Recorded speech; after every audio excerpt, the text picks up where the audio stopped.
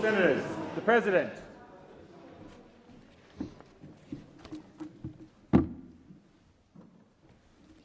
I acknowledge the Ngunnawal and Ngambri peoples who are the traditional custodians of the Canberra area and to pay respects to the elders past and present of all Australia's Indigenous peoples.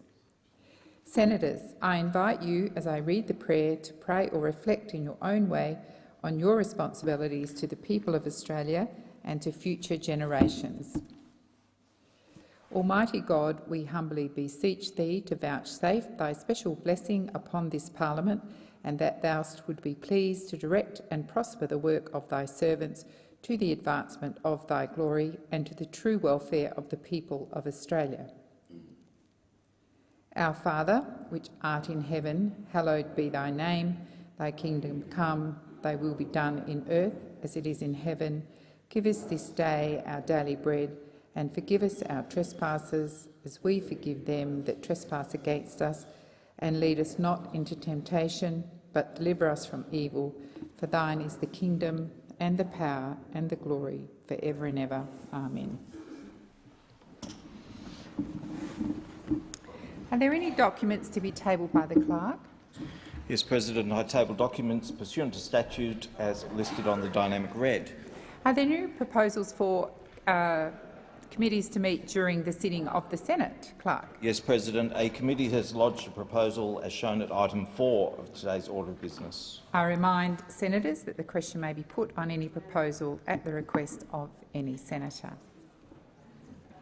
Senators, today is the first anniversary of the Sex Discrimination Commissioner's Set the Standard report on the independent review into Commonwealth parliamentary workplaces, Set the Standard report, and I welcome that one-year anniversary. As presiding officers, we again acknowledge the history of unacceptable behaviour in Parliament House and recommit the Parliament to positive change. The Set the Standard report highlighted that a high rate of people, particularly women, in Commonwealth parliamentary workplaces have experienced bullying, sexual harassment or actual or attempted sexual assault. This is unacceptable. We restate the commitment of the Parliament to making lasting change to ensure this does not continue. We have an ongoing responsibility to create workplaces that attract and support the best people our country has to offer. The Parliamentary Leadership Task Force is leading meaningful change.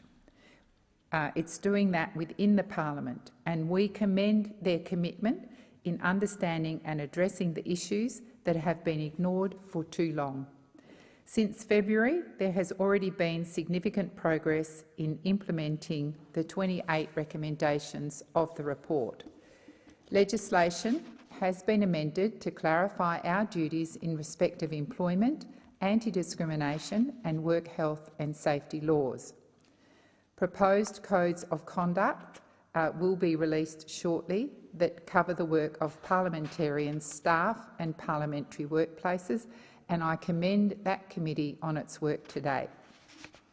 Changes to the sitting calendar and hours of sitting now consider wellbeing, balance and flexibility. New parliamentarians and their staff have participated in refreshed induction processes. A feasibility study into a parliamentary health and wellbeing service is being conducted, with plans to improve services for parliamentarians and staff, including GP services, pharmaceutical and mental health supports. Work is underway to improve work health and safety, accessibility for those with disability and professional support available for parliamentarians and staff. The Parliamentary Workplace Support Service has been expanded. It is already providing confidential support and advice to those in Commonwealth parliamentary workplaces. The Senate and House Procedure Committees are examining orders and conventions to improve levels of safety and respect in the chamber and to enhance wellbeing, balance and flexibility. Looking forward, some of the notable work underway includes the establishment of a new human resources function to support parliamentarians and their staff, and the development of new measures to support greater diversity and inclusion. The framework for action set out in the Set the Standard report is leadership, diversity and inclusion, accountability and safety and wellbeing. We all have a responsibility to display exemplary individual leadership. We all have a role to play to set the standard for an inclusive, respectful and professional workplace here in Parliament House and across Australia. Thank you, Senators. I call Senator Gallagher. Thank you, President. I move that the following bills be considered at the time for private senators' bills this week. The Fair Work Amendment Equal Pay for Equal Work Bill 2022 and today, and Commonwealth Electoral Amendment Banning Dirty Donations Bill 2022 on Thursday the 1st of December.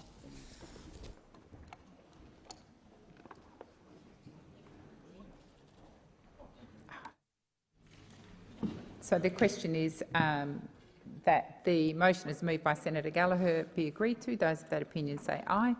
Against, I believe that's carried. I call the clerk. Private Senators Bill, Order of the Day number 1, Fair Work Amendment, Equal Pay for Equal Work Bill 2022, resumption of second reading debate. Senator Roberts. Senator Roberts. Thank you. Speaking as a servant to the people of Queensland and Australia, my Fair Work Amendment, Equal Pay for Equal Work Bill 2022 was drafted in response to exploitation of casual coal miners in central Queensland and the Hunter Valley. It's since been widened. My bill was referred to the Education and Legislation Committee, Employment Committee for inquiry, and I thank the committee for organising a public hearing so miners could testify on their exploitation personally. The committee found there was a need for my bill, yet then recommended waiting for the government's version. Labor announced its hollow Fair Work for Fair Pay idea back in 2018, 4 years ago. Labor and the unions campaigned on their bill in the 2019 state election in New South Wales and the 2019 federal election.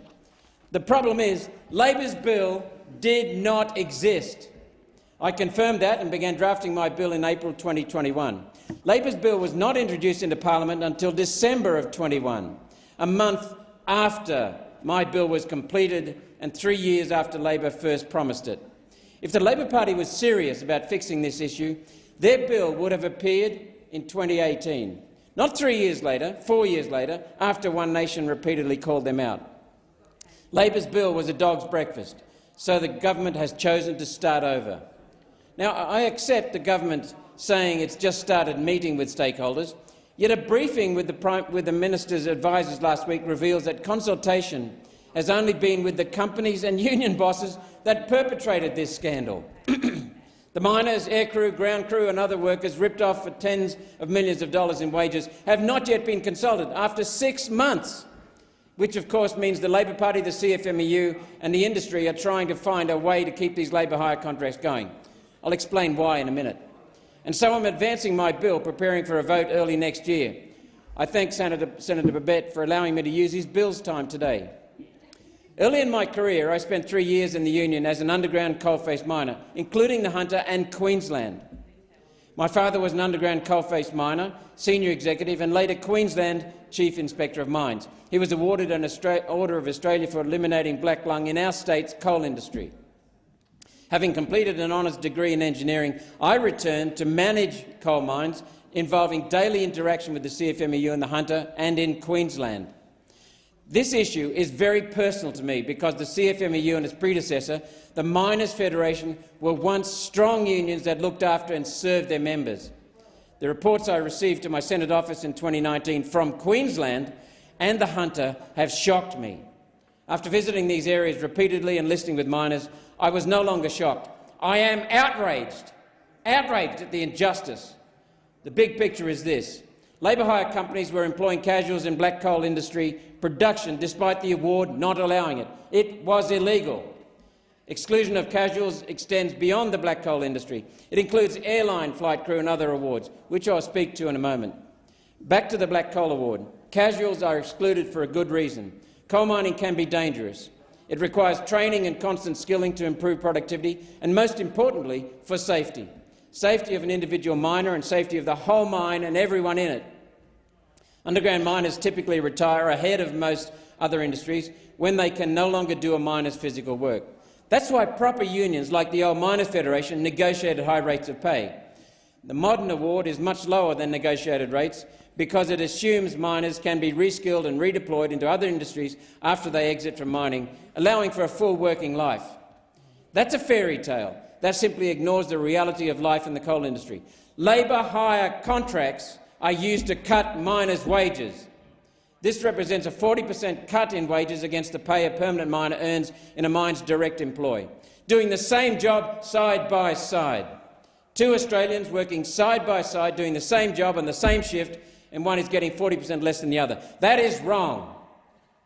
This has been going on for 10 years, under the Hunter CFMEU, working with some mining companies and with protection from the local Labor members Joel Fitzgibbon and now Dan Rapopoli. Casual coal workers on labour hire contracts supposedly receive a loading for the loss of holiday and sick pay, yet their pay packets are still 40% less. What caused this large reduction in pay rate was not the absence of a loading, because that was supposedly paid. It was the very low base rate that the CFMEU installed.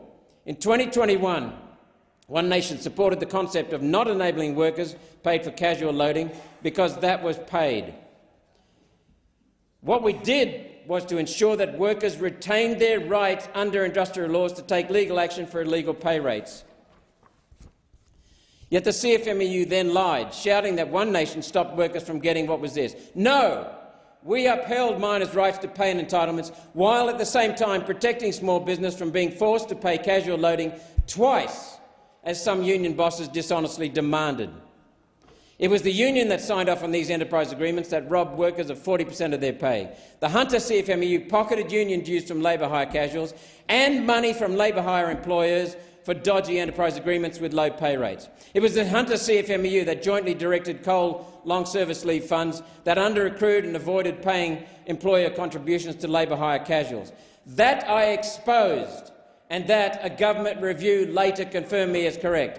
It was originally a Hunter CFMEU-owned labour hire company that collected fees from the mines for supplying labour under a labour hire contract. The CFMEU is clearly directing Labor to protect their nice little earner, even at the expense of the workers the Hunter CFMEU supposedly pretends to represent, while hypocritically and deceitfully speaking badly of casual employment and casual workers. The committee report accurately describes the effects on communities of the reduction in local spending due to taking wages out of the community. I was lucky enough to find a lawyer who drew these agreements up on behalf of Hunter labour hire companies and who has since seen the error of his ways. His advice informed my bill. Many exploited workers contributed to my bill.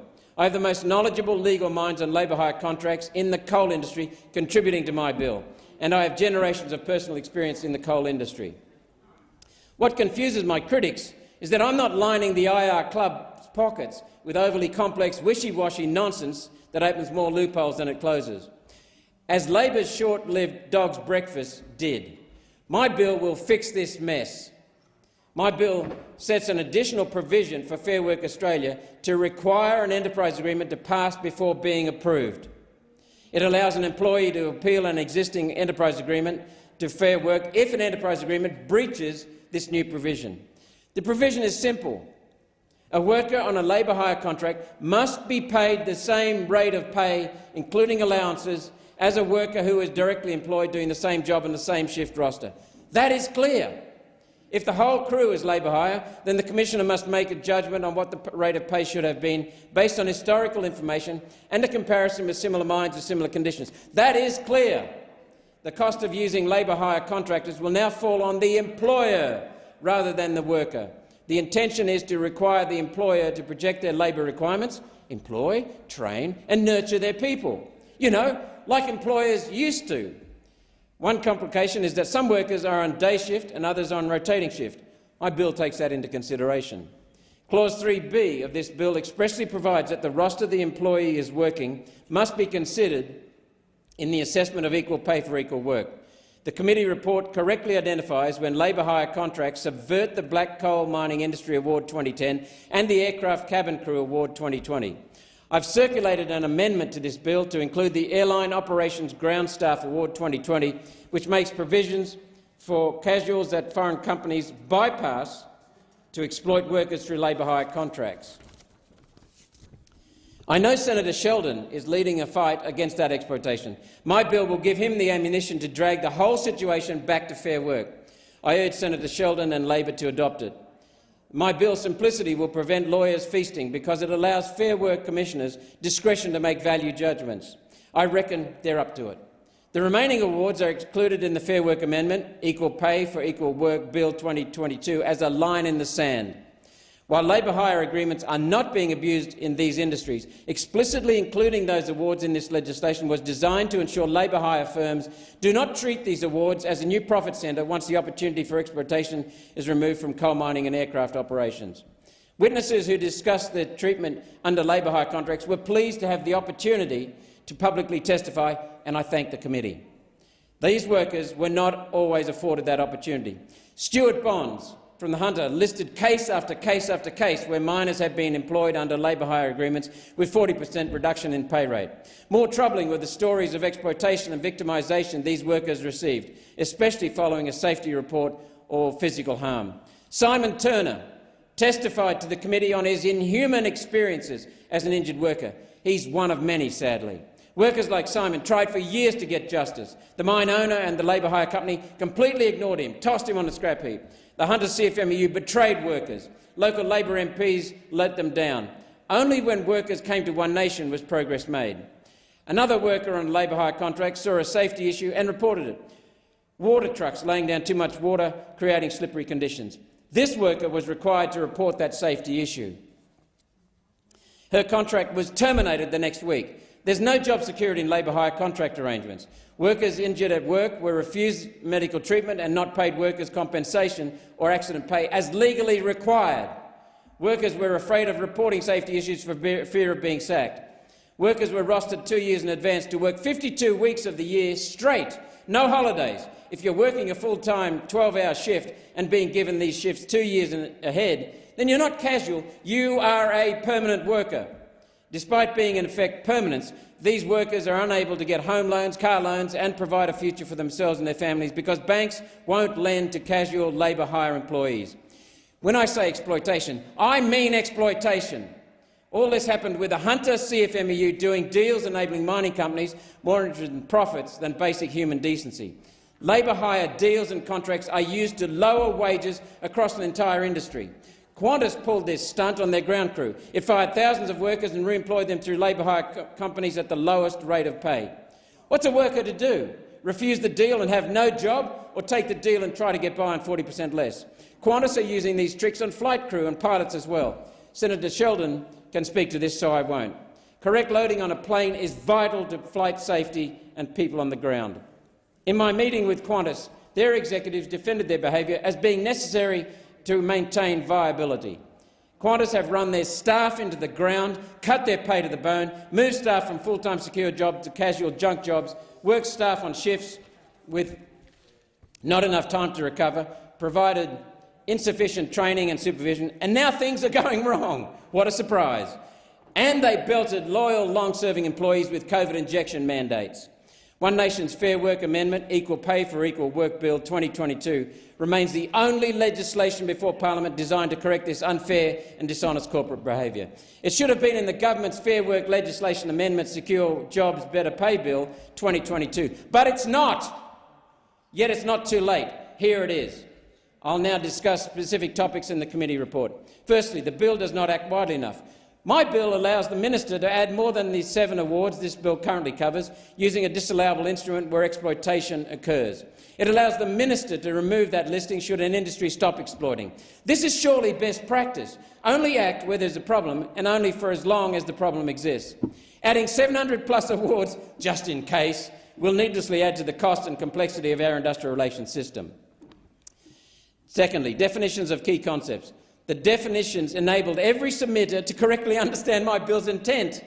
Yet some then went on to say the definitions were incomplete after correctly identifying the meaning of the words used. The wording was chosen carefully because once a term is given a specific meaning, that meaning is considered the term's full meaning. Cunning lawyers use detailed definitions to limit a term's application.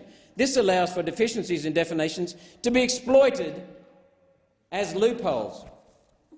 I will not play the Industrial Relations Club's game. It's up to the Fair Work Commissioner to decide if a labour hire agreement falls under this bill's provisions. Should the Fair Work Commission fail to honour this legislation's intent, then, and only then, should we wander into the legal minefield of definitions that become exclusionary rather than inclusionary. It's time to start using clear language, expressing clear principles, and rely on the Fair Work Commissioner to exercise their wisdom and knowledge and to follow these principles in their judgments. My bill's intention and action. My bill provides a provision to existing provisions that enterprise agreements must pass to meet the Fair Work Commission's approval.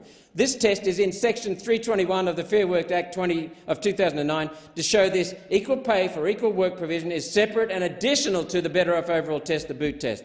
Section 321 is exactly where this provision belongs. In conclusion, the supposed downsides that some vested interests attribute in broad terms come from the same entities who turned industrial relations into a club for their own profit and power, at the workers' expense. These entities do very well from complexity. Workers pay the price in so many ways. This must stop. If the government is serious about equal pay for equal work, get on with it. I thank senators contributing to this debate and look forward to bringing this bill to a vote at the next opportunity. Thank you, Mr Deputy President. Senator Farrell is on the new whipping list. Senator O'Sullivan, you're next. Senator Farrell. Sorry about that, Senator O'Sullivan, but sometimes you do get trumped in this game. Thank Senator Roberts for his contribution.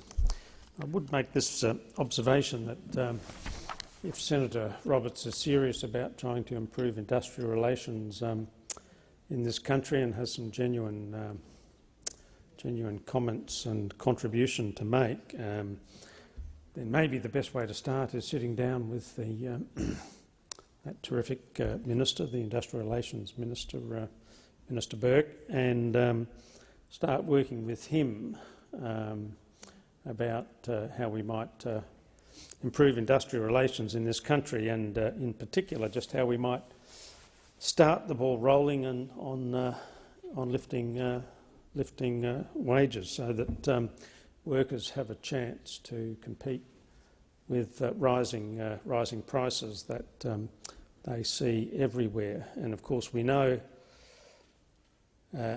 Deputy President, that it was a design feature of the former government. The former government, which Senator Roberts kept supporting over and over and over and over again, with all of their crazy policies that have led to the extremely difficult economic circumstances which Australian workers find themselves in.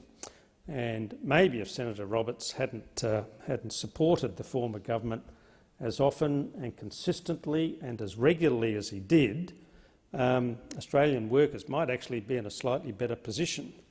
Now, of course, they're going to be in a lot better position when the new bill passes in the next couple of days. That's going to lift the standard of living of Australian workers and give them a chance to catch up with those rising prices. I see Senator Pocock in the room, Senator Barbara Pocock.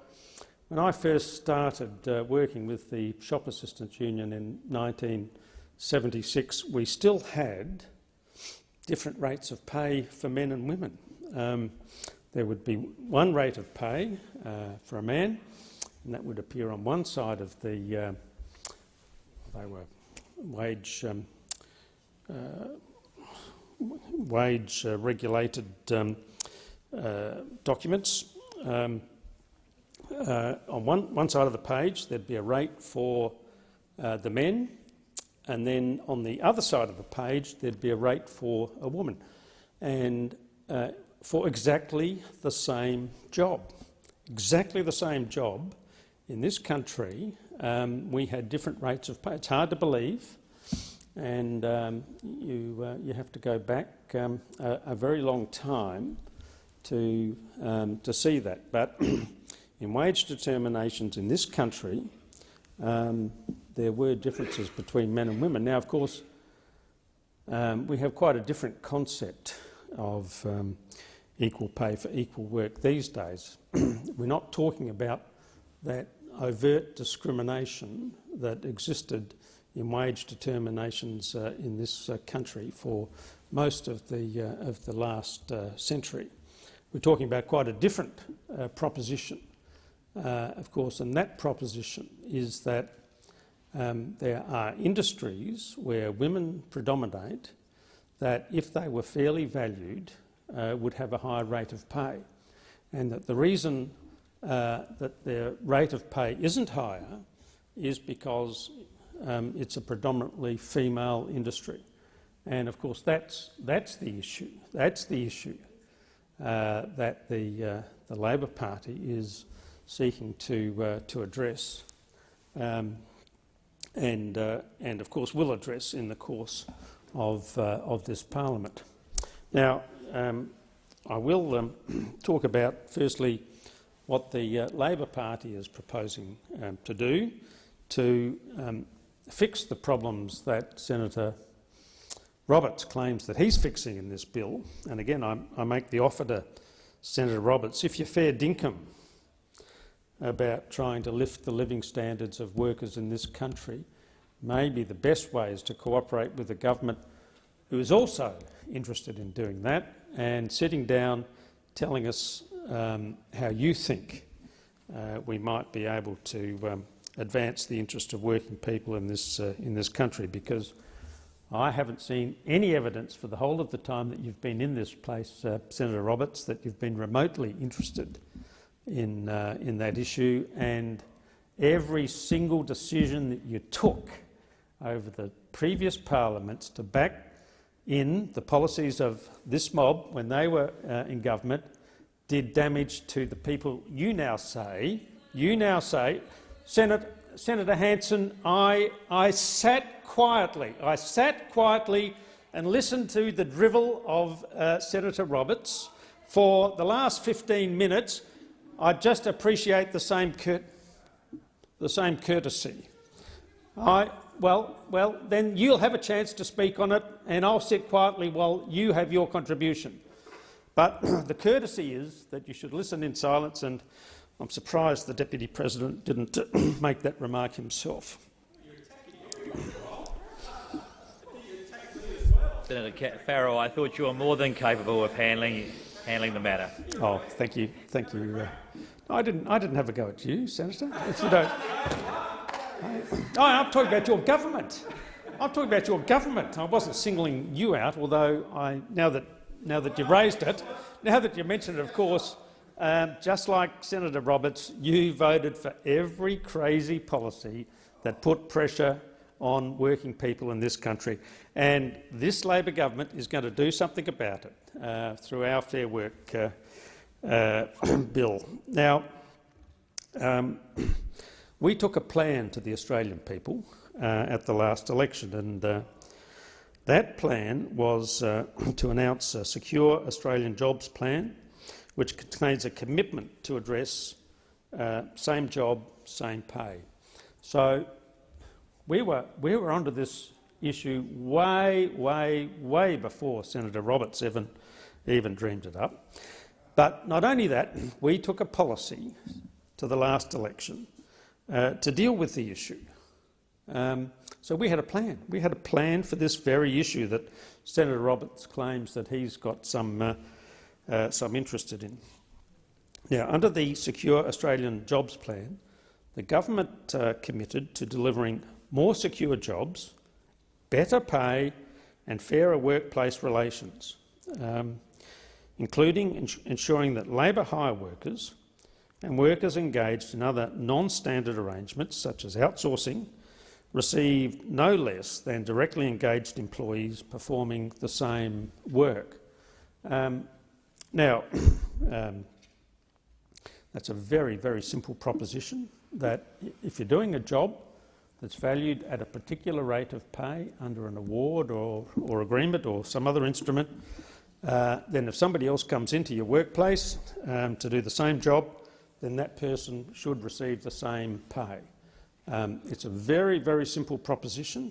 Of course, under the previous government, abuses occurred, and even though the government was aware of it, the Industrial Relations Minister was aware of it, nothing was done about it. We saw the problem, recognised the problem, took a proposal to the Australian people at the last election, and we were elected the government. So I would say this, Acting Deputy President, and I know you know a lot about these sorts of issues, I would say we've got a mandate to fix this problem, a mandate to fix this problem, but not only do we have a mandate to fix this problem, we are going to fix this problem. We're going to fix this problem. Order. We are.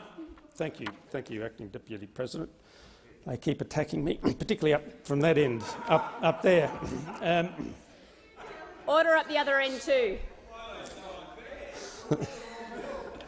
So we have a mandate, and I just see Senator Sheldon come into the to the Senate. Of course, he spent a lifetime trying to resolve some of these issues because he's seen firsthand how unfair it is in a workplace where one group of workers, no doubt, having the benefit of a union negotiated agreement, which the fantastic union, the Transport Workers Union, would have negotiated for them, and then a whole lot of other workers come in and they're on a lower rate of pay. So we are going to do something about this, and as I mentioned, we've got Minister Burke onto the job, and he's been doing nothing else since he came into this job 6 months ago than trying to fix the problem and create a fairer workplace.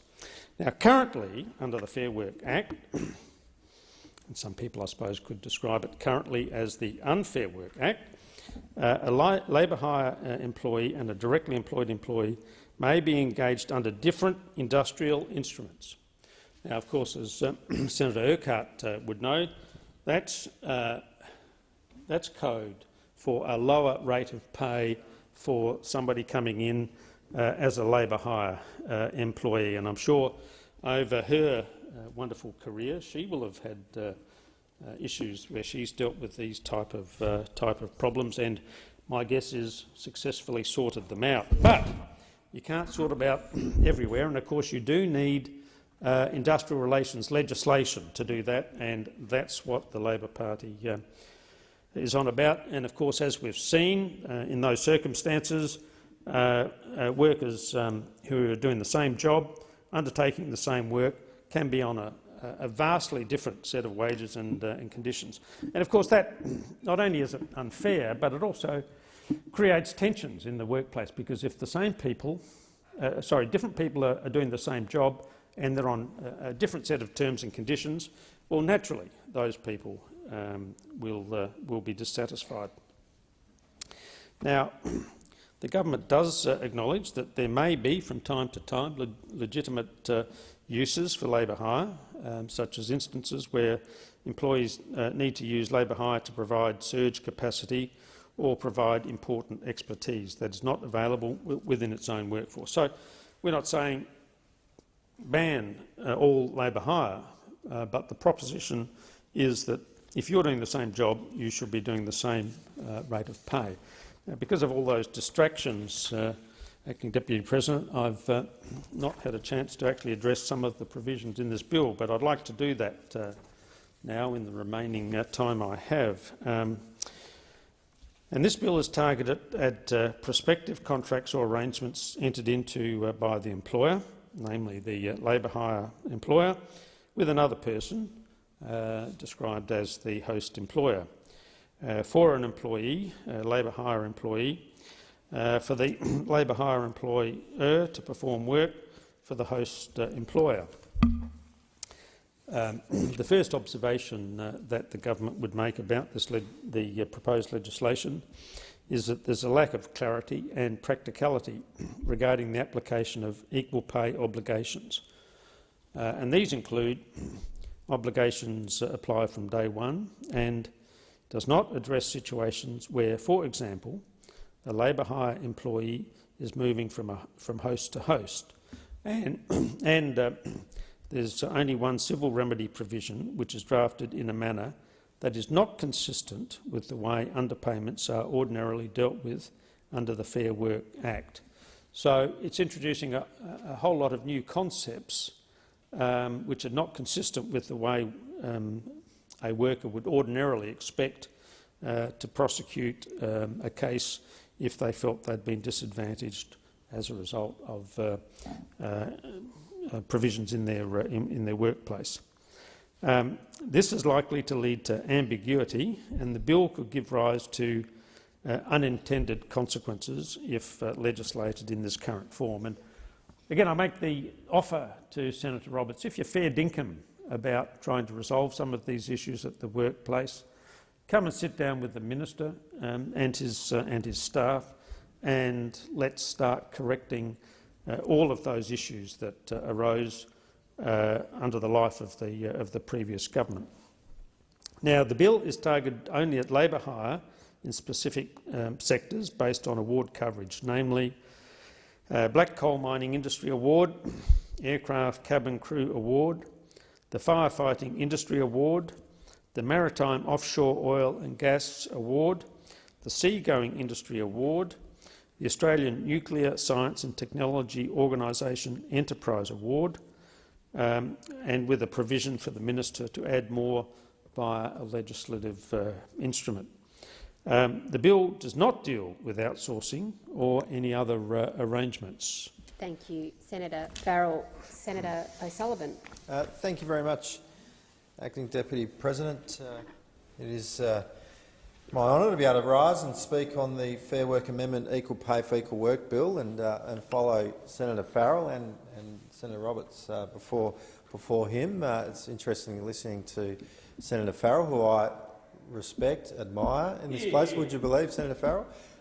He's a thoroughly decent person, Senator Farrell, and I always enjoy listening to his contributions. But I wouldn't mind some of that wine. Yes, thank you, thank you. But Senator Roberts, through you, Chair, your work on this bill, and indeed working with you on the committee. I'm Deputy Chair of the Education and Employment Committee with Senator Sheldon as Chair. I want to just say before I make my remarks that I always respect and admire the way that Senator Roberts brings issues to this place, and the way that he, and certainly on this particular inquiry, the way that he very sincerely brought forward the issues that this bill contends with, and I really admire and respect him, and I really appreciated his contribution and the passion and his commitment to this issue, and indeed the workers that are in that industry. So while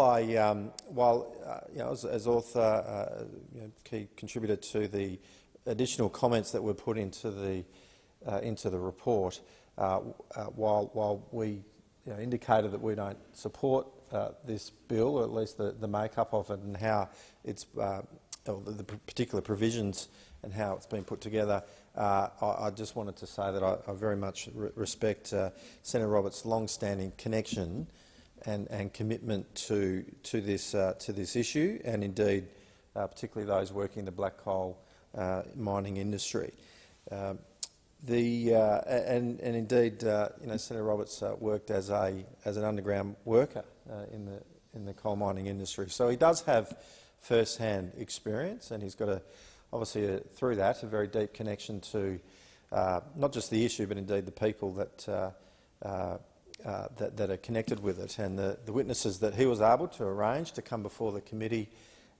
Clearly had a lot of respect for Senator Roberts, and came and presented very passionately their issues, and I really appreciated that, and appreciated being able to sit, listen, and even inquire of them. Now, this bill does primarily focus on the black coal industry and the Aircraft Cabin Crew Award 2020, as well as 4 other awards that currently do not have provisions for casual employment. The Coalition does believe that this bill erroneously seeks a one-size-fits-all approach. It overlooks the nuances of labour hire industry, will have unintended consequences and ignores some of the really important fundamentals, including the desire by some workers to have a flexibility and other benefits afforded to them by being labour hire employees. Now, I just want to talk briefly. Before coming into this place, I was running an organisation called Generation One, which is an Aboriginal employment agency. And through that, we saw tens of thousands of long-term unemployed Aboriginal people take up training that led to a guaranteed job. And it was something that I'm very, very proud of, and I hope in this place I can have a similar sort of impact. But I look at the work that I did there through the excellent team that we had there and across the country. It was something that I'm very proud of seeing. But we actually worked a lot with labour hire businesses in creating those opportunities. And I think sometimes in this debate there's a real denigration of labour hire.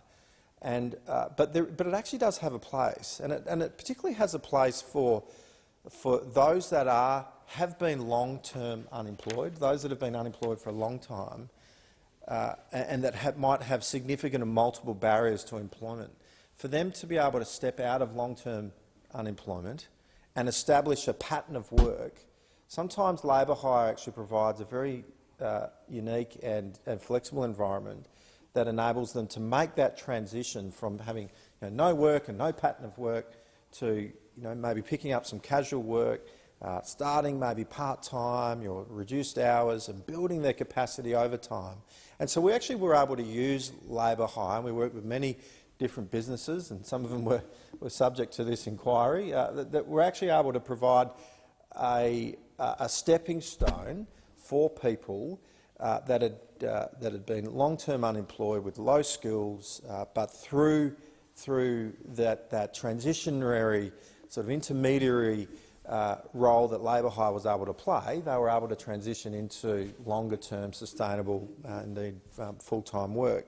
So I think it's really important that there is a bit of balance in this debate, and a balance that I know Senator Roberts did bring into it. But I think we've got to be careful that labour hire isn't denigrated. And I respect Senator Farrell's comments that there is a place for labour hire. There is definitely a place for labour hire, but where it becomes a situation where it might displace actual permanent jobs, I join with concern about that. But there is a place, and I think we've got to be careful that we don't denigrate it. Now, the Australian coal industry has played a significant role in the modern prosperity of this country and indeed our economy. Like other sectors in the mining industry, it's provided numerous employment opportunities and benefited regional communities across Australia. The coal mining industry employs around 50,000 workers across Australia, with another 120,000 indirect jobs by the industry. As a valuable commodity, coal is Australia's second largest export after iron ore, which is primarily coming out of my home state in Western Australia, and it accounts for approximately 11.5% of Australia's total exports. And while being a strong economic driver and export commodity, coal is an affordable, reliable source of electricity. And while there are detractors of coal in this place, I'm not one. I'm not one to diminish and disrespect the valuable role that coal places within our industries and within our economy, the wealth that it creates, and without doubt the coal industry plays a pivotal, influential part of the narrative of the Australian success story. Specifically regarding the role of labour hire, I do respect that there is a diversity of views on this matter. And as I've said, I don't, however, share the sentiments espoused by some who have sought to demonise this vital function played by the labour hire industry.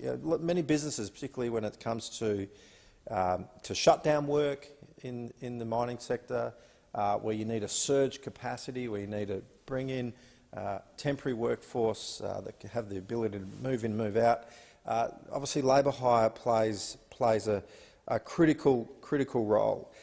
Contrary to representations made in relation to labour hire and proportion of broader workforce, the current use of labour hire in the Australian workplace is not considered at epidemic levels. In fact, it's only 1% of the workforce, Australian workforce, are employed within labour hire firms. This proportion is lower than it has ever been, or at least in the last 10 years. In their submission to the EEC, the Australian Industry Group stated that a policy such as equal pay for equal work is unfair, inappropriate and unworkable. Additionally, the AIG contends that the bill does not sufficiently define what a labour hire employer is or what a labour hire employee is, and consequently resulting in some businesses inadvertently being caught up by the provisions of this bill. Now, I want to, just in the remaining stage, the remaining moment I've got in this debate, wanted to just pick up on a couple of things that Senator Farrell said. He said that in discussing the government's plans in this area and the government's plans around the Fair Work bill, Fair Work and the amendments, he said that they have a mandate to do some of the things that they said that they're going to do. Indeed, we'll be debating, no doubt, later today. Now, I find it really interesting that Senator Farrell says that there is that mandate, and it was something that they took to the Australian people, that they took to the Australian people and got the support from the Australian people for it. Because, look, granted, they did say it was part of their slogan throughout the campaign that they'll get wages moving and lines like that, talking points like that. I absolutely give you that. And I think, you know, Australians supported the government, clearly. You won. We don't deny that. It's disappointing. I'm disappointed by that result. I'm disappointed by that result, but it happened. It happened, and we're living with it. We're living with it right now. But you can't say Labor senators coming in this place can't say that they have a mandate for the particular provisions of this bill when they actually ruled it out.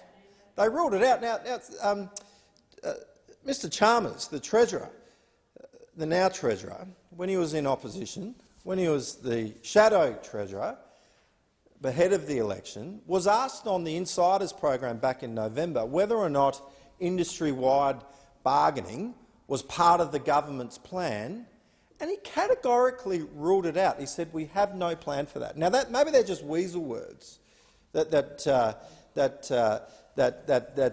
members of parliament are very adept at using sometimes. We have no plans for this. Well, maybe the Treasurer, or the shadow Treasurer as he was at the time, maybe he wasn't in the loop. Maybe that was the problem. He wasn't in the loop with the government's industrial relations agenda, because he didn't quite know what this government would do, what this opposition would do if they were to form government and bring in such wide-ranging, significant changes to the industrial relations landscape.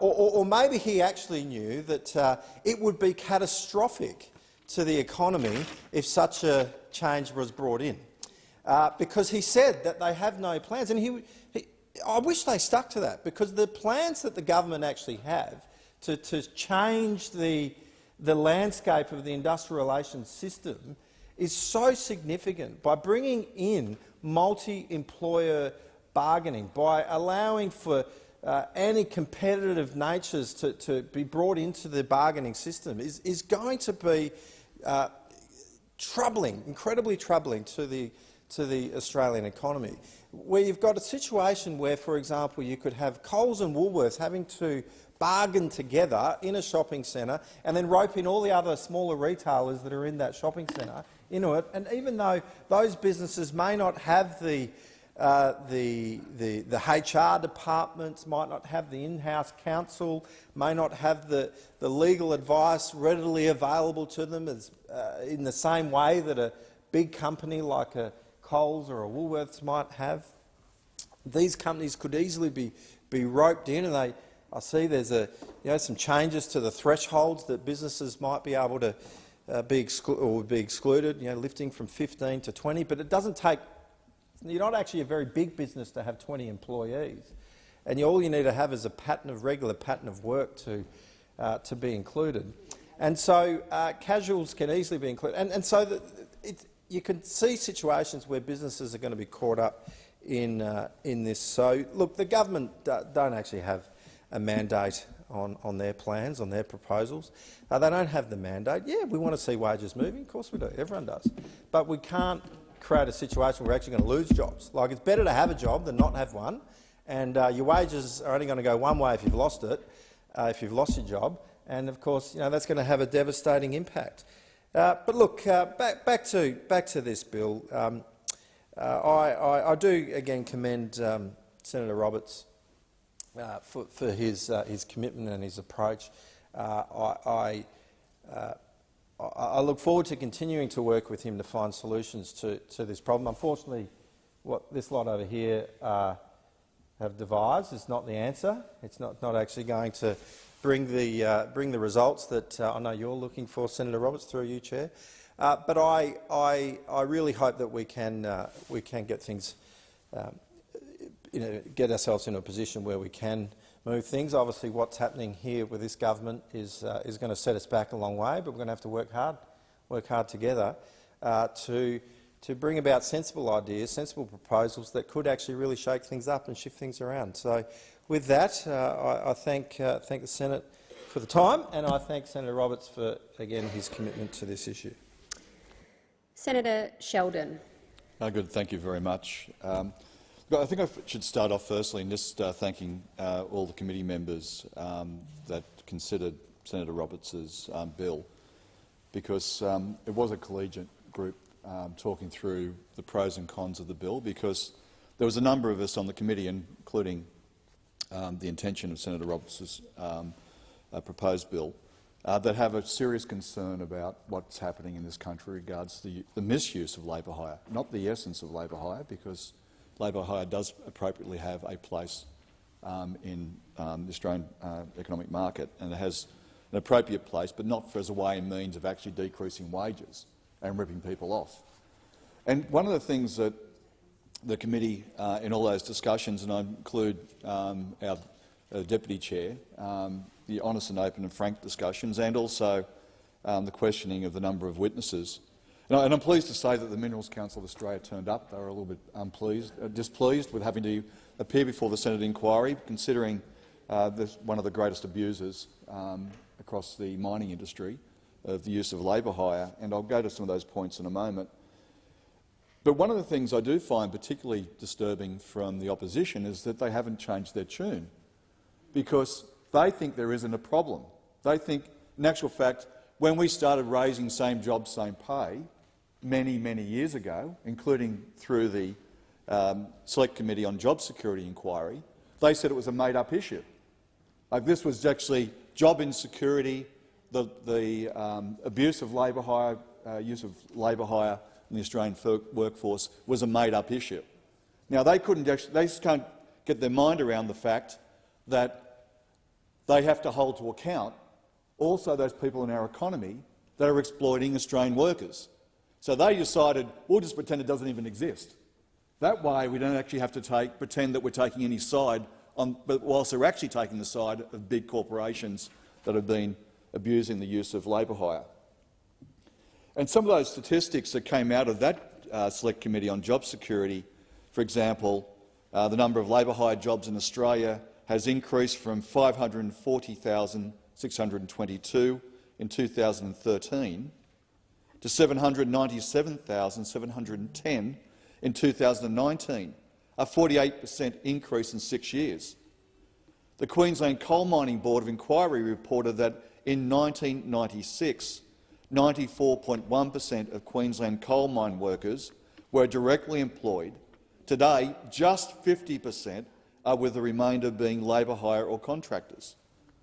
And BHP confirmed to the Senate Committee on Job Security that across their nationwide coal operations, get this, just 29.11% of their staff are BHP employees. The rest are labour hire or contractors. And of course, in evidence during the inquiry into this bill, there was evidence given also by Qantas in questions on notice, where the Qantas Group has 17 subsidiaries that act as employing entities just for some of the areas such as cabin crew, tech crew, engineering, below the wing, which is ground handling, fleet presentation and catering, freight and other frontline roles, which are of course described as above the wing at airports. They had 21 external companies that they engaged, all in an attempt to artificially break up the bargaining process and the bargaining position of workers, gaming the system. And of course, we'll hear later today about not only an issue like we've heard now today from the opposition, that this is a made-up issue. We've also heard, we'll hear from examples that it's a made-up issue, that everything's fine, we don't need to change the IR legislation because, don't worry, Qantas has got the answer.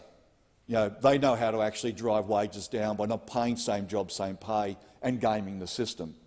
And the important thing about the intent of this bill was to look at some of those aspects and some of those industries that it could address. But the committee did come to a view that there were some challenges in the bill, and the bill requires, and this question requires, further consultation.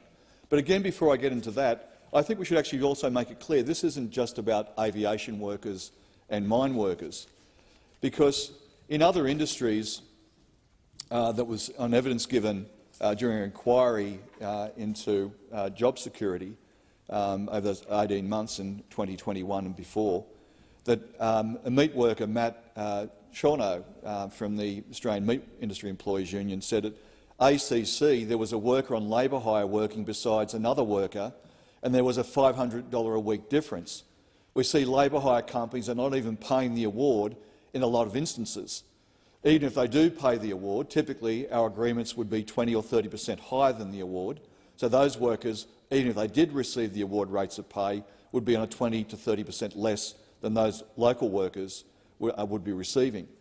And this included, of course, in the public service, because there wasn't a problem, because the government at the time, the now opposition, were very happy that there was no problem, because they were also paying labour hire workers substantially less than what was being paid to direct hire workers. So rather than giving people a career path and building our public service, they just treated labour hire as a cheap form of labour. Hard-working Australians doing their bit for the country, but treated by then our own government, in the case of the opposition now, paying them substantially less. A labour hire worker from the NDIA said, "In my office, planners who, despite doing the same job, were paid differently when negotiations for contracts happened. We found out that other staff were being paid up to $10 more per hour. Pay between staff performing exactly the same role is often disparate, and many labour hire agencies prohibit their employees from discussing their pay, making it difficult to ask for parity." And of course, that's one of the reasons why the government now has made it clear that misuse of labour hire is one of the direct policy changes that we're taking action on as we speak. And of course, Nick Thatchery, a labour hire worker at Australian Maritime Safety Authority, again another example of misuse of labour hire, a critical area of expertise to maintain within our national safety of maritime. You would think you'd want to make sure that those people felt belonged and felt connected, but no, the government at the time, now opposition, and Nick didn't give those workers one iota of concern, because don't forget it was a made-up issue. Remember that that continual parody from the then opposition, now opposition, and then in government. And Nick Thackeray said from the AMSA, obviously the difference, and he said this on 27th of August 2021, obviously there's the difference in pay, but then we don't get sick leave, we don't get miscellaneous leave, we don't get carers leave, and we don't get things like domestic violence leave. Or if somebody close to you dies, there's no leave that, so essentially every day, depending on what's happening in your life, you make the choice. Am I going to get paid today compared with what else is happening in your life? Because as far as the opposition are concerned, these are made-up issues. Now, the committee went through the issues that were raised in the inquiry into this bill, and we looked at the increase of use of labour hire without particular reference to jobs performed or the duration of employment appear to have been blurred. The distinction between labour hire employees and those permanently engaged by the host employer Indeed, it may be contributing to the underreporting of labour hire employee numbers, with many workers who have been persistently employed by labour hire firms identifying as employees of an industry, or rather a labour hire firm. And what it's said is that this is also, after I've given those substantial statistics of a massive increase in labour hire, there was a very strong belief that there is an underreporting of labour hire within the country. And of course, ensure that there is a the committee supports the supported the broad aim of the Fair Work Amendment Equal Pay for Equal Work Bill 2022, but to ensure that a labour hire worker doing the same job as a directly engaged employee receives the same rate of pay. But the committee did recognise that any legislative response must be effective and operate as intended and requires further consideration. Accordingly, the committee must also acknowledge the significant misgivings expressed by most inquiry participants about the limited scope of the bill and the lack of clarity concerning its key provisions and definitions. And whilst I go to that, some of the details and the concerns about the bill, not the objective of the bill, but the details of the bill, I also should just take into account the concerns that are raised again by those in the community. And these aren't made-up people, these are real people giving real evidence, just as Anne Baker, the Mayor for Isaac Regional Council, on the 13th of July said, and Kelly VRV, Deputy Mayor of Isaac Regional Council. And she said that casual labour has always traditionally been engaged in the mining industry, but usually for things like shutdown work and construction of new developments. So no one's saying that it's not a new concept. What we have seen absolutely in the last 10 years is a huge increase. We've never expected to see casual jobs actually being put in place of permanent jobs. We have seen permanent jobs being made redundant and being replaced with casual labour.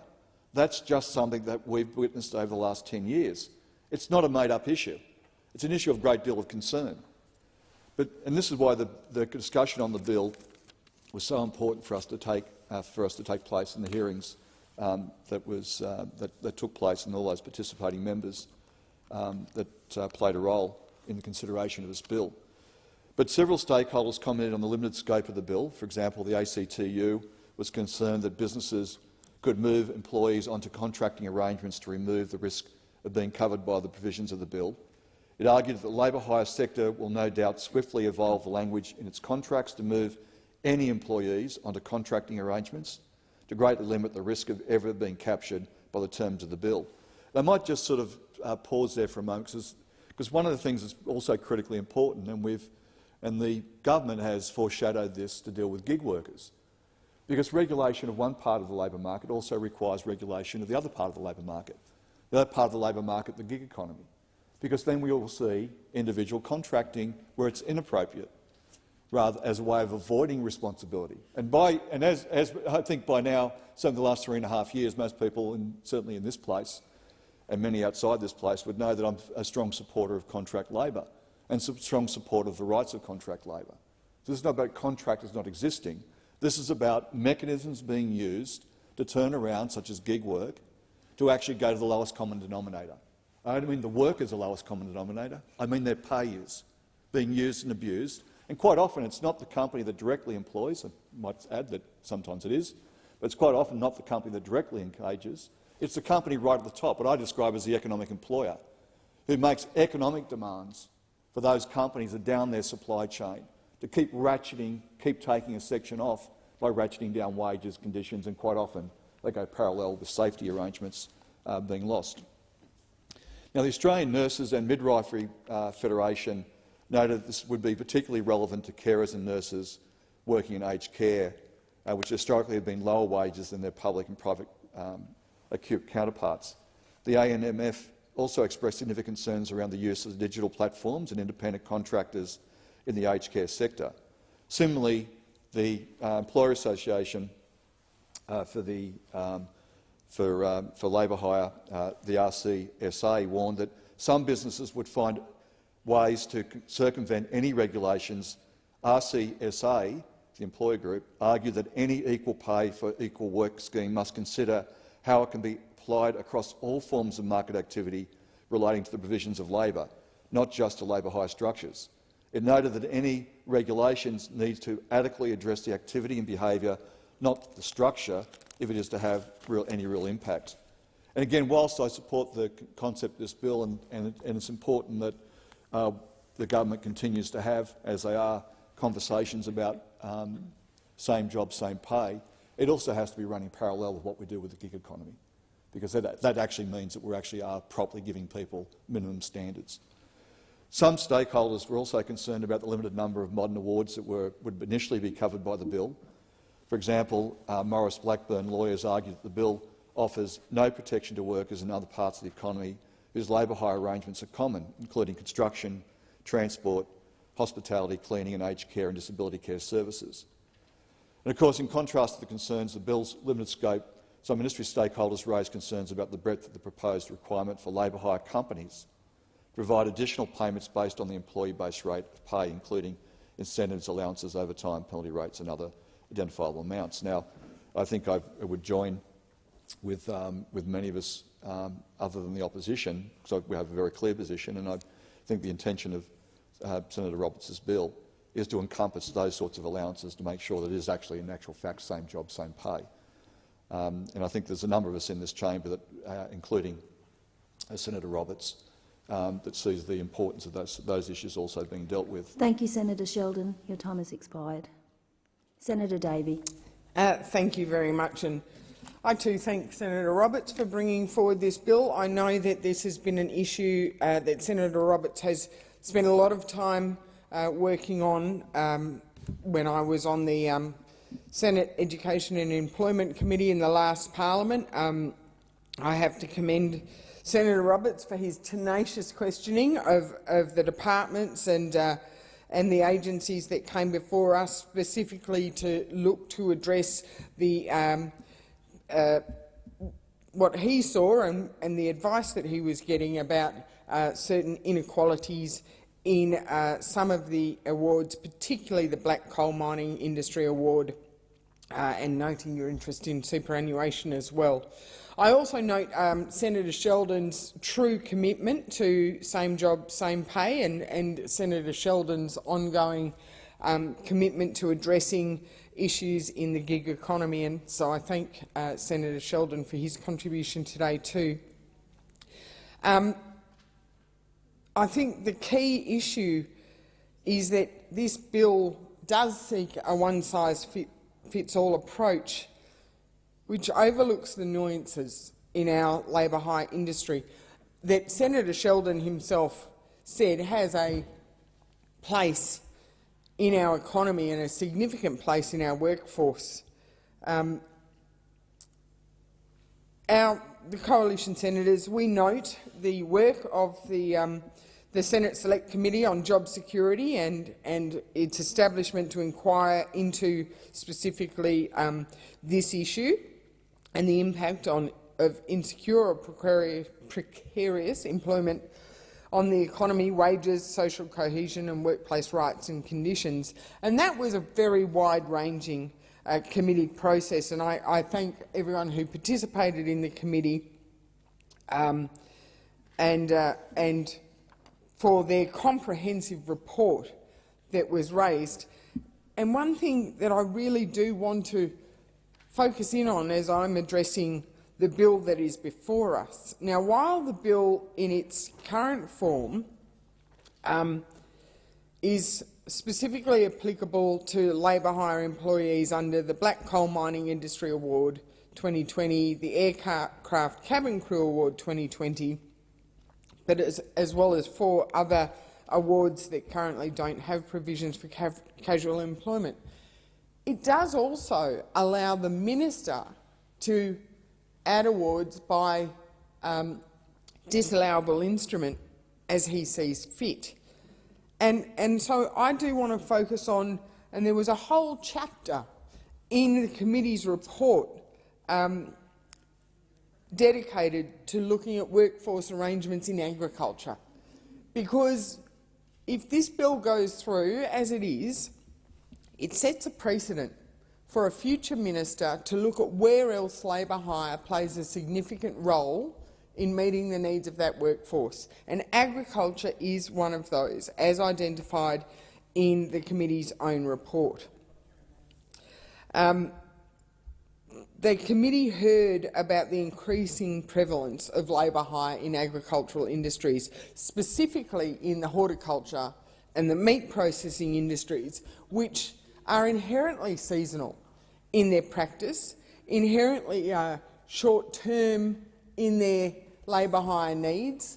I know blueberry growers who have a full-time staff of about 5, but during their harvest season, which can come on very quickly, very rapidly, depending on weather conditions, and they can overnight have a call and a need for employing up to 50 people on their farm to help them meet their harvest. Now, you can't just fill those gaps, you know, through a SEEK ad or through an ad in the classifieds of the local paper, particularly as we thankfully have an Australian unemployment figure in the 3%, which is great news. So that means there aren't that many Australians running around seeking employment.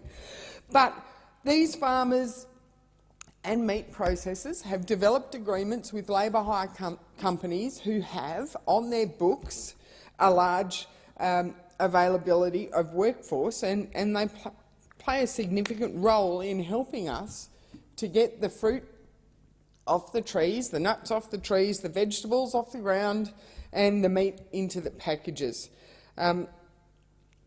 In 2019, the committee heard that up to 56% of labour carried out in those two industries alone, horticulture and meat processing, was carried out by contractors or other business operators, such as labour hire companies. Now, I want to remind people that horticulture is a $15 billion a year industry and meat processing is about $17 billion.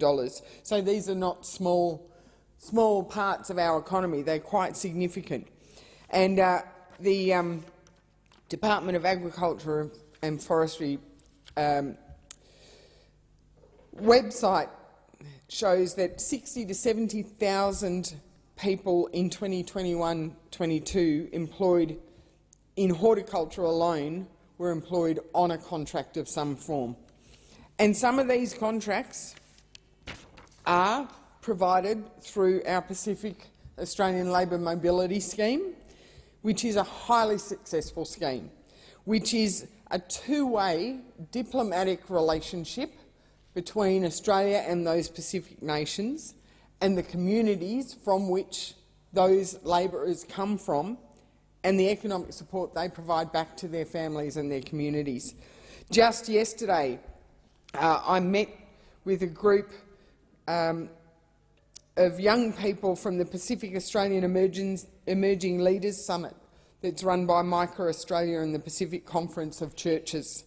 One of those young people was Ramwatia Nokiti from Kiribati, and her key message to me was to thank Australia for making provisions under the Pacific Australia Labour Mobility Scheme that her family participates in, that provides the economic security. But not only that, it also provides her family members, when they come here, they learn the skills that they can then take home and apply when they go home. Now, this is a scheme where a lot of those visa holders come to us through, or come to the end employer through a labour hire company. And this is where my concern with this bill, in its current format, is it leaves the door open for the uncertainty in the labour hire economy. So, I mean, this is why I can't. I also want to raise the issue that labour hire, while yes, it is a significant portion of our economy and it plays a strong role in our economy, contrary to some representations that we've made in relation to labour hire and the broader workforce, it is not epidemic levels. According to the submission to the committee from the Australian Industry Group, only 1.1% of the workforce is employed by a labour hire firm, and that this proportion is perhaps, according to AIG, lower than it has been over the past 10 years. So my point is that labour hire employees fill essential needs gaps across industries, including in the black coal industry, that meet market demand within the workforce. And the other key point I want to make is that there are some employees who actively seek to be employed under a labour hire agreement because it provides them more flexibility than if they were employed under a full-term contract. So we need to ensure that we're not accidentally curtailing the rights of people to be employed under an arrangement that suits them and their family needs, in an effort to address what I do agree that Senator Roberts has seen an area that needs to be addressed, but this is not the solution. Thank you. Senator Pocock. Thank you, Acting Deputy Chair. I thank Senator Roberts for Sorry, his... Senator Pocock, the time for debate has expired. No way. Yeah. It'll be in continuance.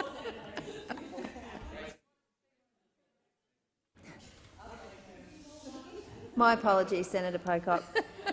The Senate will now proceed to the consideration of government business, and I call the clerk. Government business, order of the day number 1. Fair Work Legislation Amendment, Secure Jobs Better Pay Bill 2022, resumption of second reading debate, and on the amendment moved by Senator O'Sullivan. Senator Walsh. Thank you very much, Acting Deputy President. And yes, Senator Pocock, this happened to me last night, and I rise in continuance on the Fair Work Legislation Amendment Bill of 2022. And this is a bill that will deliver secure jobs and better pay for Australians. It's a bill that puts respect for women workers at the heart of our workplace laws. And it's a bill that makes better wages a deliberate design feature of our government's agenda. And this bill is urgent because working Australians deserve a better life right now. After 10 years of low wages as a deliberate design feature of economic policy of the previous government, we've seen a race to the bottom on wages and conditions across some of our most essential sectors, many of which are now facing unprecedented workforce shortages. And these workers simply cannot afford to wait any longer. Like early childhood educator Kylie Gray, who told me that if her wages don't improve soon, she'll have to leave the sector that she loves after 15 years, simply because she's losing hope and she can't afford to stay. Like security officer Pete Watkins, who has seen his wages fall over the past 10 years from 7% above the award back down to the award, all because security officers can't negotiate to protect wages across multiple employers today, and they get undercut by dodgy security operators. Workers like Cherie Clark can't wait a day longer. She's been living in a caravan park waiting for secure hours in her part-time contract in aged care, one of Australia's most essential sectors. And she's waiting for secure hours so she can prove her income and sign a lease on a house. This is not how we should be treating our essential workers in Australia today. These workers can't afford to wait another day, let alone another 10 years to see real change in their working lives. Our current industrial relations system, it is broken and it is outdated. It's based on an economy that doesn't exist anymore. It's based on an economy that looked very different from today. And it's a system that is no longer delivering for employers or for employees. It's a system that locks out thousands of workers from the benefits of bargaining. And all work is valuable. And every worker deserves a chance to have a seat at the table where they can be heard, where their experience and expertise are recognised and where their work is valued. And what this bill is not about is conflict. This is actually about balance, and it's about respect. It's about respect for the voice of working Australians, like the essential workers I just spoke about. It's also about respect for the needs of business too. This bill is about getting the balance right to build a strong and fair economy that benefits everyone. Just 6 months ago, we promised the people of Australia that if they elected an Albanese Labor government, we would get wages moving and we would deliver secure jobs. Because we know that good, secure jobs mean better lives. Because we know that after 10 years of falling wages, we can't afford to wait another day. And I'm proud that today we are getting on with the job, fixing a broken system, getting wages moving and delivering on our promise to deliver a better, brighter future based on good, secure jobs for all Australians. Thank you. Thank you, Senator Walsh. Senator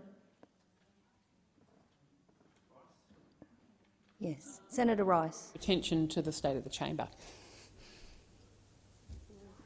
Yep. Quorum required. Ring the bells for 4 minutes.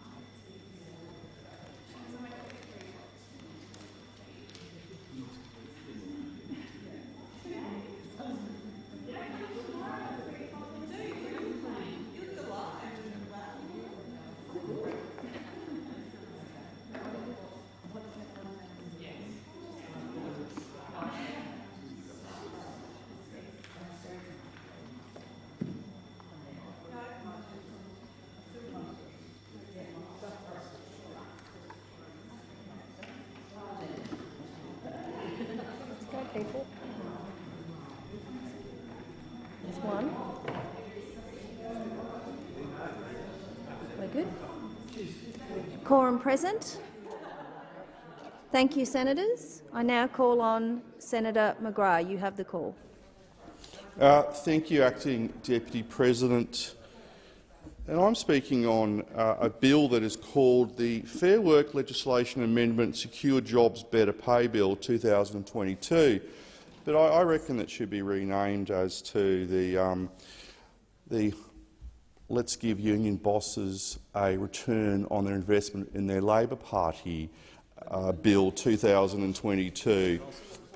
You know, in terms of this new anti-corruption commission that's come into being, I sort of wonder whether we're going to see a referral to the Anti-Corruption Commission in relation to the relationship between the unions and the Labor Party. Because what this bill is about, it's actually not about higher wages, which we all support. What this bill is about, it's about the Labor Party government giving a return to the investment that was put into the election of the Labor Party government by the unions. And so that is what this bill is all about. It is an acknowledgement that the Labor Party, which is defunct on the ground, that the Labor Party won the election due to the campaigning strengths of the union movement as a political and campaigning movement. And so for that, the Labor Party has to return a favour to the union bosses. And that's what this bill is all about. It is about empowering union bosses. It's about empowering union thugs to go into small businesses across Australia and intimidate business owners, intimidate workers and threaten them, because that is the business model of the union movement. And that, as my colleague Senator Henderson has confirmed with her helpful contribution, is that's what John Setka, the thug of all thugs, has confirmed. We talk about first amongst equals. Well, he is the thug amongst equals, the first thug, I suppose, in relation to what he wants to see out of this Labor government, and that is a return on his investment. And this is not for the interests of Australians. This is not for the interest of business owners and those who run businesses. This is all about the union movement. And that is sad. That is sad because you look at what is facing Australia at the moment.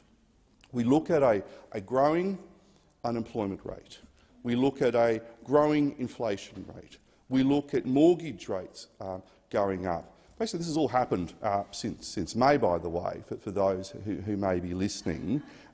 It's all happened since the election of this Labor government, because we all know that Labor will always cost you more. That Labor will always cost you more.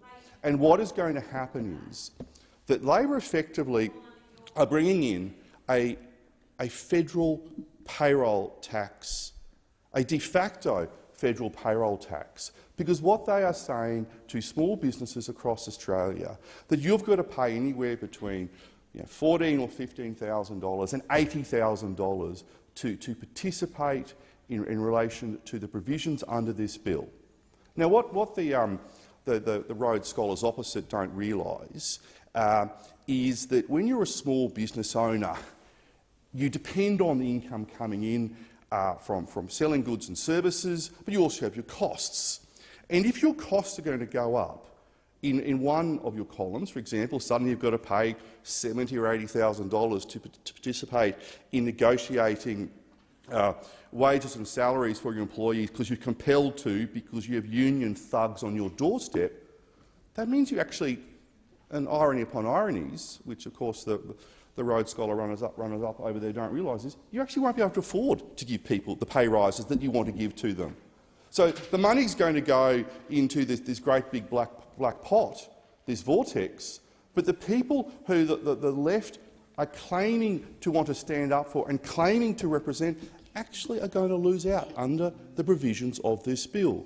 And that is very sad that the Mensa Society members over there don't realise that, because what this is about, and I cannot emphasise this enough, this is not about giving Australians higher wages and higher salaries. This bill is not about that.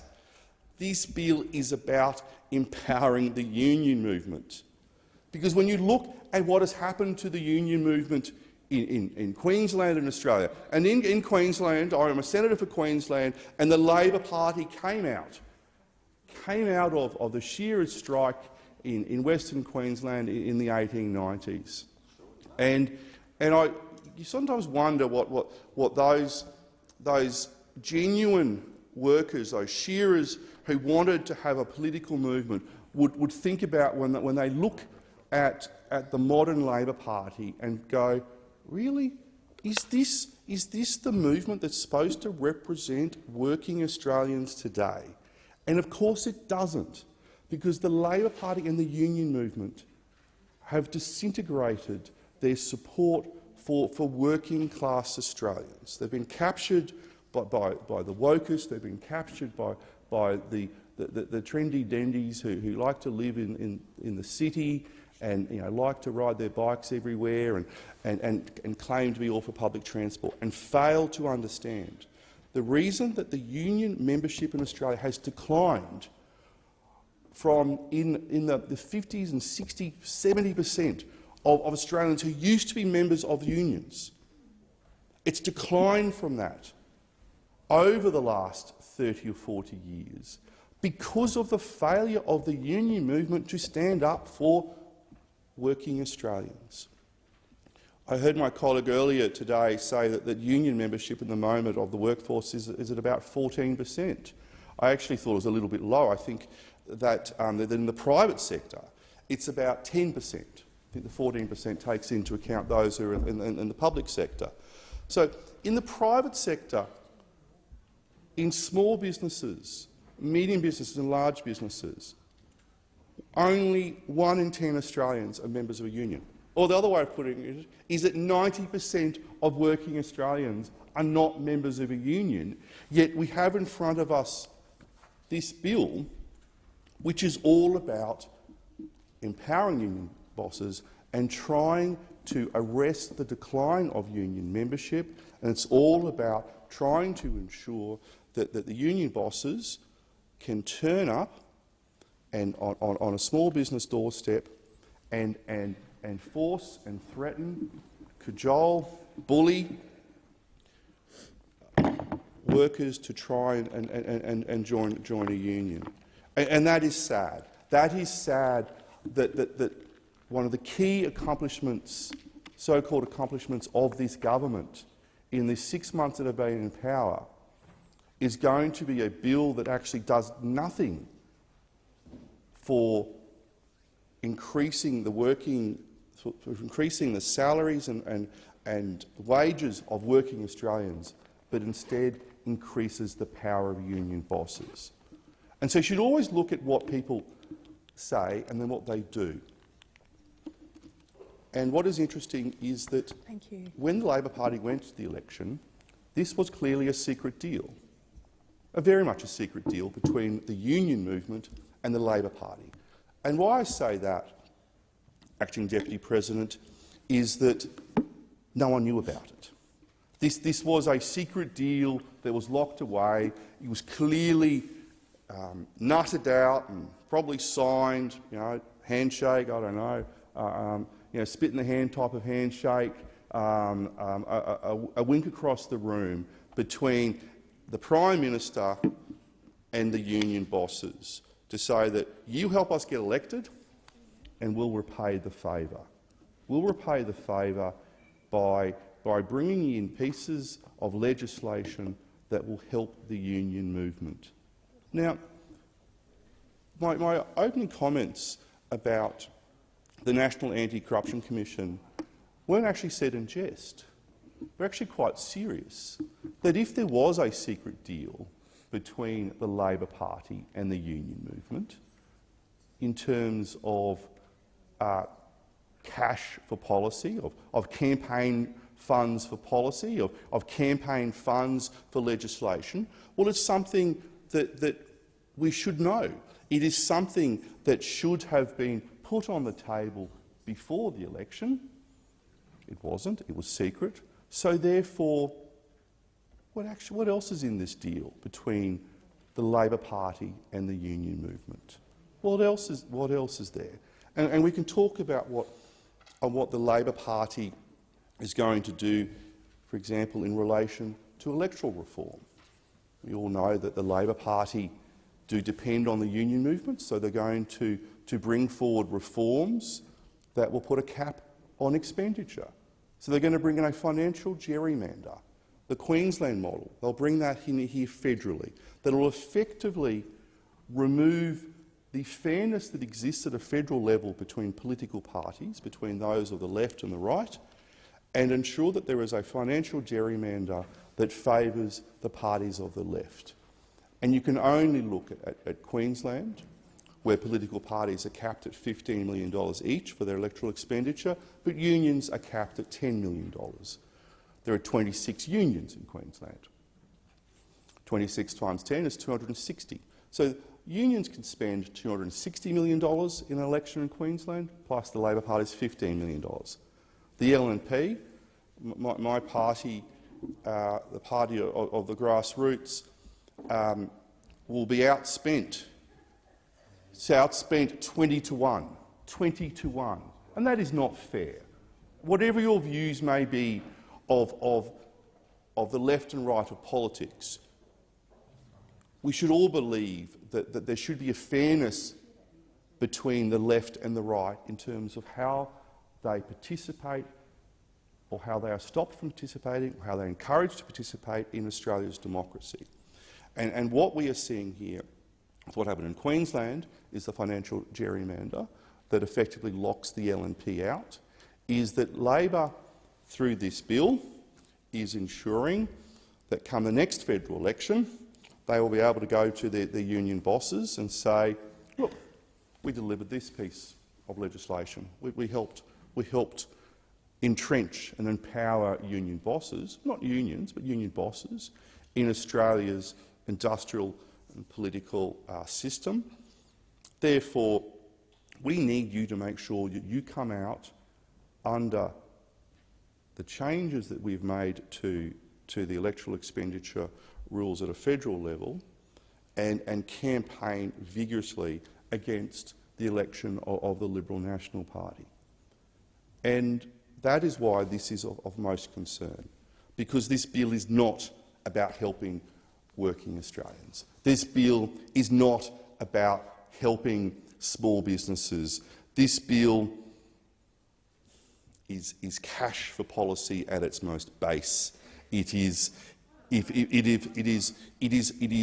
bordering on corruption in terms of the payback between the Labor Party and the union movement.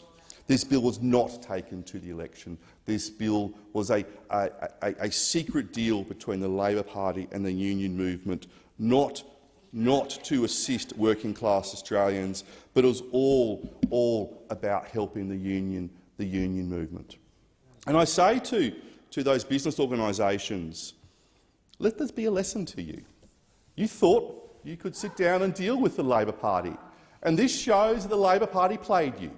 This shows that for those of you who went along to that summit, which cost— they had a band at that summit, by the way, Acting Deputy President. You know the summit they had here a couple of months ago? They had a band. $7,000 they paid. The Labor Party used taxpayers' money to pay for a band that cost $7,000, and good on the band, we all love live music, at a summit talking about how the Labor Party can entrench itself in power. And of course these business organisations went along and sat there and nodded their heads and said, yes, we can do a deal, and we'll work together. Let's go back to the Keating-Hawke tripartite arrangement. Of course that didn't happen. The Labor Party and the union movement took you like a hot dinner, and they are still eating you up and asking for seconds. So I say to all those acronyms out there who represent businesses across Australia, stand up. Stop your wittering, stop your whinging, stop your complaining. Stand up and join the fight against this Labor Party, because what is happening this week in the 6th month of this government shows overreach. Overreach that normally happens in the 3rd term of a government or the 4th term of a government. It's happening at the 6th month. So just imagine what is going to happen in the new year. So join the fight and stand up for small businesses. Thank you, Senator McGrath. Senator Rice. Thanks, Acting Deputy President. I rise today to speak on the Fair Work Legislation Amendment Secure Jobs, Better Pay Bill 2022.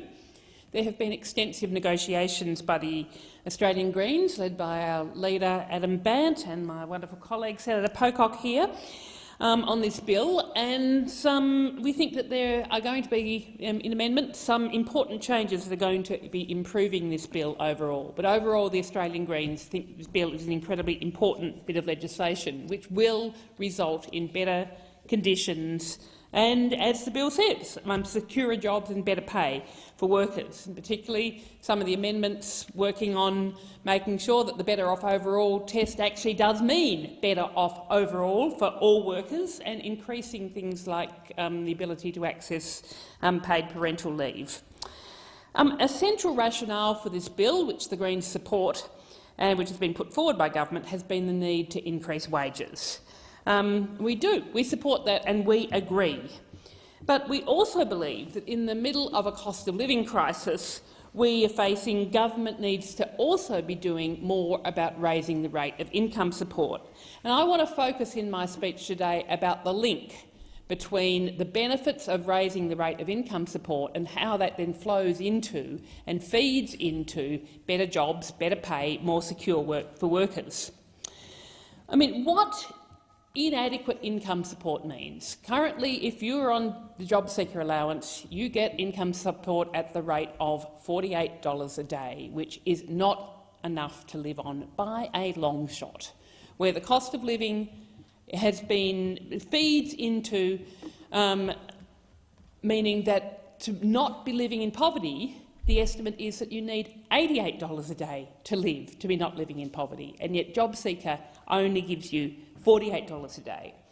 And in fact, if you're then the idea, of course, as people say, people don't want to be on JobSeeker for long periods of time, but a lot of people are. People also are on JobSeeker and they do part-time, casual work. That's all that they've got access to, might be all that they're capable of doing in terms of health issues, and so they boost their income by doing small amounts of work. But at the moment, if you do those small amounts of work, you can only earn an extra $75 a week or $10 a day before your JobSeeker payment starts cutting out at the rate of 50 cents in the dollar. That's a 50% marginal tax rate for the people on the lowest incomes in this country. And you only need to be earning $1,300 a week or a fortnight or $92 a day, and your JobSeeker rate cuts out entirely. Note the Henderson poverty line. What you need to be not living in poverty is $88 a day, and yet JobSeeker completely cuts out if you are earning only $92 a day. And what this means, I mean, I have spoken many times in this chamber about the benefits for people of increasing the rate of JobSeeker, and I'm going to go into those again in this speech. But what this means in terms of the nexus between that rate of JobSeeker and better pay, better jobs for people, is that it undercuts that drastically. Because if you can only earn $92 a day before your income support cuts out entirely, what that sets up is the conditions for people working on the black market, people working cash in hand, people accepting really exploitative conditions that are not in the formal job market because they desperately need the money to survive.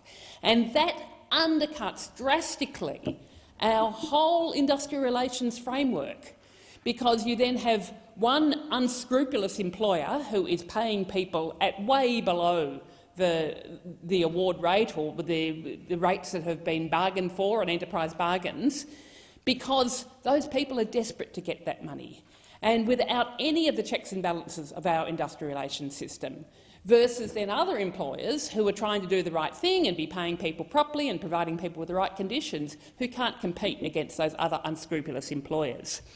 So raising the rate of income support in and of itself is going to be an incredibly important mechanism to be increasing wages, and so making sure that people who are working are being paid an appropriate amount for the value of their labour. I do then want to talk about what then, as well as sort of being bad for workers, having people absolutely living in abject poverty on income support, but of course it's incredibly bad for the people who are having to survive, to get by, who are living in that quagmire of poverty. We know that the current rates are inadequate. We know that they've been inadequate for years. And we've heard that from the community, from politicians, and who have clearly told politicians that the payment rate is inadequate. And we know that people are having to make really incredibly difficult choices of whether they are paying the rent or paying for food or being able to pay for their medical bills, choosing between seeing a doctor and keeping the heating on. And people who are facing domestic violence, homelessness and many other challenges are trapped by a payment that is far too low. And as well as hearing it directly from community members, We've heard it directly from the peak bodies across multiple sectors, the same ones who are supporting this legislation before us today: the Australian Council of Trade Unions, the Business Council of Australia, the Australian Council of Social Services, have all at different points acknowledged the need to urgently raise the rate. And I want to share two stories with you today from people who have been forced to rely on income support payments, and which will also give you an example of how living on inadequate income support reduces their ability to engage in paid work. And if we are serious about getting people into work and supporting people to be in work and supporting people to be able to move into paid employment, we need to be increasing the rate of income support as well as doing all of the important measures that are in this bill. The first story I want to share you is an anonymous one. This person begins by saying, "I've been living in poverty on Centrelink payments, Austudy, then New Start job seeker, since leaving high school almost 9 years back. I've never been able to afford housing that meets my needs as a disabled person with trauma from multiple domestic violence situations from various cohabitors. I can barely afford anywhere to live at all, actually, and the fact that I'm once again likely having to find a place to live with current prices within my greater area starting at 70% of the full job seeker payment is soul-crushing. I spend hundreds of dollars a month on medication and medical equipment I need to live on a day-to-day basis. I can't afford to see specialists for things like my ADHD or autism. I can barely afford basic foods. Almost any meat I buy is nearly off, any veg frozen, any snack half price or made from scratch. Almost all of my money goes directly to rent, bills, food, medical. The paltry leftovers aren't enough to keep keeping my car on the road. I have to ask for help pretty much each year to cover these costs. Also, almost every job I've ever applied for has specifically stated that applicants need a car, so people on JobSeeker are literally priced out of being able to work. New clothes are cast-offs from friends or from the clearance section at an already cheap store. I've never been able to buy my own phone, which, by the way, is needed just to access Centrelink payments, and an up-to-date phone with reasonable technical specs is a necessity for the vast majority of jobs I've worked or applied for. COVID supplements, which merely raised me to around the poverty line, not even properly out of poverty, changed how I could live and feel for about a year. I didn't have to count every cent to make sure it would last 2 weeks till next pay. I was able to get medical care I desperately needed, but couldn't before afford. Even then, though, I had to rely on the goodwill of those specialists to charge much less than the usual rates. I could afford car service and registration without having to beg others for help. I felt vaguely human and part of society for a brief time. My mental health, despite the turmoil of the time, had never been better. I'd like to be able to continue taking the medications that allow me to get up of a morning and do anything other than stare into the distance. I'd like to be able to afford taking any of the jobs I've been applying for in industries important for Australia but currently struggling for workers. I'd like to be able to afford glasses that don't give me a headache. I'd like to be able to afford chicken that I don't have to immediately take home and sniff and hope it's not gone bad. I'd like a lot of things that you and so many take for granted as part of your everyday lives and would cost you and Australia so very little. I just want to be human again. Is that so much to ask? The second story was from Miranda, and Miranda says, "Currently I'm completely burned out and have been for at least 5 years. 5 years ago I had a 15-year-old in and out of hospital and in a wheelchair. I also had a 13-year-old living with ME/CFS and at school part-time when he wasn't getting a cold that left him in bed for 6 weeks at a time. As a single parent, I was also working 30 hours a week, twice the number of hours required, yet still needing income support. I had a breakdown that year and have never recovered. I lost my job as my bosses retired a couple of weeks before lockdown in 2020. When the COVID supplement was introduced, I was able to pay my rent, bills and provide for my kids. The younger one was bedbound with ME/CFS. My second job was down to an hour a week. Once my youngest turned 18 just before Christmas, I lost family tax benefit and child support, as well as JobSeeker being back to the normal rate. I still have that casual job that varies a lot during the year, from 3 hours a week to 25 hours a week. I had another one that came to an end recently. This year, I was diagnosed with autism and ADHD. My younger kid, who still lives at home, was also diagnosed with autism. This kid is still mostly bedbound, with MECFS2. I can't in good conscience subject him to the torture that is mutual obligations, as this will send his health backwards. I've been dealing with job search agencies and mutual obligations on and off for over 20 years, since I was fired for being pregnant. Not once have they helped me get a job. Instead, I've been advised to straight-out lie to potential employers about my circumstances. I'm worried about how I'll continue to pay rent, as it's $10 a day more than JobSeeker. However, there are no rentals in the area, cheaper or otherwise. Both my son and I have high health needs, and I'm still completely burned out. JobSeeker needs to be raised so that I can take care of my health and my kids' health, keep a roof over our heads, pay our bills, as well as have a better chance of finding employment and other opportunities to bring in an income. So I want to say thank you to all the advocates who have been fighting to raise the rate of income support. We hear you and we will keep fighting for change. As Miranda and the others have told us, there is clear evidence that things can be better and clear evidence that raising the rate of income support is critically important for secure jobs and better way for workers. I mean, for a decade, the Liberals left the payment rate below the poverty line, but for a brief window, the COVID supplement, we saw how things could be different, and people spoke about the differences that it made in their lives, being able to afford food and a safe place to stay. People could afford their medical bills, could pay their energy research, and research showed that the COVID supplement halved the rate of poverty in Australia. And particularly, it also showed that more people were able to enter the job market. More people are actually able to get work during COVID because of the increased rate of income support. It shows, again, that connection between work and actually supporting people who are out of work on JobSeeker. So that experience in the midst of a crisis showed us that there can be a different way. We can raise the rate of income support and meaningfully reduce poverty and increase conditions and better jobs for workers in Australia. So this is an approach that the Greens have constantly advocated for, and I do want to again acknowledge the important work of my predecessor in my portfolio, Senator Rachel Siewert, over many years, including particularly her work chairing the inquiry into adequacy of Newstart and related payments. So we included a commitment to raise the rate of JobSeeker in our election platform with a clear, costed policy. And I mean, the Labor Party have been reluctant to do this, have yet to put forward one of their own. At the same time, they have been carrying forward the Scott Morrison Stage 3 tax cuts and insisting on giving $250 billion over the decade to the ultra-wealthy. We've put forward clear amendments to a bill that recently passed through this place, and I thank Senator David Pocock for his support of those amendments. I also want to thank Senator David Pocock for his important advocacy during the negotiations on this bill on the need to raise the rate and for pushing the government to act. And if the commitment put forward by the Labor Party as part of the negotiations over this bill does lead to a meaningful increase in the rate of JobSeeker, then we will welcome it. But there can't be an excuse for further inaction and delaying action, because people are living in poverty now. The skyrocketing cost of living is real now. We need to have an increase in the rate now.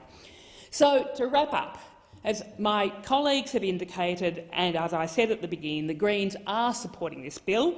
We will also continue to actively advocate for an increase to the rate of JobSeeker. So if the government's commitment as part of those negotiations leads to meaningful change, we will welcome it, but it cannot be an excuse for inaction. And we will continue to push for a guaranteed livable income so that there is genuine support for everyone who needs it. Thank you, Senator Rice. Senator Colbeck. Thank you, Acting Deputy President. I rise to make my contribution to this piece of legislation. And, Acting Deputy President, the reason that this legislation is so contested is that it will have a significant impact on the IR landscape in Australia, quite frankly, in a negative way. We've already had small businesses and medium businesses saying that they've got unions on their doorstep. They're being threatened by the unions. And this bill isn't so much about the workforce and workers in this country as the Labor Party spin machine would have us all believe, it's a union life support bill. It's about providing power back to the union movement, with private sector union membership sinking to somewhere about 10%, or less than that. The unions are seeking a way back, and the government is providing it to them through this legislation. Businesses are already telling me, they're already saying they're being threatened by unions and being told that this legislation gives the unions the opportunity to go after non-union workplaces. We know that.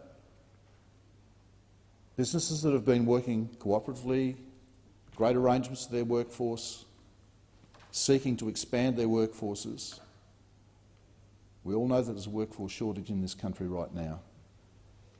And so the bargaining power actually is with workers, because businesses are seeking good workers, good employees, because that's important for their businesses. And we are seeing a growth in wages across this country because of the balance of the market in Australia. So we are seeing growth in wages. The Labor Party wants to dismiss that reality, that fact, but everywhere I go, every workplace that I talk to, they are all looking for workers. And they're all willing to pay for workers who will work hard for them and provide strong productivity. But the non-union businesses are also telling me, that the unions are seeing this legislation as a ticket to come after them. So don't be fooled by the rhetoric from Labor. This legislation is about reinvigorating union power. It's not about workforce.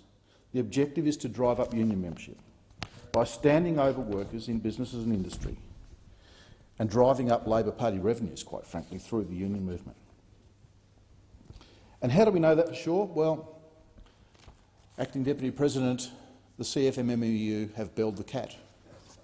The CFMMEU have belled the cat. John Setker's out there, and he has said he looks forward to having the power to go after non-union sites. And I can tell you, people I know in the building industry, in the fit-out sector, construction industry across the country, they're hearing that all over Australia. And I remember during my time in the construction industry and seeing the impact of pattern bargaining across the construction industry and understanding the impact on inflationary forces that had, that effectively where Labor are sending us is back to those bad old days of the 70s and 80s, when the unions threatened subcontractors, disrupted building sites. So when the Labor Party tell us about working to drive more affordable housing, they're kidding themselves. They are kidding themselves when you think about what the impacts of this legislation are going to be on the construction industry in this country. Now, Labor say that this legislation is about delivering an election commitment. Now, the Labor Party did go to the election saying they wanted to get wages moving again. They did say that. But they didn't say that they were going to introduce legislation to bring unions back into business across the country, to give the opportunity for unions to attack small business across the country and to drag them into processes that they don't necessarily want to be a part of. No wonder they want to ram this legislation through the parliament with a truncated Senate committee process, deals on the sides with the crossbench. They really don't want the scrutiny that they should have, that this legislation deserves, given the impact it will have on the Australian economy. They want to ram it through before Christmas, so that their union mates can get straight into businesses across the country and they can deliver on their back door secret deal with the union movement at the expense of Australian business and the Australian economy. So much for a fairer, kinder, more open parliament and process. Obviously, although the Prime Minister sent out the memo, they didn't read it and they're not living by it. In reality, though, there is one question that sits with this legislation. Why would Australian workers trust Labor with their industrial relations? Now, Labor make out that they are the party of the worker, but increasingly we're seeing that that's not the case. But let's not forget that the legislation that this is amending and replacing was legislation that was brought into being by the Labor Party under former Prime Minister Julia Gillard when she was the Minister for Industrial Relations to replace the legislation that was in place before that. A period of time, I might add, Acting Deputy President, when wages did see strong growth during the Howard years. Go back and have a look at the numbers. Strong growth in wages in relation to the economy during the Howard years. Strong growth in the economy, good economic management from a coalition government, alongside strong growth in wages. But the framework that workers in this country have been working to since 2009, when the Labor Party's system came into place, Labor Party's legislation, Fair Work Australia, oversighting the system with Labor's hand-picked people who have been assessing wage claims and wage increases since that legislation came into place, all Labor's legislation, all Labor's hand-picked people, all been in place since 2009. Why would and that process has driven the outcomes that we've seen over the last decade. It's that process. Every time the coalition sought to amend the Fair Work Act, even during COVID, the cry came from the other side, here we go again, work choices. Not prepared to amend the legislation, not prepared to consider things that even had been agreed with workers and employers, with unions and employers, not prepared to agree to those things, knocked them back. And so let's be really frank about this. The industrial relations framework that has been providing oversight to workers' wages over the last decade is Labor's. Now, they want to blame the coalition for everything. That's their mantra. Deflect any responsibility, blame somebody else, not stand up and take appropriate responsibility for their own actions. But let's be fair dinkum about this. This is Labor legislation, passed in 2009, amended a couple of times, new modern award system, and to quote the Prime Minister of the time, the Fair Work Act delivers on the Rudd government's promise for a fair and balanced laws that will allow workplaces to become more productive and competitive without stripping away basic pay and conditions. The Fair Work Act has enterprise bargaining in good faith at its heart. Enterprise level bargaining will be the primary means of driving future workplace improvements and productivity. And it goes on. Media release from the Honourable Julia Gillard MP, 1st of July 2009. The new workplace relations system is designed to balance the needs of employees and employers to ensure Australia is competitive and prosperous without taking away basic employment rights and guaranteed minimum standards. So when the Labor Party says the workplace system's broken, who broke it? The legislation is effectively the same as they introduced and came into effect on 2009. So why would any worker in this country trust Labor now? It's not about workers. This legislation is not about workers. It's about union power. We all know it. We all know it. We understand it. And the unions know it because, helpfully for us, unhelpfully for the opposition, for the government, unhelpfully for the government, John Setka belled the cat.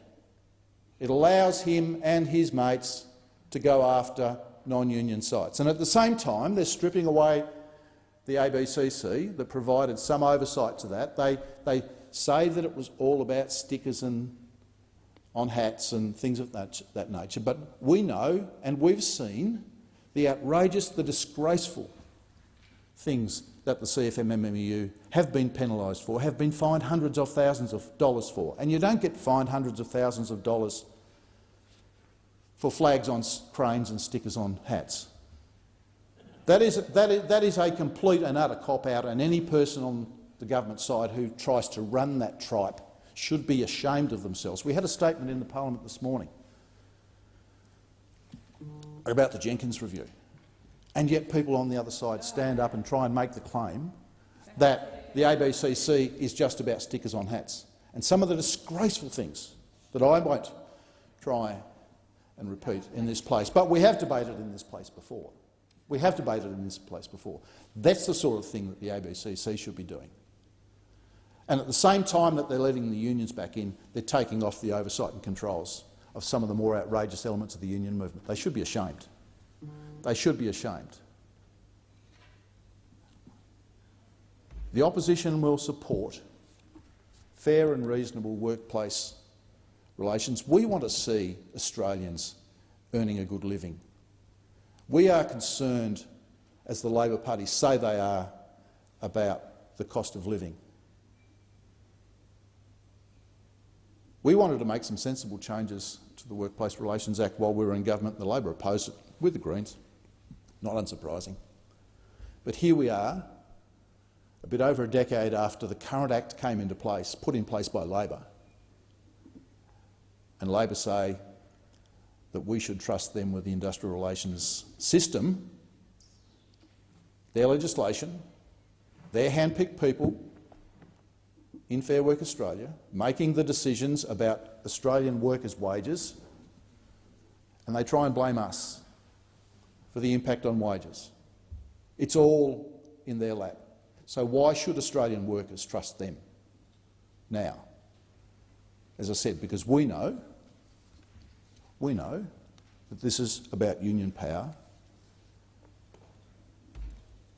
and they're taking away other provisions of oversight on the union movement at the same time that they're doing this. At a time of high inflation, we will see, because the business is already telling us, the unions are tapping on the door, we're going to see more disruption in workplaces because the unions have more power that's been provided to them by this legislation. And Labor will do what they've done before.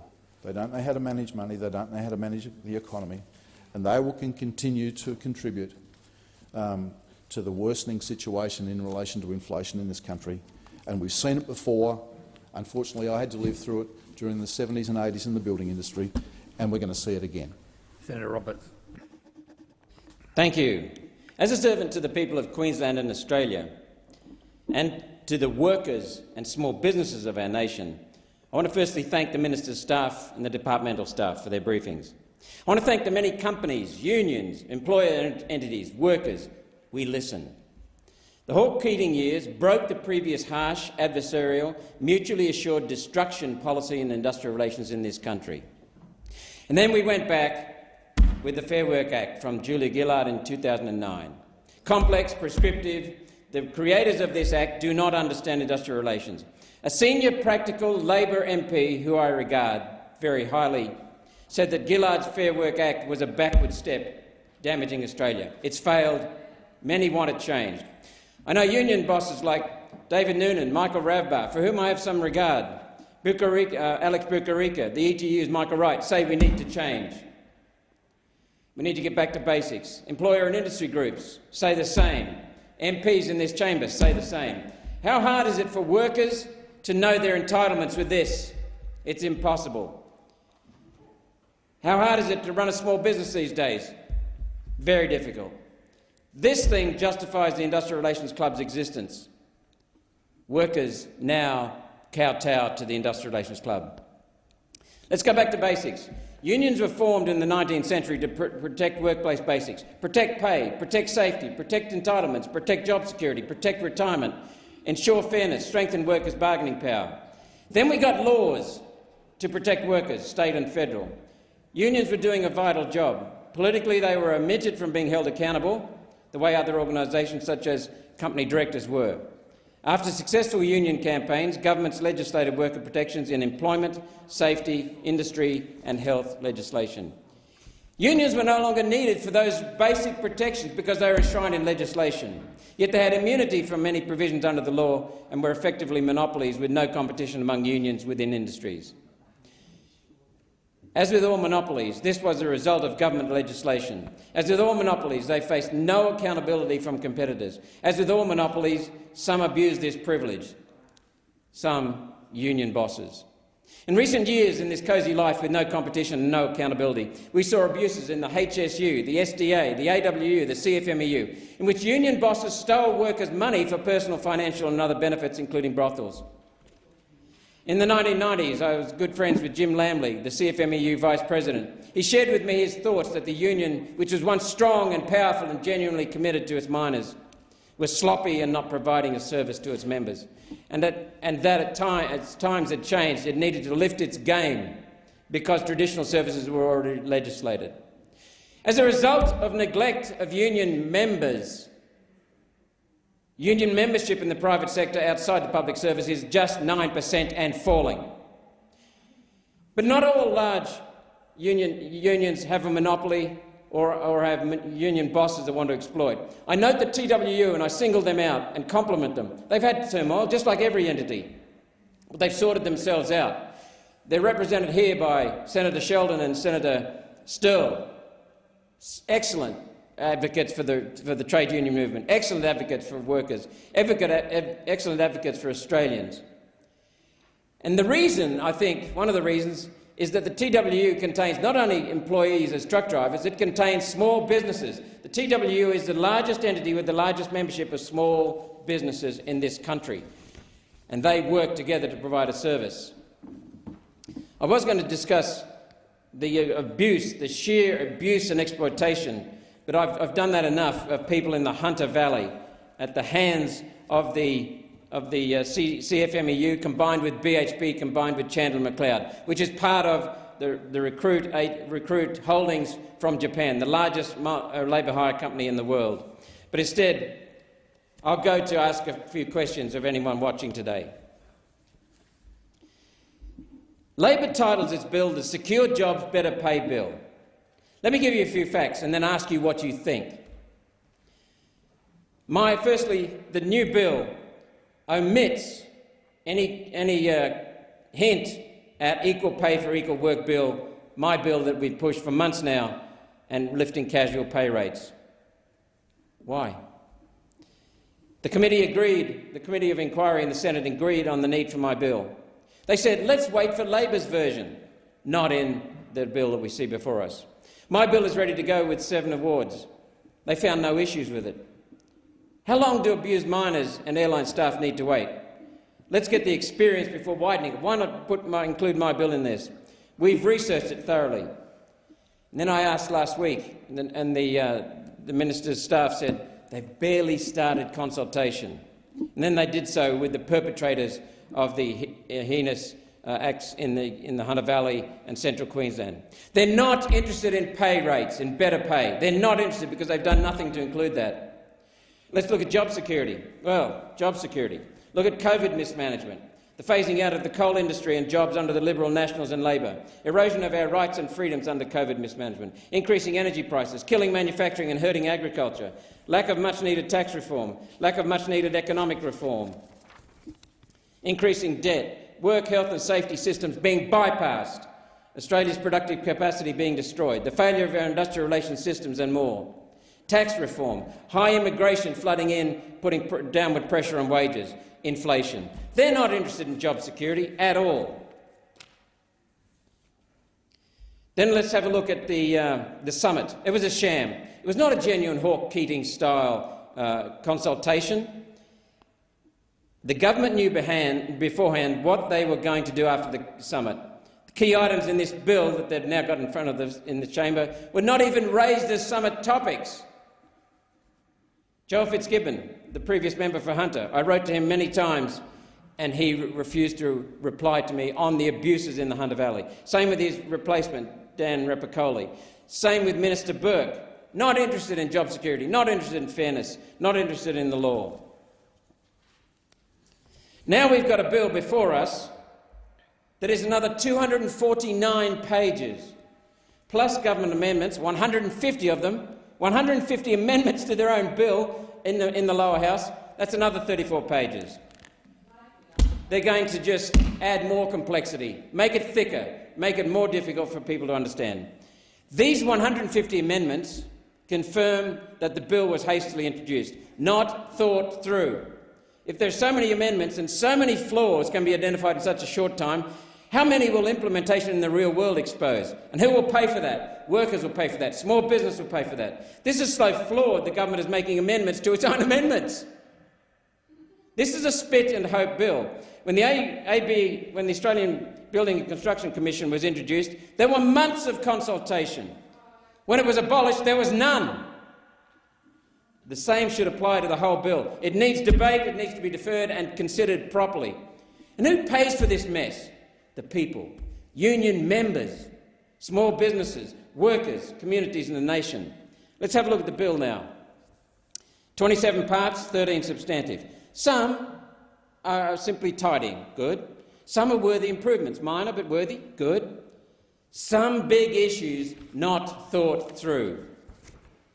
Some big issues thought through yet deceptively hidden because they don't want the people to see it. Some issues designed deliberately to confuse and to obfuscate, all slapped behind a false labelling of enabling a pay rise and more secure jobs. This is what you get out of the south end of a north-facing bull. There is no mandate for stuff that's been hidden, no mandate at all.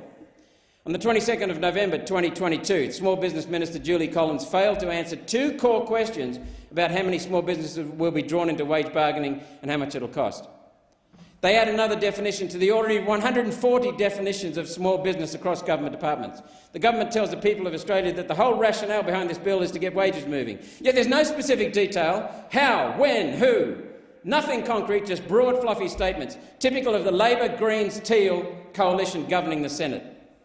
Labor claims it will improve the bargaining position of small businesses, of small business and workers and in small business. So why do thousands of small businesses oppose it? Could it be due to this? Why are union bosses given the power to veto to frustrate the bargaining process? Even if employees agree with the employer, they still can be vetoed by union bosses, remote union bosses. Why are smaller employers locked into a process they do not support if they have a headcount of more than 19 people, including those who choose to work only a few hours a week? Why isn't the full-time equivalent used? As a result, large businesses can negotiate conditions smaller businesses cannot compete with. That aids large businesses to kill off smaller competitors, leading to fewer jobs. Plus, small businesses lack the resources to deal with all the red tape. The abolition of the Australian Building and Construction Commission illustrates the government's aims and intent, rewarding union bosses with power. That's what's behind this bill. That means a return to the damaging days of industrial thuggery. Remember the BLF? The Dyson-Hayden Royal Commission revealed so much thuggery in the CFMEU. Court cases and criminal convictions. The ABCC worked, Labor abolished it, Coalition reintroduced it, Labor is now abolishing it. Millions of dollars are fined. What will happen to them? Violent behaviour, industrial blackmail, killing small businesses, restrictive work practices that cost taxpayers an additional 30% on building costs. Who's going to enforce the law now? This bill will, in the long run, harm unions. It gives more power to union bosses over members and generally in the community and over industry. Monopolies discourage responsibility and competitiveness of service, and they reduce accountability. This bill entrenches the monopoly and makes it stronger. Unions may receive a short-term boost, yet long-term it will accelerate, sadly, the slide of declining union membership. Look in Queensland. Premier Palaszczuk aims to kill the Red Union. She is protecting the Queensland Nursing Union, who are big donors to Labor.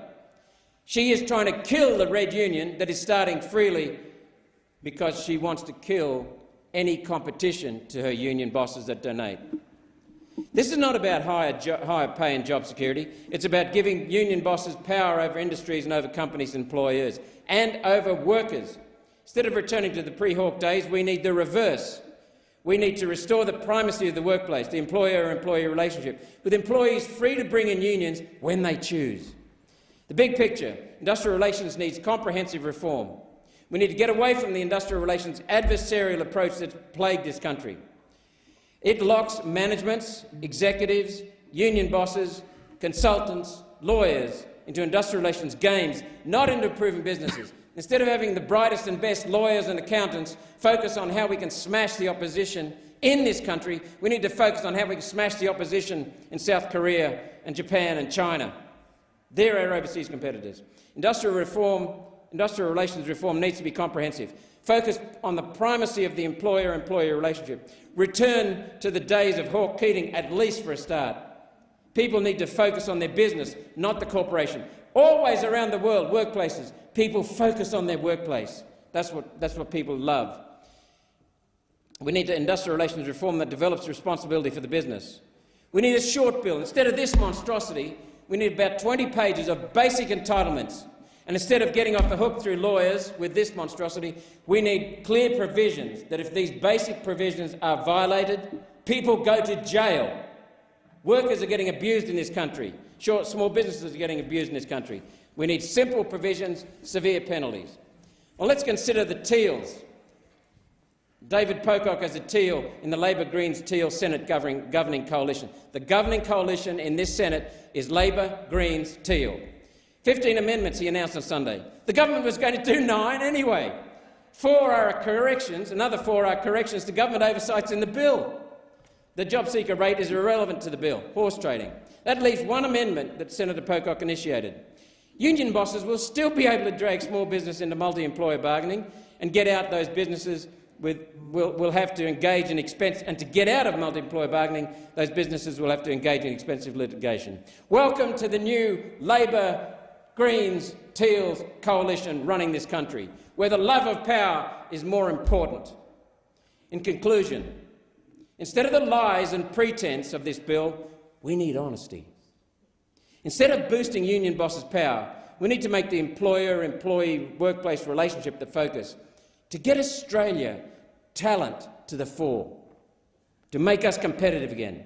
Instead of adding more complexity and regulations, we need comprehensive industrial relations reform. Simplicity, honesty, efficiency, protection, real protection. This mess bypasses protections, leaves workers vulnerable, exposed.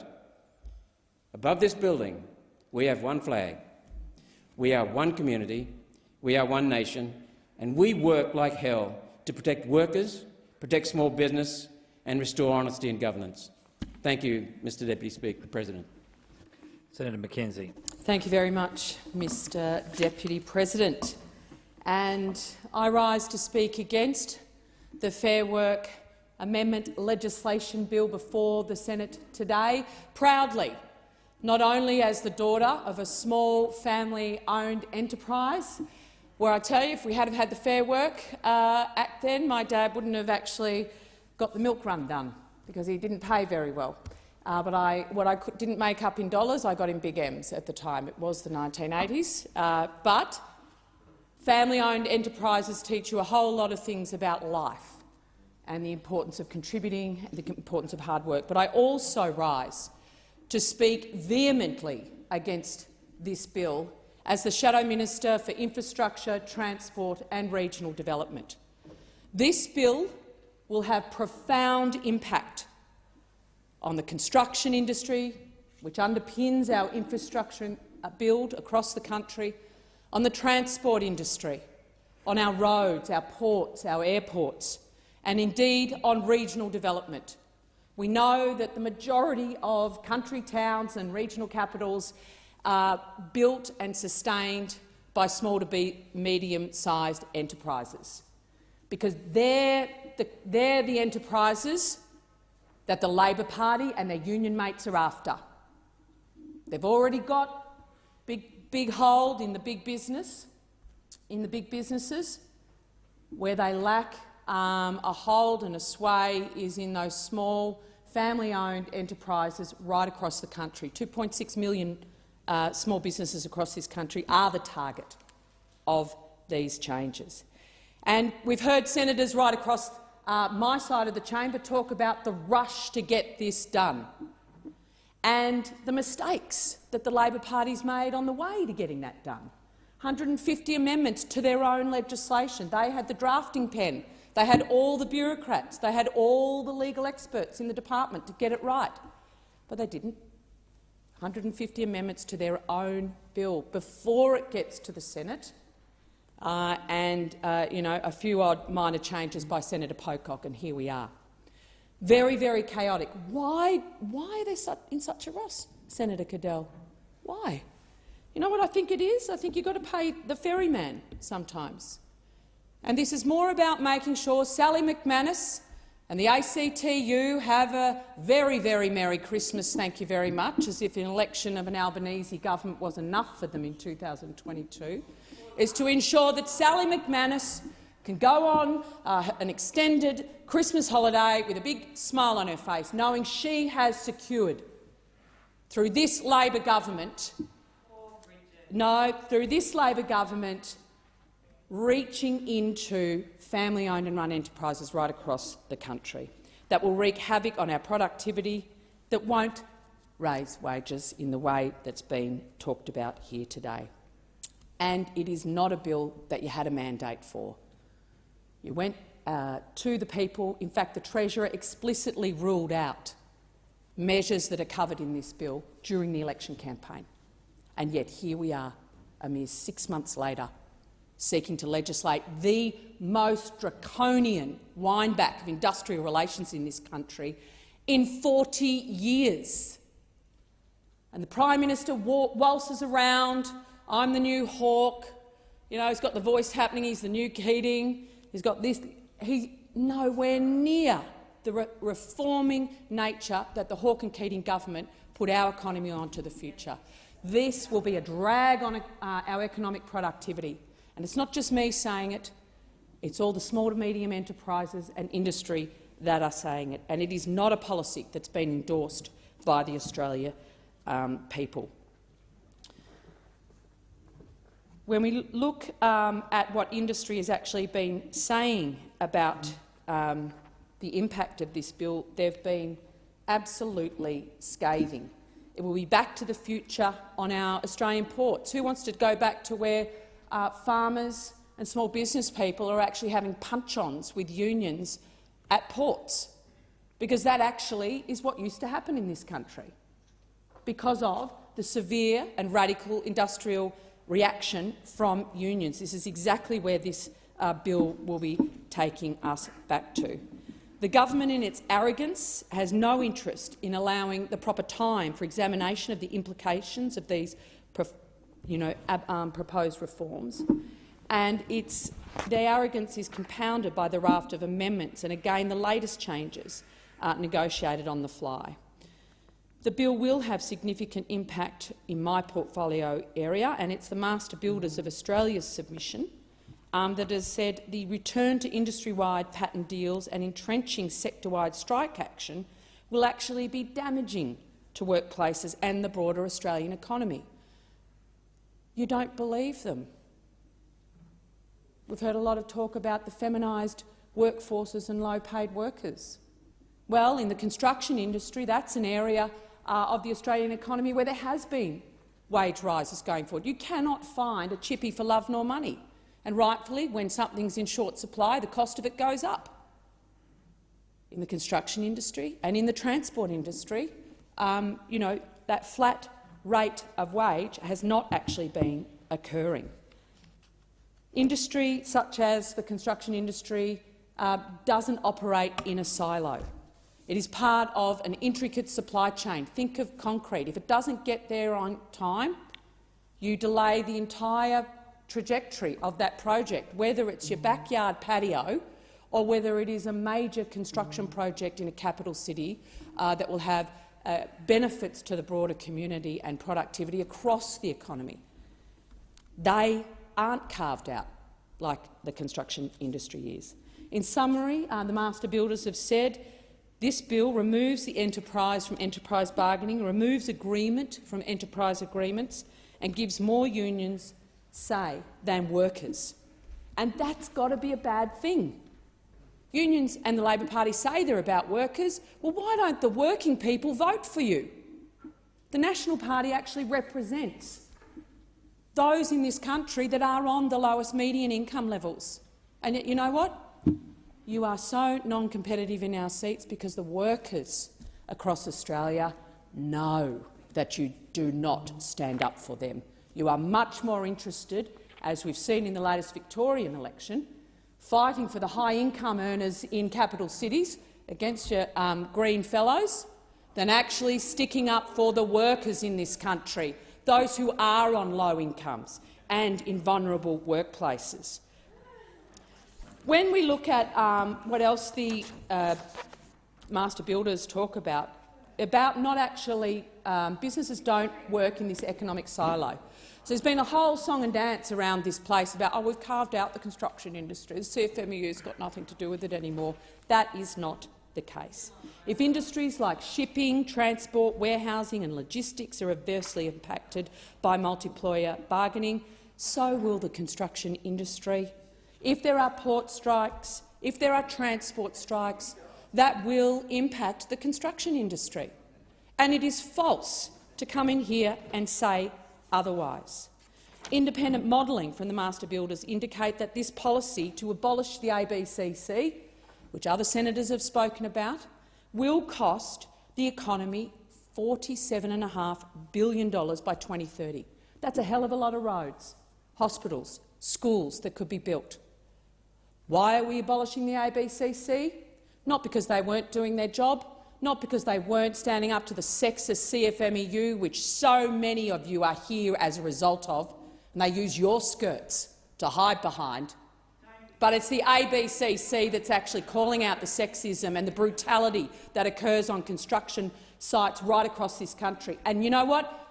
You want it abolished, not because it's taking the CFMEU to court and winning cases, which is pretty tough to do, but because this is a deal you have done to get here. That is the facts of the business that you are in on that side, other side. Even from the most impartial observer, you can see these reforms are heavily weighted to the benefit of the government's union mates, rather than the transport portfolio that I represent. And I just want to briefly, in the time left to me, go to the impact on both the aviation and the shipping industry that aren't carved out. But as an island nation, nothing gets into this country without coming from somewhere else and arriving mainly at our ports. So if our ports are not efficient, if our ports aren't productive, we all pay. We all pay, right across our economy. You know, and I've been quite concerned, I guess, at the fact that ports are going to be subjected to significant impacts in the workplace. They are critical to our supply chain efforts, that were the fragility of which we were exposed during COVID. And just some examples that Svitzer, for instance, they do all the tugboating, a lot of the tugboating in this country. They were forced to lock the gates due to the failure of both sides to reach an agreement. On day one, there would have only been 20 days of fuel supply for the nation. Not just cars and trucks, but airlines. So if you're wondering, you know, what's ports got to do with me? I don't own a yacht. No, you don't have to own a yacht. Ports are important to you because if we shut down for a couple of days, we run out of fuel. And in a country like Australia, and as diversely populated as we are, that has health impacts, that has education impacts, and that has severe economic impacts. When we actually, the Productivity Commission actually is doing an inquiry at the moment into maritime efficiency, and there's the 4 factors contributing to the productivity and efficiency of our ports by SFITSA, their submission to that. They've got 4, and one of them is the industrial relation terms that they're currently having to operate. Things like minimum crewing rules, which are not in any way linked to operational safety requirements. High penalty rates, which actually don't correlate to the work actually done. Restrictions on type of recruitments, etc., etc., etc. But one of the most concerning things that I've heard thus far, when people, and I know a lot of people have been talking about the low paid, and on our side of this chamber, we want Australians to be well paid for their work. Absolutely. And that is making sure that our businesses are as supported as they can be, to be as competitive as they can be, to make sure that they can pay their workers as much as they can. And if our government hadn't taken the action we did during COVID, there would be less businesses employing Australians in this country than right now. Because guess what? Government, unless you want to live in a communist country, governments don't employ everybody. Governments don't set wages. That is not how it actually works. One of the most concerning things, though, when I think about the efficiency and productivity of ports, which won't be addressed, which will actually be exacerbated by this particular bill, was actually the Milo and Magnum clauses in the agreements with our tugboat companies. One of the stories that I heard about, when you want to know why it costs you so much to get products from overseas, might be the lazy $18,000 that this company had to spend to get a helicopter drop-off of a crate of Magnums, not guns, people, let me assure the chamber, not guns, ice creams, because the crew refused to unload a ship because there weren't chocolate ice creams enough in the fridge on the tugboat. Now, these are not low-paid workers. These guys and gals earn in excess of $250,000 a year. These are more highly paid than some senators in this chamber. And they're not unloading a ship because you don't have enough ice creams on board. So you know what the company has to do? They have to get a helicopter, 18 grand. Here you go, boys and girls. Can you unload the ship now, please? That's our current industrial relations system, let alone what will happen under the draconian, union-friendly measures that this government is bringing before us, that will wreak havoc on our economy, wreak havoc on our ports, in our aviation sector. Qantas has said they're going to close down their marginal routes. You know what? Not going to affect you in Melbourne, Senator. Not going to worry you in Melbourne at all, or Brisbane and Sydney. You know who'll pay the price for that? It'll be Longreach, it'll be Dubbo, it'll be Mildura, and you couldn't give a damn about those communities because they don't vote for you. But they're actually out there making the money, doing their job, raising their families, contributing to this nation, and you know what? I know you hate to hear it, voting for the National Party. As Shadow Minister for Infrastructure, Transport and Regional Development, this is an appalling bill and we will not be supporting it. Senator Waters. Thanks very much, Deputy President. I rise to speak briefly on the Fair Work Amendment Secure Jobs Better Pay Bill 2022 and the reforms introduced by the bill, particularly to address the gender pay gap. I'm pleased to see movement on making gender equality an objective of the Fair Work Act, introducing a statutory equal remuneration principle, strengthening rights to flexible working arrangements and banning pay gag clauses. These are all fixes that the Greens have called for over many years and which we welcome. The overall gender pay gap in Australia remains at around 14%. Women, on average, still have to work an extra 60 days to earn the same as men. Men are twice as likely to be higher paid than women across almost all industries, and 85% of employers still have pay gaps in men's favour, even in female-dominated workplaces. For First Nations women, women from culturally diverse backgrounds, women with disability and older women, the gap can be even worse.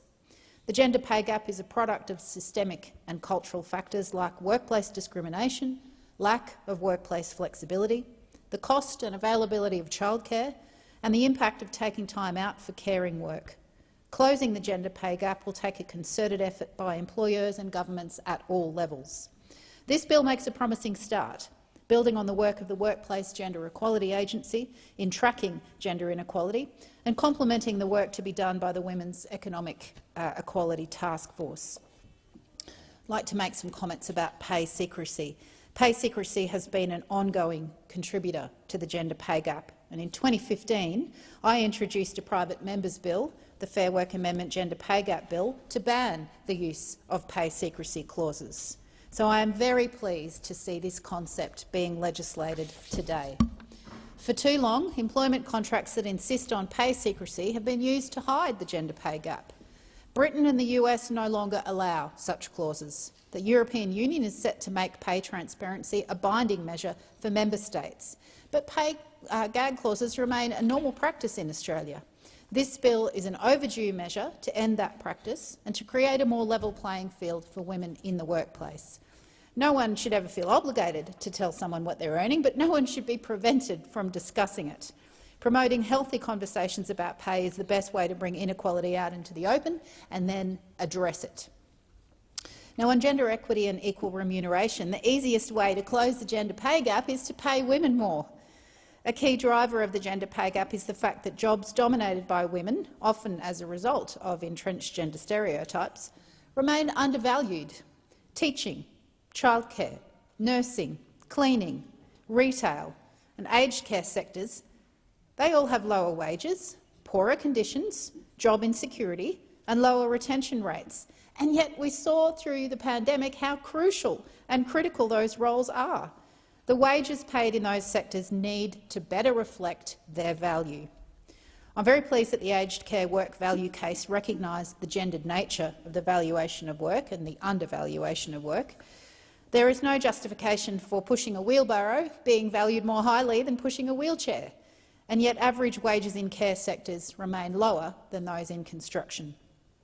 I was working at a community legal centre when the Social Services Equal Remuneration case, taken by my union, the Australian Services Union, was decided. And I can tell you that the boost that was provided to female-dominated sectors covered by that decision was invaluable. People were properly paid for the work they did. Organisations had some certainty that they could attract and retain staff. People felt valued and their productivity and well-being improved as a result. Women make up 61% of workers being paid based on an award, so ensuring that the Fair Work Commission is tasked with considering gender equity and equal remuneration principles when making determinations will improve work conditions, productivity and well-being across all award sectors. I welcome these objectives and the establishment of expert panels on pay equity and the care and community sector to guide that work.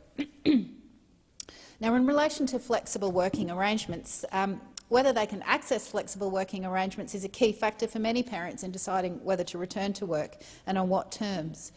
According to the Australian Bureau of Statistics, most Australian women with a child under 2 who've returned to paid work use some kind of flexible working arrangement. Access to flexible working arrangements is also a key factor in how caring is shared between parents. For victim survivors of family, domestic or sexual violence, flexible arrangements may be the only way to juggle work and dealing with trauma or the emotional and administrative fallout from escaping an abusive situation. Normalising flexible working arrangements recognises the productivity benefits of ensuring that all workers can juggle family, personal and work responsibilities. Later start times, shared roles, days working from home or other arrangements can improve staff retention and staff well-being. Many employers recognise this and will grant requests for flexibility, but some bosses will just say no without considering whether and how they could actually make it work. We therefore welcome the requirement for employers to grant reasonable requests for family-friendly working arrangements, accommodating the need to care for elderly or disabled relatives, or recovery from family, domestic and sexual violence.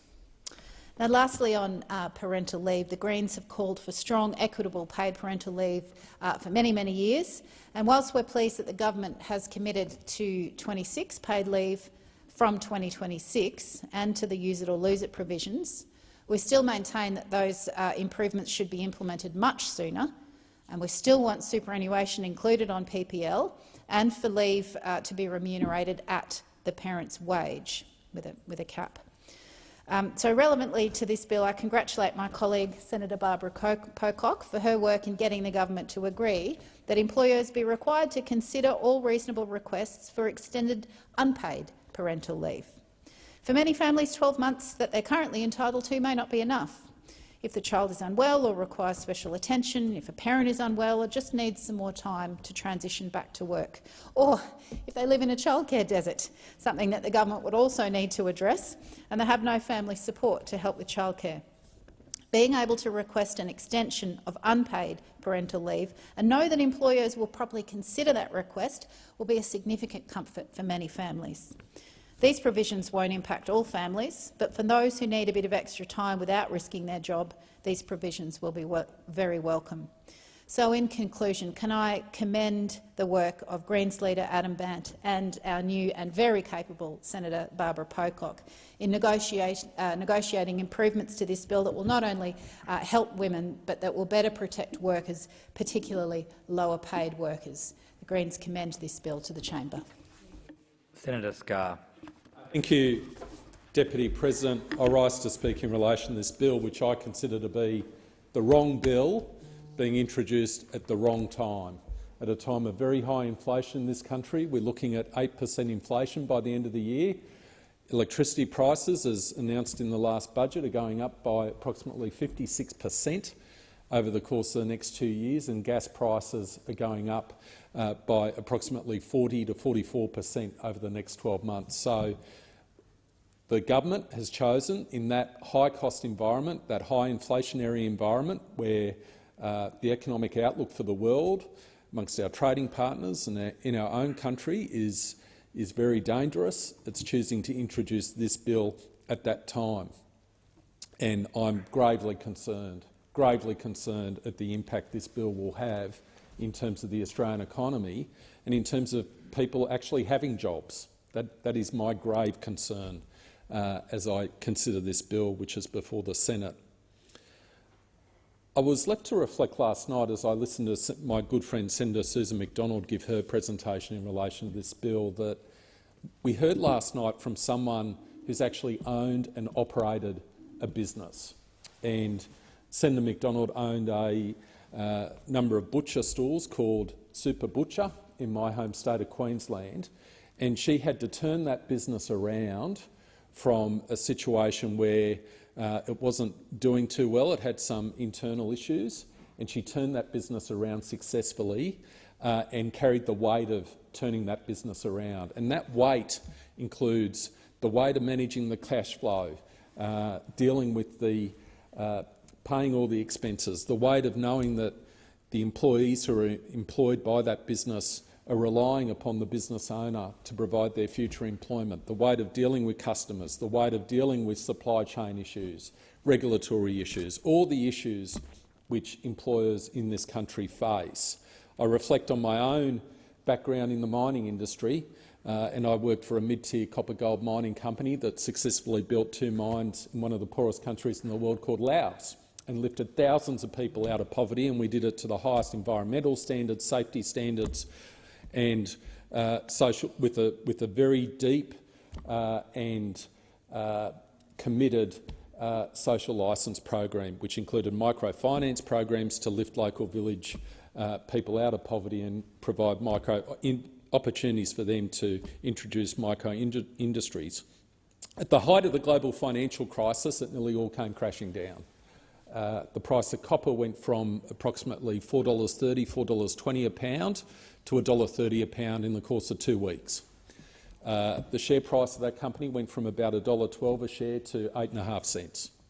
And I can remember having a discussion with a good dear friend who was a fellow senior executive in that company, and he was going on a family holiday, and he said, "Paul, just make sure if the receivers and managers are appointed, if the administrators come into the business, try and get that painting out of my office," which was his own personal property and meant a great deal to him from a family perspective. That's how bad the situation was. And we got through that with a lot of support from shareholders, from suppliers who we had to negotiate with, but it was difficult. It was extraordinarily difficult. And we were on the precipice, absolutely no question about that, and that experience left a deep mark on me. And I can then remember coming out the other side when we got hit with a wave of regulation from the previous Labor government, when Wayne Swan was Treasurer of this country. And we sat around a table, a board table. Senator Scarr, you'll be in continuance, as much as it pains me to interrupt your speech to the House. Pursuant to order, the sitting of the Senate is suspended till the ringing of the bells to enable senators to attend the Prime Minister's statement on closing the gap in the other place.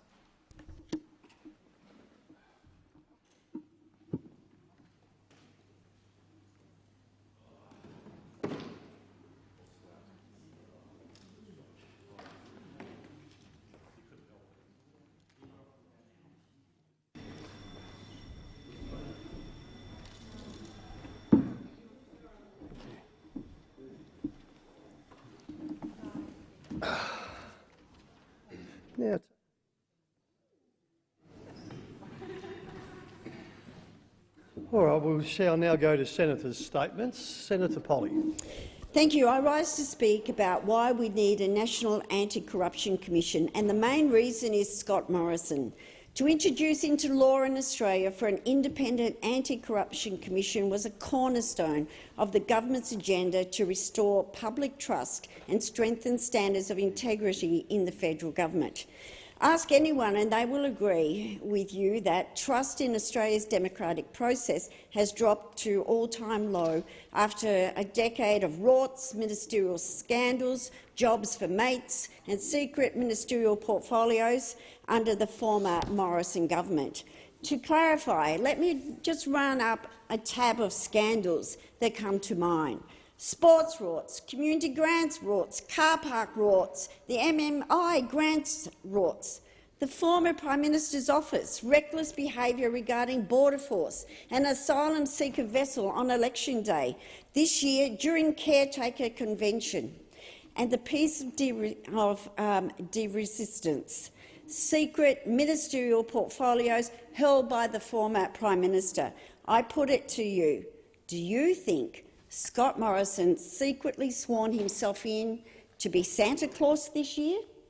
No, it wouldn't be Santa Claus. It's more likely to be Ebenezer Scrooge. History will remember the former Prime Minister as someone who secretly kept power, who secretly swore himself in to 5 separate portfolios, in secret from his own ministry and those opposite, and in secret from the Australian people. A shameful act which he will never live down, and our country will never live that down, as having a Prime Minister that was so deceitful. And those opposite know it. They may not have supported the censure motion in that other place, but they know it. In the 121 years since Federation, what the former Prime Minister did was single-handedly undermined our country, undermined the principle of responsible government, undermined our institutions and once again undermined everyone's trust in our democracy. The Solicitor General found this to be the case, and so did Virginia Bell's independent investigation. Ever since the Liberals came into power in 2013, trust in our political institutions has bucked down to cynical levels. Political trust actually declined to its lowest ever recorded level in 2019, according to the Australian electoral data. Since 2012, Australians have slipped 12 points on the Transparency International Annual Corruption Perspective Index. At the same time, our rank in the global index has fallen 11 places from 7th to 18th. Of all the OECD countries, Australia tied with Hungary in dropping to the highest number of points over this period. If people are to regain faith in politics in our community and across the country, we must act decisively. We must be open and we must be transparent. That is why the Albanese government is ensuring a National Integrity Commission is independent and powerful, having the power of a standing royal commission. It would not be a toothless commission like the previous government recommended. Mind you, that was their recommendation, but they never even acted on that. It's going to deal with serious systemic corruption. It's going to be able to receive allegations from a whole range of sources. It's going to be able to, at its discretion, hold public hearings, and all of those are important features and also very important differences to the former Morrison government's model. For a moment, can you imagine adopting a Morrison model of National Integrity Commission? What a farcical joke that would be after his record of impropriety. Importantly, the Australian government's model will be able to investigate the past. That's another deficiency of the former government's proposal. All of the state and territories' anti-corruption commissions have the power to explore past instances of corruption at their discretion and where they think it's appropriate. Anti-corruption commissions serve the public by uncovering corruption and ensuring that members of the government, including politicians, are held accountable for their conduct. Every Australian state and territory has now established its own anti-corruption commission, but despite overwhelmingly having public support, there is still no anti-corruption commission at the federal level. In December 2018, the Morrison government was finally dragged kicking and screaming to commit to establishing what is called a Commonwealth Integrity Commission. However, 3 years later, they still failed to honour that commitment. The Morrison government's ever-increasing list of scandals and cover-ups has reinforced the urgent need for a powerful, transparent and independent National Anti-Corruption Commission. The Albanese government has worked with the Australian preeminent legal and integrity experts to design the principles that will ensure the Commission is the most effective anti-corruption watchdog in the country. Under these design principles, the Commission will have broad jurisdiction to investigate Commonwealth ministers, public servants, statutory office holders, government agencies, politicians and personal staff of politicians, carrying out its functions independently of government with discretion to commence inquiries into serious and systemic corruption on its own initiative or in response to referrals, including from whistleblowers and complaints from the public. To ensure the Commission's independence, the Commissioner and any Deputy Commissioner will serve for a single fixed term and have security of tenure comparable to that of a federal judge, to be overseen by a statutory bipartisan joint standing committee of the Parliament, to require the Commission to provide information about its work, to ensure bipartisanship and to ensure that support for the Commission's work. That committee would be responsible for confirming the Commissions nominated by the government, having the power to investigate allegations of serious corruption that occurred before or after its establishment, have the power to hold public hearings where the Commission determines it is in the public's interest to do so, be empowered to make findings of fact, including a finding of corrupt conduct, but not to make determinations of criminal liability. Findings that could constitute criminal conduct would be referred to the Australian Federal Police or the Commonwealth Department of Public Prosecutions for further consideration, and operate with procedural fairness, and its findings would be subject to judicial review. The Albanese government policy for some time now has been to establish the National Anti-Corruption Commission, which will make a permanent and much-needed change to standards of integrity and accountability in the federal government. The Australian people deserve nothing less. The Australian people deserve to have a federal parliament and representatives that they can trust. Corruption in the federal government has been growing over recent years, and the Liberals have failed to take any action to tackle it, leaving the Commonwealth the only Australian government without a body dedicated to uncover and stamping out corruption by public officials. Maybe the enduring legacy of the Morrison Liberal government will be a National Integrity Commission, a legacy because of the former government's corrupt actions in government, leading to the need to establish such a commission and to try and restore integrity back into our democracy. I sincerely hope so, but there is nothing more fundamental and more important to the Australian people than to have faith and trust in our democracy. People have fought in so many wars to ensure that we have stayed a free and democratic country.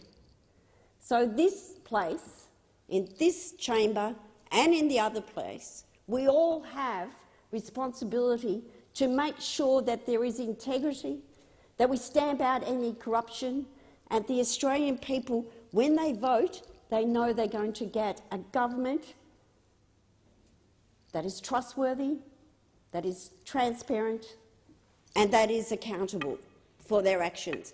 And unfortunately, over the past decade, the Morrison government and the Turnbull government and the Abbott government have led to a situation where this legislation that we've put through the parliament has been so necessary. I sincerely hope that this commission reflects on past actions of the former government. Thank you, Senator Polley. Senator Reynolds. Thank you very much, Mr Acting Deputy President. And today I rise to talk about something that is desperately needed in our own home state of Western Australia, and that is upgrades to the Henderson industrial precinct. Western Australia has a very long and a very proud history of supporting our nation's defence and defence industry, both in times of peace and also in war. Today we have world-leading advanced manufacturing capabilities that are supported by training and upskilling of using the latest defence technologies. But the Henderson Maritime Precinct, which is 23 kilometres south of Perth, is home to some of the most innovative defence supply companies and workforces, particularly related to shipbuilding and maintenance. The Australian Marine Complex and its common user facility was an initiative of the state government, and in 2003 was funded by the federal government. At the time it was build it, and we hope they will come, and industry has certainly come over the preceding nearly 20 years. But it is time for this facility to get a much-needed upgrade to turn it into now a world-leading facility. Sadly, the WA state government is doing what it does best, and that is contemplating an issue, conducting a review, then conducting another review, and then doing absolutely nothing. And it is now time to get into gear. We know what needs to be done, and it now just needs to be done. And just for those of you who are not aware of Henderson, since opening in mid-2003, the Australian Marine Complex has generated more than 21,000 direct jobs and delivered projects worth billions of dollars. And it has almost single-handedly facilitated the fabrication of millions of tonnes of goods and manufactured goods, particularly for our oil and gas sector in the northwest. And since 2017, I have been taking many state and federal colleagues, ministers and also prime ministers to Henderson to see just what our state is capable of and is delivering. Now, while Henderson didn't make its way into the 2016 White Paper as a major, officially as the second major shipbuilding facility in Australia, We did manage to remedy that, although it didn't quite make the white paper. Now, the precinct itself is made up of a unique mix of agreements between the West Australian state government, the federal government and defence industry companies, including BAE, Austal and our industrial powerhouse Civmec. It's home to around 150 other businesses in 5 designated zones: shipbuilding, technology, support industry, fabrication and a recreational boating precinct. But it is bursting at the seams, and it desperately now needs Latitude 32 to be developed by the state government, which has sat on for 5 years, so that we have a much increased capacity to develop our logistics, freight and supply and manufacturing supports to not only to the shipbuilding sector but also to our mining and oil and gas sectors. So Western Australia's naval shipbuilding industry is going from strength to strength, largely off the back of the coalition government's investment in 70 new ships to be built in Australia, naval ships. The shipbuilding precinct itself is located on the beautiful Western Australia coast, overlooking Garden Island and HMAS Stirling. The Anzac-class frigates are currently, and have been for a number of years, upgoing their mid-life cycle capability assurance program, and it is quite an impressive sight to see 3 of our Anzacs up on the dry dock, actually up on the docks itself, being maintained. But that's not all. We've also got Austal Shipyard, who have built hundreds of vessels, both here in Australia and overseas. And they are currently in the process of delivering at any one time up to 5 Guardian-class patrol boats and also the Cape-class patrol boats for the Navy. Their vessels are on schedule and are complete to deliver a further 5 in coming months. In total, 21 Guardian-class patrol boats are scheduled to be built, and again, production is well underway and delivery is also well underway. Now, the state government at the Australian Marine Complex owns and runs a common user facility, and also most of the key infrastructure such as wharves, the floating dock, the self-propelled modular transporters and also vessel transfers. And there are very long-standing and well-documented deficiencies and infrastructure challenges, which is now becoming a considerable constraint to industry in the area. Now, all of these have been known for a long time, but again, we have the Minister and the Premier in Western Australia constantly saying they're ready for business, they want more from Navy and from civil companies, but they are not providing the facilities that are required to keep growing the industry in Western Australia. So, what are the sort of things that need to be done? Well, in May 2018, I started a very constructive 3-way dialogue between the State Minister Paul Papalia, the then Defence Industry Minister Christopher Pyne, on how the federal and state governments can work together to transform this remarkable precedent. So that was in 2018. Not only did we talk about what was required, but I also did send correspondence to both, and we had a very amicable and agreeable exchange, and we agreed on what was required to be done. And the McGowan government did agree back then in 2018 that a failure to upgrade state infrastructure would limit the chances to take advantage of emerging opportunities which are well and truly with us now. But the state is now in danger of losing a number of these projects because they simply have not provided the infrastructure. So in November of 2020, the McGowan government released 2 planning studies, and they allocated just under $90 million for 4 projects to fund some of the major works there, but still not the majority of works that were needed. So in the correspondence with Chris Pyne and Paul Papalia at the time in 2018, I went through and we agreed on the priorities. So the priorities that I saw were the mapping and establishment of a high and wide load corridor and the sinking of overhead power lines that are clearly restricting access for oversized freight. The local and regional road network needed upgrades. to support the efficient and safe access to the precinct now and in the future. And anybody who drives through the Henderson precinct at change of shift hours will know just how congested and just how dangerous those roads are due to the lack of ability. The traffic signals at all dangerous intersections either need to be put in or they need to be upgraded. And workers find it incredibly difficult, if they don't have a car, to get in and out of the area.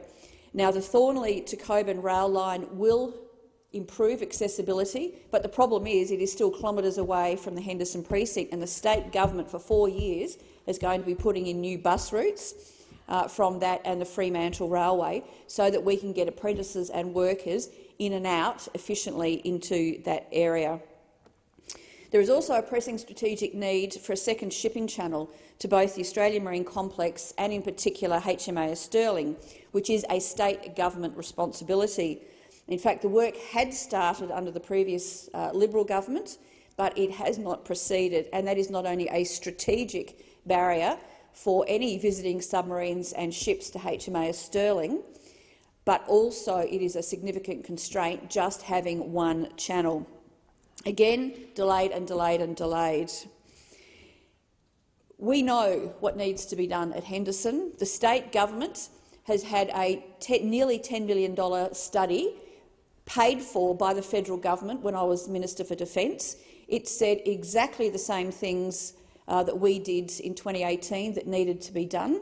There is a very good master plan that has been developed with the federal government, with Defence and the WA state government, and yet again they simply will not act. I don't know why, but again it is review, review. They've got the money, they've got the plan. We know what we need to do to attract not only defence for the next few decades, but also to expand the other industries there. Finally, I'm also incredibly concerned that the Albanese Labor government in their first budget was silent on what has happened to the $4.3 billion that the previous government have allocated for a large vessel dry berth at Henderson, and it's time for the federal government to come clean. Senator Hanson-Young. Thank you, Mr Acting Deputy President. I rise today to acknowledge the amazing work and life that the Australian music industry brings to each and every one of us in this country. And the Australian music industry, artists, the producers, the managers, the writers, they have had it pretty tough the last few years. Today is the last day of Australian Music Month, and we've got a bunch of musicians and artists, promoters in the building, showing us exactly what their industry is made of and what the industry needs. We've got representatives from ARIA and APRA. We've got the brothers from Lime Cordial, Lewis and Ollie, who are here. And of course we've got the amazing Amy Taylor from Amyl and the Sniffers in town. The music legend Michael Chugg, or Chuggy, Mr Acting Deputy President, as I know the two of you are good friends, is here as well. And these representatives from the Australian music industry are here because they are calling on us as the parliament to start standing up for them, to protect their industry, to help their industry to get back on its feet after the horrendous couple of years, from the bushfires on the summer of 2019-20 right through to COVID, and now the industry that is struggling to get back up on its feet because of the extreme weather as the next summer festival season comes around and we're dealing with extreme flooding. And we've seen all those pictures and stories, Mr Acting Deputy President, of artists and festival goers having to manage in the midst of events that are being washed and flooded out. The contemporary music industry in this country has largely existed and grown successfully in spite of a lack of support from a national policy perspective. We know that the Arts Minister, the Minister for the Arts, Mr Tony Burke, is currently undertaking a culture policy review, and we look forward to seeing the results of that handed down, hopefully in coming weeks. One of the things the industry has been calling for is the creation of Music Australia, similar to the agency that already exists for Screen Australia. It's kind of crazy that we're in 2022. Our music industry is one of our most successful exports in this country. It contributes billions of dollars to our economy, and yet it is the one part of the arts industry and creative industry in Australia that does not have its own dedicated government agency. I think it is time for us to establish Music Australia, to allow a government agency that can bring together the government policies, the industry expertise, advice, all in one place, just as we have for Screen Australia, which is so important to underpinning the growth and expertise within our screen industry. The cost-benefit of investing in our music industry is so obvious. We know that the live music industry alone is worth around $16 billion, and that's the live music industry. You think about all of the jobs that come from that, the life that is put into our suburbs and our cities and our towns, the ability for people to engage, to connect. It is truly about enriching community. But then when you think about the amount of export that the Australian music industry contributes is phenomenal. So why wouldn't we?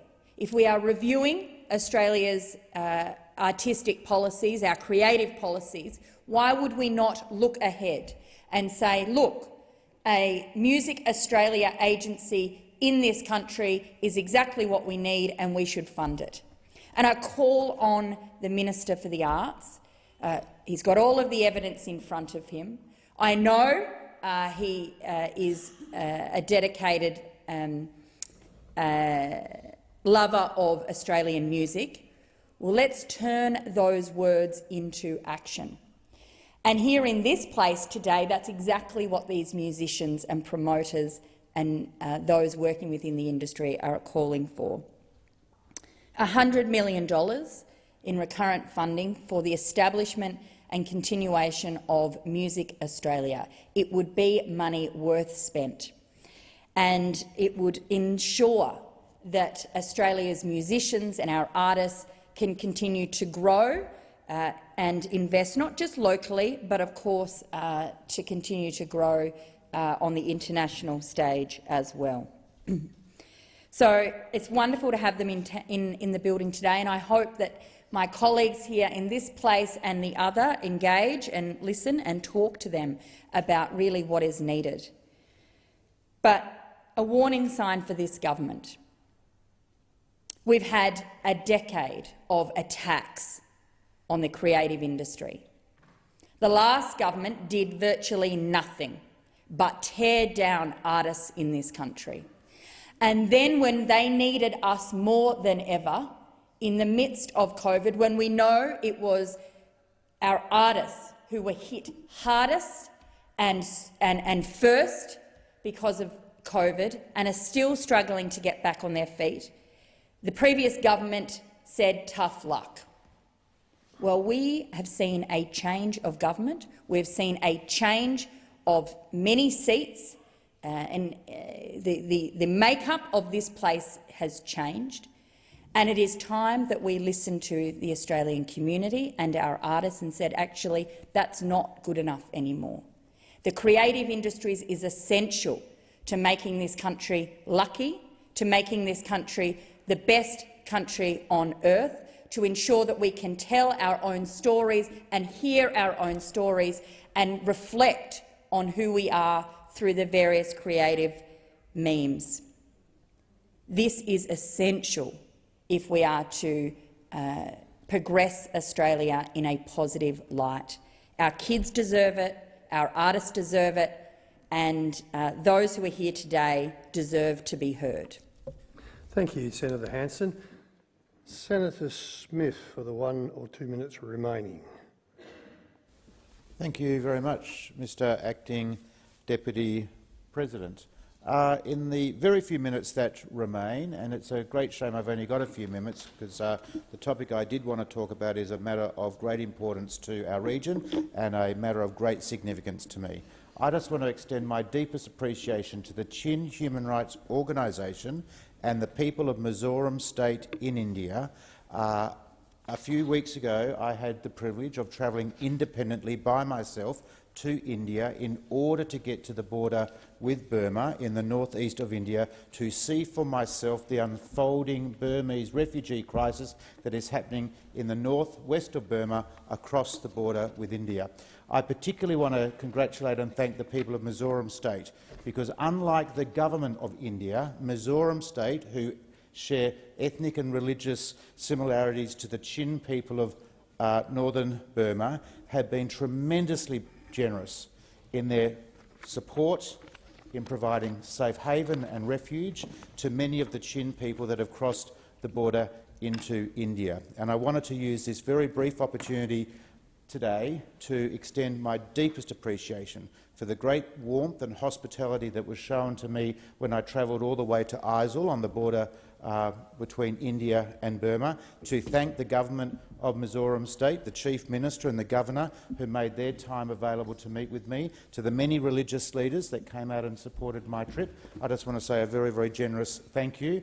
I gave the people, the Chin people who are sitting in refugee camps on the border with India, a commitment that I would come back to Australia and that I will fight for their cause so that those with humanitarian visas that have already been issued by the Australian government can get an exit permit, from the Indian government so they can come and find a new future for themselves here in Australia. And I recommit myself to that commitment I gave to them when I was in India a few weeks ago. Thank you, Senator Smith. We're now moving to 2-minute statements. I call Senator O'Sullivan.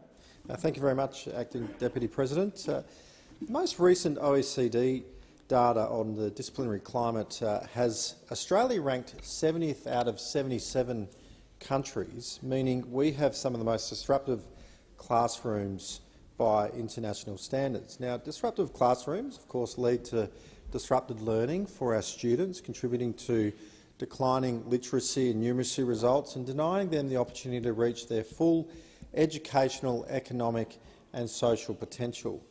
Now, data from the Program for International Student Assessment showed 15-year-old students, so Year 10s, in classes with a poor disciplinary climate are around 7 months behind in their learning compared to their peers in more disciplined classrooms. The research has consistently shown that structured classroom environments are better for our teachers and our students, both in academic terms and for the wider well-being. Now, this is not at all an indictment on teachers or even the schools or educators. This is a criticism levelled, is not a criticism levelled at those nurturing or teaching our children.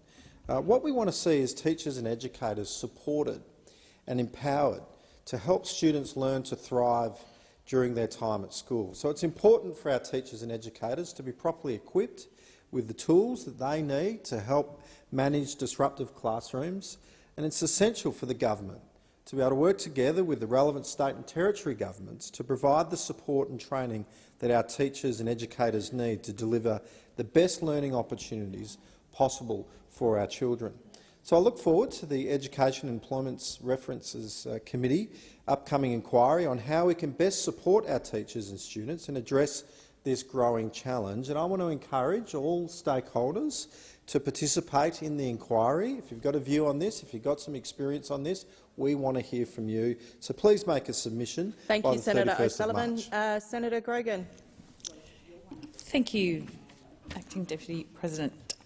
I rise to celebrate the passage of the National Anti-Corruption Commission legislation, which passed the Senate last night and which has just in the last hour been back through the House of Representatives and will now actually be delivered. This is legislation that delivers the single biggest integrity reform this parliament has seen in decades. It's a powerful, independent, transparent commission. It will investigate serious or systemic corruption in the federal public sector. And for those who are asking the question, no, politicians are not exempt. No, the Labor Party is not exempt. This is real, this is transparent, this is going to make a fundamental difference. It has the power to investigate ministers, parliamentarians, their staff, statutory office holders, employees of all government entities and contractors. It has the power to hold public meetings. It will have a mandate to stop corruption and educate Australians about corruption. This was a promise made in the lead-up to the election by Labor, and we are now delivering on that promise. Everywhere I go in South Australia, people raise this issue with me. I've had people come up to me in the supermarket, in the petrol station, at street corner meetings, representations to my office. This is a really important issue for the people of South Australia and the people across the whole of Australia. But in my home state, it is the most common issue that is presented to me that people are concerned about. So I'm delighted that it has passed and that we will now get on with the job of delivering exactly what we have promised. Thank you. Senator Faruqi. Thank you, Acting Deputy President. 2022 has been a year of really mixed emotions for me. A bit of a roller coaster, you might say. As travel opened up, I was ecstatic to be able to visit my Ammi in Pakistan and my daughter in the US, who I hadn't seen for over 2 years. It was a year of deep loss as well, as my beloved cousin Imran, my brilliant teacher, my friend and mentor, Dr. Ronnie Harding, and my bestest long boy, Cosmo, passed away, leaving a big hole in my life. In the political world, there was upheaval too, some good, some bad. In Australia, we got rid of the toxic Morrison government. And let's not forget the green slide. In Iran, we are seeing a massive women-led revolution for justice. However, in the US, there was the devastating overturning of Roe v. Wade, a big step backwards for women's rights. No matter which way you look at it, it has been a big year. We worked bloody hard, and it's time for some rest and recovery. I, for one, am really looking forward to putting my feet up for a couple of weeks, watching The White Lotus and The Newsreader. Senators might be surprised to know that I quite enjoy The Crown as well. And I will be visiting my daughter in California and might even make use of their very progressive cannabis laws. I'll be ready to greet 2023 re-energized to fight for climate action, for gender equity, and for racial justice. From the bottom of my heart, thank you to all of you who work here and support the work we do, including the clerks, the cleaners, the chamber attendants, the committee staff. Thank you. Thank you. Senator Mackenzie. Thank you very much. Well, it gives me great pleasure to rise and talk about the Saturday election in Victoria, where it wasn't a green slide so much as a Nat slide. The Victorian National Party had our most successful result since the Second World War.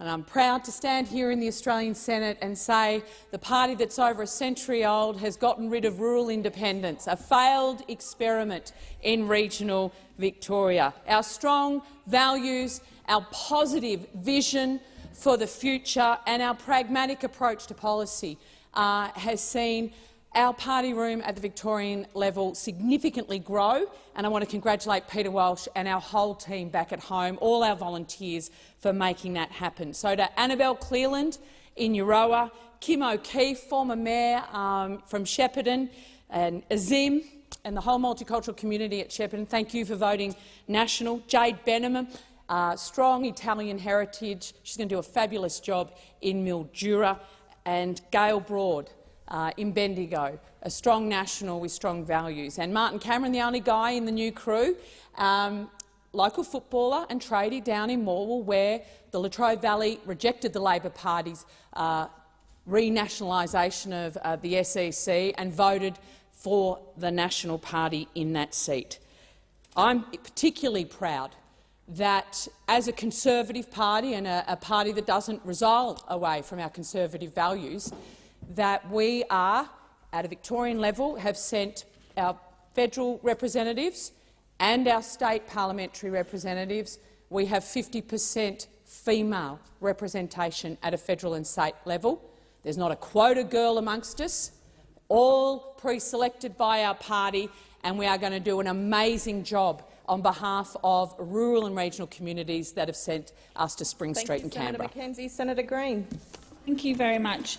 The response we saw in the House from the former Prime Minister Scott Morrison to the findings of the Bell inquiry and the censure motion against him requires calling out, because there was an opportunity today for the former Prime Minister to apologise to the Parliament and to the people of Australia, and to apologise to our democratic traditions, and to put on record that mistakes were made. And I think most people in this place and people in the community would have heard and taken appreciation of an apology today, but that is not what we got from the former Prime Minister Scott Morrison today.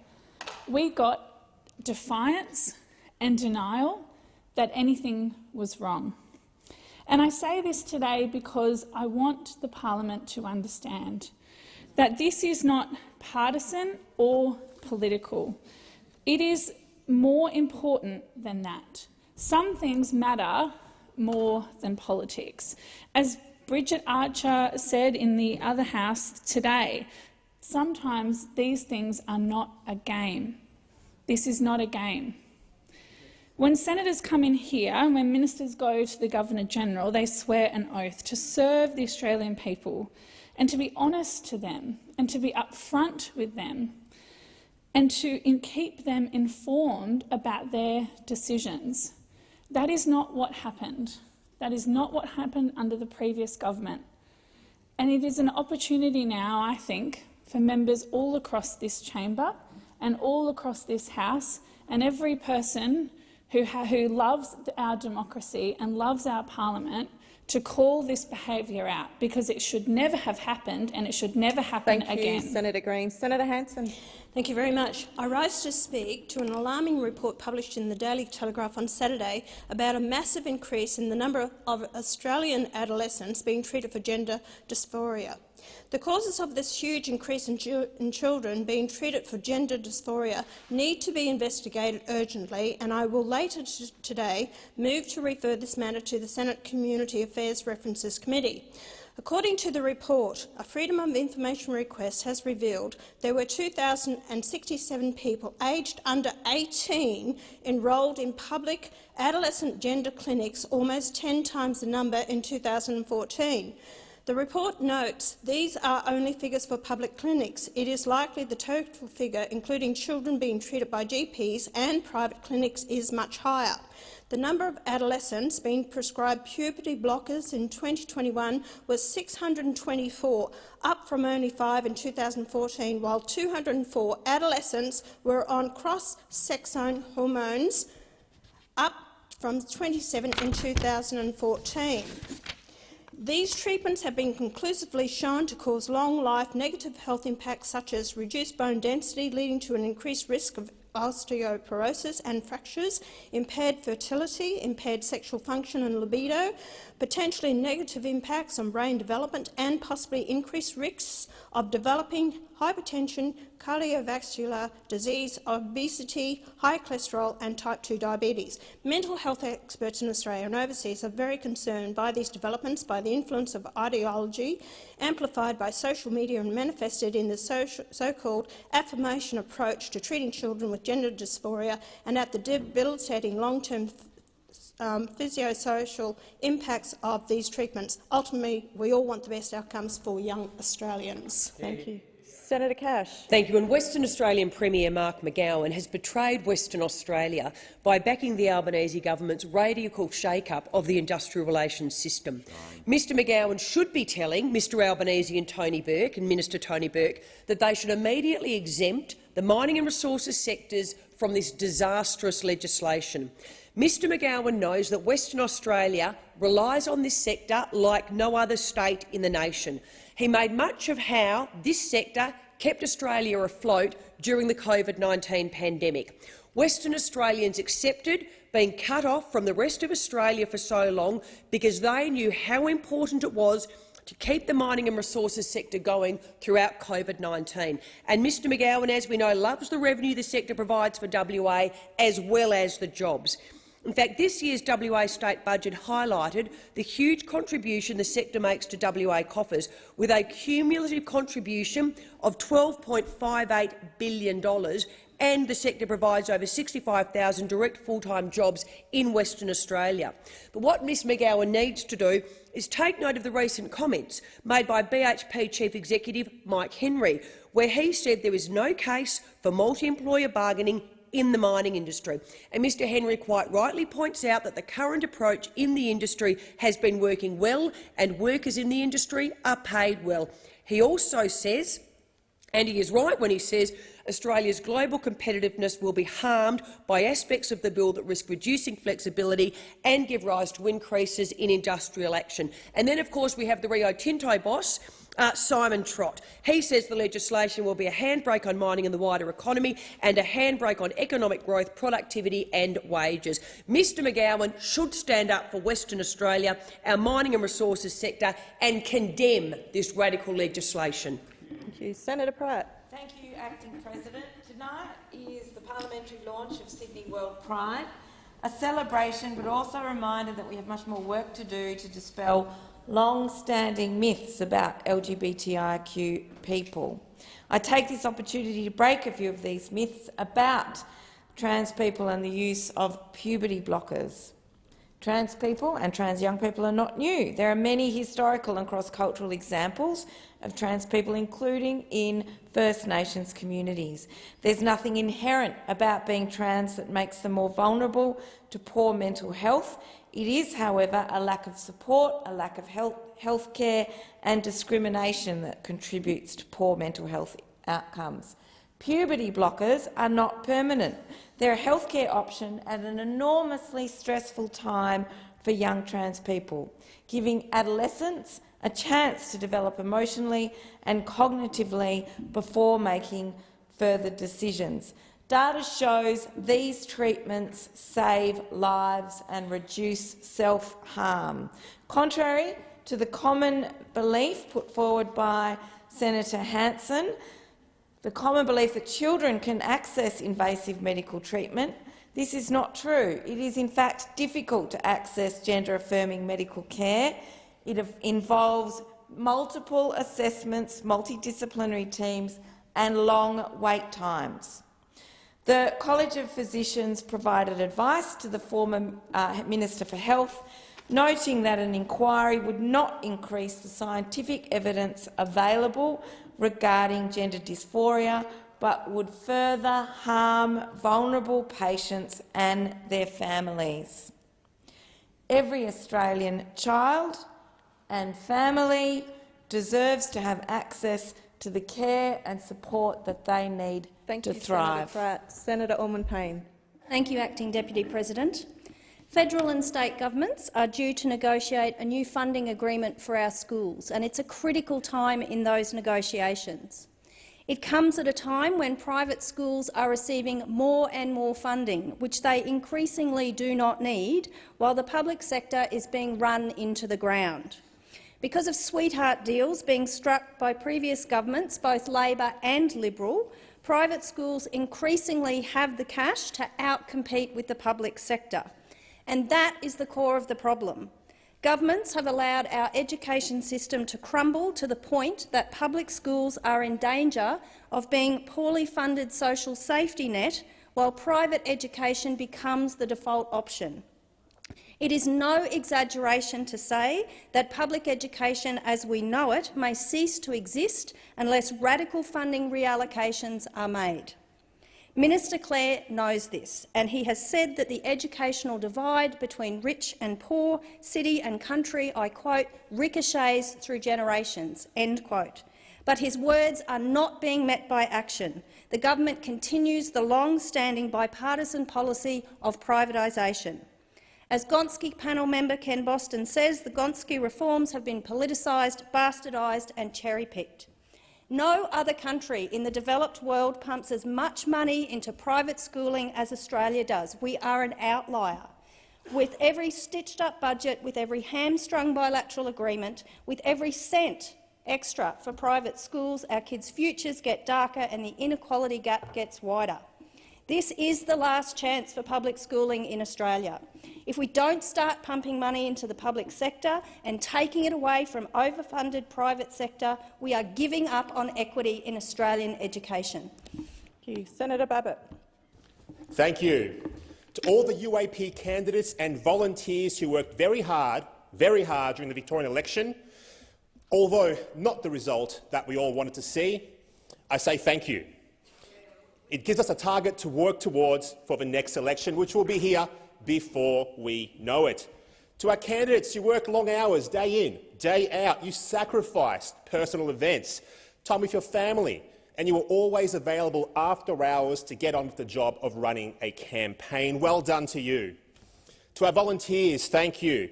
2 long pre-poll weeks through all 4 of Melbourne's seasons. Bristlingly hot one day, windy and cold the next. You got to love the Melbourne weather. You did it, and you did it with a smile on your face. You stood up for the values that you believe in. Across our great state, from Warrnambool to Wodonga, from Narre Warren to Wallen, out you went day after day.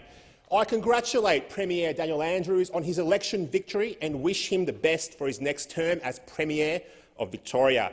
We should take heart in the fact that the best of our state is in front of us and not behind us.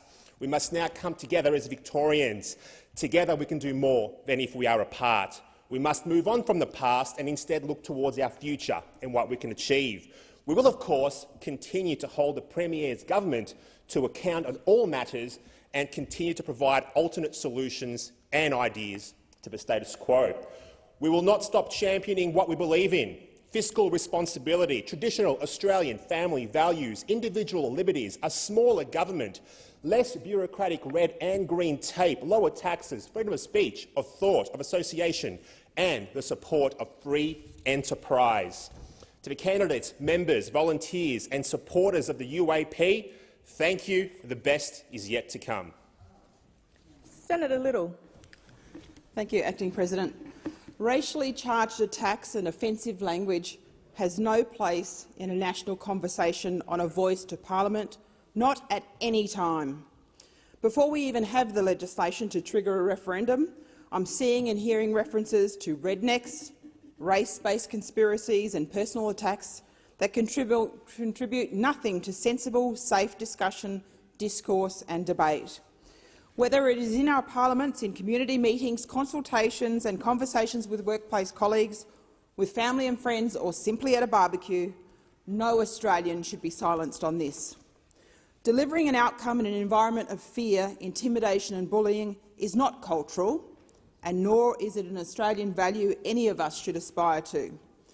Sure, make it robust and loud, but be careful about what we say, and platitudes that could silence or shame, such as being on the right side of history.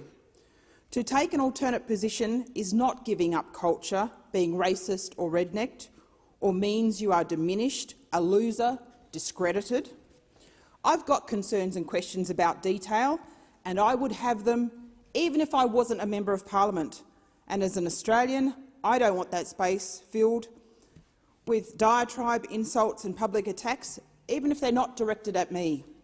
For informed consent, I need comprehensive, quality information. All I seek is the facts.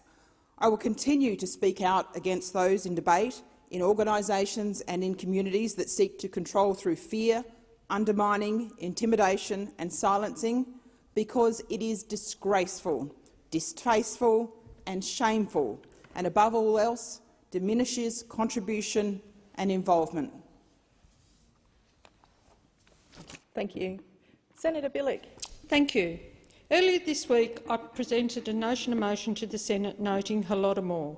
So today I wish to acknowledge that last Saturday, the 26th of November, was the 89th anniversary of the enforced famine known as Holodomor. This famine took place in Ukraine between 1932 and 1933 and resulted from the deliberate actions of Joseph Stalin's communist government of the Union of Soviet Socialist Republics, where up to 7 million Ukrainians were starved to death. In fact, the word Holodomor translates from Ukrainian as death by starvation or murder by starvation. The cruel policies of the USSR at the time were aimed at suppressing Ukraine's resistance to the regime, as well as destroying their aspirations for democracy, nationhood and the assertion of their unique cultural and religious identity. The Soviet Union's denial of the famine continues today as an official policy of the Russian Federation. And it's estimated that up to 7 million Ukrainians starved to death, as I said, as a result of these policies. These actions must be acknowledged, remembered and condemned. Just as we condemn Russia's attacks on Ukraine's sovereignty and territorial integrity since the country declared independence in 1991, culminating in the illegal annexation of Crimea and this year's completely unjustified invasion of Ukraine. Russia's decision to pull out of a deal to allow the export of grain from Ukraine from Black Sea ports marks a continued use of food as a political weapon. In the same way we commemorate the Holocaust, it's vital that the story of Holodomor is told and acknowledged by the global community, just as it is in Ukraine. We need to honour the memory of those who suffered and teach true history of this event to future generations. Senator Bilyk. Senator Steele-John. Thank you, Acting Deputy President. Disabled people are awesome. This year, on International Day of People with Disabilities, our Australian disability community is more politically engaged than ever before. This year's global theme is all about the transformative solutions for inclusive development that we need, and I would love it if this government would urgently adopt transformative solutions that would improve the lives of disabled people. However, this government has adopted this year the government wants us this Saturday, I kid you not, to spend the day #looking beyond our disabilities. As in, look beyond our disabilities. Now, this government wouldn't tell First Nations people ahead of the International Day of First Nations people to look beyond their skin colour. This government wouldn't tell a woman ahead of International Women's Day to look beyond their gender. And so why is it appropriate that this government would ask disabled people to look beyond the reality that we are disabled people? Imagine how a vision-impaired person feels about that. Imagine how somebody with an invisible disability feels about that. How about we try something radical, folks, and look at the wheelchair? To address ableism, we must authentically engage disabled people. To address ableism, everyone must look directly at how we can improve our places and spaces. To our allies and supporters, see us. Don't look past us. To fellow disabled people, I hope you feel seen and celebrated today and every day. And to this government, do better. Thank you. Senator Van. Thank you, Madam Acting Deputy President. I was hoping to give a 10-minute piece on this, but the government did away with Senator's statements, so I'll try and do it in 2 minutes. Visiting COP27 in Egypt the other week was a life-changing experience, as some of my colleagues who have been there will already acknowledge. It was clear to me that the whole world was there, and there is no doubt that the world is committed to decarbonisation. With other world leaders there, including President Biden, Prime Minister Sunak, it was a shame that our Prime Minister didn't go and that Minister Bowen only showed up for a couple of days. There were more coalition members there than ALP and Greens members combined, and I acknowledge that our Acting Deputy President was there. Why? We need to care about, why were we there? We need to care about a cleaner, healthier planet. And we also need to care about sovereign energy security. It is why the coalition is there at the table, because we recognise that the transition is vital, but it's also going to be long, hard and very expensive, far more expensive than the government is currently telling you. rewiring the nation is going to cost an awful lot of money. And the estimates that the government are telling you are just blatantly wrong. We should be putting these renewables where the energy is needed, not hundreds of kilometres away. That is going to cost families huge hits on their energy bills, and electricity prices are only going to go up. The other issue being ignored by Labor is the firming of those renewables, and batteries won't do it. It was reassuring to hear John Kerry talk about the role of nuclear power in firming up renewables to decarbonise the planet. Thank you. Can I, just before you start, Senator Brown, just remind senators that we're still in the middle of 2-minute statements and have their final speaker.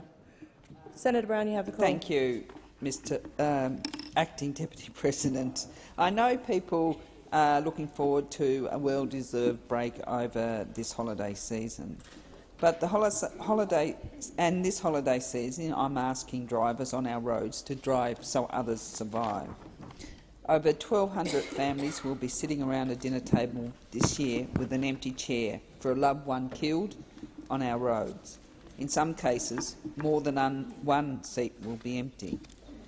We need to think of those families when we are buckling up for a drive locally or when a road trip is calling. Make sure your car is roadworthy and make sure you're in a state to drive safely, because no other family deserves to have an empty seat at the dinner table. Rural and regional roads account for 2/3 of our road deaths each year.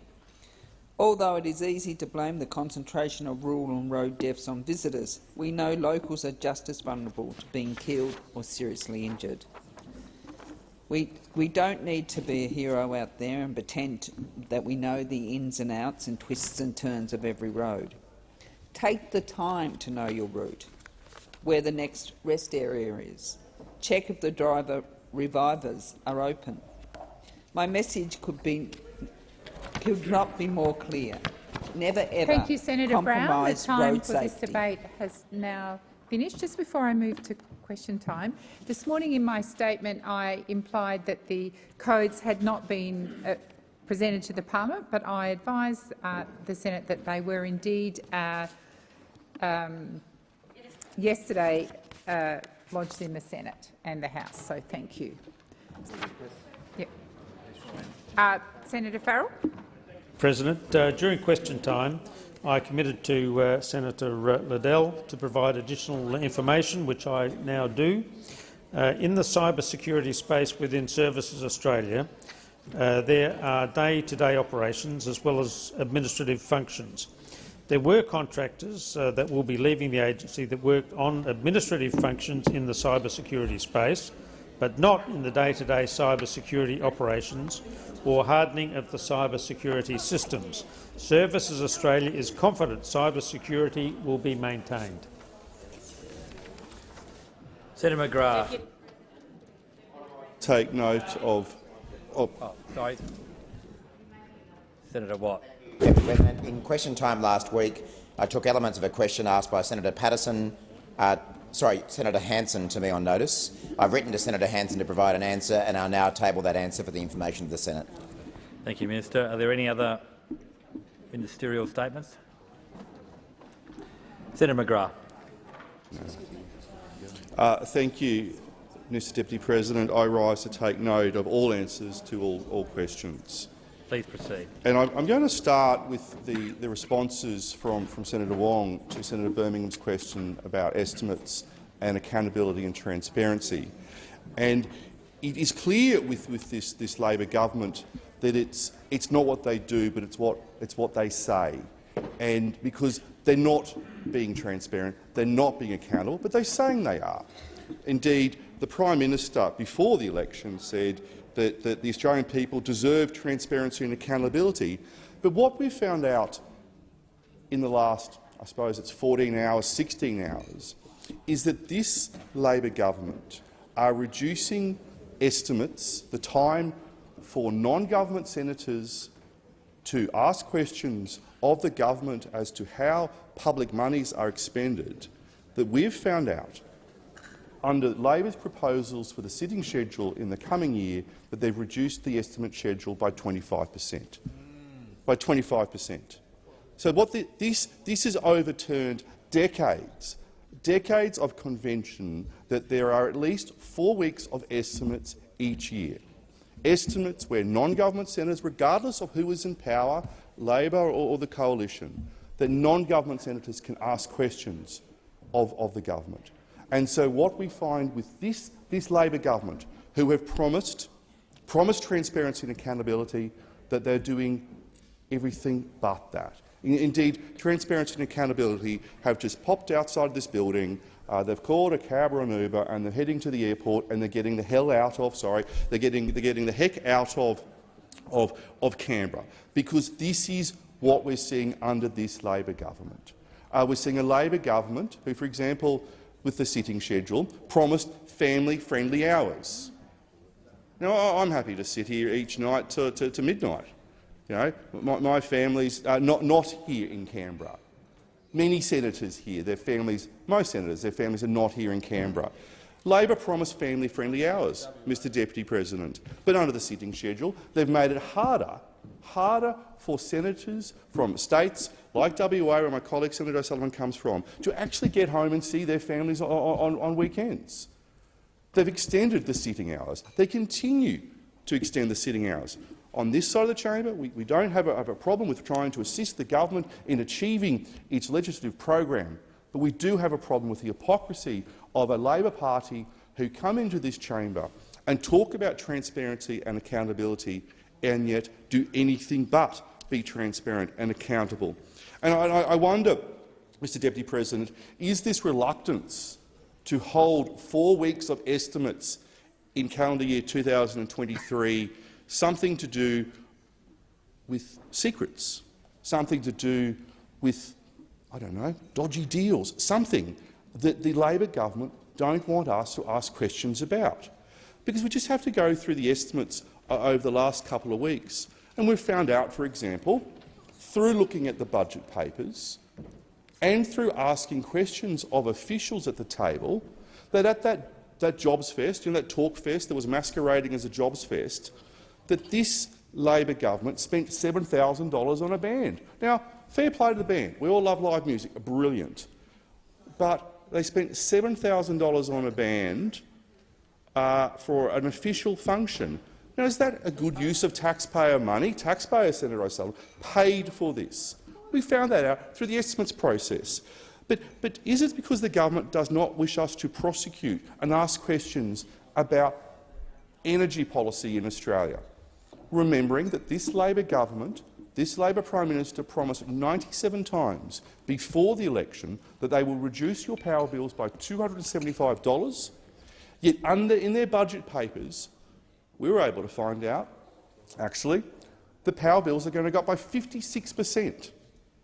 So what this government is doing is deliberately limiting the ability of non-government senators to ask questions of ministers as to policies, but also to ask questions of officials as to how public money is being expended.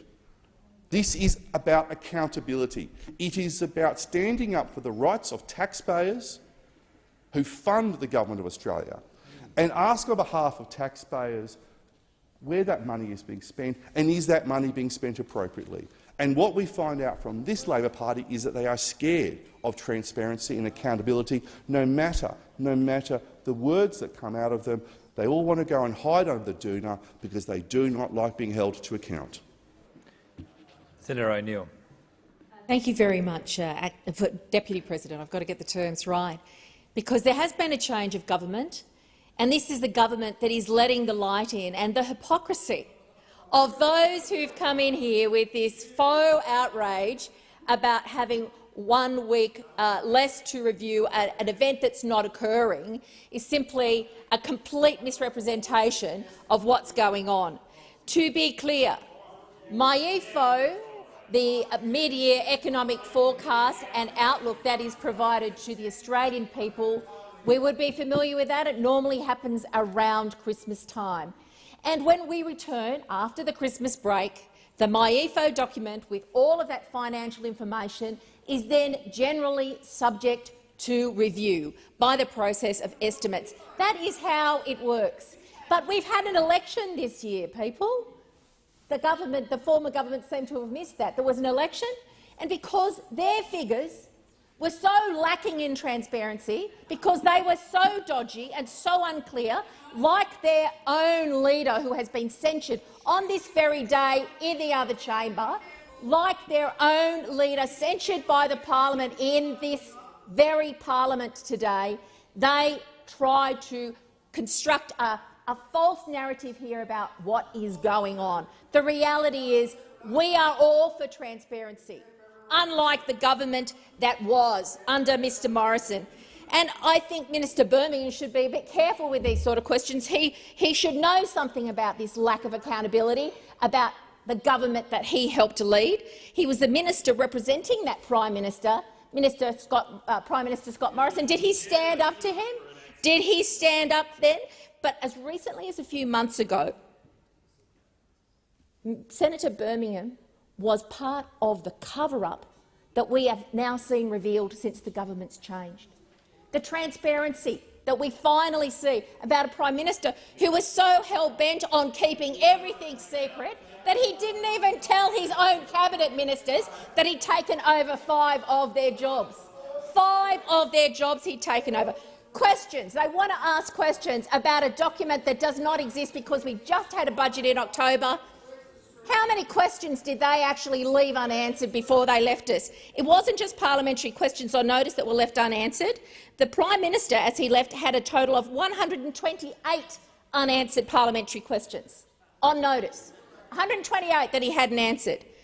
Parliamentary questions on notice were just one part of it. The Prime Minister's own department had a total of 391 unanswered questions from Senate estimates. 391. So for this group of members of the now opposition to come in here and say, we need transparency, we need accountability, we agree. So did the Australian people. That's why they turfed you lot out and brought us in. They were sick of the deception. They were sick of the lies. They were sick of the cover-ups that have become clear since we've come into government, had a look at the books and put out a proper budget in October to let the Australian people know what's really going on with the finances of this country. But that's not the only thing they covered up. And we tried so hard in this place, in this Senate, to hold that government to account. I've got notes from a matter of public importance speech that I gave last year. And the title of that debate was the matter that the Prime Minister's inability to accept responsibility for any failures and policy stuff-ups that have eluded his 3 years of office.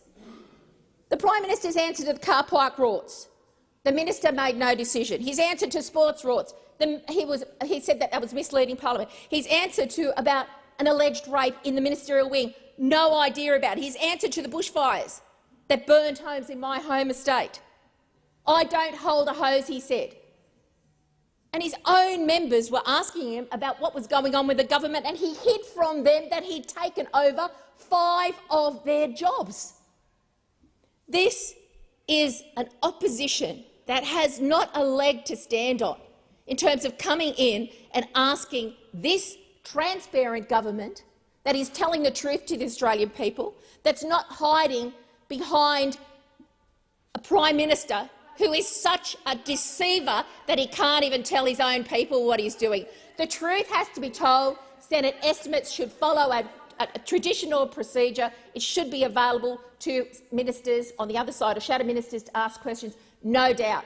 But this is a stunt because MyEFO doesn't exist. There is really no need for a review of a document that will not exist in this year.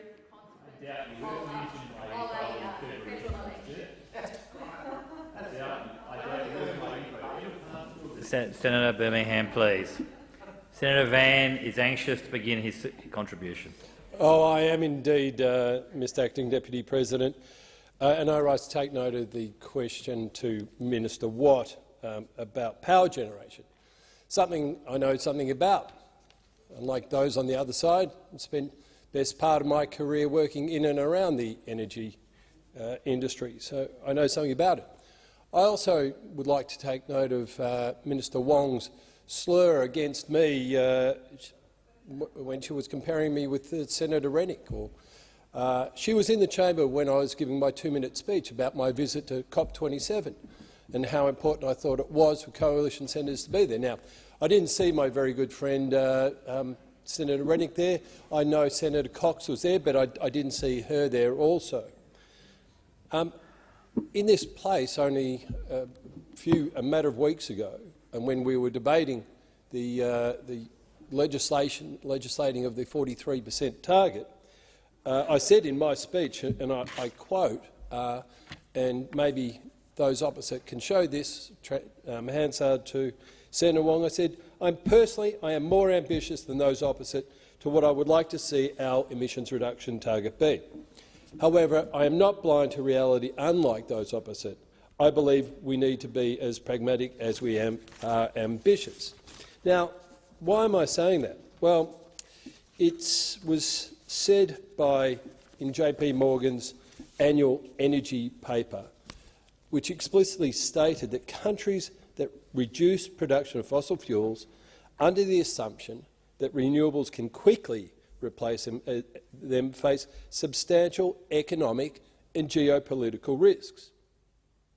If the energy transition is to succeed, we cannot disconnect the generation methods we currently have before we have a replacement for them.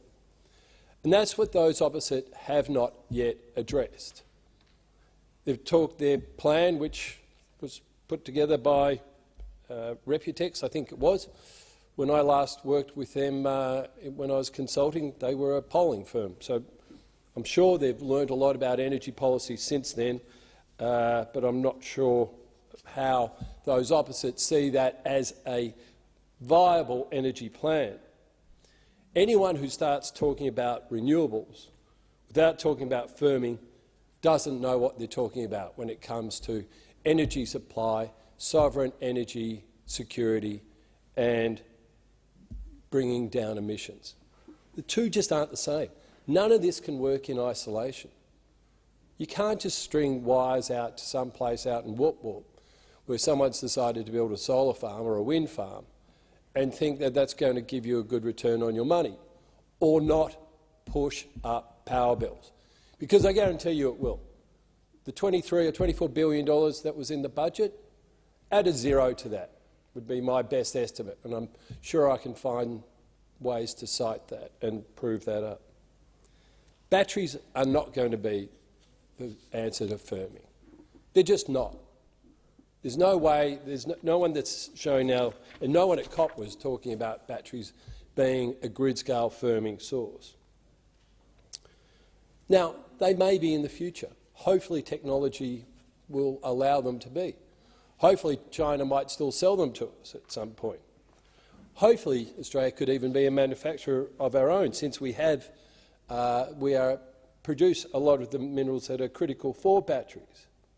But at the moment, and in the foreseeable future, out to 2030, they are not going to be grid scale.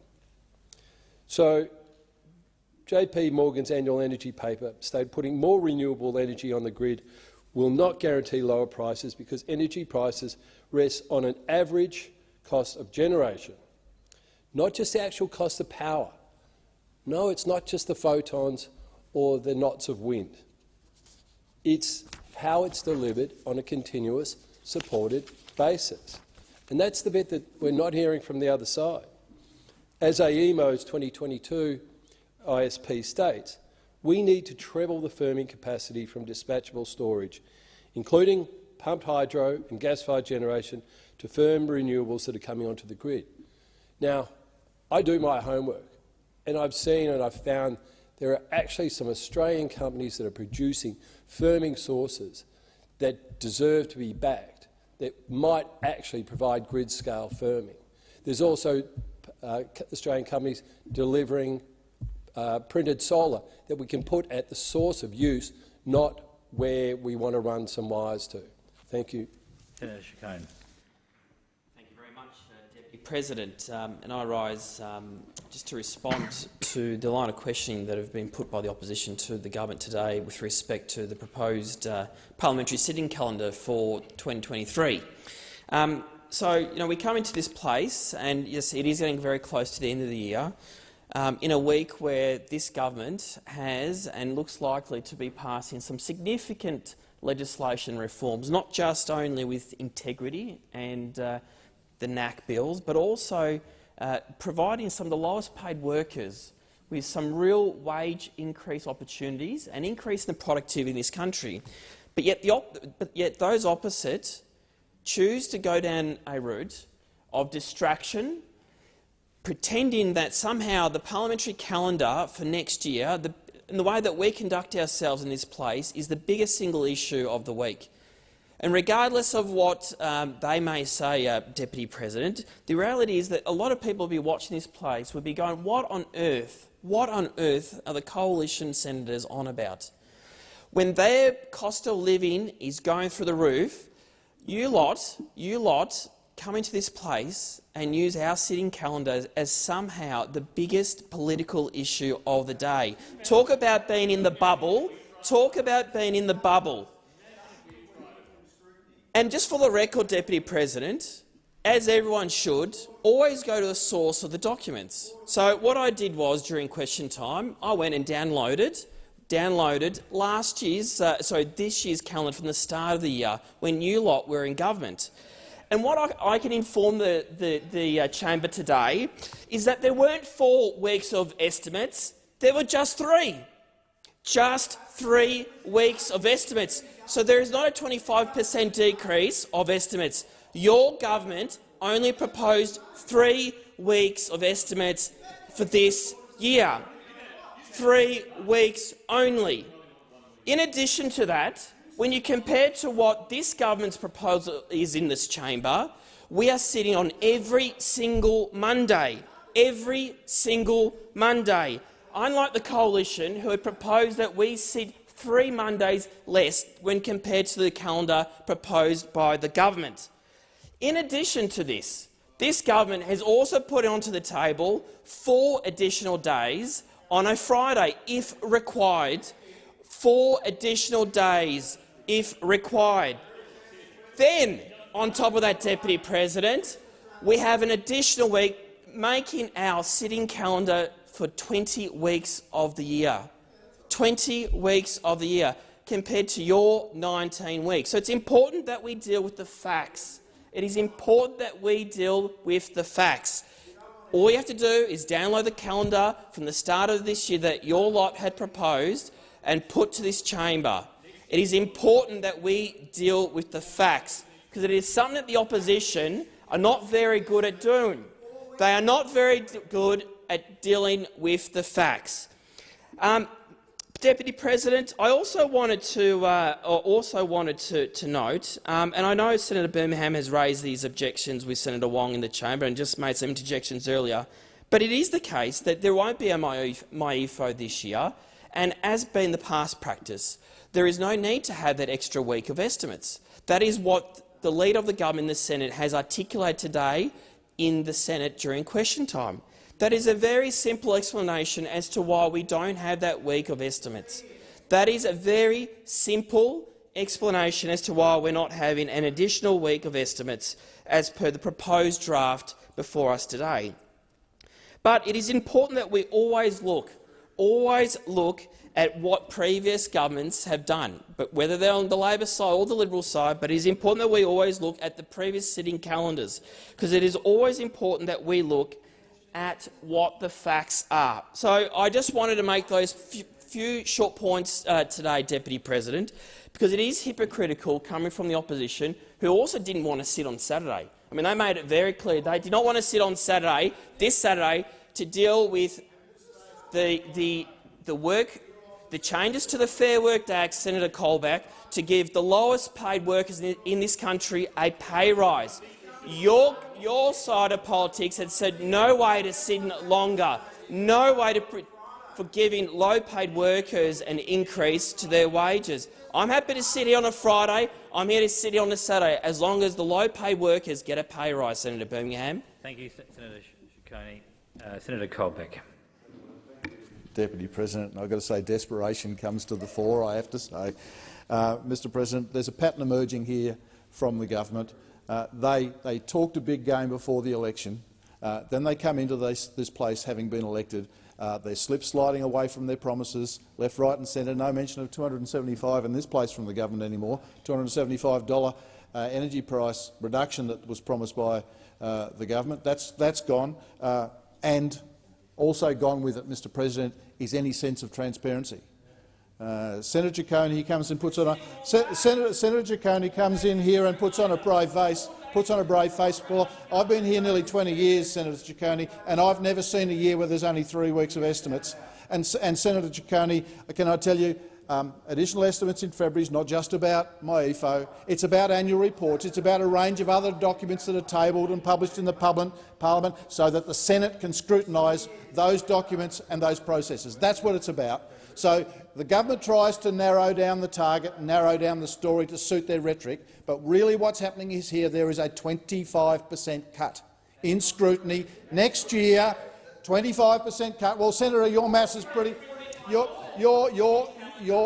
maths is pretty shabby because normally there's 4 weeks of estimates in a sitting year, and as I said, I've been here a little while and seen a few years and sat around the table for a few years of estimates. And so a 25% cut next year in scrutiny by this government, when normally they when they said they were going to have more scrutiny, they wanted to be a more open government. They wanted to see more scrutiny, Mr President, but that's not what we're seeing in practice. Senator Wong said during her answer to Senator Birmingham's question that we wouldn't answer a question about sports grants and estimates. Well, Mr Deputy President, I sat there through all those estimates, the Sports Minister, and I answered every question. I underwent, Mr President, the forensic questioning from Senator Farrell, every estimates, the forensic questioning from Senator Farrell at every estimates, and I answered every question. So Senator Wong can make the accusation, Mr Deputy President, but I was there. I answered every question. So they try to deflect, they try to blame somebody else, Mr President, but at the end of the day, they're not interested in scrutiny.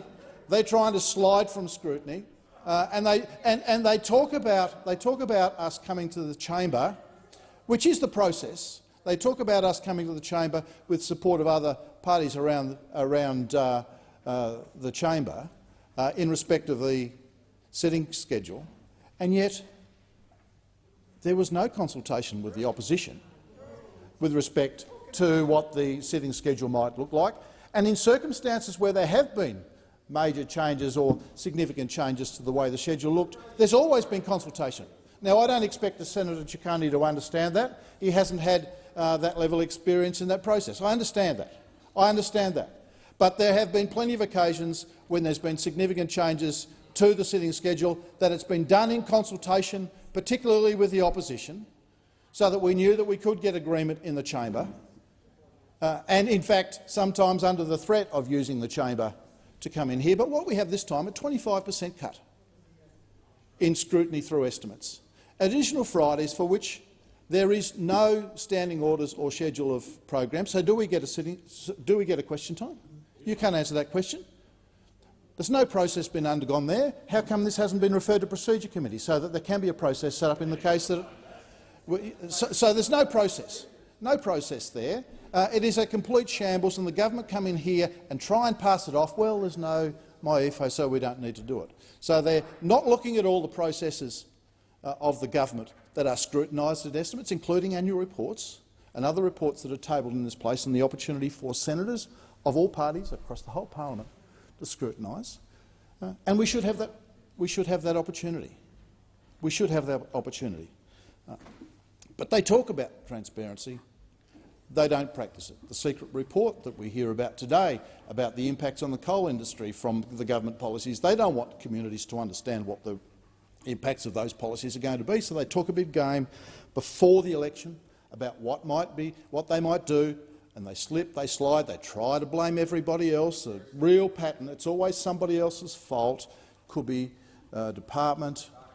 What was it we heard the other day? It was a typo, that it was in one particular circumstance, but they're not prepared to provide the scrutiny and the transparency they talked about before the election.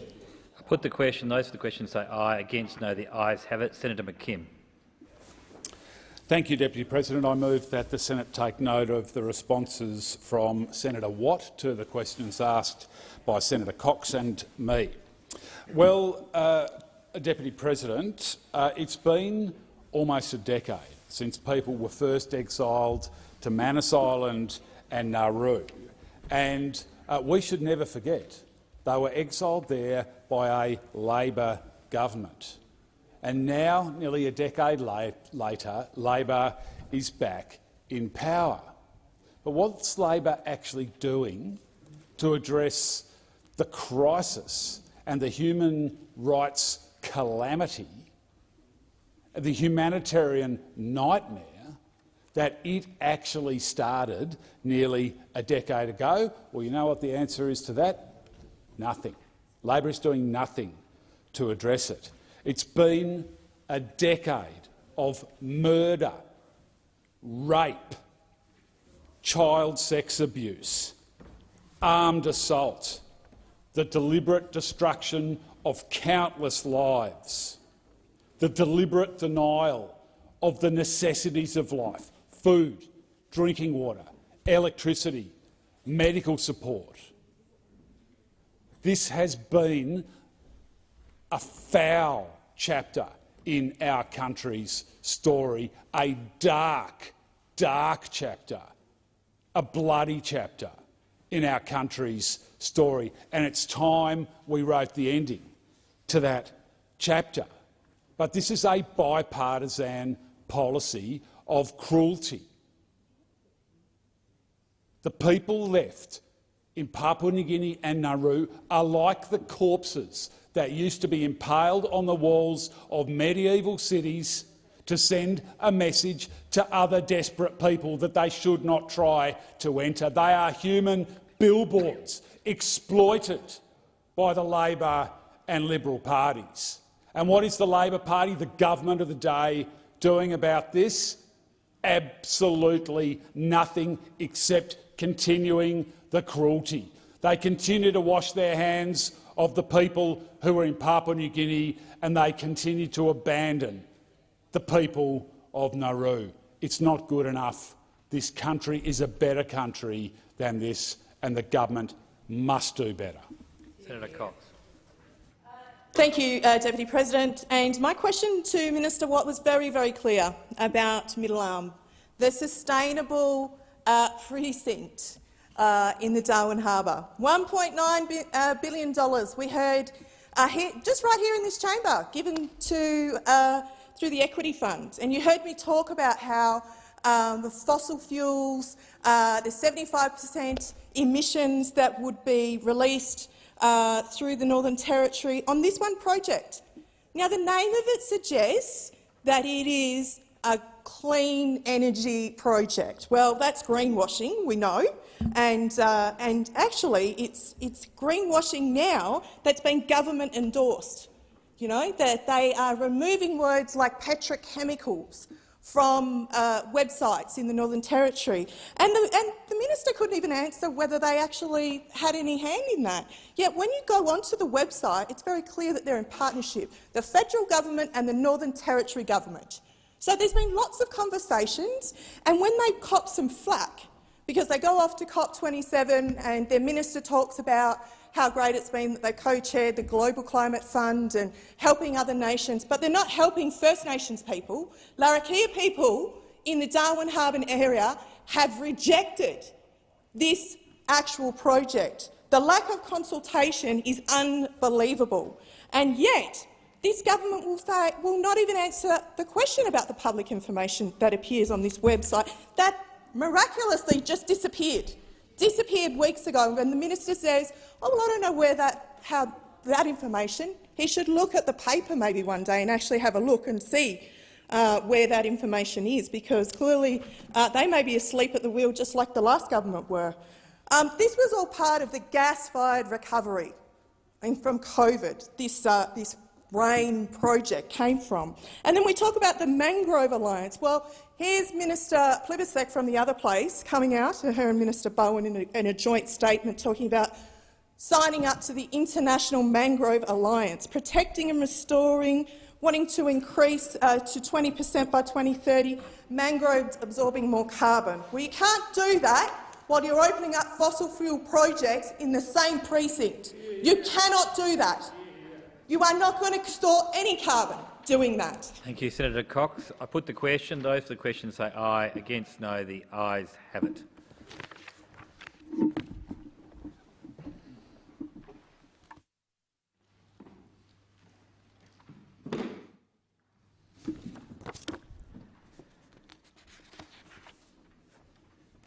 Are there any notices of motion to be given for another day? Senator White.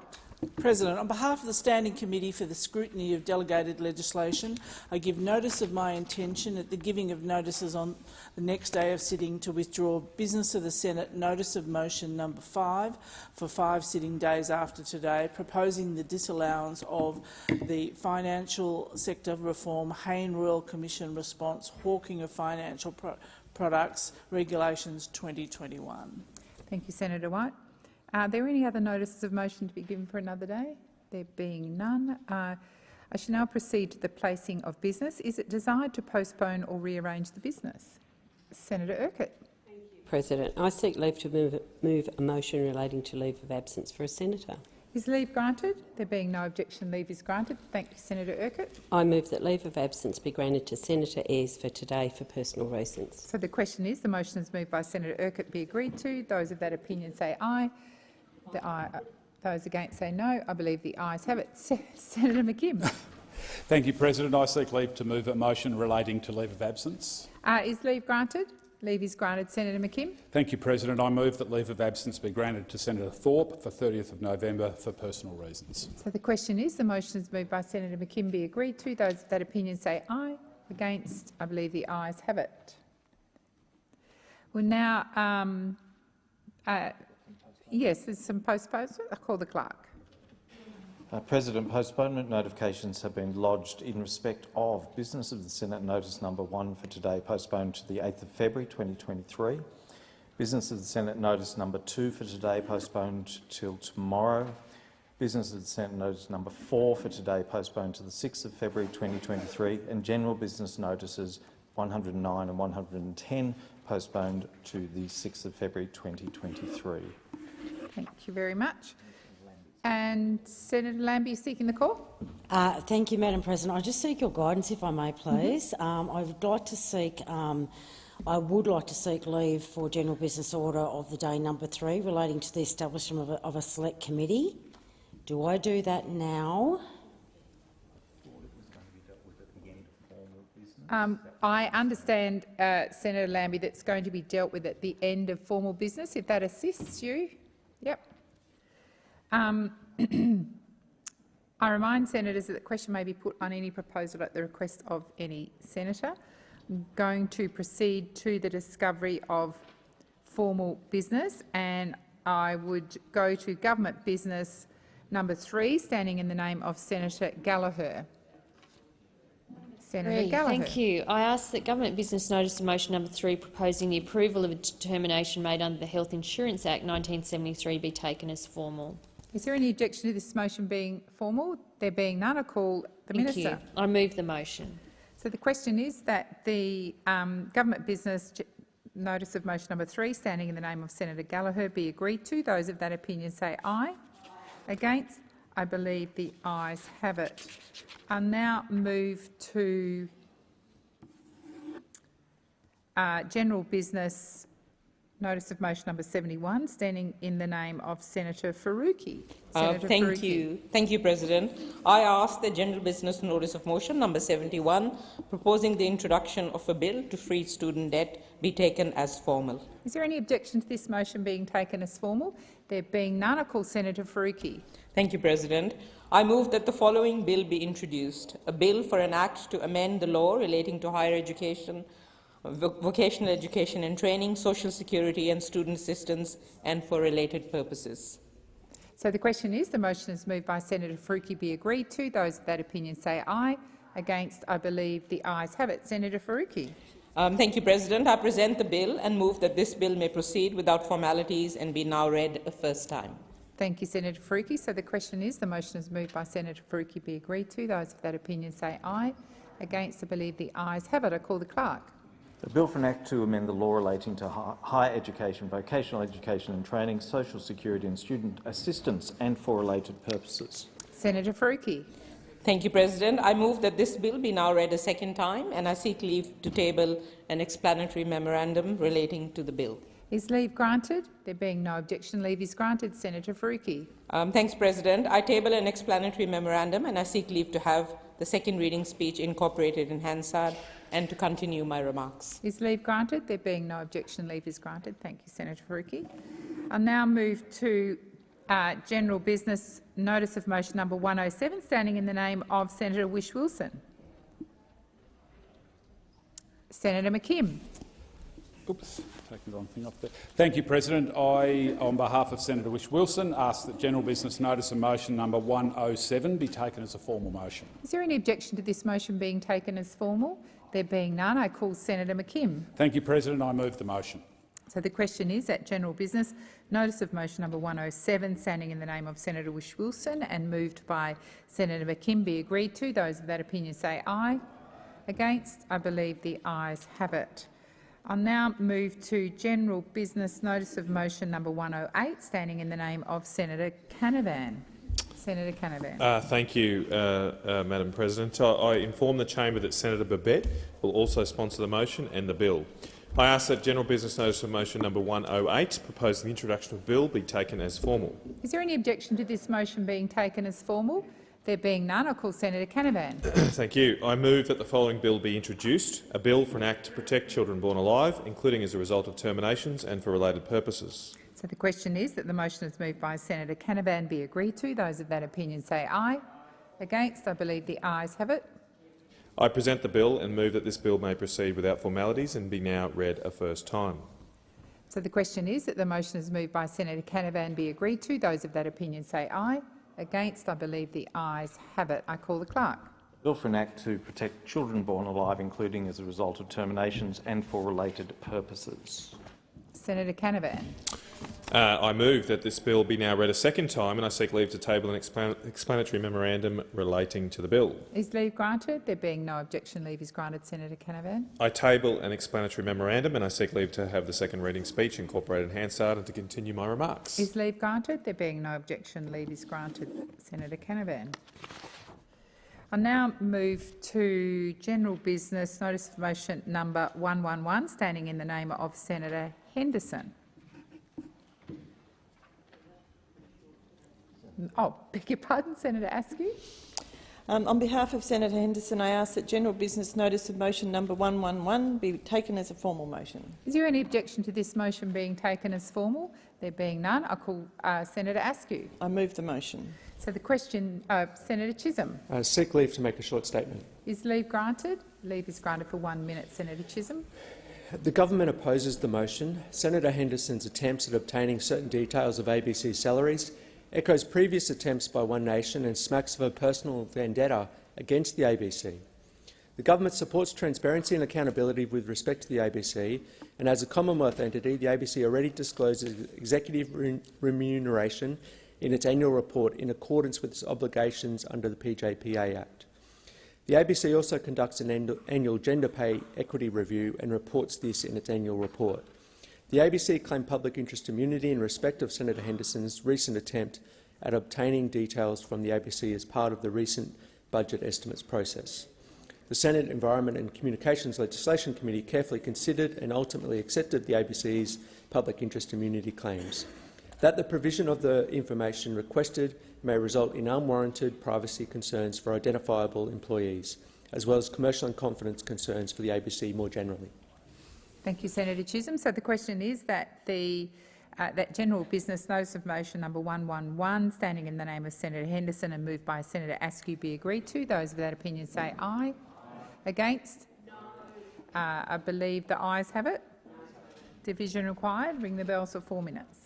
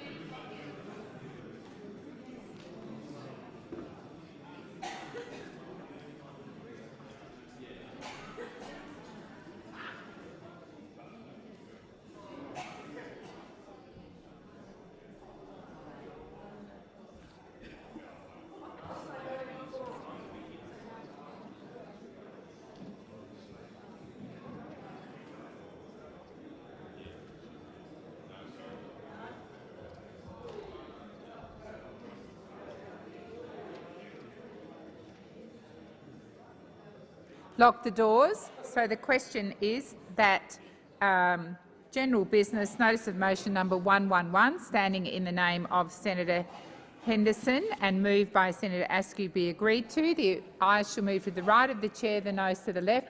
I appoint Senator Askew as teller for the ayes and Senator Urquhart as teller for the noes.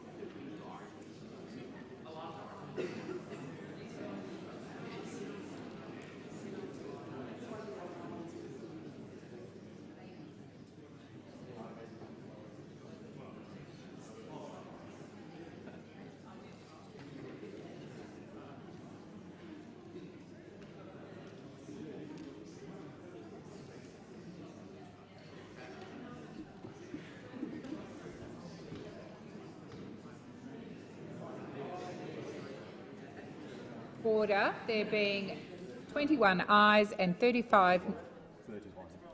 Oh, that's wrong. Sorry. What was it?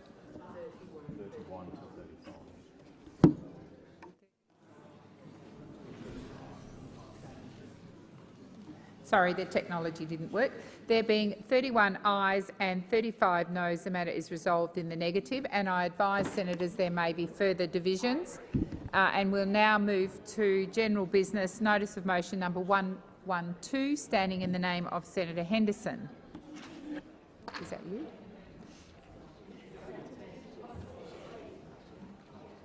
Senator Askew.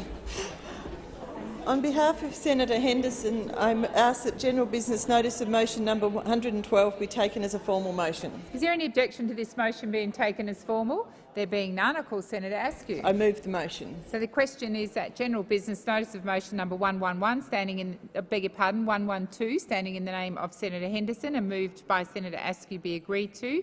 Those of that opinion say aye. Against?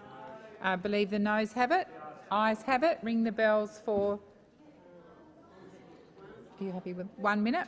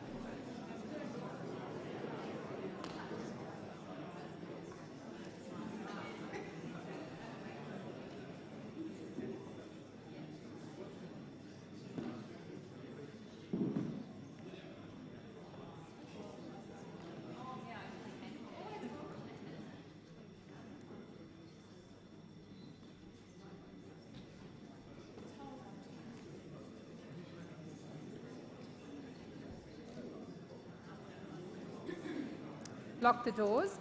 So the question is that general business notice of motion number 112, standing in the name of Senator Henderson, moved by Senator Askew, be agreed to.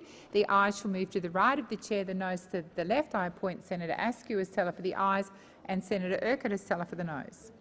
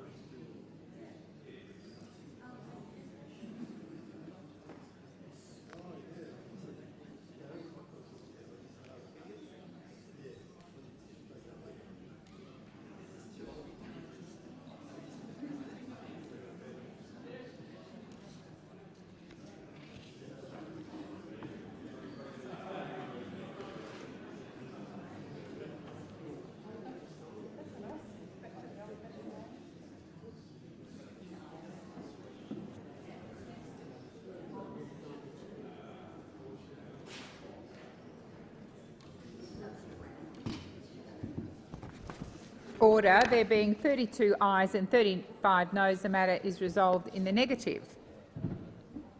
We now move to general business notice of motion number 101, standing in the name of Senator Shoebridge.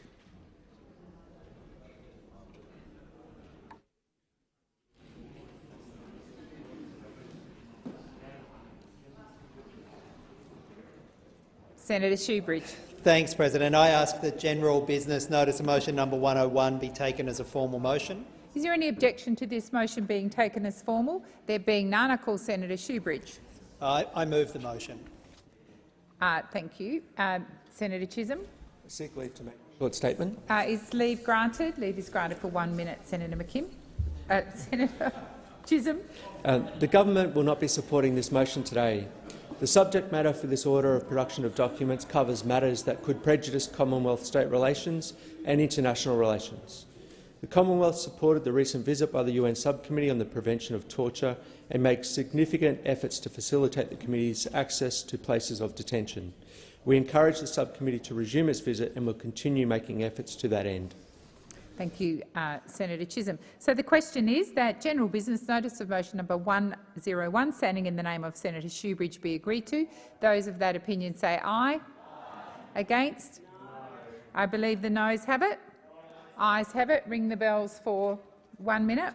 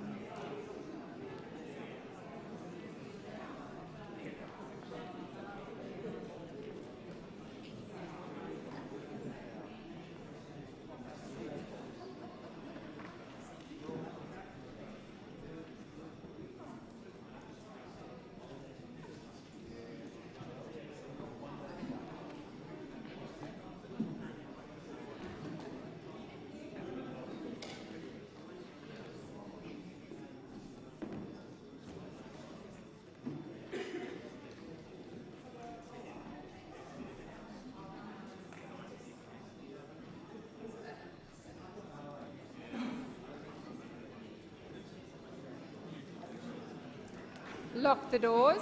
So the question is that general business notice of motion number 101, standing in the name of Senator Shoebridge, be agreed to. The ayes shall move to the right of the chair, the noes to the left, and I appoint Senator McKim as teller for the ayes and Senator Askew as teller for the noes.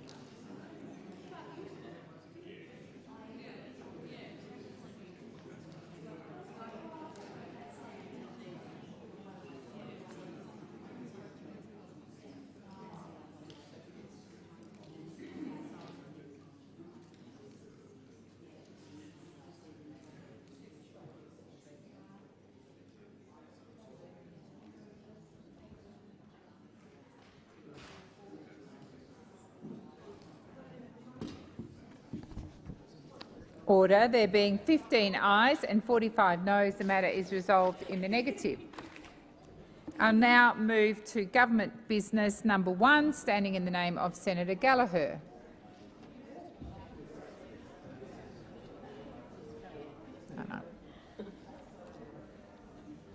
Senator Gallagher.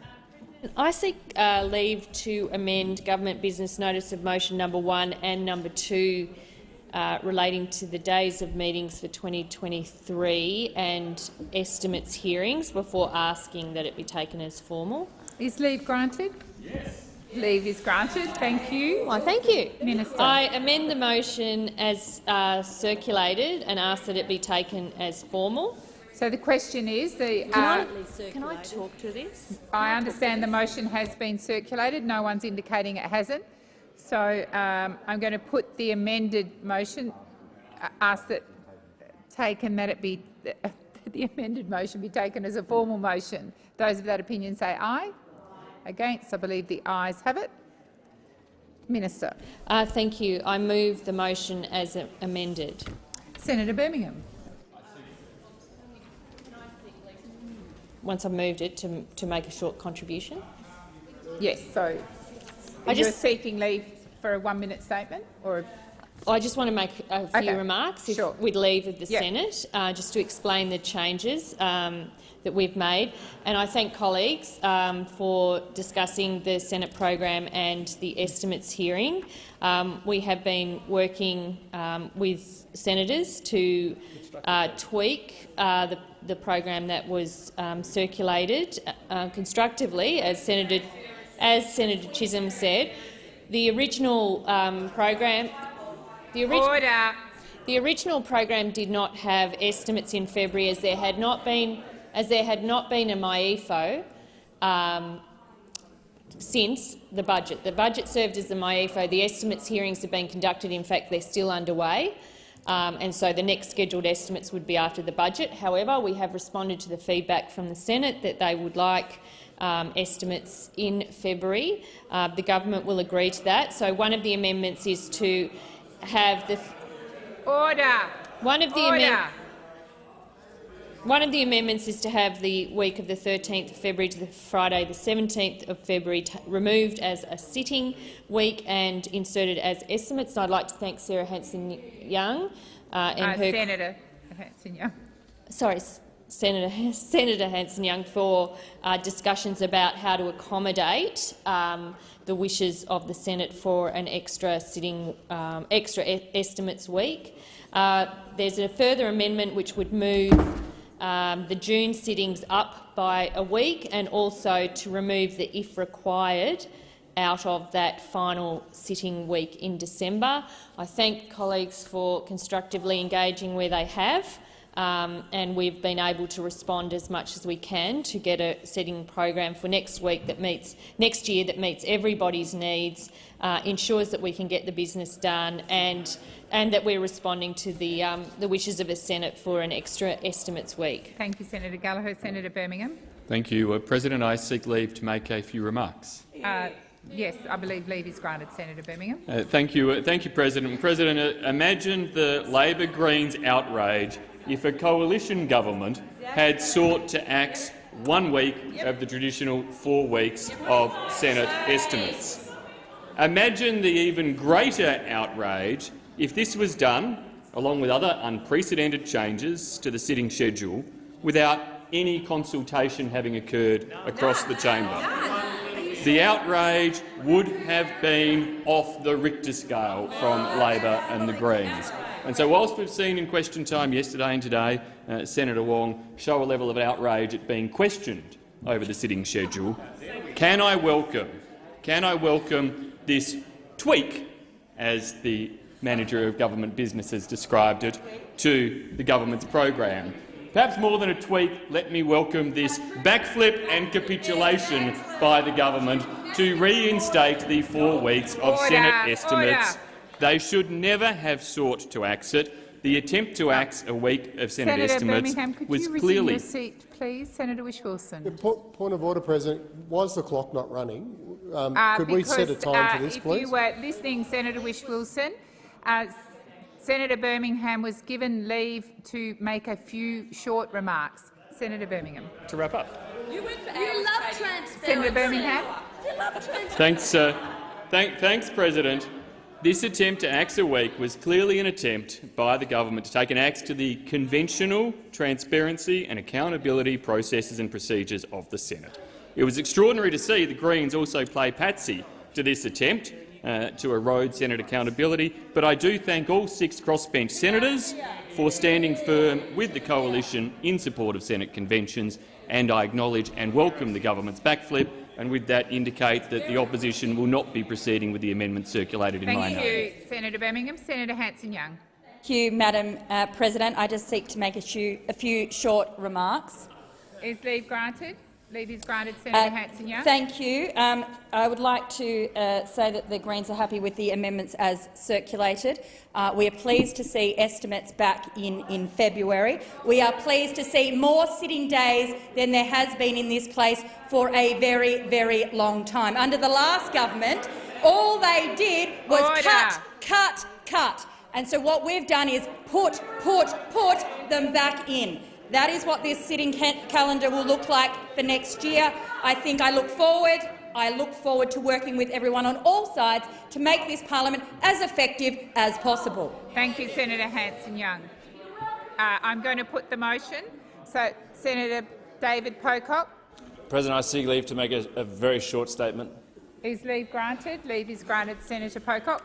I thank the government for the extra week of estimates, but would like to draw to the attention of the government the fact that there are a number of senators in this place, 12 in fact, from the great state of Western Australia, and in moving towards a more family-friendly parliament, Fridays do cut into their weekends. I think something to consider. No one's complaining about working more, but I would like that to be considered. Thank you, Senator Pocock. Order. Thank you.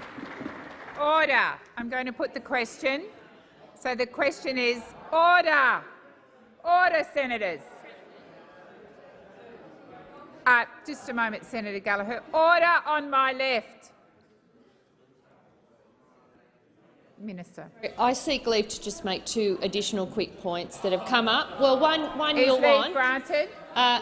Leave is granted. So the first one, which thank you, colleagues, I'm sorry to do this again, but the first one was a referral to Procedure Committee for the structure of the Fridays, which Senator Ruston and others had requested. So I've signed that letter. That's done. Just to let you know, so we'll have discussions about the routine and business for the day. On the second point, which was raised by Senator Pocock on the Fridays, acknowledging issues have been raised.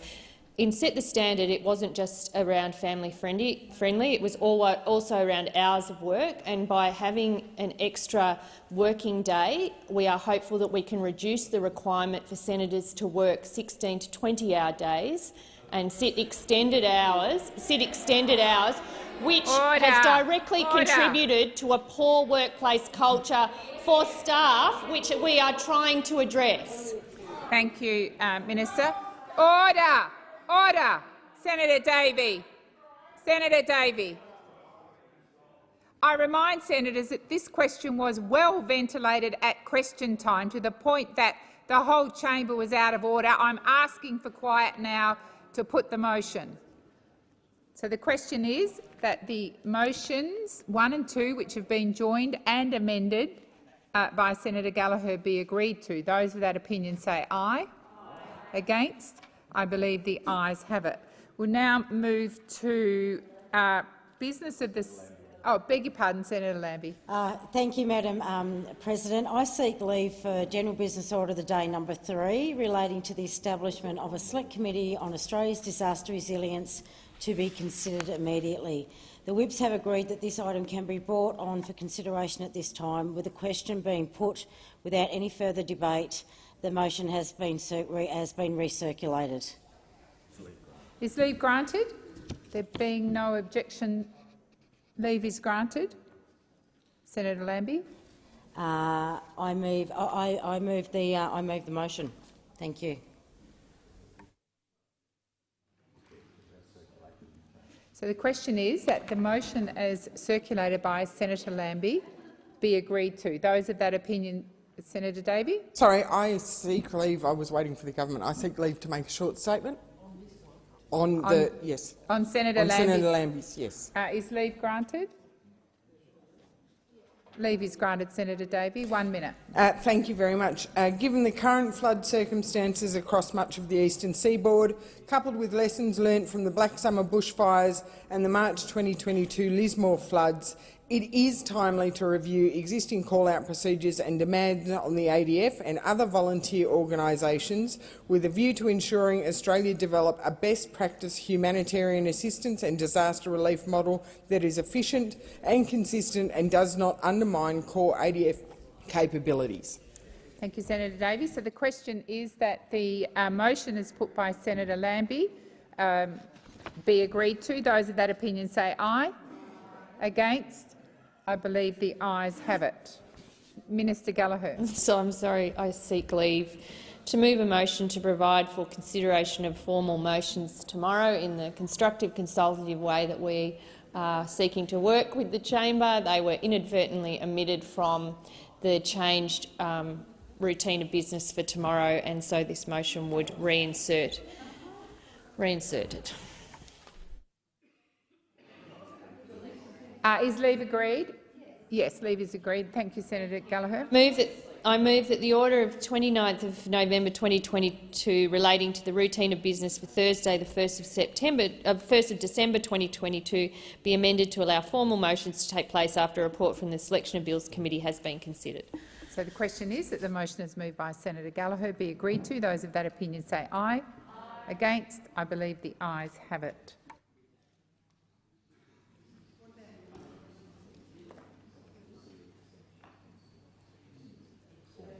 So I'm now going to put business, or ask Senator Hanson to move business of the Senate number 3, standing in her name.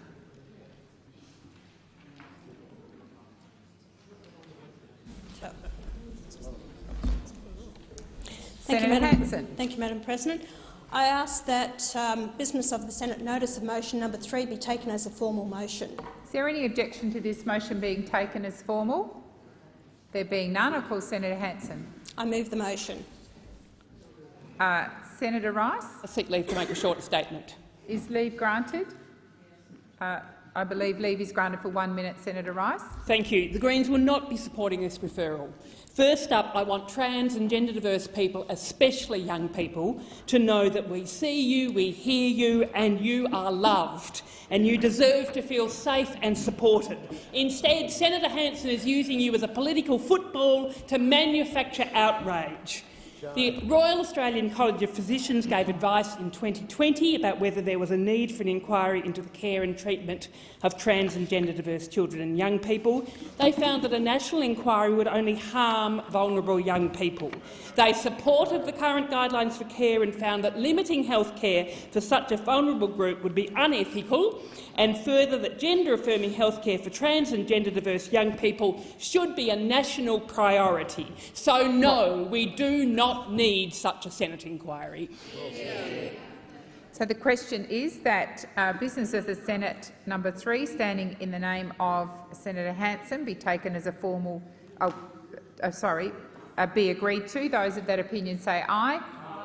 Against? No. I believe the noes have it. Division required. Ring the bells for 4 minutes. Yes.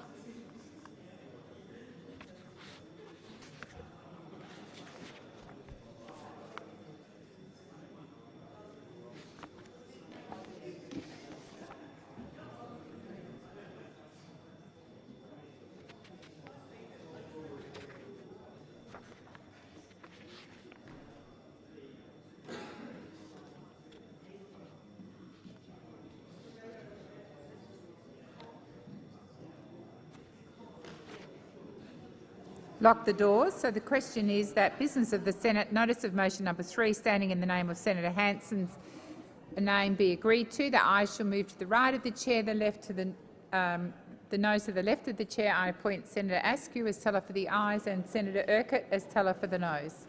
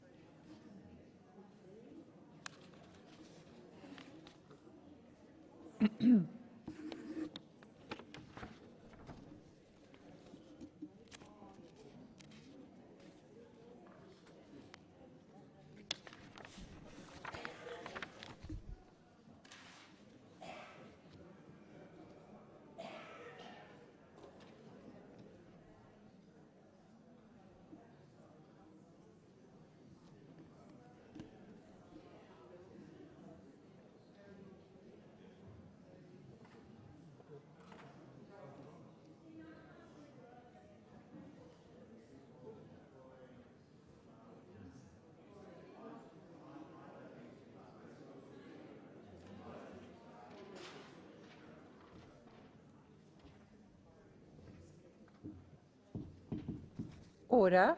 There being 21 ayes and 39 noes, the matter is resolved in the negative. That concludes our formal business, senators.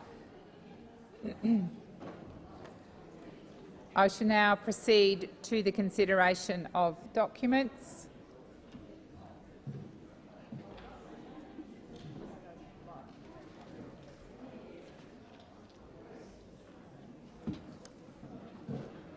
The documents are listed on page 4 of today's order of business.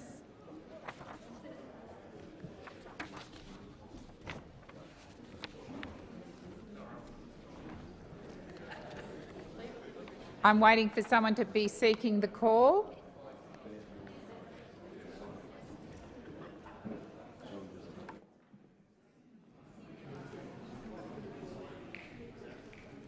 Okay. I'm now moving on to the tabling and consideration of committee reports, and I'll move Senator Urquhart. And on behalf of the Chair of the Education and Employment Legislation Committee, Senator Sheldon, I present additional information received by the committee on its inquiry into provisions of the Fair Work Legislation Amendment Secure Jobs Better Pay Bill 2022. Thank you, Senator Urquhart. I present Delegated Legislation Monitor 9 of 2022 of the Standing Committee for the Scrutiny of Delegated Legislation, together with ministerial correspondence relating to the report, and I move that the Senate take note of the report. So the question is, the motion is moved by Senator Urquhart be agreed to. Those of that opinion say aye. Are you seeking to... Sure. Thank you. The tabling of the Senate Standing Committee for the Scrutiny of Delegated Legislation's Delegated Legislation Monitor No. 9 of 2022. This monitor reports on the committee's consideration of 50 legislative instruments registered between the 8th and 21st of October 2022. It also details the committee's ongoing consideration of instruments registered in previous periods and the instruments of which it has decided to conclude its examination. I would first like to highlight the committee's scrutiny of the Financial Sector Reform Hayne Royal Commission report response, Hawking of Financial Products Regulations 2021. This instrument amends the corporations regulations to create exemptions to the prohibition of hawking financial products set out in the Corporations Act. The committee engaged extensively with the former Treasurer regarding its concerns about parliamentary oversight in this instrument. The committee raised concerns that this instrument made by the executive creates exemptions to the primary law on an ongoing basis, as it is also exempt from the sunsetting regime. It's the committee's view that the modifications to or exemptions from primary law should be set out in the primary law itself. When these measures are in delegated legislation, the committee expects they will be time-limited to ensure frequent parliamentary oversight. This would also provide the executive with the ability to assess whether the measures remain appropriate and necessary. The committee raised its concerns about parliamentary oversight with the former Treasurer on 4 occasions without resolution. The committee continued to raise the matter with the new Assistant Treasurer. I'm pleased to report that yesterday the committee received an undertaking from the Assistant Treasurer that the instrument will be amended so that it ceases to operate within 3 years. This will facilitate greater parliamentary oversight of these measures. I thank the Assistant Treasurer and officials from the department for their constructive engagement with the committee. The committee has now concluded its consideration of this long-standing matter. The second matter I would like to draw to the Chamber's attention is the Anti-Money Laundering and Counter-Terrorism Financing Rules Amendment Instrument 2021. This instrument also contains measures which insert an ongoing exemption from primary legislation. The committee first raised its concerns with the former Minister for Home Affairs on 2 occasions, but unfortunately the issue was not resolved. The committee raised the matter with the Attorney-General, the new Attorney-General, requesting that the measures either be moved into the primary legislation or at a minimum be time-limited to 5 years to facilitate greater parliamentary scrutiny. I'm pleased to advise that on the 18th of November the Attorney-General undertook to amend the instrument so that the exemptions it inserts cease within 5 years of commencement. He also indicated that the exemptions may be revisited to determine if they are still necessary. On this basis, the committee was able to conclude its consideration of this instrument, and I thank the Attorney-General for his continued engagement with the committee. The committee will continue to carefully scrutinise delegated legislation which contains ongoing measures that modify or create exemptions to primary legislation, noting that the parliamentary oversight is a key consideration for the committee under the standing orders. With these comments, I commend the committee's delegated legislation monitor number 9 of 2022 to the Senate. The question is, does the Senate take note? Those who say yes, say aye. Those who say no, the ayes have it. Senator Askew. So, on behalf of Senator Dean Smith, the Chair of the Committee, I present Scrutiny Digest 8 of 2022 of the Standing Committee for the Scrutiny of Bills, and I move that the Senate take note of the report. So the question is that the Senate take note. Those that say yes, say aye. Is leave granted? Leave is granted. Thank you. Are there any ministerial statements? Senator Wong. Thank you, Acting Deputy President. On behalf of the Prime Minister, I table the annual report on closing the gap and accompanying ministerial statement, and I seek leave to make a very brief statement relating to the documents. Is leave granted? I thank the Senate, and I first acknowledge the traditional owners of the land on which we gather and pay my respects to elders past, present and emerging. And I pay tribute to the First Nations parliamentarians here in the chamber for their leadership and contribution. And I will speak but briefly, as Senator Dodson and Senator McCarthy will speak for the government today, because it is important that First Nations parliamentarians have their voice and perspective heard and that we all listen. I want to make some brief points. Whilst the Closing the Gap report shows there's been some progress, on the majority of measures progress has been slow and even gone backwards. This government takes responsibility for where we go from here and for doing better. As the Prime Minister said today, So-called solutions conceived in Canberra and imposed on communities without consultation are more likely than not to end in expensive, ineffective, even counterproductive failure. But when First Nations people have a genuine say in policy design and an empowered role in service delivery, the results are remarkable. The Albanese government is a government that listens to people with experience, with earned knowledge of kinship and country, of culture and community. And it is this which underlines our commitment to the full implementation of the Uluru Statement from the Heart, including a constitutionally enshrined voice to Parliament, to empower First Nations people to take control of their own lives, not have policies and laws dictated to them by politicians.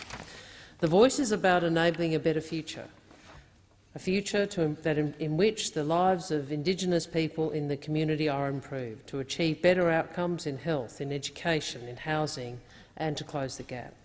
And that is why we believe it is so important for the call from First Nations to be heard and to have a voice is answered by all Australians. Senator Dodson. Thank you, Acting Deputy President. I move to take note of the National Agreement on Closing the Gap, the annual report. The first Commonwealth Government's annual report under the National Agreement on Closing the Gap shows we have a lot of work to do. While there has been some progress, the previous government's efforts over the last decade in government has been very ineffectual. Progress across most socio-economic outcomes, those areas have stalled, while the National Agreement and the partnership with the Coalition of Peaks provides a helpful architecture. The previous government's implementation leaves much to be desired. Since coming into government just 6 months ago, our government has demonstrated our commitment to improving outcomes for First Nations peoples. In the October 2022 budget, we have locked in significant investments across portfolios, seeking to address these disproportionate outcomes. We are investing in First Nations health workers, vital health infrastructure and community-led justice reinvestment initiatives. In all of these commitments, we are working with First Nations peoples. This concept of working with First Nations peoples to make decisions about policies and programs so that they are more effective is not new. I and many other leaders have been talking about this for decades. It is grounded in the evidence. Outcomes for our people are simply better when we have a say, have choice and make decisions about our lives. The National Agreement provides one piece of architecture to improve outcomes, and my colleagues will work with this framework to continue important progress across the socio-economic areas. But to achieve better outcomes, after a decade of stagnation, we must fundamentally change how governments work with First Nations peoples. We cannot allow these outcomes to continue in this way. That is only a shame on governments for failing to listen to First Nations communities. To make meaningful and lasting change and progress, it requires systemic and structural transformation of how we are going to go about it on all sides of government for so long. And the voice to the Parliament and to the government will do exactly that. Our government is steadfast in the commitment to the full implementation of the Uluru Statement from the Heart, because we know that it will lead to better outcomes for First Nation communities. That very statement calls for constitutional reform through a voice so that the First Nations children can flourish. The voice will give our people a real opportunity to advise Parliament and the government on how to do things for the better of our people.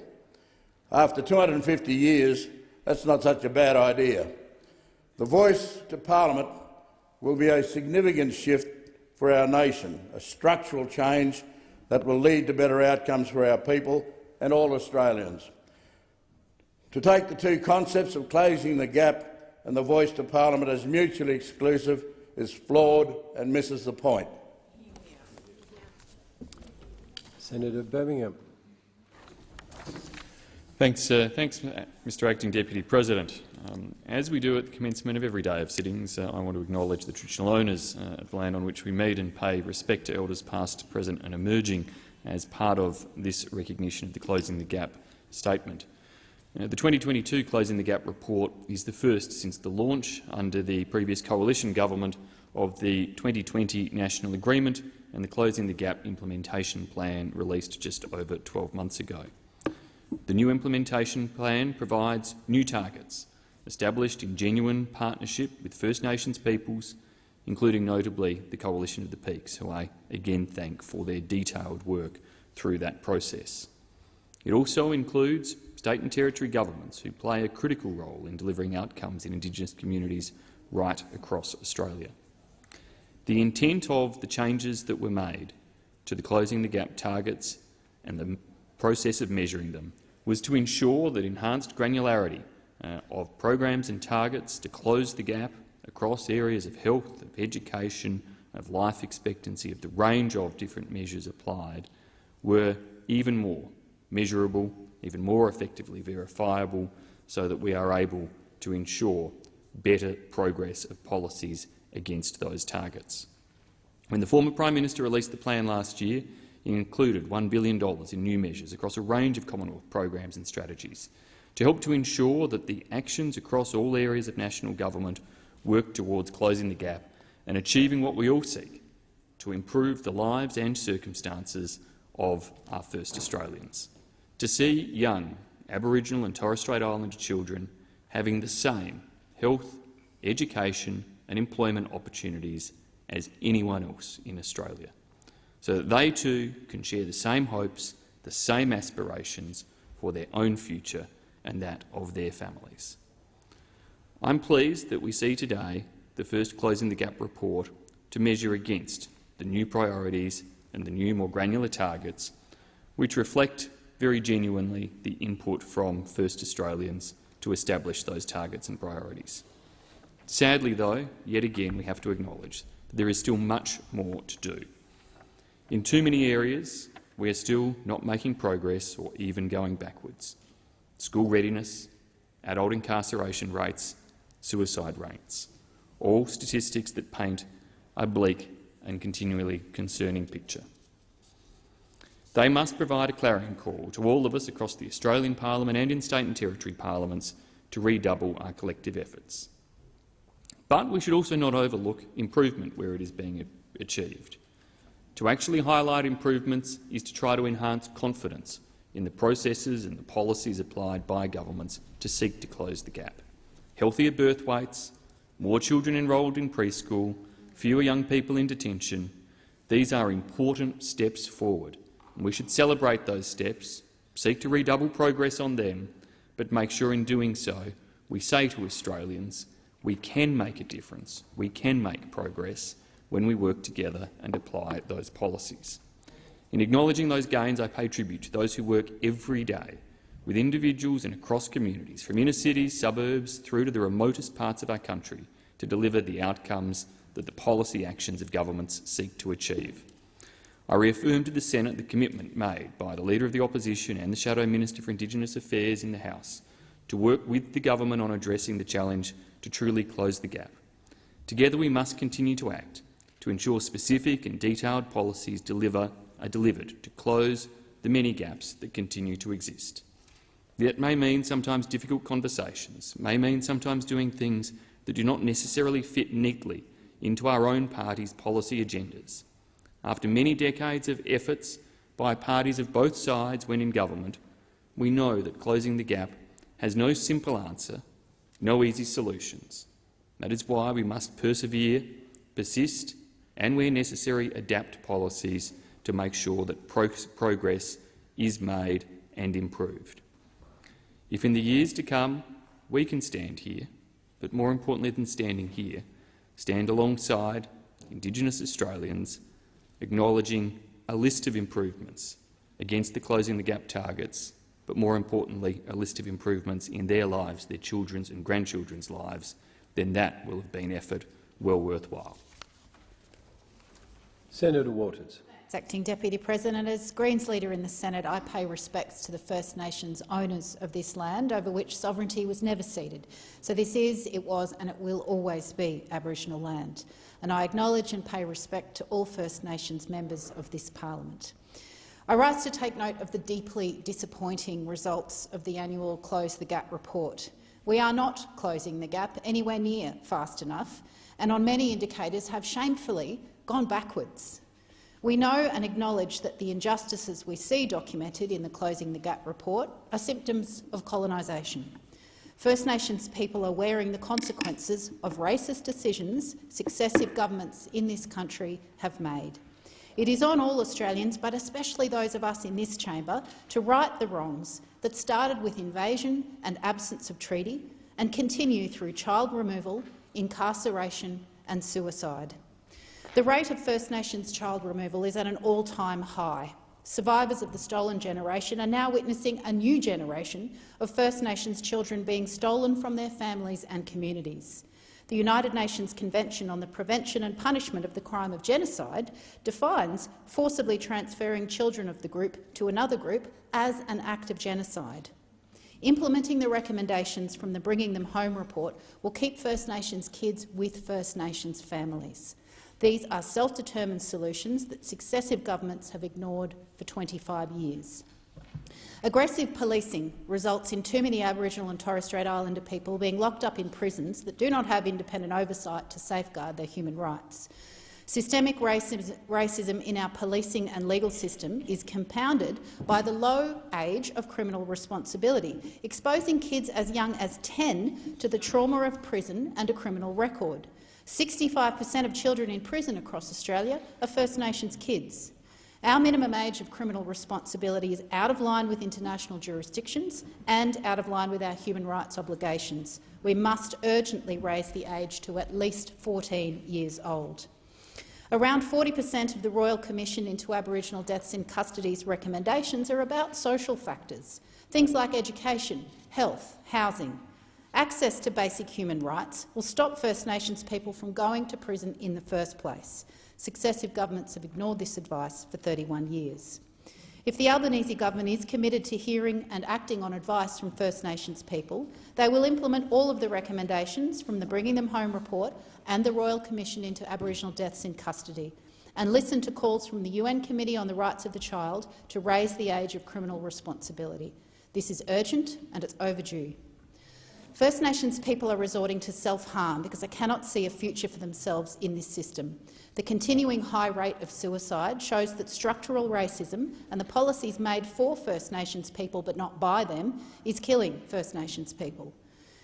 Often they don't have access to their land, water, sacred sites or even their own children. This is up to us to change. We've inherited a centuries-old regime, written entirely by white men, that has not undertaken any fundamental change since colonisation. We know the confronting truth. The basis of the Australian nation was terra nullius, and the idea that First Nations people didn't need human rights or decision-making power because they were subhuman. We have an opportunity to do things differently in this country. A national grassroots treaty process will close the gap by restoring First Nations people's rights to make decisions for themselves. We know that self-determined solutions work because Aboriginal people know what's best for Aboriginal communities. Everyone thrives when they are free to set their own course. On this, there must be a standalone national plan to end violence against First Nations women and children that is developed, delivered and evaluated by First Nations women and community-controlled organisations. I'm pleased that work on this has begun.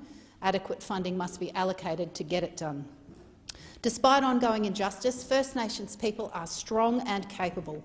A national treaty process puts First Nations people in the driver's seat when it comes to making decisions about their own country, community and culture. We are one of the only Commonwealth countries that doesn't have a treaty with First Nations people. It was promised by Bob Hawke's Labor government in the 80s. First Nations elders and activists have marched for it for decades. In this term of government, the Greens will work for progress on truth, treaty and voice to meaningfully close the gap. Senator McKenzie. Thank you very much, Mr Acting Deputy President, and I rise as Leader of the National Party in the Senate to also take note of the Closing the Gap statement and to put our views on how that is proceeding, or as the report currently as it has been tabled aren't proceeding as quickly, as swiftly as we would like, but more importantly as Aboriginal and Torres Strait Islanders need to occur in this country. Today is a day where each time this report is tabled, we take stock as a collective group of national leaders on how we can actually better work together to improve the life outcomes of Aboriginal and Torres Strait Islanders. It's underpinned by the belief that when Aboriginal and Torres Strait Islander people have a genuine say in the design and delivery of policies, programs and services that affect them, better life outcomes are achieved. And all Australian governments are committed to working with Aboriginal and Torres Strait Islander people, their communities, organisations and businesses to help achieve better outcomes. But today, we have to acknowledge that 4 out of 18 means 12 out of 18 aren't going in the right direction. And so we all need to put our shoulder harder into that wheel to work better with state and territory governments, with local governments and with Aboriginal and Torres Strait Islander peak organisations, so that the policies thought of and designed hit the ground in those communities and really change the dial. In terms of changes that we made whilst we were in government, we took practical steps by creating the Joint Ministerial Council, led by the National Coalition of Peaks, to inform the work with government and develop the evolving target areas, which was so critical to changing the way we looked at achieving the Closing the Gap targets. In order to maintain the momentum on the National Agreement's transformative agenda, we've got to foster and enhance those partnership principles.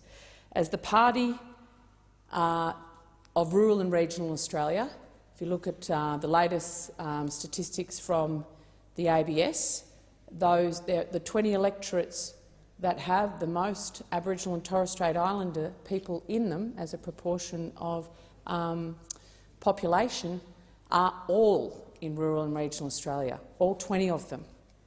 Lingiari, 40%.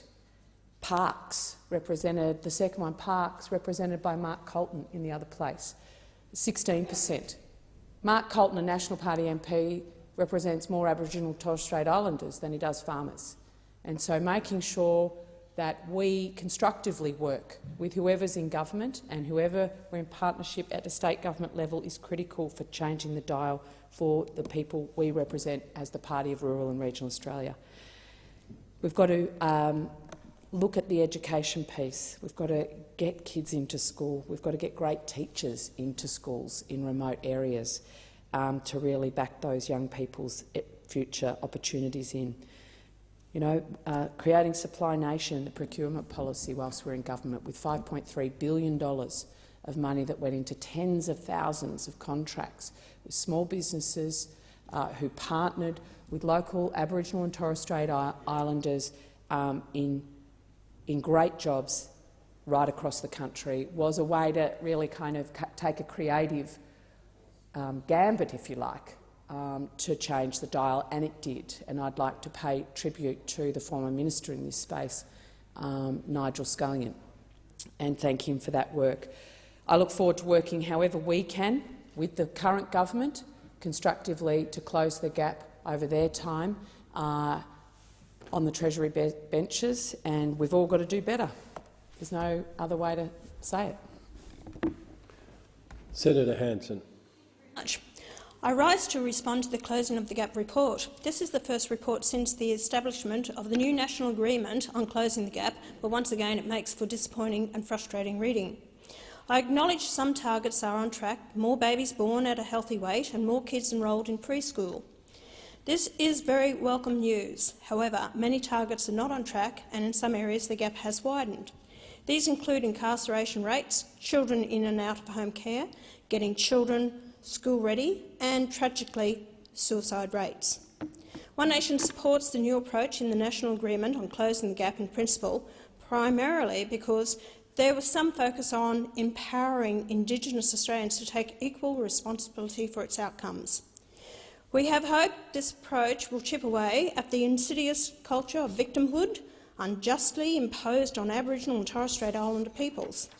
We concede it is early days, but you will forgive my cynicism at the ultimate impact of this new approach, considering the uncounted billions of dollars thrown at these issues for many years with little positive effect. Regardless, closing the gaps is an urgent priority for this entire nation.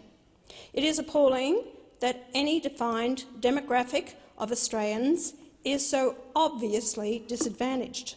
One Nation looks forward to a future when this disadvantage has been overcome, when we are no longer divided or separated by race in any respect, and when every individual Australian's opportunities and prospects are no longer defined by race. We will never close the gaps as long as we continue to indulge the identity politics of racial division and separatism. This is why it is critical that all Australian people unite to stand against it, and they can do so by voting no in the coming referendum on the proposed voice to Parliament. Given the urgency to close the gaps, it is only fair to question why the Albanese government is prioritising such an expensive and divisive proposal, especially considering there is absolutely no compelling evidence the voice will help to close the gap. It is only fair to question if the Albanese government is ignoring a growing chorus of Australian voices, including prominent Indigenous voices, opposing the voice to Parliament. It is only fair to question why the Prime Minister did not apparently seek legal advice before proposing his amendment to the Constitution. This draft amendment is of tremendous concern for the future governance of Australia, because it threatens to unleash a wave of repeated constitutional crises. Constitutional legal minds, much finer than those of Anthony Albanese or Mark Dreyfus, have for months been warning the Prime Minister's draft amendment is absolutely ripe for this potential. As we have seen unfolding this week, this debate is not only causing further division between Indigenous and non-Indigenous Australians, it is dividing Indigenous Australia itself.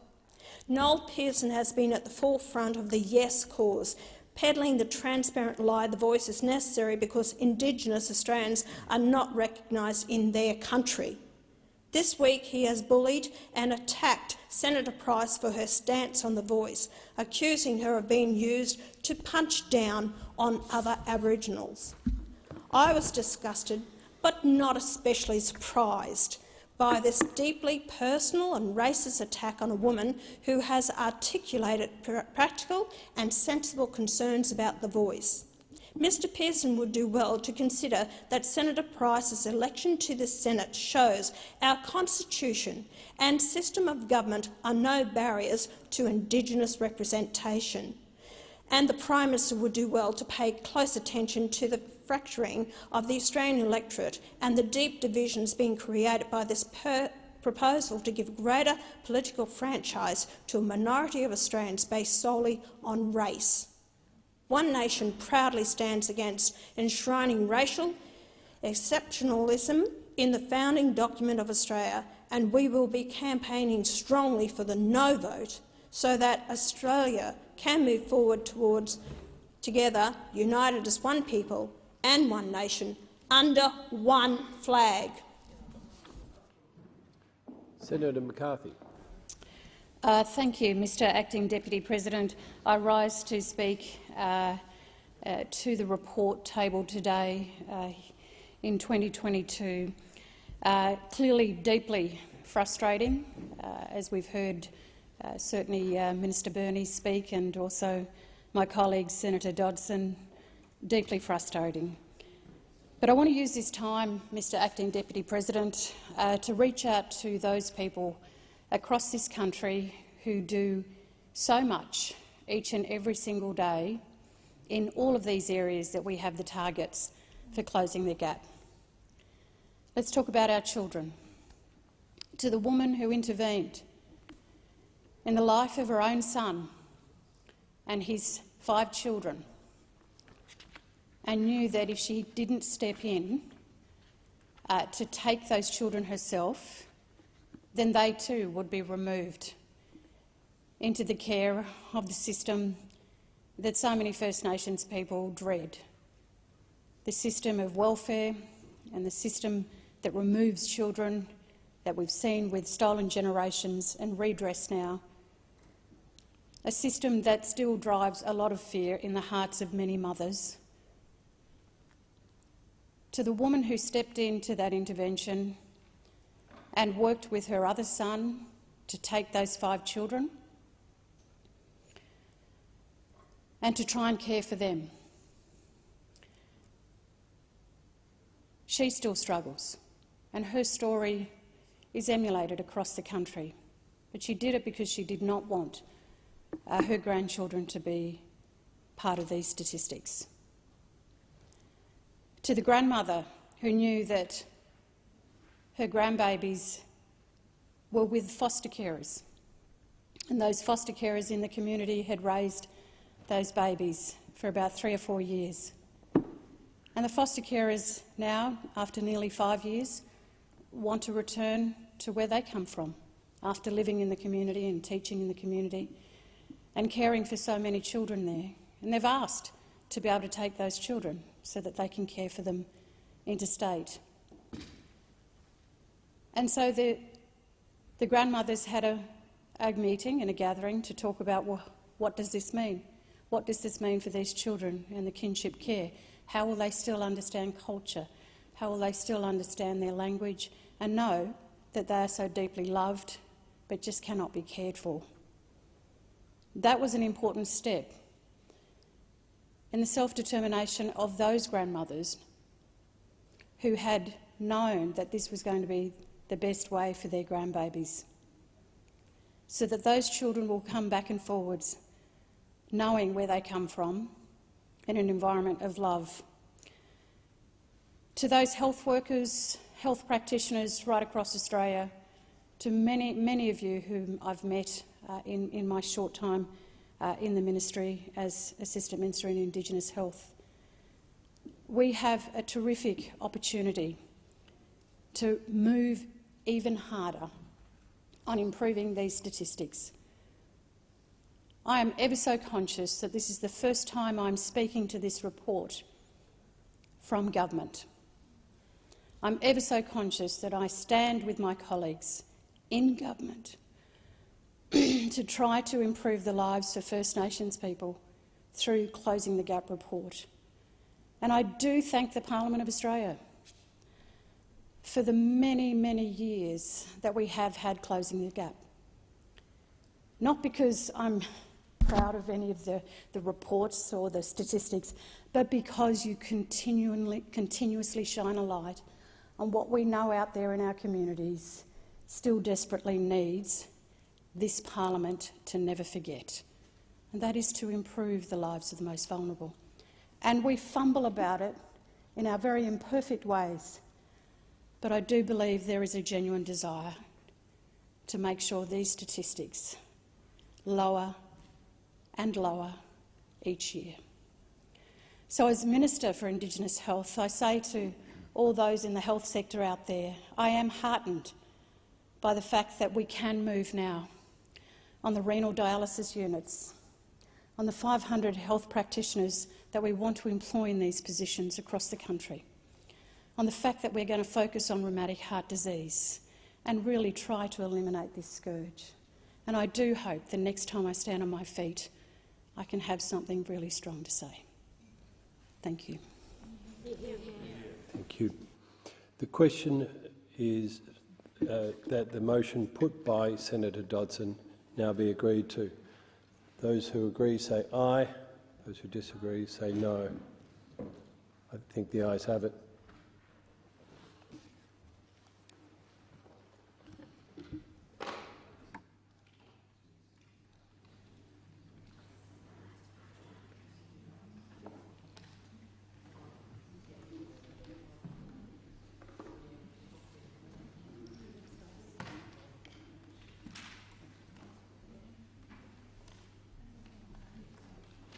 Minister.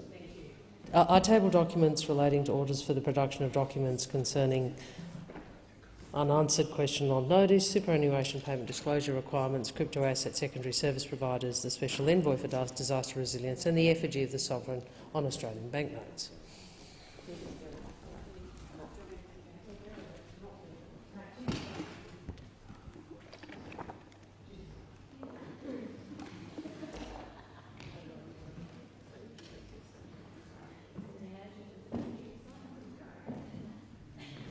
Minister.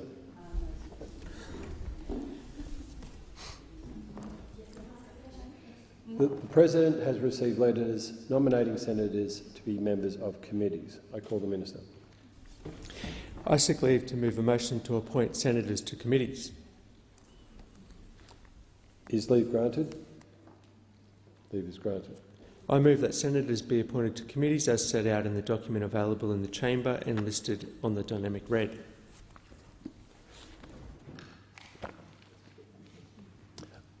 So the question is that those committee memberships be agreed to. Those who agree say aye. Those against say no. I believe the ayes have it.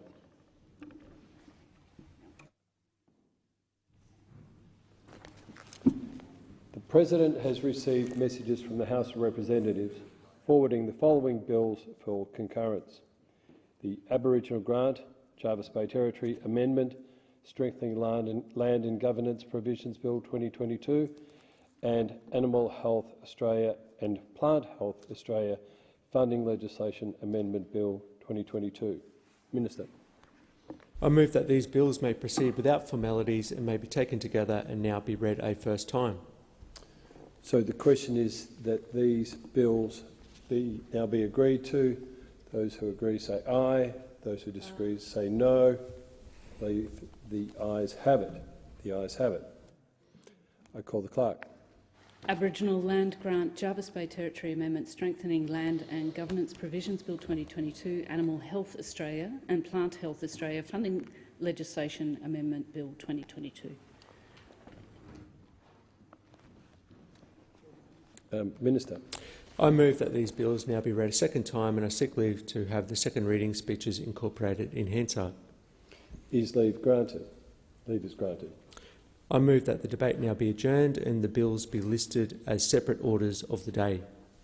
So the question before the chair is that those bills be agreed to and adjourned for another day. Those who agree say aye.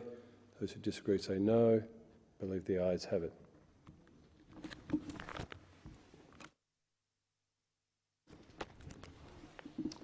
The President has received a message from the House of Representatives forwarding the Higher Education Support Amendment 2022 Measures No. 1 Bill 2022 for concurrence. Call the Minister. I move that this bill may proceed without formalities and be now read a first time. So the question before the chair is that these bills now be read a first time.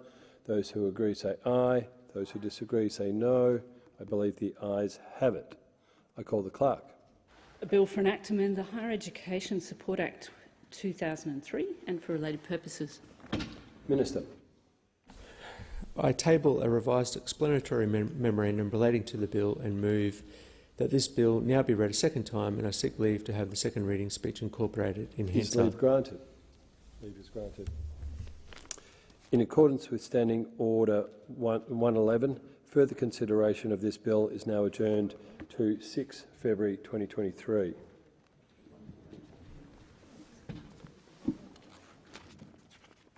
The President has received messages from the House of Representatives forwarding the ozone protection and synthetic greenhouse gas management reform, closing the hole in the ozone layer Bill 2022, and two related bills for concurrence. I call the Minister. I move that these bills may proceed without formalities, may be taken together and be now read a first time. So the question is that these bills now be taken together and read a first time. Those who agree say aye. Those who disagree say no. I believe the ayes have it. Clerk. Ozone Protection and Synthetic Greenhouse Gas Management Reform, closing the hole in the ozone layer Bill 2022. Ozone Protection and Synthetic Greenhouse Gas Import Levy Amendment Bill 2022 and Ozone Protection and Synthetic Greenhouse Gas Manufacture Levy Amendment Bill 2022. Minister. I move that these bills now be read a second time, and I seek leave to have the second reading speeches incorporated in Hansard. Is leave granted? Leave is granted. Minister. I move that the debate now be adjourned. So the question is that debate now be adjourned. Those who say aye, those who agree say aye. Those who disagree say no. I believe the ayes have it. The ayes have it.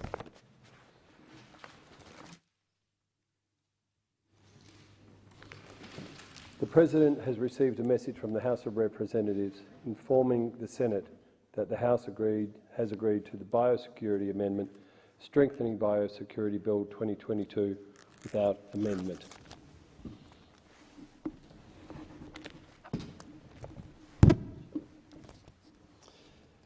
The President has received a message from the House of Representatives informing the Senate that the House has agreed to the amendments made by the Senate to the National Anti-Corruption Commission Bill 2022.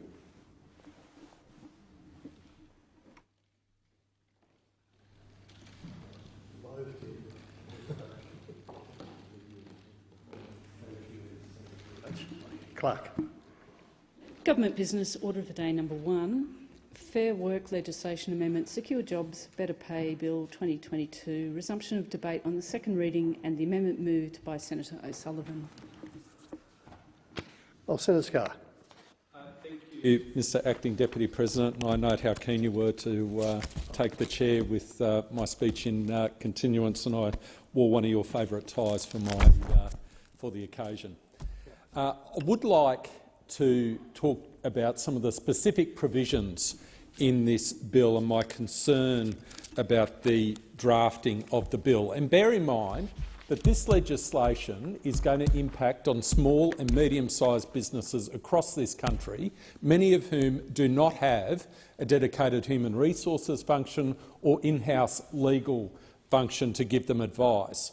And we heard during the debate over the last few weeks that the estimates in terms of consultation advisor fees that the government made and as provided for in the regulation impact statement of $175 an hour are simply underdone, undercooked, not accurate. The reality is small businesses, medium-sized businesses wanting to get legal advice or industrial relations advocacy advice in relation to these measures, which they are going to have to comply with, are looking at a cost just for a junior advisor, a junior consultant, of in the region of $350 an hour. $350 an hour, at least twice as much as that which the government has estimated in its regulatory impact statement. And that is deeply, deeply concerning. If you're going to change the law, if you are going to change the law and put a cost imposition on small and medium-sized businesses, work out what the cost is appropriately. And as has been said by my friend Senator Brockman in the course of this debate, I did exactly the same as Senator Brockman. I rang a small business that provides industrial advocacy services in my home state, in Brisbane, and I was told a junior $350 an hour, someone more senior between $400 and $500 an hour. And yet we have a regulatory impact statement which refers to an estimate of $175 an hour. And that is very, very disappointing, very disappointing. So I want to turn to some of the drafting in the bill, and this is a key clause in this bill in relation to what constitutes a common interest, because it's under this definition that small and medium-sized enterprises may be dragged into an industrial relations dispute. And this is what the definition says. For the purposes of subparagraph 1b Roman 2, examples of common interests, and that's the key definition, common interests, that employers may have include the following: A, a geographical location; B, the nature of the enterprises to which the agreement will relate and the terms and conditions of employment in those enterprises; C, being substantially funded directly or indirectly by the Commonwealth, a state or a territory. And it's up to the Fair Work Commission under the bill to decide on the basis of those criteria as to whether or not there is a common interest. So we then turn to the explanatory memorandum. So for those listening to the debate, the explanatory memorandum is meant to explain what the provisions in the bill actually mean. So then we turn to the explanatory memorandum, and this is what it tells us. Subsection 243(2) would provide examples of common interest that employers may have. This includes the geographical location of the employers, the nature of the enterprises to which the agreement will relate, and the terms and conditions of employment. So the explanatory statement simply restates what's actually in the bill. It doesn't explain anything. It doesn't explain anything. It just restates what's in the bill. So what is one to make of the phrase "a geographical location"? A geographical location. Well, every business in this country is at a geographical location, and putting aside the fact that I guess a location needs to be geographical, I'm not sure what else it can be, what does that mean? Are we talking about businesses which are adjacent to each other or in close proximity within a shopping centre, for example? Are we talking about a suburb? Are we talking about a region? So, for example, is Mount Isa considered a geographical location for the purposes of this test? Or would it be northwest Queensland? Or would it be regional Queensland? Or would it be the state of Queensland? What is the actual geographical location we're talking about that triggers this test? There is absolutely no guidance whatsoever as to what this means in practice. Absolutely no guidance to the Fair Work Commission whatsoever as to what this means in practice. And then we turn to the second limb, the nature of the enterprises. And again, as is the case with a geographical location, the explanatory memorandum just regurgitates what's in the bill. It doesn't actually give a definition as to what nature of the enterprises means. Absolutely no guidance whatsoever. So, paragraph A, a geographical location. Well, I can tell you every single business in this country is located at a geographical location. So where's that lead us? Where's that lead us? And then the second part, the nature of the enterprises.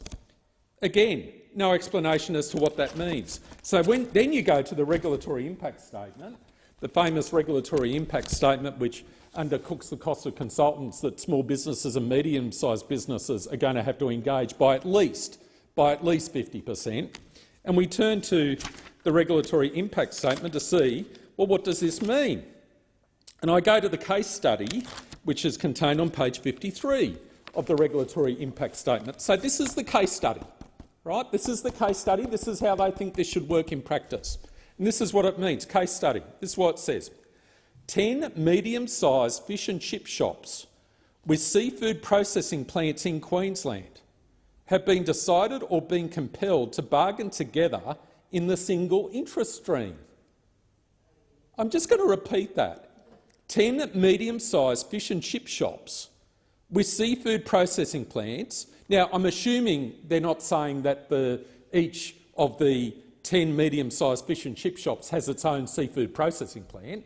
I'm assuming they're not intending to imply that.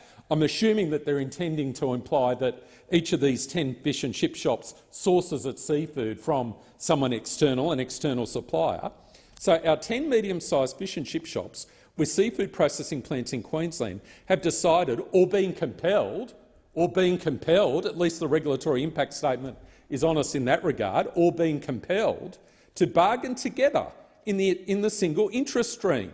Now, for the life of me, Mr Acting Deputy President, and you are extremely well experienced in terms of industrial relations matters, I cannot see any similarity whatsoever with respect to the industrial relations issues raised in a medium-sized fish and chip shop.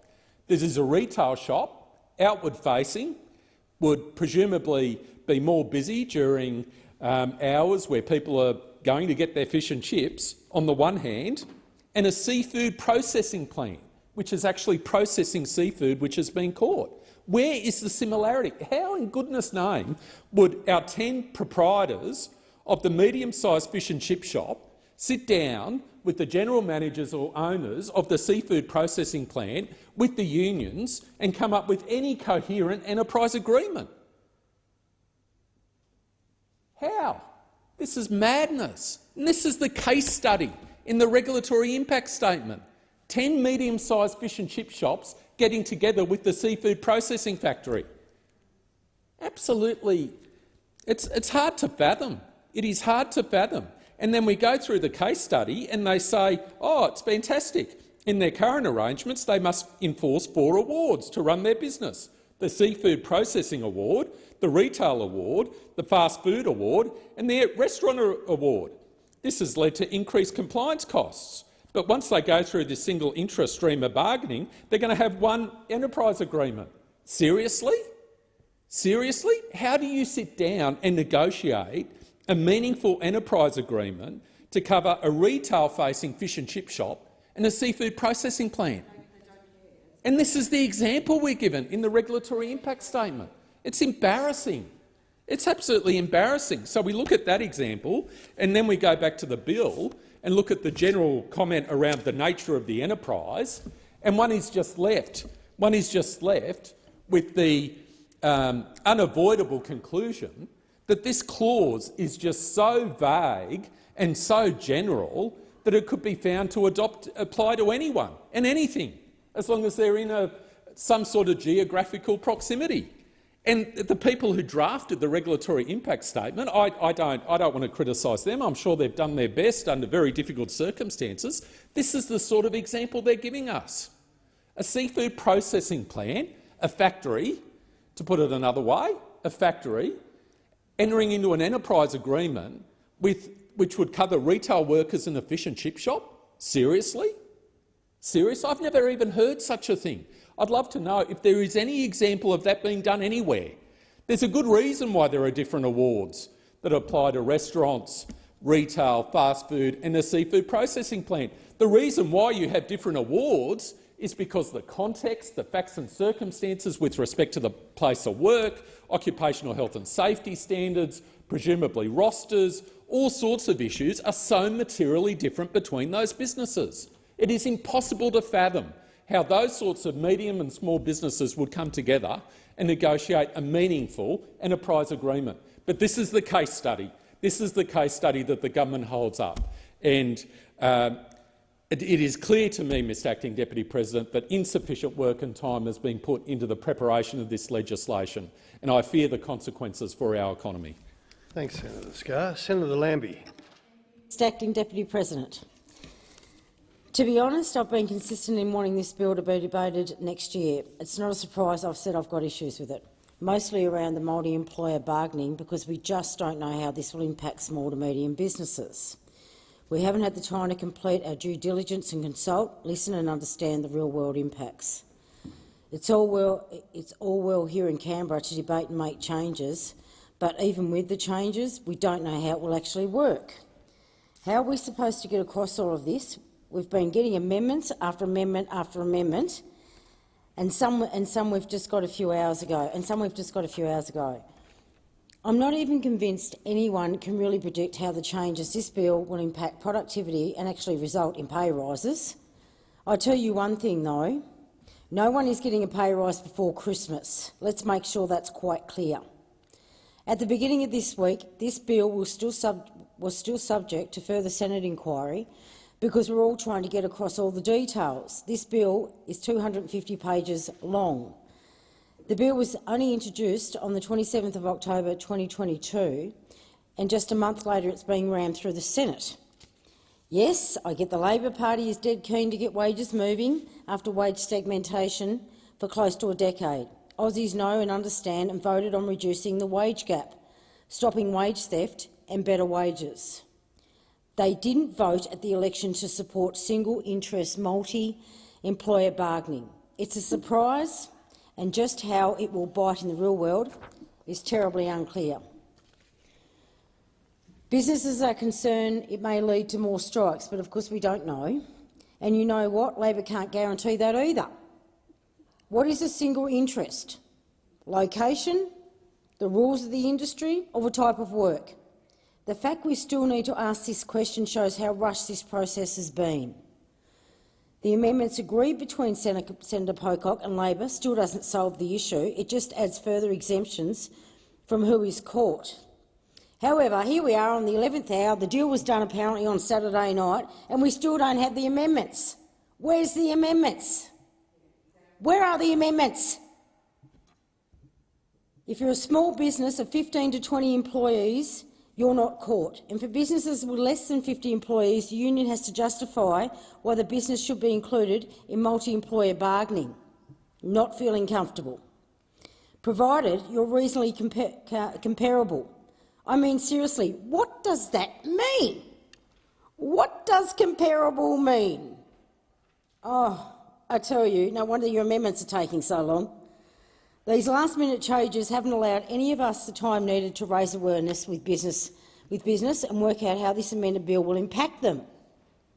It is unclear how it will address the wage crisis and even how quickly, if they happen, pay rises will come, especially to reach the pockets of hard-working Aussies. The costs of living continue to increase. It seems every day everything gets more and more expensive. Since May 2022, there's been 7 interest rates in a row. This means the average home loan of $500,000 has now gone up by $760 a month. And the interest rate, this is what you'll get before Christmas, not a rate rise, you're going to get an interest rate just before Christmas. That's what you can expect. And it's all well and good for Mr Lowe, the RBA Governor, to apologise to Aussie homeowners after he said interest rates were unlikely to rise before 2024. God help all our children out there who have done the right thing, thinking they were investing in their first house, that are more than likely, if they keep going up, being able to maintain that and hold them. I see a massive crisis coming on there, and a fat load that's going to do in helping all those struggling with meeting their mortgage repayments. And it's not just homeowners feeling it. Renters are also having to tighten their belts, because you raise interest rates, that means higher mortgages. Common sense prevail, it means higher rents. And to add to that, Mr Lowe then said that higher wages will mean higher inflation. This means higher gas, petrol and food prices. The high gas prices are a result of bad Liberal government policy and absolute failure to give Australians fair access to a product they already own. There's no way that Australians should be paying the sky-high gas rockets that we are. And it's all because the Liberal government and Labor failed to protect the Australian market and let greedy companies export most of our gas so they could fill their pockets with huge profits. And then profit even more by making Australians pay inflated spot market prices for their own gas. I tell you, this country is in a world of hurt, and it's only just the beginning. And even if wages do rise, paychecks won't increase until next year, and no one can say by how much. So even after this bill passes, wages are unlikely to increase even enough to cover all these hikes in the cost of living, so that Aussies are really better off and getting ahead. I support higher wages. Most people in Australia do, why wouldn't they? But it's got to be paid for by business, so they matter here as well. Can't help if your shop is shut and no one's getting a wage at all. And they're really worried about this bill as well, and so they should be. I want to get wages moving for nurses and aged care workers and childcare workers. The government could have done that the day they got into power. That's what you should have been hitting. That's what you should have been doing. And they could do it today, but they didn't and they won't. The government has been sneaky and dishonest, and they said they needed this bill to do that, and they didn't. They held the wages of low-paid workers back, and they did it on purpose. They're doing a whole lot of things with this bill they haven't properly explained to us, and that's why I've circulated amendments to take these parts out. The government can bring these parts of the bill back next year once we've had time to consider the impacts properly. And I'm not going to wear the responsibility of making the mistakes of this one. The government of the day can do that, but God help you if this time next year people are in absolute crisis, they're not getting their pay rises, there is union strikes all over this country, because I say this to you, that will leave you about a year and a half out of an election, and I don't see that cleaning up very quickly. I don't believe you've got this right. I believe there is a lot of union power in this. It's all about political donations, making sure they keep feeding the piggy bank of the Union Party, or should I say the Labor Party, because that is where we're at. I look forward to standing here next year and holding this Senate back day after day and absolutely plummeting you people over there about the destruction that you have done to this country, because that is where we are heading. And by the way, we still have amendments that we have not seen. Once again, there is still more to come. We are rushing through. This is huge impact on this country. It is going to be a huge impact on this country. And I can tell you now, the way we're all looking at it, most people out there that got some common sense, they know exactly where we're going. We're heading down the gurgler. You've got a problem here, and it's called gas and energy prices. That's your first one. You've got home loans going up through the roof, where our younger kids that thought they were doing the right thing are going to go under. That's where we're at. And if you think an extra $7 or $8 a week, if you get that far by next year, is going to assist, I tell you what, you are living in denial. You are living on another planet. But the way that you have rushed this through, it just blows me away. I thought you were going to be a different government to the last one. But seriously, we're getting 6 months in. 6 months in we're in, and I tell you, we're nearly going back to the good old days of the last 9 years. So good luck to you. I look forward to standing up here at this time next year and watching you all sitting there in silence on the government side, because that is what is going to happen, and trying to explain yourselves. Anyway, I look forward to the committee. I have quite a lot of questions because, once again, we had limited time to ask them, so I look forward to what the Government of the Day is going to say, that the questions that never got answered because we didn't have enough time to get them answered, and didn't just 4 days of an inquiry, seriously? 4 days and 2 hours. That's what we got on this bill. I cannot believe that you haven't learnt from the past what happens when you rush through bills. We watched it for 9 years. We watched it, and this is where we're sitting today, and you're following exactly the same example. Seriously, you've actually learnt nothing. And if you can't see the future, of where this is all going, anybody with common sense can see where we're going to be next year. You seriously should not be the government. Senator Henderson. Acting Deputy President, thank you very much. I rise to speak on the Fair Work Legislation Amendment Secure Jobs, Better Pay Bill 2022. Acting Deputy President, this bill should be called the Fair Work Legislation Amendment Union Workplace Takeover Bill, because that's exactly what this is. One of the most extreme elements of the bill gives unions the right to strike under expanded multi-employer bargaining streams, which constitute an early Christmas present for union bosses and the broader union movement. This will inevitably lead to more strikes across the nation. Labor's so-called handbrake on industrial action, which in reality is like being hit by a piece of wet lettuce, the requirement that employers and unions must enter into compulsory conciliation before legal strikes can occur, is a complete farce. And I absolutely agree with Senator Lambie in her contribution, who said we are all fearful of what's going to happen in the next 12 months. Acting Deputy President, I have had many people say to me, some of whom do not support our side of politics, that this is the biggest own goal that Labor could ever deliver. This is a massive own goal.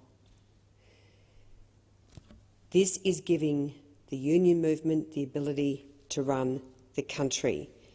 The only exemption from multi-employer bargaining is for businesses which employ less than 20 people.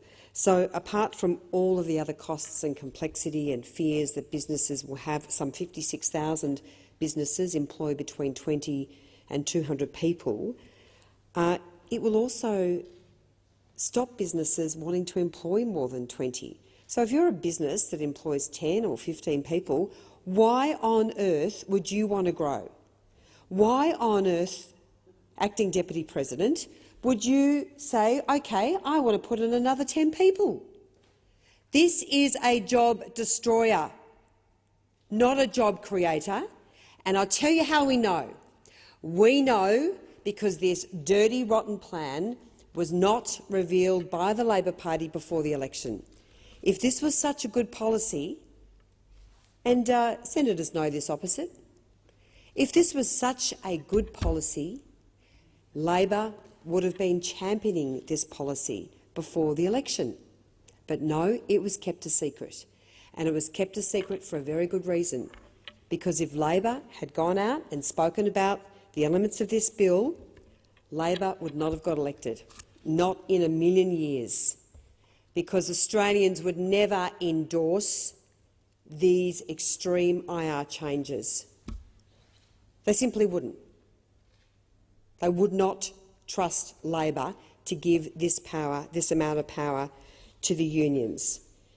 We know, and when we ask for the modelling and estimates, we know that there is not one scintilla of evidence to support the claim that this is good for jobs and good for wages. This is good for the union's game plan. So in reality, the union movement's biggest gift is the election of the most extreme left-wing Prime Minister in living memory, who doesn't have a ticker, who doesn't have the courage, unlike Paul Keating, unlike Bob Hawke, even Kevin Rudd and Julia Gillard, who doesn't have what it takes to stand up to the union movement to get the balance right in the best interests of all Australians. So I condemn this bill in the strongest possible terms. I condemn the fact that this is being rushed through without giving the opposition and the crossbench an appropriate amount of time to scrutinise this bill. I condemn the fact that the very rudimentary committee process has not given Australians a proper opportunity to make submissions in relation to this bill. But I'm only going to confine my remarks to a couple more minutes. But I want to share the response of the Geelong Manufacturing Council. We know that nearly every major employer group across this country has condemned this bill. Even the Geelong Manufacturing Council, which was pleading with manufacturers to be exempt from the bill. So this is the first time I have ever seen the Geelong Manufacturing Council come out and make a very partisan strong. I'll just correct that. This is the first time that I've ever seen the Geelong Manufacturing Council make a very strong statement like this about a government getting a policy wrong. I mean, when we were elected in 2013, Geelong was on its knees, and we worked so closely with the council and with Geelong manufacturers after Ford decided to shut down under Labor's watch, when Alcoa was on its knees. Successive coalition governments worked to get Geelong to where it is now. And this is an extraordinary development that the Geelong Manufacturing Council is calling on the Senate not to pass this bill. In fact, in a letter to crossbench senators, the Geelong Manufacturing Council said that the provisions undermine the system of enterprise bargaining and the comprehensive system of modern awards that have served manufacturing and employees well for decades.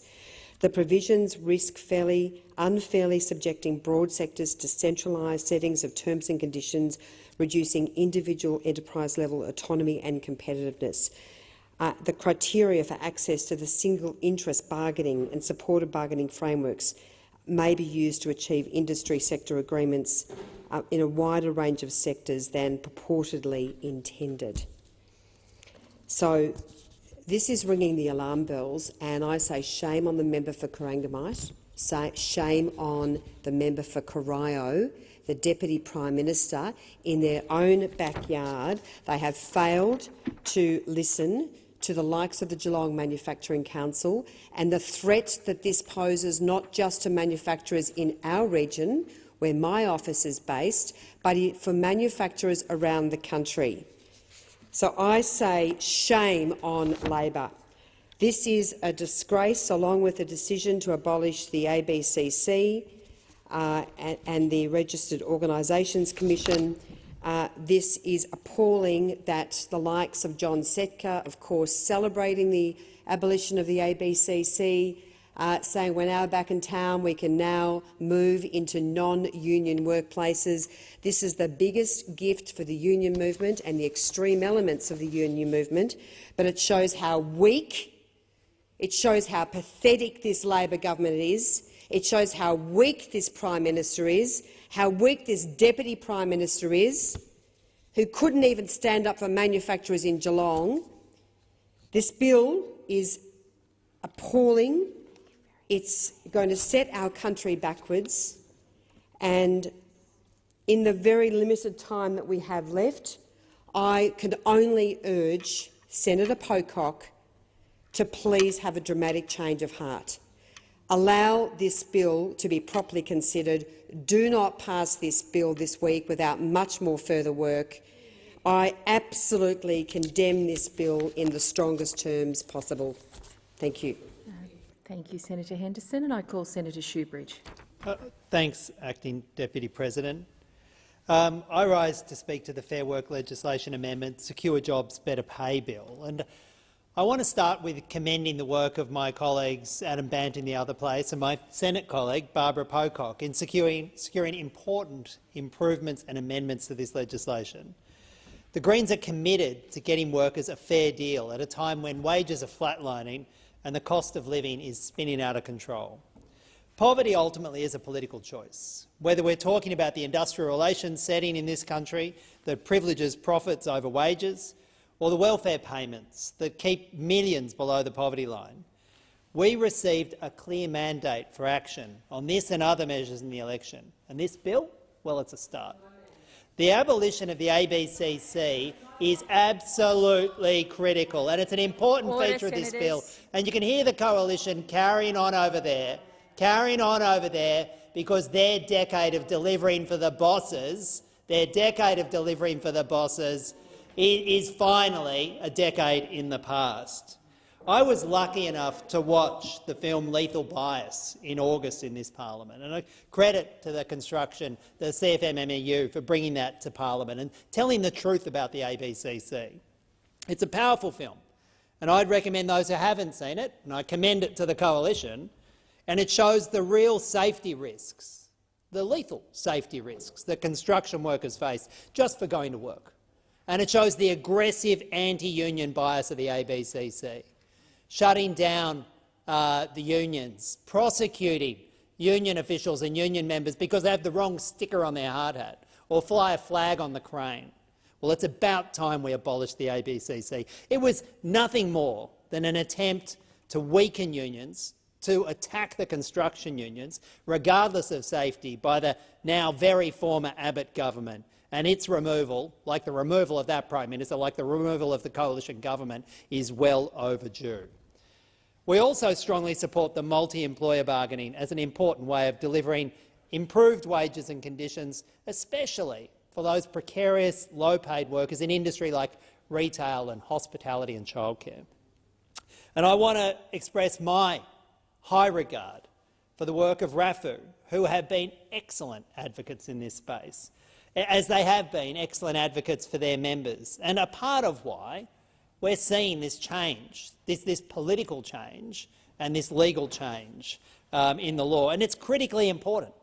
It is critically important to ensure that no low-paid workers, no workers will go backwards with the passage of this bill, because we know already millions of workers are doing it tough, and a serious rebalancing is needed solely in favour of those workers across the country who need a fair wage. And it was always the Greens' goal. It was always the Greens' goal. As we reviewed this bill and sought amendments to it in the other place than here, it was always our goal to ensure that no worker was worse off. And that's why I particularly want to commend the work of my colleagues, their work on ensuring, for example, that there are secured guarantees that parents will have for an enforceable right to request unpaid parental leave. And I credit Senator Pocock with that work. And I also credit the work of Adam Bandt and the team that protected the existing Better Off Overall test, the BOOT test, and especially its coverage for prospective workers. The legislation, as originally drafted, would have removed prospective workers from those protections contained in the BOOT, the Better Off Overall test. And that almost inevitably would have seen those workers having lower wages and worse conditions than even applied under a modern award. A real danger in the original drafting of the bill, and thank goodness for the negotiations and the work and the amendments of the Greens to remove those provisions from the bill and protect the BOOT test. So let's be clear. This will be an important win for workers, especially those low-paid workers. It's a good check on the work that we're doing in this place to do our own BOOT test on the legislation. And this legislation well and truly satisfies that test. Workers will now have an enforceable right to unpaid parental leave. There'll be better work-life balance. They'll be able to be multi-employer bargaining to lift wages, especially in sectors like retail, hospitality and childcare. That's a really good start, but there is so much more to do. To those out there who are doing it tough, working full-time and still struggling to afford rent and bills, we hear you. And we're working to get laws for workers, not just those designed to deliver corporate profits or the increased returns for billionaire shareholders. And I've got to tell you, there's a long list of work still to be done with this. Whether it's sick leave for casuals, or it's a move away entirely from casual and insecure work towards solid wages and conditions for all workers, and moving towards a 4-day working week where we finally get the balance right between work and our families and our social lives. But for now, we're going to stare down the rhetoric and the attacks and the inflated, angry response from the coalition and their few billionaire mates who are opposing this legislation. And we're going to legislate this bill, and we're going to take that first serious step towards making work fair in this country. Thank you very much, Senator Shoebridge, and I call Senator Tyrrell. Mr. President, I rise to speak on the Fair Work Legislation Amendment Secure Jobs Better Pay Bill 2022. We've been saying since the very start that we're happy with the majority of the bill. Even more than that, we're happy with 85%. We're happy to support the changes around low-paid workers in feminised industries and low-paid workers more broadly. I'm on board with this. I've worked in low-paid jobs myself. I've actually got family members who are in the paddocks and the factories. They're doing low-paid jobs right now. My partner works in aged care. So believe me, I know how hard it is to make ends meet. I'm here in this place because I want to make good laws that support people who are struggling, but I don't think this is a good law. Not all of it, anyway. This is good law bundled with bad law, and it could be made better, but it won't be. It promises things it will never deliver. I wish the government was right when it says that this is all that's standing between low-paid workers and a pay rise before Christmas. I don't believe that at all. That's less than a month away. We all know that won't happen, and I'm sorry the government has made this false promise. What also makes me upset is that the changes this bill is making go far beyond what the government said it will do. And the government has pushed these major changes through in a really sloppy way. The government has been a little tricky. There are changes in this bill that they didn't tell us they'd be making, changes they didn't tell the voters about during the election campaign. This bill will change how employees work with their employers on reaching an agreement about pay and other entitlements. It will change how businesses work with each other to bargain with their employees. It will change who regulates the building and construction industry and registered organisations. It will change how and when strikes can take place. People have raised concerns with us about some of these changes. We were told that the wishes of small business and their employees could be vetoed by unions, even if those employees aren't part of the unions. We were told that some employees would be worse off with the changes to flexible work arrangements. Those employees are on a good wicket at the moment. They don't want these changes, but they'd have to go along with it. We were told that an employer would be included in a bargaining process, even if they didn't want to be. These things don't seem fair to me. I don't understand why one side should have it better than the other. We shouldn't be favouring unions over business. We shouldn't be favouring business over unions. I think there should be equality between both sides in a workplace bargain, and that bill doesn't do this. That's why we wanted the government to split this bill. We were happy to pass the 85%. But there's a whole bunch of changes that will be coming with this bill that we wanted more time to look at. We wanted to look more closely at the concerns that were raised with us, concerns like those I just mentioned. Maybe we need all of these changes. The government certainly thinks we do. They think if we don't support it, we aren't in favour of getting wages moving. Well, I don't agree with that. I'm in favour of higher wages, of better awards. I'd be happy if the government used its power to make those kind of changes as soon as possible. But I can't stand here with my hand on my heart and say that I agree with all the changes this bill makes. I can't honestly tell you that you'd be better off. The parts of this bill that don't work can be fixed, but that takes time, and it's what we have been denied throughout this whole process. We need time to get this right. I don't want to get something like this wrong. It's not just me. The negotiations on this bill have been hard. The minister will be the first one to tell you that. I want to talk a bit about the process now because that's important too. The bill is 250 goddamn pages long, and we've just had a month to consider it. A couple of weeks after the bill was introduced, the government put up 150 amendments in the other place. 150 of them. That came to 34 pages. This means the government has asked us to consider almost 300 pages of changes to the industrial relations system in the last month. These aren't little changes. They are fundamental changes. And that's not it. There'll be more. The government will be putting up a bunch of other amendments that will get Senator Pocock over the line. I haven't seen these amendments yet. How am I supposed to satisfy myself that my vote is in the best interests of the people of Tassie, employees and employers? I'm sorry to say it, but this whole process has been a bit of a mess. Why didn't the government just try to get this right the first time? If the government took the time to draft this legislation well, if it gave us time to consider these changes in detail, maybe I wouldn't be standing here saying I'm going to be abstaining. I cannot, in good conscience, endorse a bill that has been amended in terms I haven't seen, that I haven't been given the chance to see.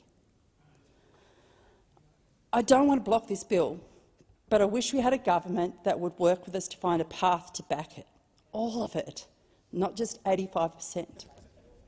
If the government had worked with us slowly and carefully, maybe they wouldn't have needed to introduce 150 amendments in the House and more in the Senate.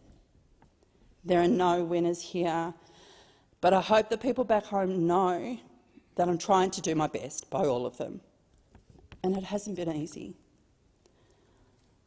My hope is that these concerns that have been raised with us have been addressed through the amendments in the other place and through the amendments Senator Pocock has secured. I guess we'll just have to wait and see. Thank you. Thank you, Senator Tyrrell, and I call Senator Reynolds. Thank you very much, Acting Deputy President. I too rise to speak on the Fair Work legislation amendment, and I can hardly say the words secure jobs and better pay bill because it will do neither. And Senator Tyrrell, bravo to you. That was a great articulation of everything that is wrong with this bill and the utter disgrace it is. And I'm absolutely— many of my colleagues have gone through the many ways that this is destructive, duplicitous, lack of transparency, consultation for the largest change to our IR system in over 30 years. And the government is introducing, as we've heard, 250 pages of legislation that this place has had less than a month to review, 150 amendments, plus all of these nurses' ball amendments that Senator Pocock has, with the greatest degree of hubris I've heard in this chamber in 8 years, that he is suddenly riding in on a big white horse to save us all from having to do the job that we do very well, to scrutinise important, significant legislation for this nation. And all I could help thinking about last night, listening to Senator Pocock's quite extraordinary contribution to this debate, where he referred to himself over 100 times. I've never heard anybody talk about themselves so much in a speech. But it was like he was coming in, this great activist, to come in and to save Australian workers, as if he is the only person in this place who wants people to have jobs and to have good conditions and as high wages as can be afforded.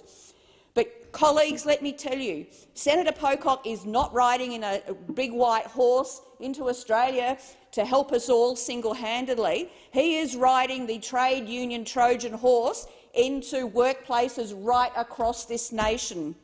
And it is a disgrace. And sadly, Senator Pocock, the way you have behaved on this legislation, it was clear last night you believed what you were saying, that you can have consultations on behalf of the ACT. Reynolds, just remind you to make your remarks to the chair. Thank you. Senator Pocock can say that he's saving the people of the ACT through the few consultations he's had with businesses here in the ACT, and somehow it's okay to do that on behalf of all other Australian workers. Well, through you, Chair, I say this to Senator Pocock. This will be your legacy in this place. As Senator Tyrrell has said, this will have devastating consequences. It has not been properly considered. You have decided, because you are in a very, very important position in the balance of power as a new senator, and you have used it. Now, in one sense, I hope that you have genuinely been duped by Labor and the ACTU on these nurses' ball deals and amendments that you've done that we have not yet to see. And I hope that you've duped and it's not the 30 pieces of silver. Either way, whatever reason it is— I just remind you once again to make your remarks to the chair and to be careful in refraining from— I will. I hope instead of any other alternative, I withdraw that expression. Instead of any other intention— Reynolds, you haven't got the call yet. Just reminding you to think about the words before you speak and to impugn another senator by allocating a motive. We've had a bit of a riff on that today, so we might avoid that if possible. So if you would like to continue your remarks, just please be mindful of those 2 points. I withdraw that, and I'm sorry I got a bit carried away with my anger at this bill and what has been done by those opposite, the Greens and Labor, with the support of a new senator to this place, well-intentioned, but who I believe has been completely duped. And I hope it is just duping and nothing else. So this bill is of great concern to Western Australians, and unfortunately there has been no opportunity for West Australian businesses, large and small, to actively engage and comprehensively provide submissions and input into this process. Because, again, this place, those opposite, with the support of Senator Pocock, have denied the normal processes. So I say shame on all of you, because we know what is going to happen. It will not result in an increase in real wages for Australian workers. It will increase exponentially the activism and the reach of trade union movements, which of course is what this was all about. And Senator Polley gave away the game last night when she interjected, when one of my colleagues was commenting that this hadn't been consulted. And Senator Polley interjected by saying, well, of course, we're the Labor Party. What else did you expect we were going to do? And I think that says it all about the ethics and the behaviour of those opposite on this bill. So I too say through you, Chair, to Senator Pocock, as other speakers have done, it is not too late to say, I was wrong, we do need more time. We need time to go through the legislation, for the committee to do further scrutiny, for all Australians to have the opportunity to engage, those who want to, and for this place to do what it does best on behalf of all Australians, and that is scrutinising legislation and amendments in a careful, deliberate way on a bill that will be the most consequential on Australian workers in the last 30 years. So for all of those reasons, and all of the reasons that my colleagues here have in great detail said why this is such bad legislation. I would urge those opposite. It is not too late, because this is not in the best interests of Australian workers. Thank you. Thank you, Senator Reynolds. Senator Duniam. Acting Deputy President, and I wasn't intending to give a contribution to this important debate, but I received a letter today which made me think I should actually make sure that these views are put on record. And I won't be taking up too much of the chamber's time, for I know it is short. But it was a letter we received, all Tasmanian senators received today, from the Launceston Chamber of Commerce. And I think it is important to put this on record, given the contents of the letter.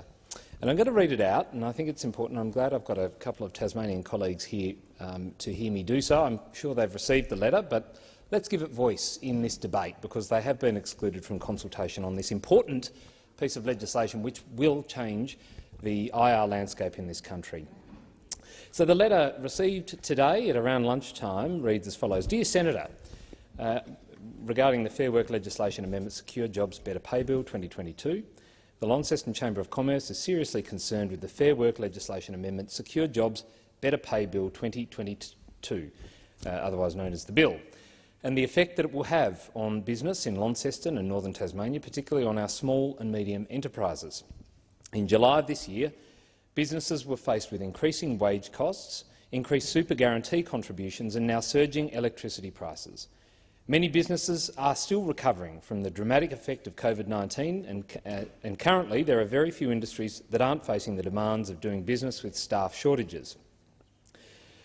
With the cost of living increasing, it's expected that discretionary spending will drop, and as a consequence many of our small and medium businesses will see a drop in revenue. The last thing businesses need is rushed new rules and more red tape. According to an article in the Australian Financial Review, the regulatory impact statement prepared by the Department of Employment and Workplace Relations showed that small businesses can expect the bargaining process to cost on average $14,638. For medium businesses, $75,148, and large businesses, $94,311. These are costs that businesses may not be able to afford and may seriously jeopardise the future of businesses, particularly small and medium businesses in northern Tasmania. In addition to the above concerns, we're equally concerned with 1. the pace at which the bill has progressed through the parliament, 2. and while we appreciate that amendments to the bill will see businesses with 15 staff or less excluded from the bill, it still means that small businesses with over 15 employees will be forced to adopt workplace arrangements and pay rates that they have had no role in negotiating.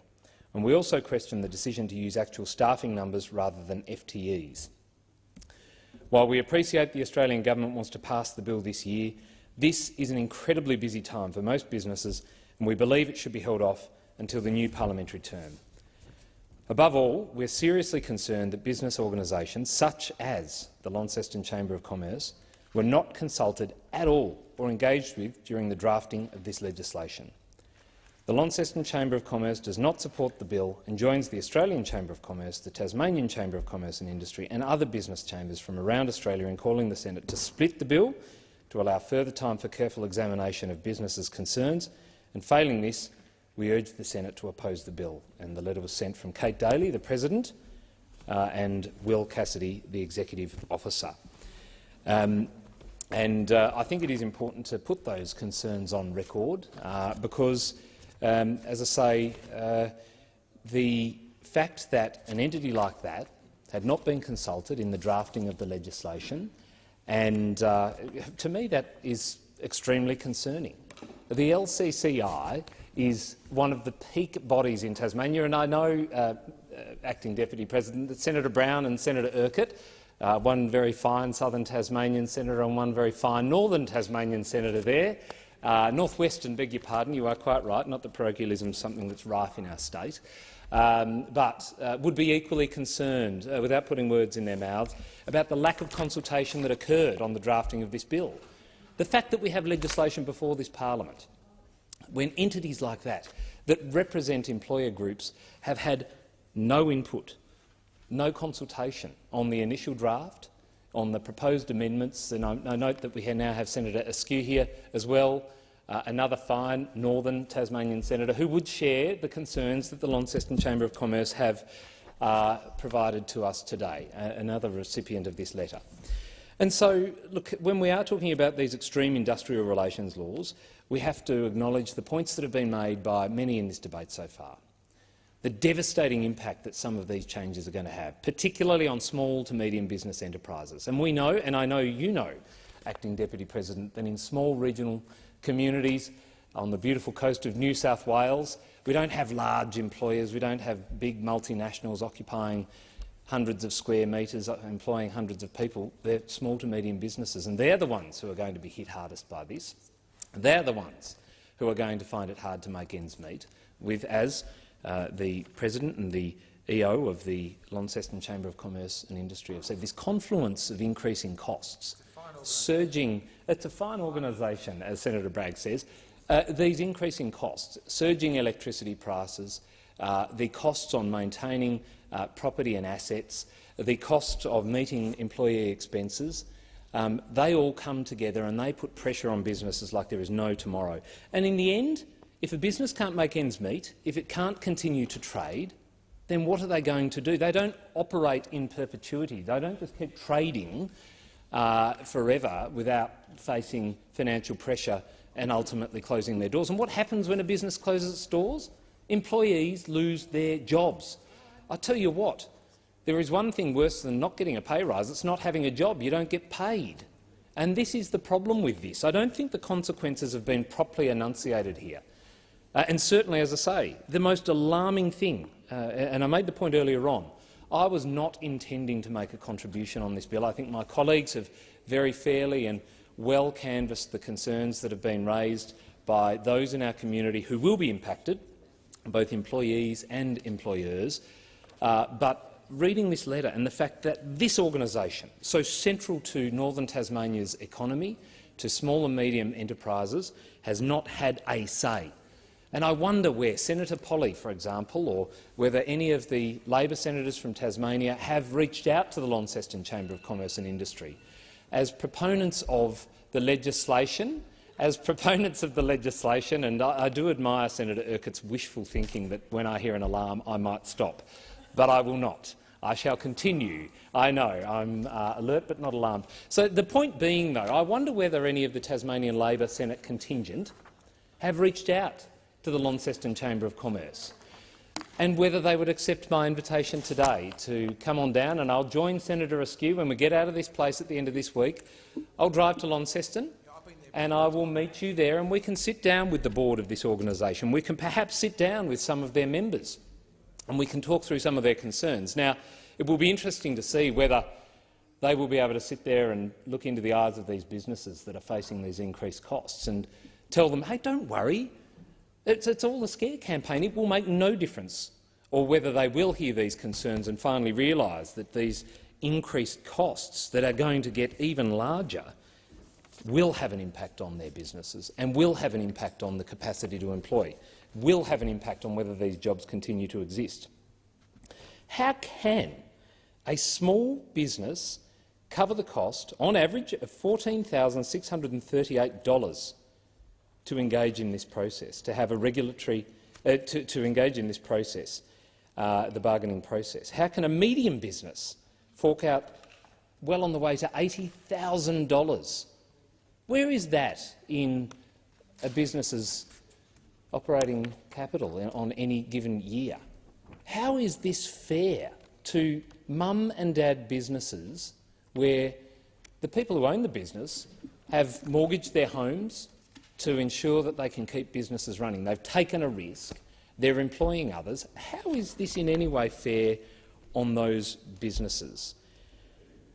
It is the opinion of the opposition, and I'm sure organisations like the Launceston Chamber of Commerce, that these changes will result in more industrial action.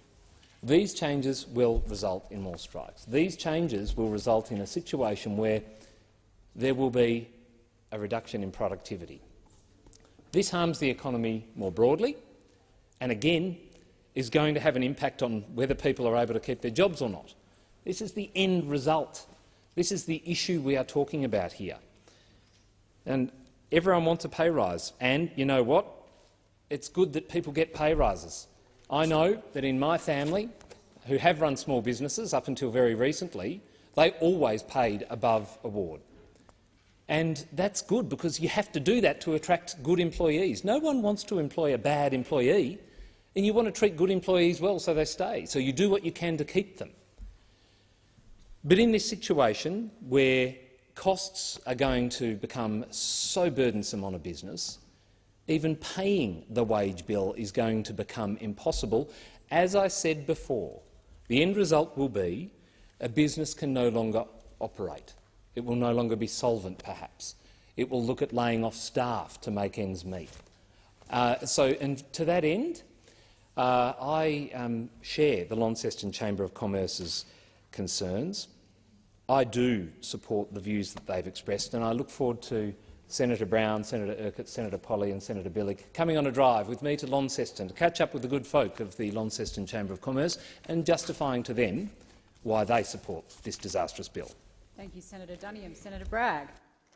Much, Madam Acting Deputy President, and this is an important opportunity for all of us to make some remarks on this bill, and this bill, which is part of the Labor government's agenda for business, apparently, for driving the economy, and this is one of their major initiatives. Now, I've often referred to this government as the government for vested interests, TM, trademark, perhaps at some stage. And the reason I call it the government for vested interests is because, it'll catch on, don't worry, because if you are a class action law firm, or you are a super fund, a big industry super fund, or you're a union, you go to the top of the list. Your log of claims, your grievances that you may have about your legal situation are considered very carefully by this government. If you're a punter, you're a consumer, you've got no chance of getting your issues examined by this government, because these organisations, who are fellow travellers with the Labor Party, some of them are financial fellow travellers, some of them are social groupies, perhaps, they are dominating this government's agenda. Now, I'm not a terribly partisan person, and I have sometimes agreed with the Labor Party over the years. But you have to say that the budget, which is supposed to be the centrepiece of any government's overall economic strategy, was extraordinary in its lack of focus on small business and extraordinary in its lack of focus on driving private investment and growth. And that is because when you are solely focused on working through a log of claims from various bloodsuckers and rent seekers, that you miss the broader economic issues that the country faces. And so what the budget did not have was a set of policies to drive enterprise, a set of policies to drive small business. Instead, we see a hodgepodge of random pieces of legislation which have clogged up this parliament, which have all been written down at Trades Hall or Cassenden Place, or wherever all the super funds people live, or down at the class action law firms. And the manifestation of being the government for vested interests is legislation for vested interests. Now, about 120 years ago, there were these two countries called Australia and Argentina, and they were both similarly quite wealthy. And Australia and Argentina went down very different tracks in the 20th century. In the main, Australia has been run generally quite well by people that were prepared to take a broader view, take the public interest into account when creating economic policies. I mean, some of those policies have been bad, but I think they were genuinely created with the view to take the public interest into account. Meanwhile, our friends in Argentina had their governments overrun by vested interests, small cabals of people and groups that put their narrow first interest, their narrow self-interest ahead of the national interest. They put themselves at the centre of the economic and policy settings of that country.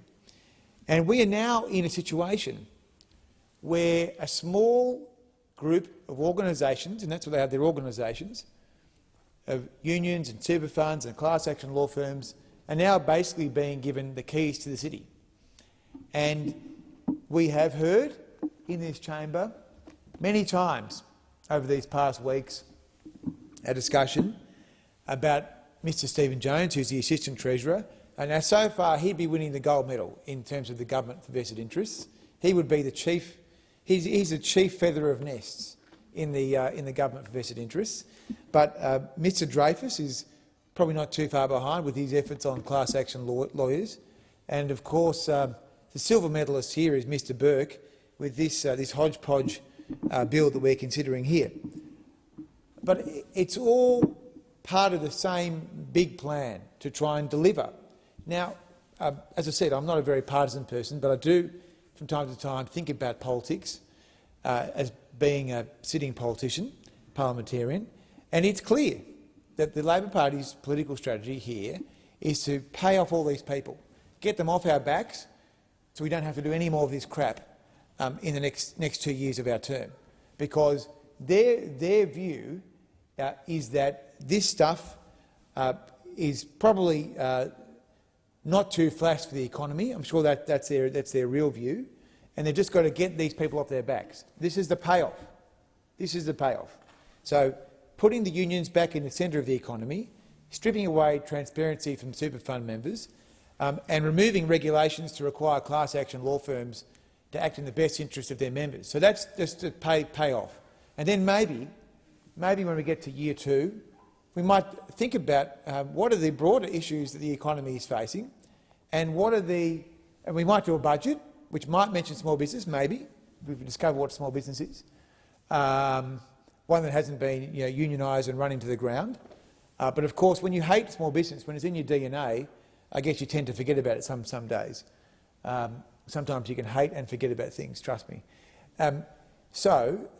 We might see a budget that mentions small business.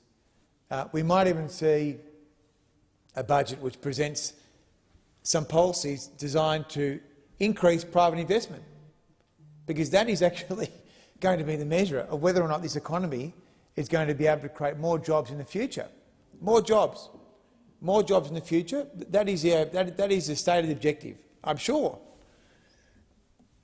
And of course, wages, higher wages we hear about. Now, I've got to say, of all the strange things that people get away with in this building, this is perhaps the greatest of them all. The unions and the Labor Party talking about their concern about wages. But of course, if they were really worried about wages, they would have listened to Mr Kennedy's address to Senate estimates, where he has said that 80% of the wages increases which are projected in the budget are eaten by increases in compulsory super. So here we are again, another scheme to enrich and re-feather the nest. I mean, it's a pretty good nest. I tell you what, it's a pretty flash nest. It's warm, get you through a Canberra winter, and it's a nice nest. But the nest is eating up the wages increases. So they come into the chamber and talk about their concerns about the lack of wages growth. Well, 80% of the wages growth is not actually going to the workers. It's going off to the bloodsuckers at the super funds to charge high fees on it into a locked box that they can't get access to. But of course, that is a blind spot to these people. The Labor Party has a series of blind spots. And of course, in the budget we see this hilarious policy called the Housing Accord, which is basically that we will pay the super funds $350 million to buy people's houses and build people's houses, perhaps. This is on top of the $150 billion that they receive each and every year in compulsory contributions, as measured by APRA. So we're going to give the super funds more public money to own houses, own the people's houses. But of course we're against the people using their own super to have their own house. So they are so blinded by the propaganda and the ideology that they've eaten and consumed for 30 years, which has now pushed and recirculated by the vested interests, which make huge donations to their party, and of course are filtered through the super funds. And this takes us back to our other favourite issue, the removal of transparency from the super funds. So Mr Jones's first act as the Assistant Treasurer was to remove transparency from the super funds. So by the end of this decade, $30 million will be paid from the super funds into the unions. $30 million. But Mr Jones has now made a regulation which covers that up. Now, people are now getting their annual statements, their member statements from their super funds. I got one today. And it's now aggregated, so you can't actually see how much money is going where. Under our regulation, you could see, OK, I'm in super fund A, and it's sent $3 million to this union, it's sent $5 million to this related party, and now you can't see any of that information. So it is a very good example of the distorted priorities of this government of vested interests. But in relation to these matters, you'd have to say that the king, or maybe the chief of the vested interests, is probably the ACTU. It could be, though, it could be the CBUS Super Fund. They have a fellow called Mr Wayne Swan is their president, and he's also the president of the Labor Party. And so he's been out in the media this week saying that the CBUS Super Fund will be giving $500 million of their money to the Housing Accord, which we have no idea how it will actually work. But I'm thinking maybe he could have some inside information, because he's got the dual hat thing happening. He's running the Labor Party and he's running the CBUS Super Fund, so he must know how the scheme works before the rest of the market knows, which is another example of these vested interests. But of course, in relation to this bill, this is designed to smash small business. Labor hates small business, they always have, and they've always hated the idea that there are no union officials on these sites. And this is designed to try and turn the clock back, not to try and create any jobs, certainly not designed to create a higher wage environment. I mean, if they wanted to do that, then they would have made the super system voluntary in some form. No, this is really about ensuring that there is a role and relevance and funding for their greatest cash cow, the unions. And when the Labor Party talk about a donation reform and a campaign finance reform, I always think that's a great thing to hear about, because, of course, they always want to try and capture the political parties but leave out the key campaigners, the people with the most money who run campaigns in this country, the unions, the super funds and all their other fellow travellers. I mean, personally, I think we are going in the wrong direction on this particular issue. I've long favoured the idea of a very simple, very clean small business award with basic conditions that protect people from exploitation and whatnot. But we are going in the wrong direction. We are going for the full re-regulation by putting these vested interests back at the centre of negotiations. I mean, why would a business, a small business, that doesn't have any members of the union, that doesn't want to have anything to do with the union, have to negotiate with the union? I mean, it's absolutely insane. To think that 10% of the workforce now is covered by unions, and we're trying to turn ourselves into a nimble, agile economy, competing with the rest of the world, trying to attract marginal capital and trying to attract the best minds the world has to offer. And here we are trying to bung up the economy with all these additional obligations to bring the past back into the future. I mean, it is just absolutely insane. But as I say, when your frame of reference is, well, we don't put small business in our budget, therefore we don't care about it, we historically haven't liked it, it's probably not a great surprise that here we are saying, OK, we're actually now going to bring the unions back into the small business world. But of course, the whole idea of multi-employer bargaining, which is estimated to cost up to $23,000 for a small business, which is a significant sum for a small business. I mean, when you've only ever spent your whole life working for the public service, I guess you don't really have any sense of that. Of course, it would cost $130,000 for a medium business and even more for a large business. But I mean, the principles apply. I mean, the segmentation between large and small I've always thought was quite weird. I mean, we want small businesses to become large businesses. There's nothing wrong with big businesses. Certainly, multinational corporations that do things like engaging in base erosion and tax evasion should be brought to heel. But there's nothing wrong with the big business.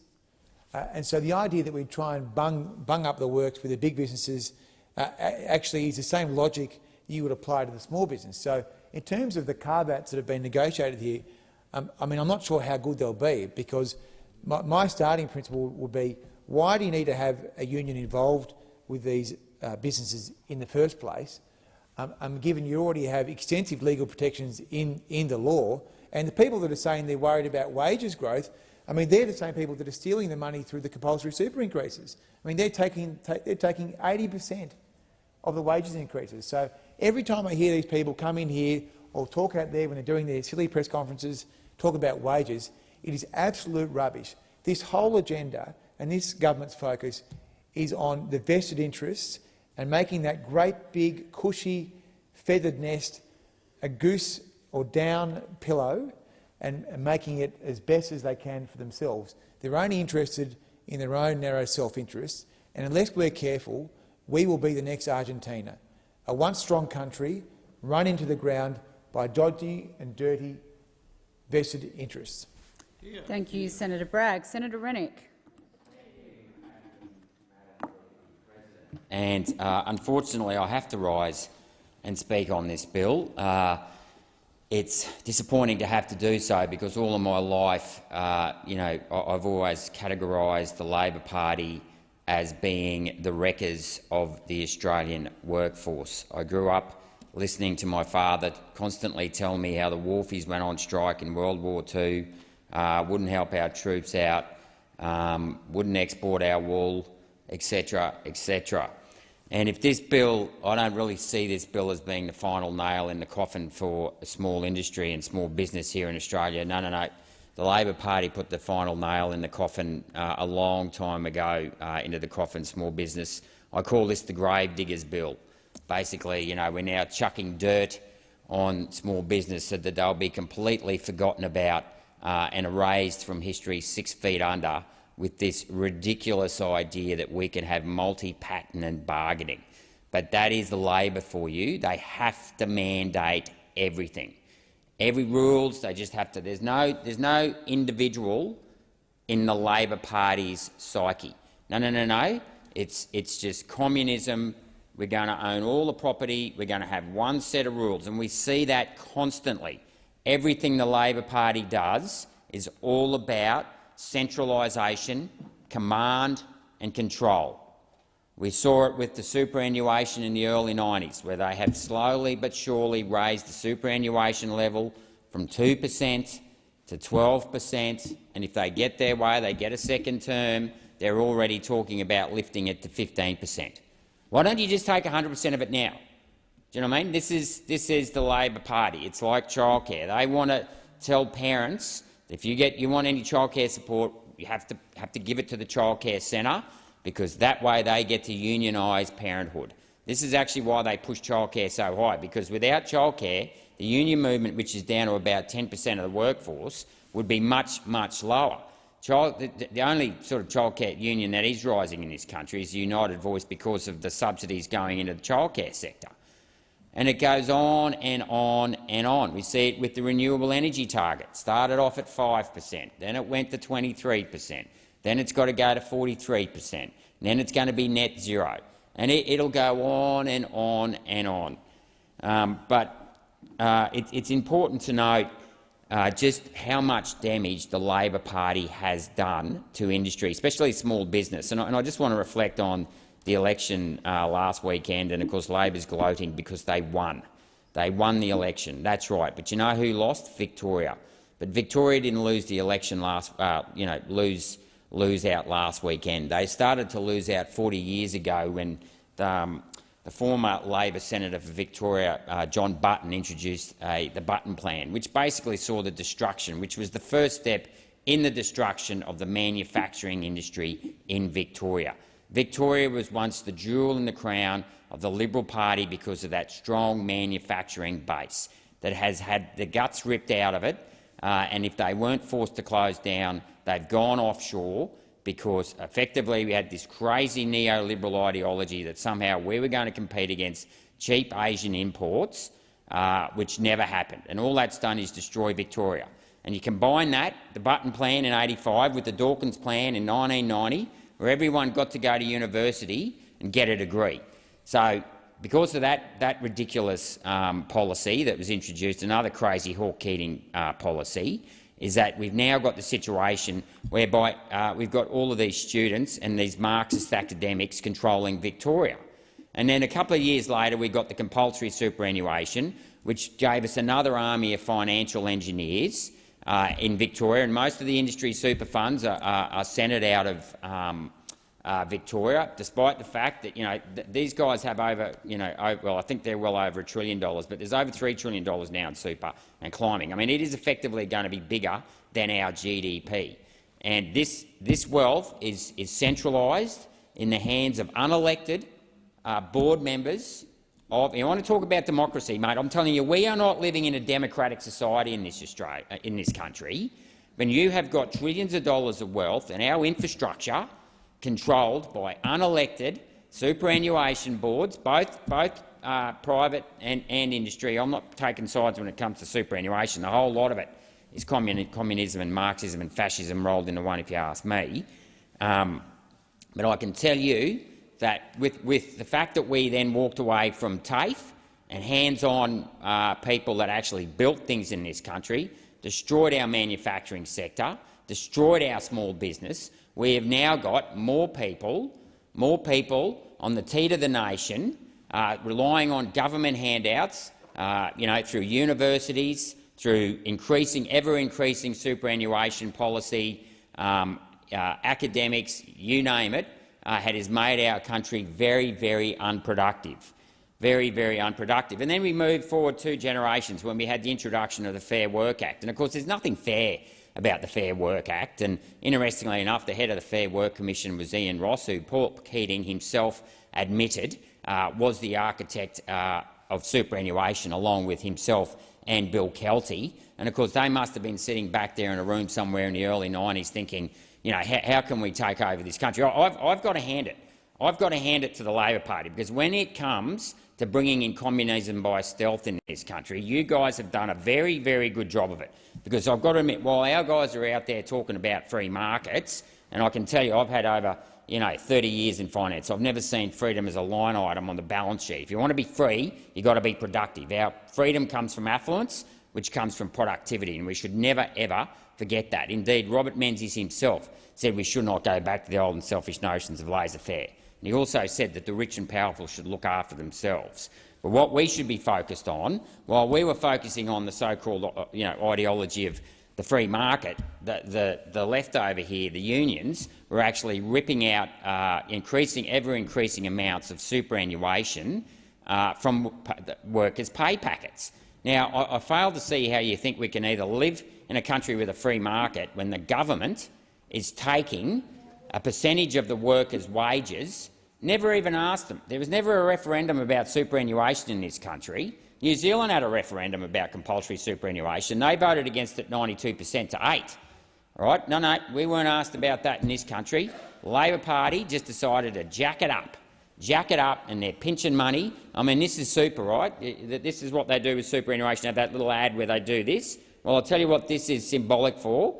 This is then what happens is that the industry fees take their fees, like this, the industry funds, and then Labor comes along and picks up the fees behind their back just like that. That is the way that the Labor Party work, and that is, this is another, bit of compliance on small business. When you've got to fill out your superannuation forms, you've got all these rules. It's more compliance for small business, and it takes a lot of time. I've worked in public practices before, and it's very time-consuming just to even pay that extra 9 going on to 10.5%. But can I say this bill is riddled with so much conflict and complexity and uncertainty, and the industry is extremely concerned. They don't want to be dragged into multi-enterprise bargaining, and it's based on this very vague notion of a common interest. Common interest. Well, I can tell you that common interest is double-speak for communism. It's effectively, I can just see this ending up in courts. Can you just imagine going to Fair Work with the word common interest, and when you've got Fair Work stacked with Labor appointees, they are going to be actually punishing small business every opportunity they get, and it is going to make it very difficult. And this is going to actually punish the workers of this country, because small business just won't want to employ anybody when they don't, they can be held to ransom by such vague terms as common interest. And I don't know about you, but it's all these vague notions just do my head in. Coming from a background in mathematics, I've got to find all these warm and fuzzy terms that Labor use to hide their communism and Marxism and all of this sort of stuff. It's all very scary. It's all very, very scary. But I can assure you what this bill will do, apart from put people out of work, it's going to increase the cost of living, and if it doesn't send businesses broke, it's going to send them offshore. And it's certainly not going to attract other companies coming in and setting up business here, because why would you, when you can be held to ransom by the Fair Work Act? It's a real concern that Labor want to bring in, and it's not surprising because this is what Labor do. They aren't going to finish, they aren't going to stop until there is no more private property left in this country and free thought is completely destroyed. No, no, no, no. We don't want private property in this country. This is the way the Labor Party think, and we don't want businesses to be flexible and innovative and to be able to think for themselves. And we don't want the employee and the employer to build up a relationship between each other. Right? That's and this is what with enterprise bargaining. You could trust the employer and employee. We would let them actually negotiate the best terms and tailor the best terms that suited them. That's why I don't believe in any mandates. That's why I took a stand on vaccine mandates, because I think you've got to respect the individual. That is what this party should stand for, which is the dignity and worth of every individual. It's got to stand for the freedom of choice, the freedom of conscience. We've got to have flexibility, the ability to innovate, and that sort of stuff is what creates enterprise and entrepreneurship that will drive productivity in this country. And with productivity comes affluence, and with affluence becomes freedom and the ability not to have to rely on that big sucking monolith. Senator Rennick, the time for your debate has expired. It being after 6:30 p.m, all of the questions on the second reading will now be put.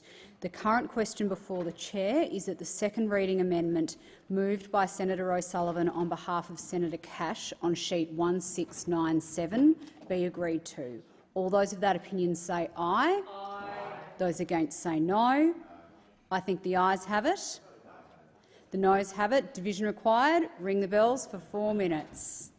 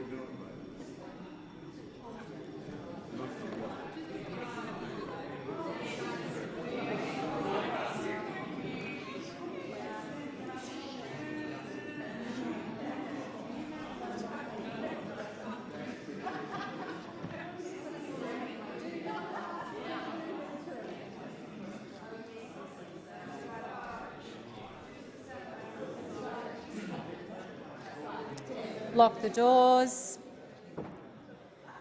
The question is that the second reading amendment moved by Senator O'Sullivan on behalf of Senator Cash on sheet 1697 be agreed to. The ayes will pass to the right of the chair, the noes to the left of the chair.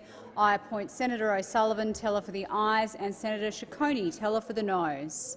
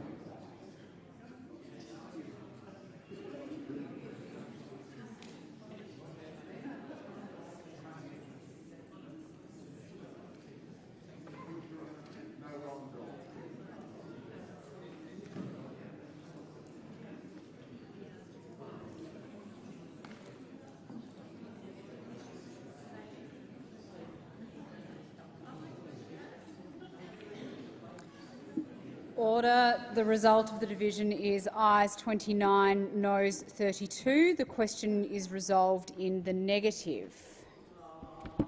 We have another second reading amendment foreshadowed by Senator Brockman that I'm waiting for him to get into his chair to move.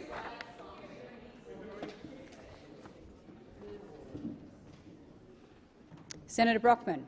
I move the second reading amendment in my name as circulated on sheet 1772. Correct. The question is that the second reading amendment moved by Senator Brockman on sheet 1772 be agreed to. All those of that opinion say aye. Those against say no. I think the ayes have it. Division required. Ring the bells for 1 minute.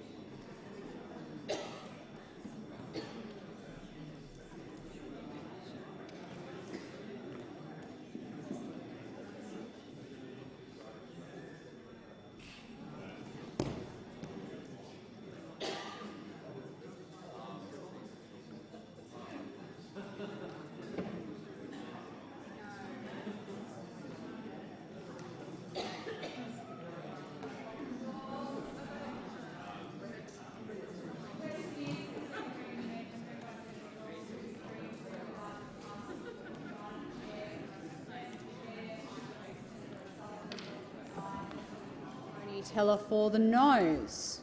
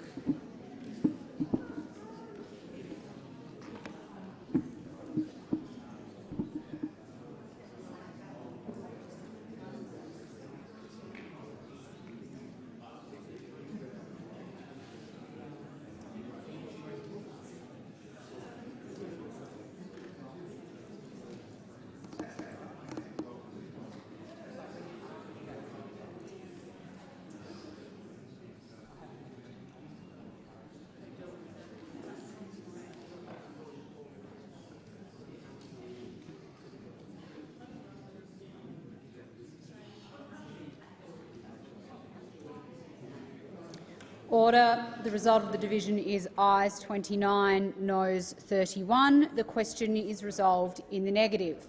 The question now is that the bill be read a second time. All those of that opinion say aye. Those against say no. I think the ayes have it. The noes have it. Division required. Ring the bells for, I'm looking for some guidance from the whips, 4 minutes.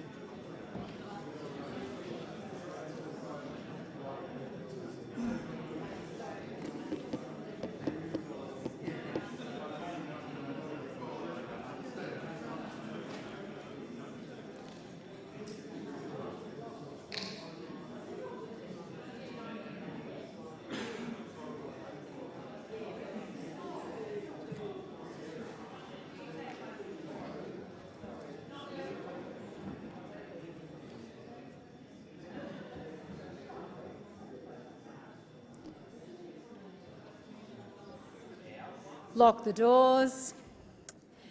The question is that the bill be read a second time. The ayes will pass to the right of the chair, the noes to the left of the chair. I appoint Senator Ciccone teller for the ayes and Senator O'Sullivan teller for the noes.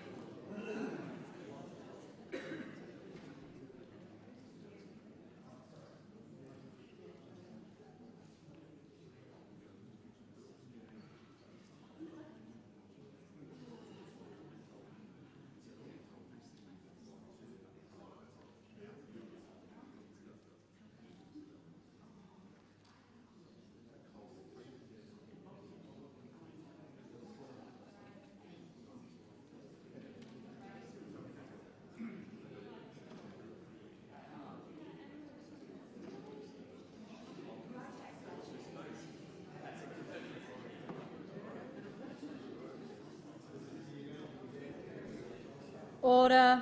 The result of the division is ayes 32, noes 30. The question is resolved in the affirmative.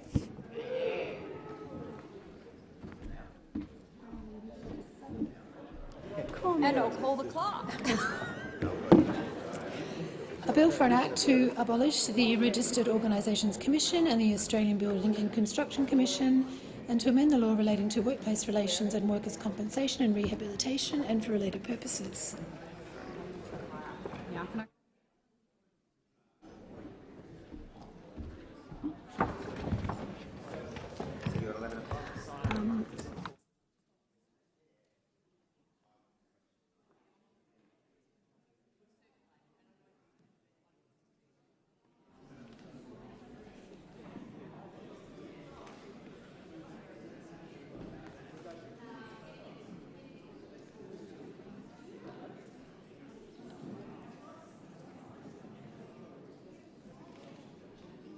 Is it the wish of the committee that the bill be taken as a whole? There being no objection, it is so ordered. And I might ask, just for the ease of managing the chamber, that those that aren't intending on speaking on the committee stage at this point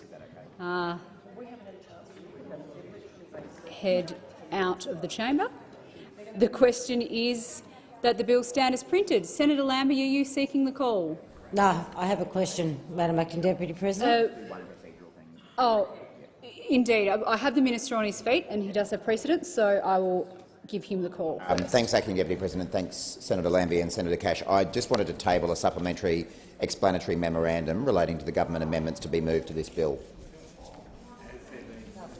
Thank you for tabling that. Minister. Senator Lambie. Thank you, Acting Deputy Madam President. My question is for the Minister representing the Minister for Employment and Workplace Relations. Last night, when I circulated an amendment to the NAC bill before we moved to the Committee of the Whole, you cried wolf about not having adequate time to even consider it. You said, and I quote, "Well, Senator Lambie, I don't think people just dump amendments on people and then expect them to vote for them. We will not be supporting the amendment. I'm reading this amendment for the first time myself." End quote. My amendment was one page and dealt with one issue. The government's amendments were circulated at 6:23 tonight. They're 9 pages long. My question is simple. Why are you not giving us adequate time to make informed decisions about how these changes will actually affect the people of Australia? Minister. Thanks, Senator Lambie. As Senator Lambie would know, the amendments that have been circulated on behalf of the government deal with matters that have been well traversed in the public debate, especially over the last few days, and they are a result of the discussions that the government's had with Senator Pocock. And on that basis, I seek leave to move all items on sheet PV 124 together. Is leave granted? Yes, leave is granted. Senator Cash. Thank you. And just moving on in terms of Senator Lambie's statement to the Senate, I do want to preface every single question that is being asked. I will say by myself, but I'm sure Senator Lambie, Senator Tyrrell and Senator Robert will agree. I just want to remind the chamber, and in particular the minister, that the official records of parliamentary debates, which include questions in the Committee of the Whole stage, are a vital source of information when it comes to statutory interpretation. Now, as Senator Lambie has rightly pointed out, 6:23 p.m, the government's amendments to the most significant piece of industrial legislation that this place has seen for decades was circulated. One may say the government was treating the Senate with contempt, but that would be for some to say. I just want to say that due to the significant uncertainty about how this legislation could be interpreted, and yes, we will be here to 11 p.m, because there are so many questions that need to be asked and answered properly for the purposes of statutory interpretation going forward. We will resume, senators, again tomorrow, and it is open-ended. But due to the significant uncertainty about how this legislation could be interpreted, which again one may say appears to be by deliberate design, it is important that we as a Senate, on behalf of every employer and employee in Australia, get clear and concise answers to provide guidance to those interpreting the government's legislative intent. In that regard, to be very clear on the Hansard record, I will quote section 15AB of the Interpretation Act 1901. Section 2. Without limiting the generality of subsection 1, the material that may be considered in accordance with that subsection in interpretation of a provision of an Act includes (e) any explanatory memorandum relating to the bill containing the provision or any other relevant document that was laid before or furnished to the members of either House of the Parliament by a minister before the time when the provision was enacted. F. The speech made to a House of the Parliament by a minister on the occasion of the moving by that minister of a motion that the bill containing the provision be read a second time in that House. G. Any document, whether or not a document to which a preceding paragraph applies, that is declared by the Act to be a relevant document for the purposes of that section. And H. Any relevant material in the journals of the Senate, in the votes and proceedings of the House of Representatives, or in any official record of debates in the Parliament of either House of the Parliament. And so I say to the Senate chamber, that is the way in which I will be approaching each question that I ask. The questions I ask are being asked on behalf of employers in Australia who this bill will pass the Senate. We know that Senator Pocock has given the government the vote that it needs. But after the bill passes the Parliament, it goes back to the House. It will pass through the House of Representatives. The people of Australia deserve to know that the employers are able to properly interpret the legislation, and in particular the hundreds of questions that are going to be asked in committee stage that to date the government and the department have either been unable to or have failed to provide answers to. And in that regard, before I turn to questions, in relation to the amendments that have been circulated by the minister on behalf of the government, can I ask, when were these amendments finalised? On what date? At what time? Minister.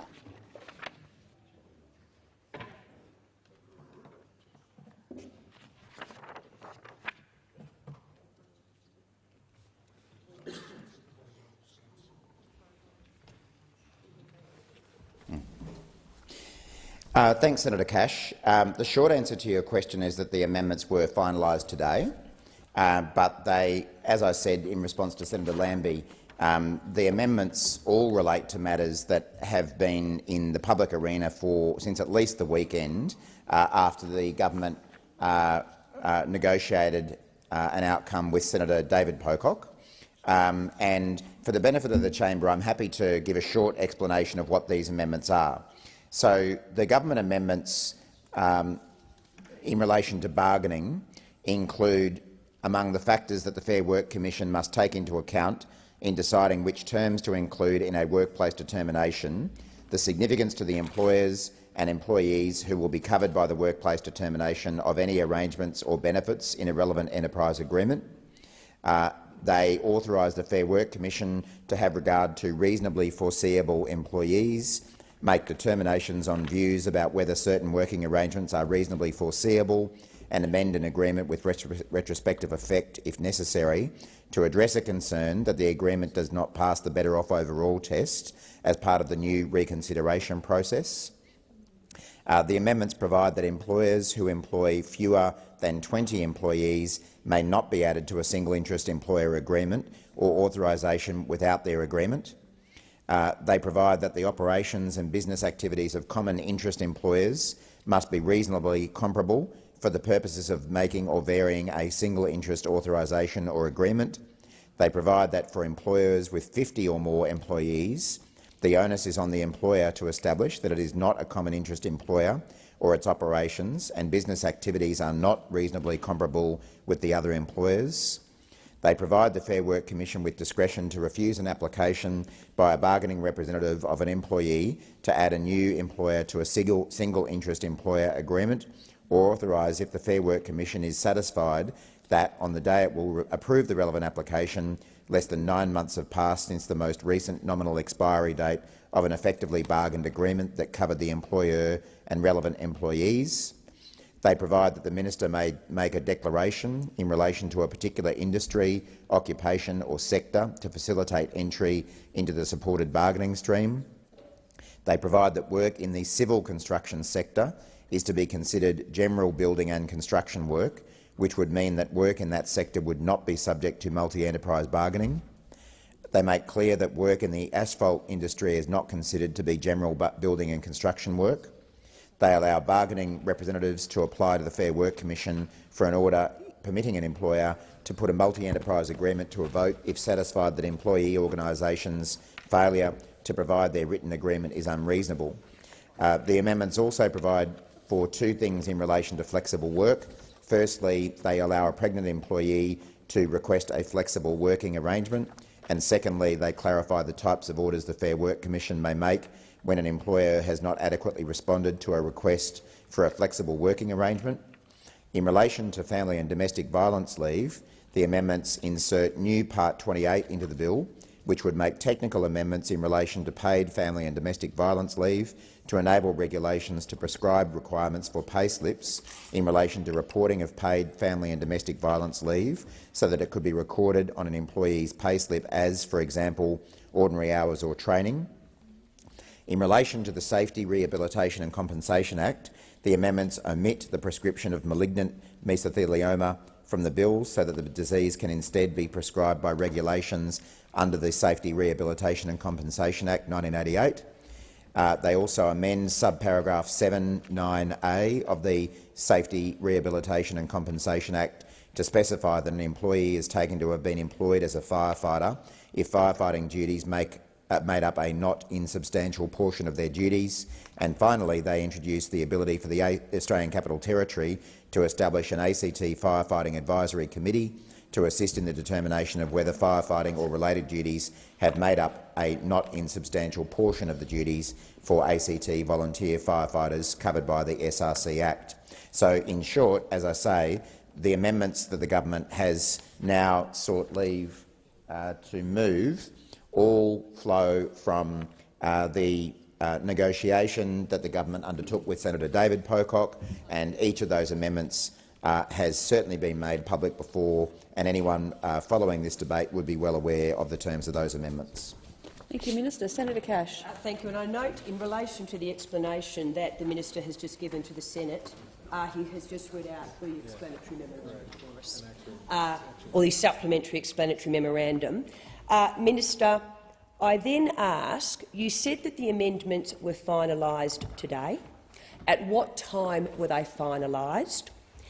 Did you withhold circulation until the start of the committee stage debate? And I would like the minister or his office, they're listening in, to provide us with an answer as to exactly what time the amendments were finalised. Do the government amendments reflect all of the changes announced by Senator Pocock on Sunday, the 27th of November 2022? I am more than happy for Senator Pocock, should he wish, to answer this question, but I do understand that the minister has circulated the amendments. When did Senator Pocock or his office first receive a copy of the draft amendments? Was Senator Pocock or his office asked to provide any feedback on the amendments? Did Senator Pocock or his office provide the feedback on the amendments? Did Senator Pocock or his office, or should I say, when did Senator Pocock or his office receive a final copy of the amendments? Prior to the amendments being circulated in the parliament, as Senator Lambie has stated, at 6:23 p.m, did anybody outside of the government see the amendments, including members of any union movement in Australia? And of all the government amendments on PV 124, can the minister please identify which amendments were as a result of the committee recommendations, which were as a result of negotiations with the Australian Greens, and which were as a result of negotiations with Senator Pocock? And I'm happy for you to go through them dot point by dot point as you just have, and advise in relation to the dot points that you've just read out from the supplementary explanatory memorandum, whether they were committee recommendations, Australian Green or Senator Pocock's. Minister. Thanks, Acting Deputy President, and thanks, Senator Cash. Even though I'm a very fast writer and a very good listener, I wasn't able to keep track of the mountain of questions that Senator Cash just asked. But what I can tell you is that I'm advised that the amendments were finalised at around about 4 p.m. this afternoon, so not terribly long before the debate has commenced. I'm also advised that Senator Pocock and/or his office have been consulted about the drafting of these amendments, and I'm also advised that no parties external to government, whether it be unions or employer groups, were consulted on the draft amendments. Senator Cash. Through the amendments that you read out, as per pages 2 and 3 of the explanatory memorandum supplementary, can you just indicate which ones were committee recommendations that the government adopted, which ones were as a result of discussions with Senator Pocock, and which ones were as a result of discussions with the Australian Greens? Minister.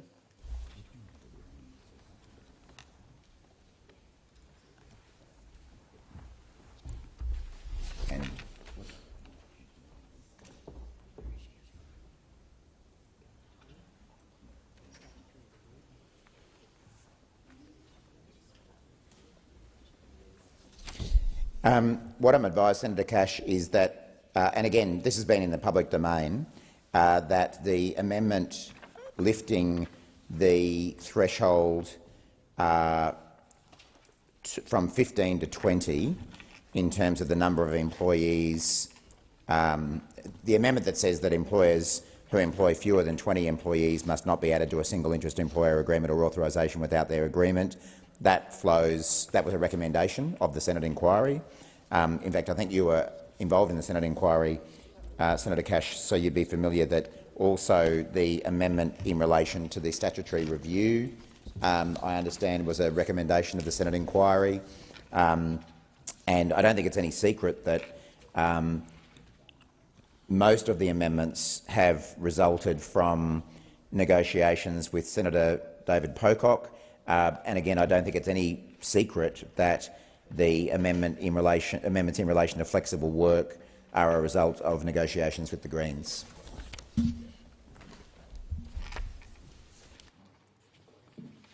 Senator Cash.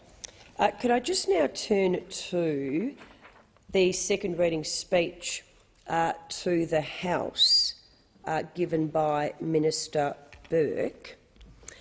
In his second reading speech, the minister said that, and I quote, "Bargaining at the enterprise level delivers strong productivity benefits and is intended to remain the primary and preferred type of agreement making." End quote.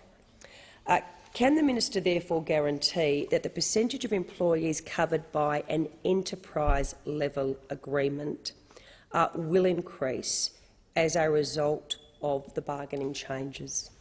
Minister.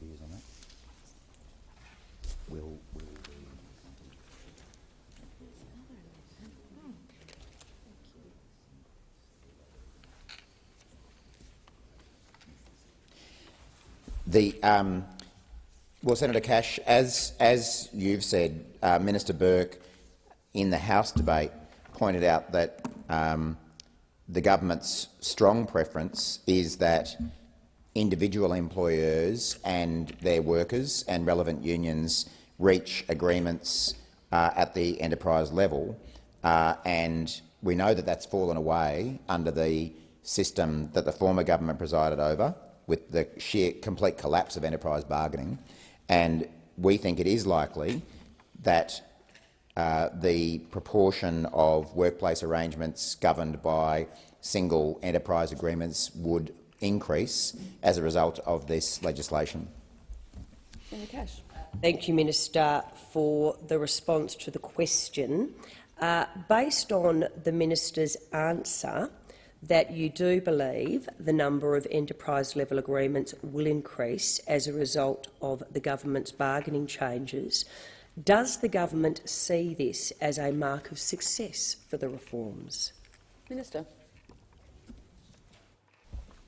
I think there would be a number of marks of success of this reforms, such as getting wages moving again, such as increasing job security, such as closing the gender pay gap, such as increasing the proportion of single enterprise agreements. I don't know that there's necessarily one test of success for this legislation, but overall, the objective of this legislation and the measures of success are what the name of the bill is: secure jobs and better pay.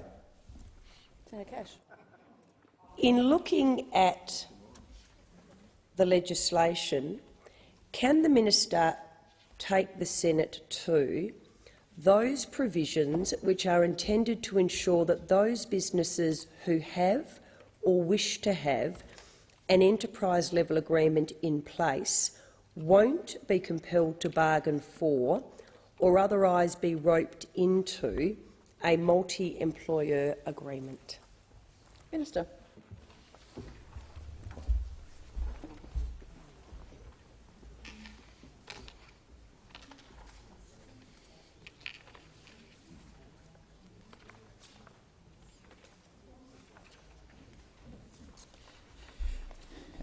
Well, for starters, Senator Cash, of course, any business or enterprise that is governed by a current existing enterprise agreement, obviously that persists and that business would not be, as you would put it, roped in or forced in to multi-employer bargaining.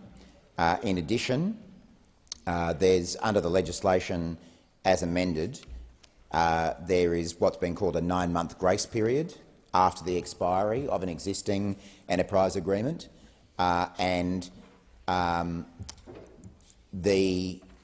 it is always open to an individual employer to reach an agreement with their employees. And as I've already said, it's the government's preference that that occurs. But we also recognise that there are individual businesses and groups of employees that, for one reason or another, such as simplicity, may choose to go down the multi-employer bargaining path.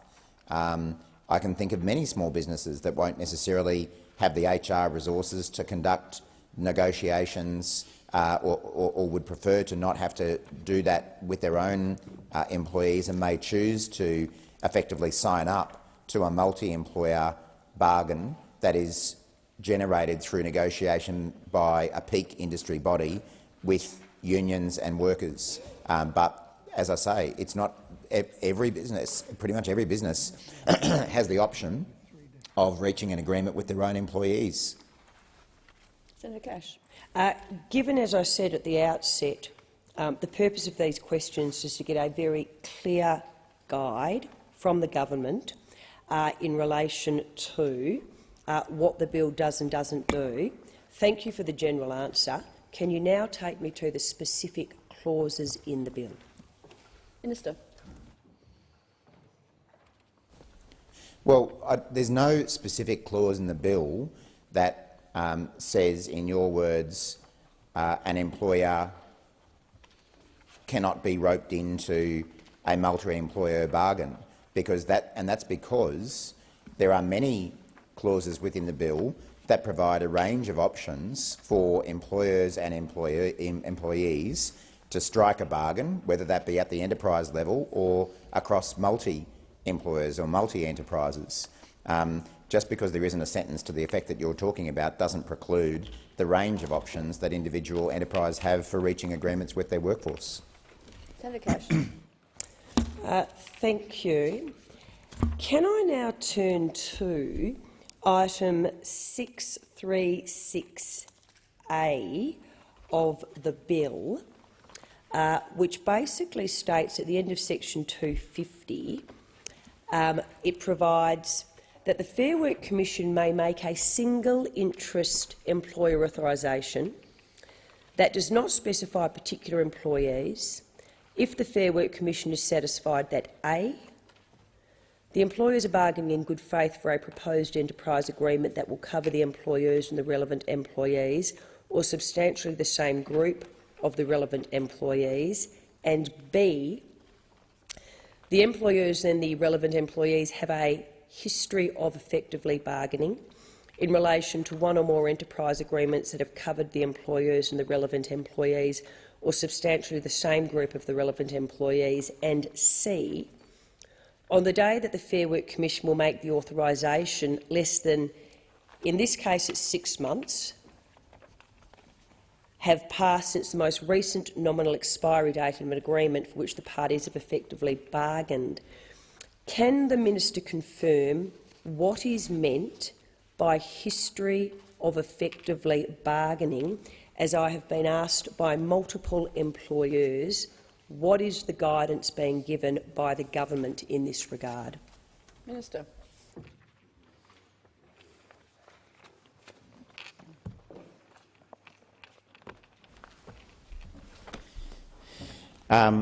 Thanks, Senator Cash. Because we are a government that wants to make our workplace laws as simple as possible for employers, employees and unions, we have helpfully set out the answer to your question in the revised explanatory memorandum. And on page 188, helpfully under item 636 A, being the item that you referred to, so we've made it very easy for people to cross-reference against the item of the legislation. What that says, and I'm happy to read it into the Hansard, is that for the purposes of new paragraph 250 subsection 3b, which I understand is the one that you're talking about, an employer is likely to have a history of effectively bargaining in relation to one or more enterprise agreements if one or more of those resulting enterprise agreements provided for terms and conditions that were more than a marginal improvement on those contained in the relevant award. That is, they must do more than simply pass the better off overall test. The requirement would operate so that only enterprise agreements that provide genuine benefits to both the employer or employers and their relevant employees would be relevant to the Fair Work Commission's decision to exercise its discretion not to make a single interest employer authorisation that would specify the employer and its relevant employees. This discretion would not need to be relied upon where the parties have agreed in writing to bargain for a single enterprise agreement, as these parties would be excluded under clause 249, subsection 1, capital D, paragraph B. Senator Cash.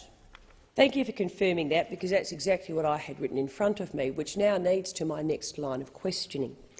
Can the minister confirm what the government means by terms and conditions that are, and I quote, more than a marginal improvement on those contained in the relevant award? A number of employers across Australia would like guidance, as I said, statutory interpretation, in what does the government mean by marginal improvement? Minister. Thanks, Senator Cash.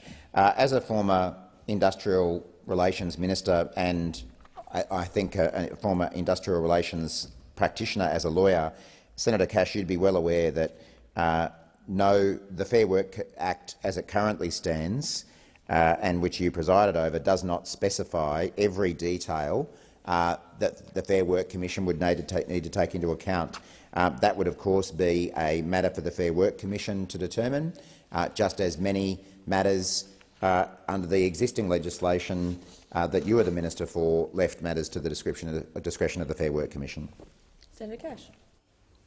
Thank you for that answer, but I hate to tell you, tonight we are actually discussing your legislation, not something that I did or did not do when we were in government, given that you would recall this is actually your legislation from the Rudd-Gillard years that you are now amending, because you've decided it failed Australia and Australians.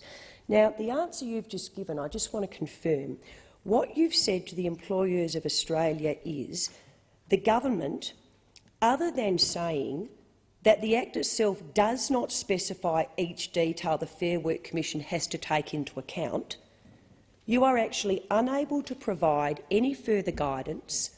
You have not bothered to provide an amendment to set out that guidance so that employers who are negotiating these agreements understand what is meant by marginal improvement. Minister. Well, I have to pick you up on one thing there, Senator Cash. When I'm speaking tonight, I'm not just speaking to the employers of Australia, I'm speaking to the employers and the workers of Australia, because unlike your government, we recognise that there are two different groups involved in a workplace, that is employers and workers, and we think that both of them have interests that need to be met by our workplace relations legislation.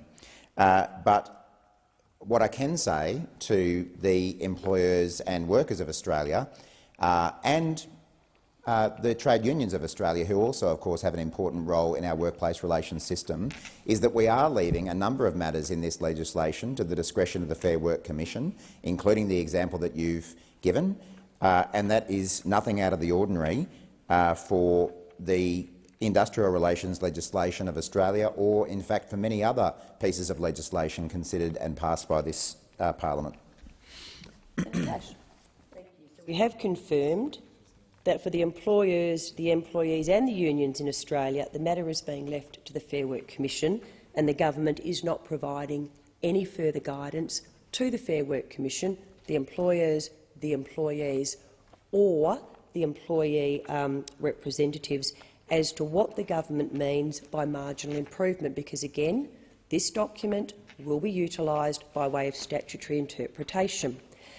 Is the intention of the government for the Fair Work Commission to apply a global assessment when determining whether the terms in an enterprise agreement are more than a marginal improvement, given we don't appear to have any further guidance, on those terms set out in the relevant award, that is, consider all of the terms of the agreement as a whole rather than a line-by-line assessment, which is the approach that the Fair Work Commission has taken when assessing compliance with the Better Off Overall test? Minister.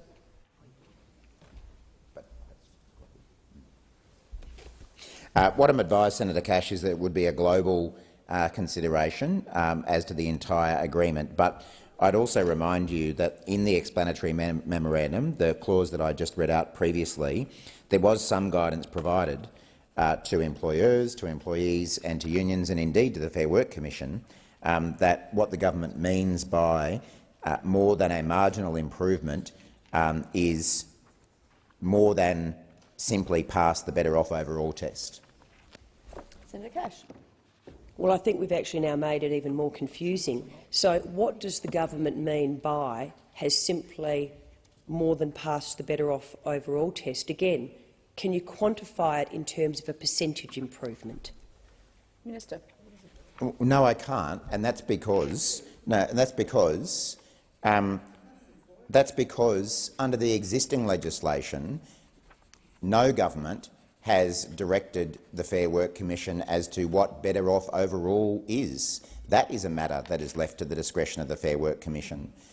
So just as your government, and indeed former governments that have made provision for the Better Off Overall test, have ultimately left that to be a decision of the Fair Work Commission. No previous government has ever said Better Off Overall means 5%, 10% better, 2% better, not 1% worse. It's been left to the discretion of the Commission, and that's what we're doing here. Senator Cash. Can the minister guarantee that businesses who can demonstrate a history of bargaining with employees at the enterprise level and who wish to continue to do so will not be roped into multi-employer bargaining because of a rigid and impractical application of the, and I quote, history of effectively bargaining test by the Fair Work Commission? Minister.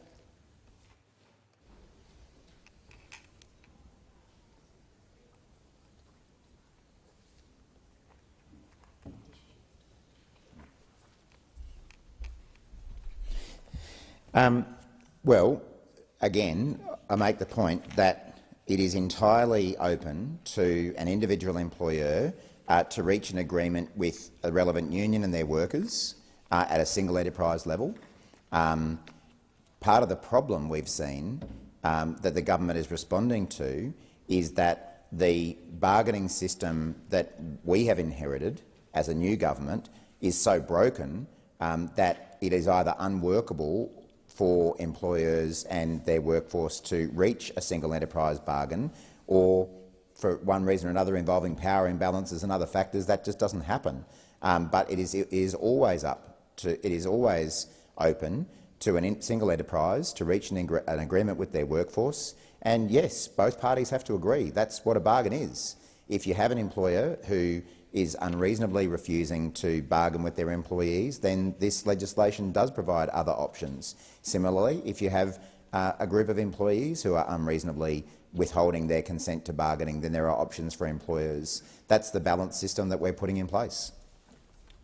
Senator Cash. If I could just then go back to item 636A of the bill, and as I said, it provides that the Fair Work Commission may make a single interest employer authorisation that does not specify particular employees if the Fair Work is satisfied that, and we've gone through section B, the employers and the relevant employees have a history of effectively bargaining.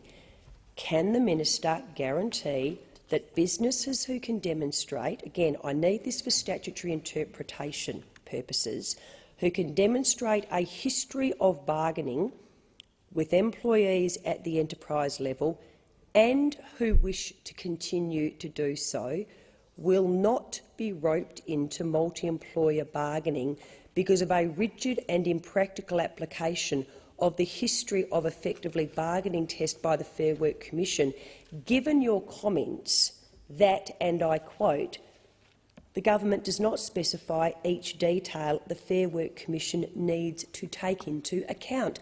This is the whole point. Minister. Yeah, I'm not entirely sure what the question was there in the end, Senator Cash, but all I can say is that I repeat my earlier comments that these are matters for the discretion of the Fair Work Commission. Senator Cash. Just going back to the answer that you gave to the previous question in relation to marginal improvement, and you said that no government has ever set out a formula by which marginal improvement is measured. What is the metric or metrics you are going to use to measure improvement? I mean, what happens if someone enters into an agreement and there's only a marginal improvement, but we actually don't know whether or not the employees are now better off because there's no metric other than the boot test against which we can actually test it? Marginal improvement on that basis means just slightly tipping over. Minister.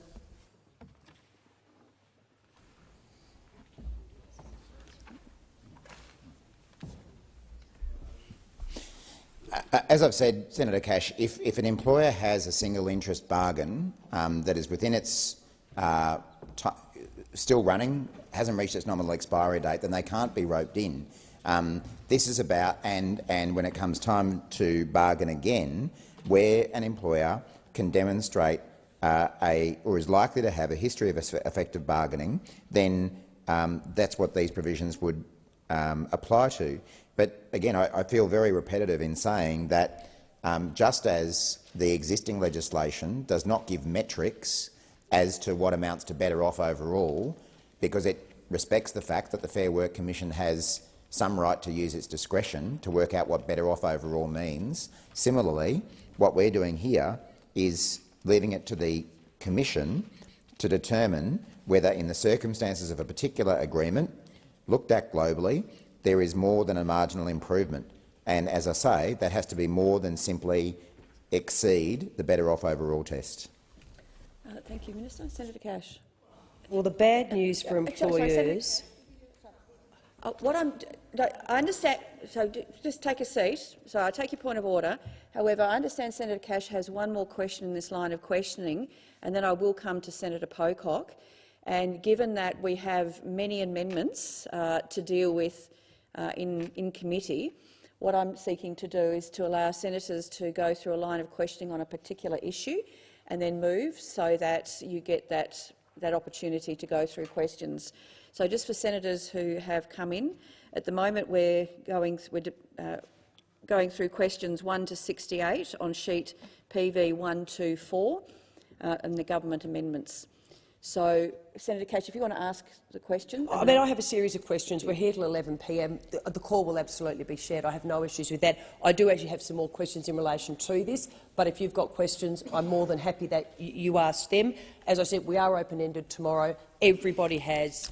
I literally have a file full from employers in Australia. No, and I have 10 minutes. I have 10 minutes yes, you do. to actually talk. After this, we'll come to Senator Pope. The revised explanatory memorandum at page 189 states that new subsection 253, which sets out when the Fair Work Commission may exercise its discretion to allow parties to continue to bargain for an enterprise-level agreement, and I quote, would uphold and respect the ability of an employer to bargain with relevant employees in appropriate circumstances. Again, can the minister confirm what is meant by appropriate circumstances, and can the minister please provide examples that can then be utilised when looking at this for statutory interpretation purposes?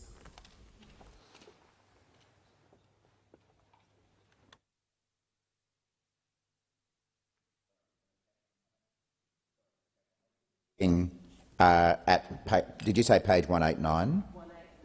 And would you mind just repeating the part that you were referring to? 189 states that new subsection 250 in brackets 3 sets out when the Fair Work Commission may exercise its discretion to allow parties to continue to bargain for an enterprise-level agreement, would uphold and respect the ability of an employer to bargain with relevant employees in appropriate circumstances. And my question is, can the minister confirm what is meant by appropriate circumstances, and could you please provide some examples? Minister.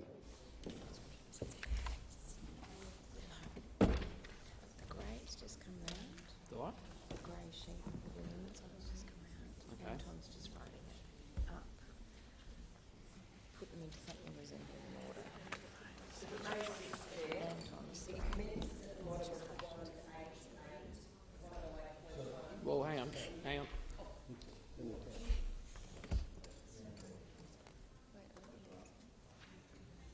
108.1 at the bottom of page 188, for the purposes of new paragraph 253b, an employer is likely to have a history of effectively bargaining, etc.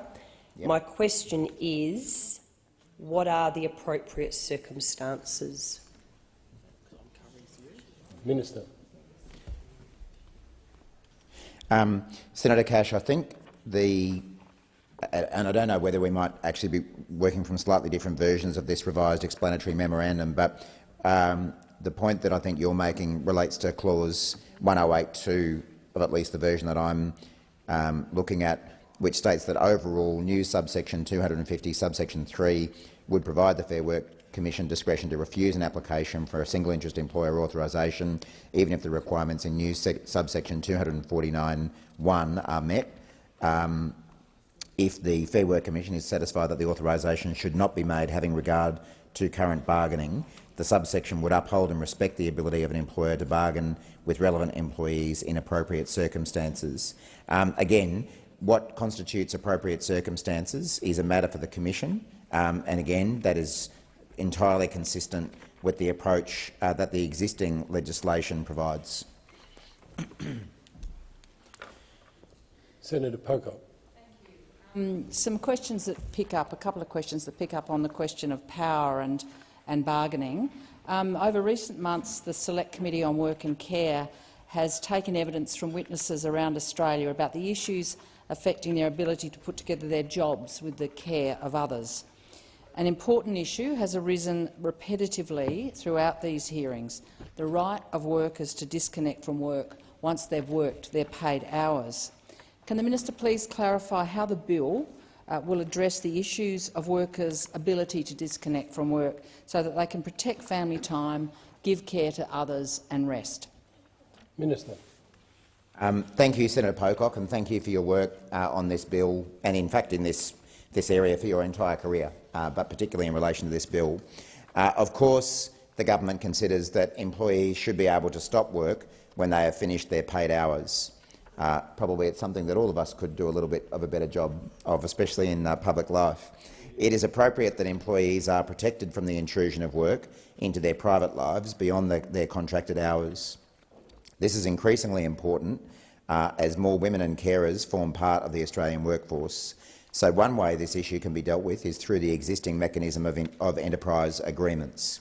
A growing number of enterprise agreements are addressing this, including through clauses that enable employees to disconnect from digital technologies outside working hours, with employers not to contact employees outside working hours unless in exceptional circumstances or for wellbeing checks.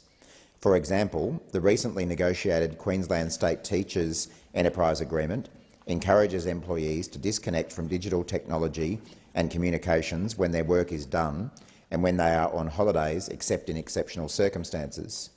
On the employer side, the Education Department in Queensland has committed to minimise digital communications with employees to ensure they have an appropriate work-life balance. It is also appropriate that award-based employees have the chance to switch off from work after hours. The bill adds both job security and gender equality to the Modern Awards objectives and adds 2 new expert panels on pay equity and the care and community sector. These important changes will strengthen and clarify the Fair Work Commission's capacity to consider award matters to do with the work-life collision, including such things as the right to disconnect. It is appropriate in our changing world that the Fair Work Commission is required to consider gender equality and job security as a central part of its role under the amended Act. Senator Pocock. Thank you. Thank you, Minister, for that answer. That's a comfort, certainly, to know that these matters can be dealt with in awards as the changing technologies of work affect so many workers with caring responsibilities. My second question: we've heard a great deal of evidence similarly around Australia that many workers in industries like retail, hospitality and aged care need greater roster justice. They need predictable shifts, a say over shift changes and the chance to refuse extra hours or be paid appropriate penalty rates for working hours beyond contracted hours. How will this bill work to improve workers' rostering rights? Minister. Thank you again, Senator Pocock. And this is an issue that's very important to me on a personal level as well, because I've met many workers in my career, both here in the parliament and also previously as a lawyer for workers and for unions, who have really experienced this form of job insecurity, and it makes it really hard for people to not only pay their bills but to enjoy their family life and have other commitments as well. So these are really important issues. Our workplace laws need to respond to the changing composition of our workforce, with more working carers at work and more women in all forms of employment. And that's why we've introduced new objects in the Act and in Modern Award objectives. The bill adds both job security and gender equality into the objects of the Fair Work Act, and the Fair Work Commission must take these into account when performing its functions or exercising powers. In addition, the objects of job security and gender equality are included in the Modern Awards objective. We will also strengthen the bargaining system so that employers and employees can negotiate mutually beneficial rostering arrangements and systems. Security of working time and appropriate rostering are essential components of job security. Predictable working time and a say over rostering is very important to working carers, as your question suggests, and given that so many carers are women, this also makes it a gender equality question. The important changes made by the bill will strengthen and clarify the Fair Work Commission's capacity across all of its functions, including in relation to Modern Awards, to address the work-life collision, including issues such as rostering, predictable shifts, employee agreement to and say over changes in rosters, and arrangements in relation to the minimum length of shifts and rates of pay for extra hours worked. Senator Cash. Thank you. I am going to just move now to I will come back to this section, but I do now have some comments and questions in relation to the common interest test. I understand that section 243. This is something that I have been inundated with questions from employers all over the country in relation to the common interest. This is something they have asked me to address in detail so they can start to get a much better understanding of whether or not they could or could not be compelled to bargain when they do not wish to. So the first question I ask is this.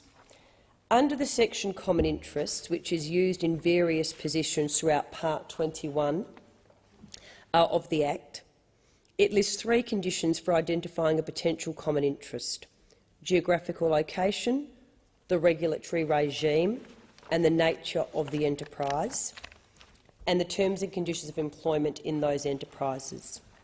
Can you confirm that to satisfy the common interest test, all 3 factors do not need to be satisfied?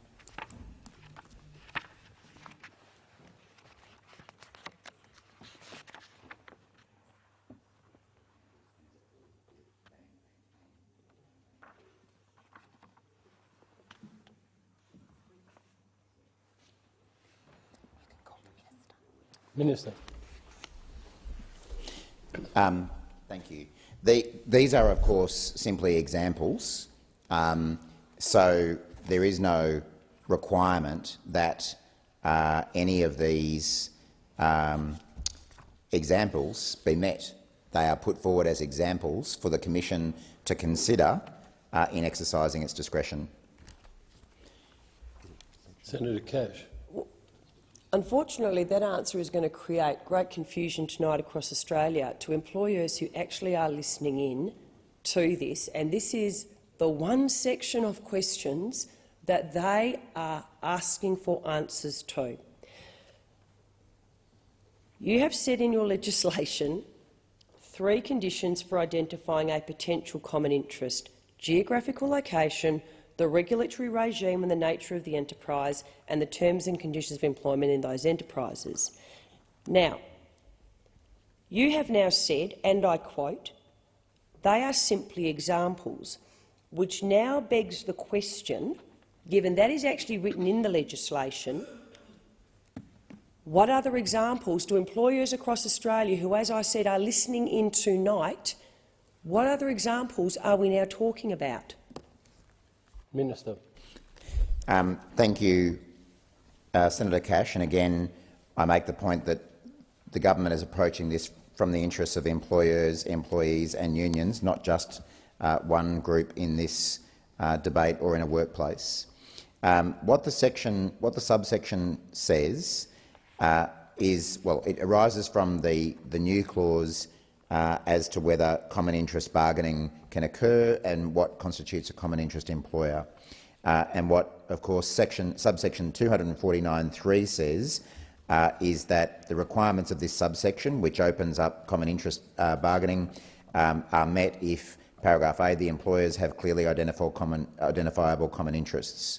And then subsection 3, capital A, says that for the purposes of that section, matters that may be relevant to determining whether the employers have a common interest include the following. And as you say, they are geographical location, regulatory regime, and thirdly, the nature of the enterprises to which the agreement will relate, and the terms and conditions of employment in those enterprises. So again, this is a matter that is up to the Commission to exercise its discretion in determining whether employers have clearly identifiable common interests. Guidance is provided to the Commission via subsection 3 capital A as to what may be relevant in determining whether employers have a common interest.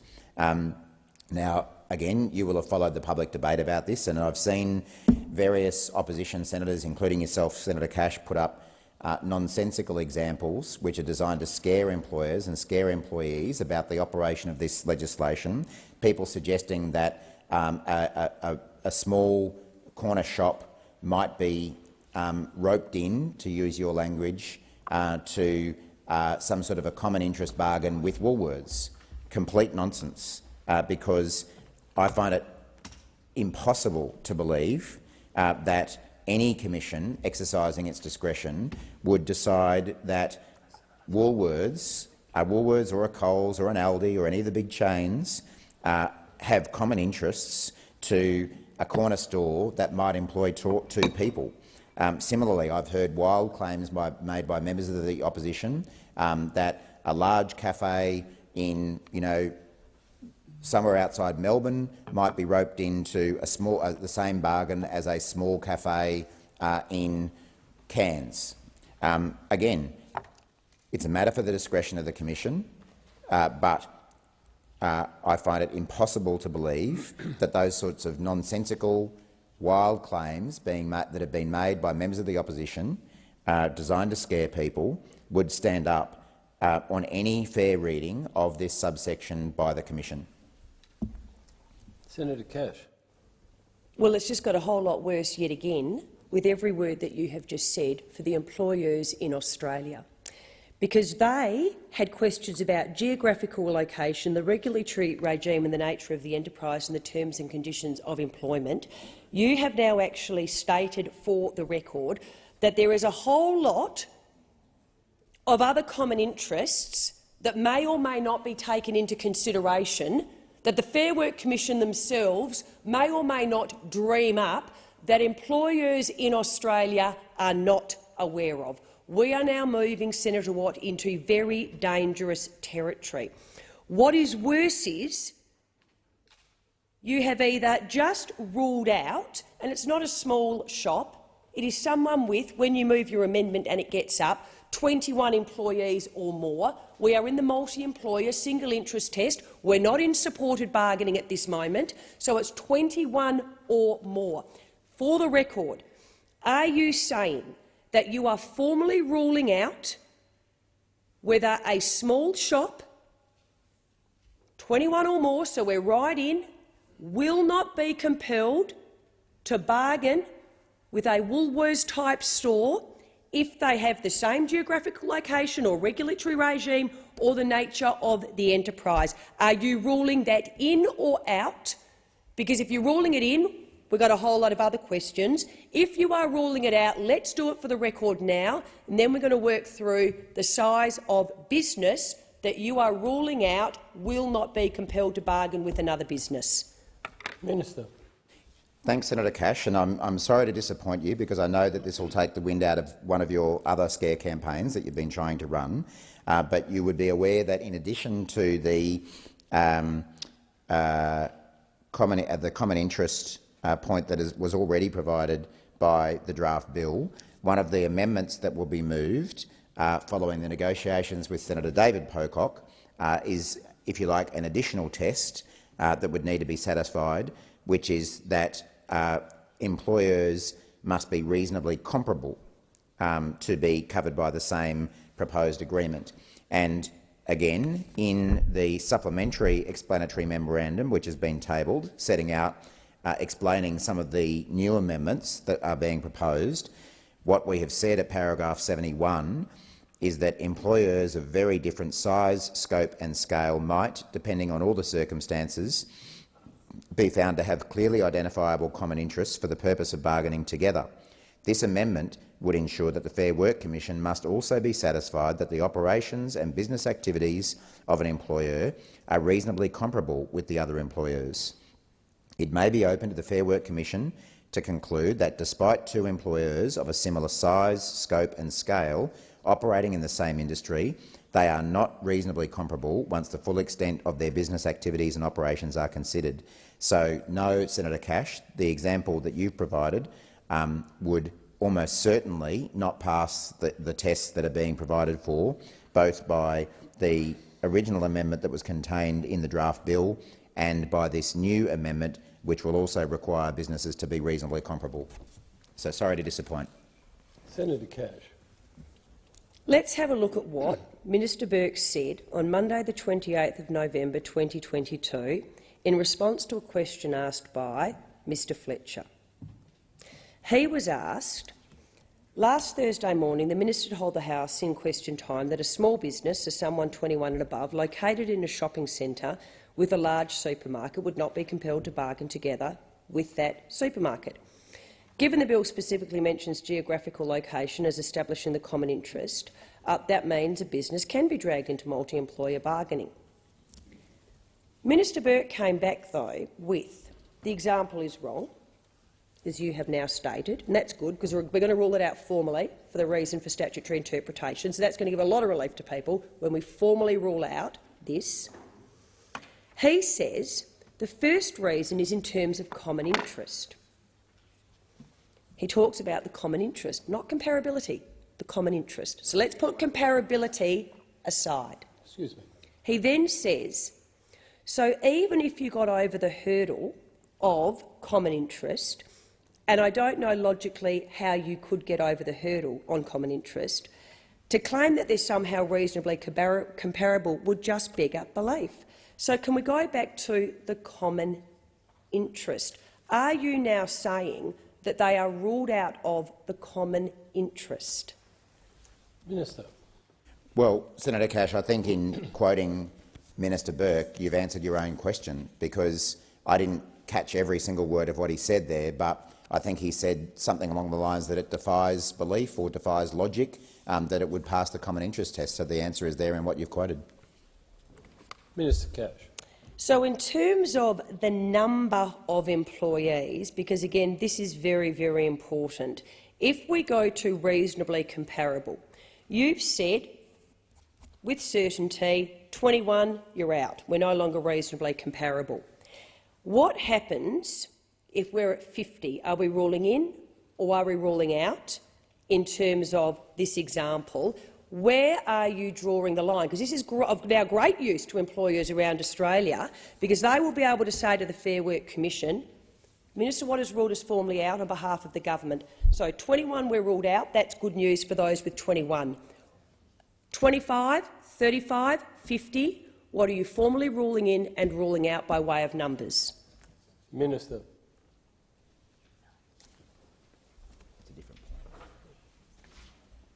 Minister.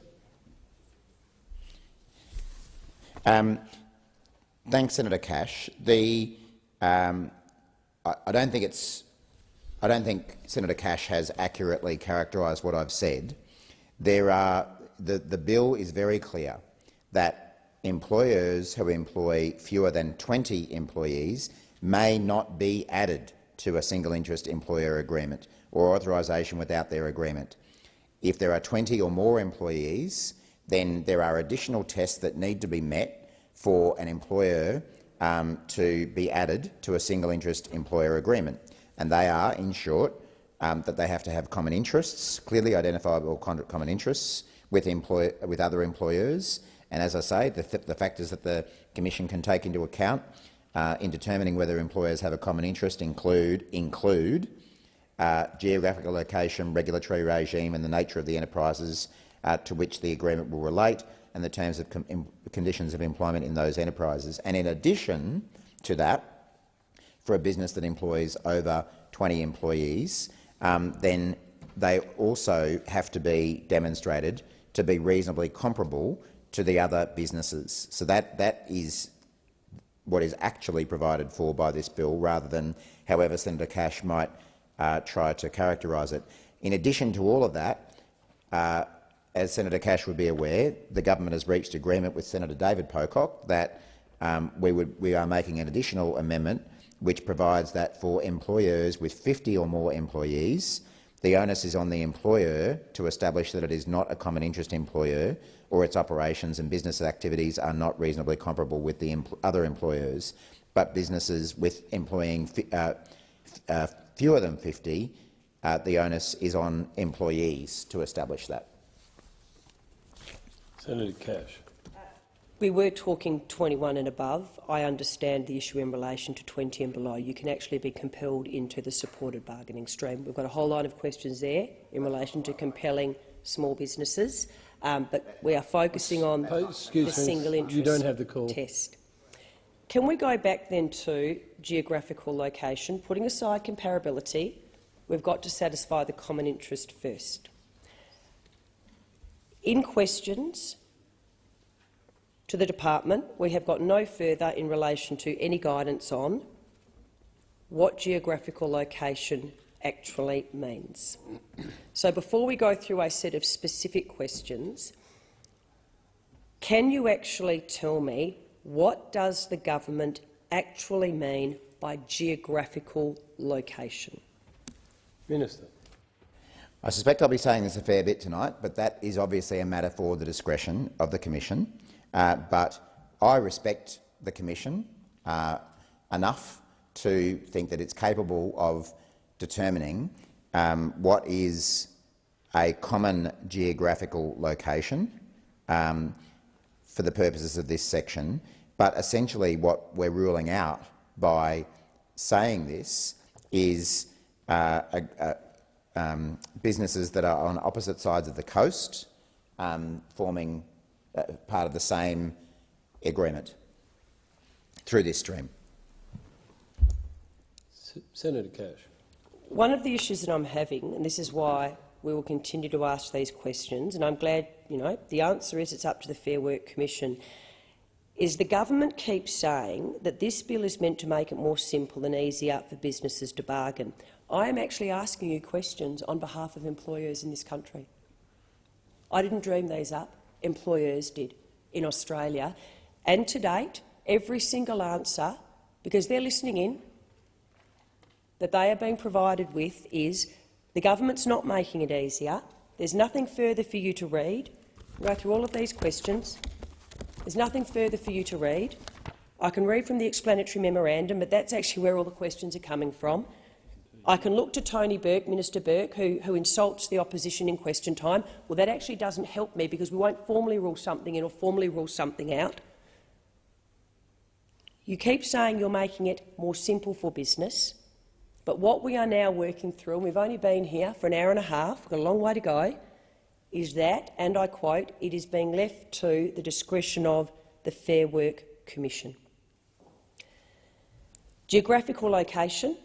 We will get on to what you've said. We're going to rule out coast to coast because that's going to help me in Western Australia, ruling out that anyone in the Western Australian mining industry is going to be compelled to bargain with anyone on, you've said the East Coast, I'll get your definition of the East Coast, because that is also going to be very important going forward by way of statutory interpretation. So, going back to geographical location, it is being left to the discretion of the Fair Work Commission, other than, and we'll get back to, I've got a whole series of questions provided by the Western Australian mining industry.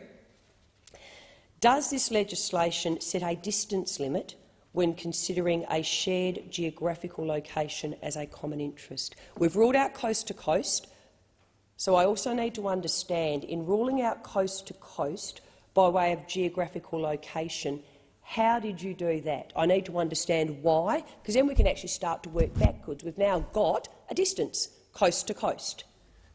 Minister. Well, the answer to your question is no. The legislation clearly doesn't set geographical limits. That's obvious from reading the legislation. Senator Cash. The legislation itself may not. But as you know, we're talking statutory interpretation tonight. I'm asking very deliberate questions to get very deliberate answers. You are on the Hansard record as ruling out coast to coast. What does coast to coast mean? Because I've got some in the mining and resources sector that are relying on these answers in the event they need to. Minister. I can't add anything to what I've already said. Senator Cash. In terms of being compelled to bargain, how many employees does a business require before it could be compelled to bargain with a large business?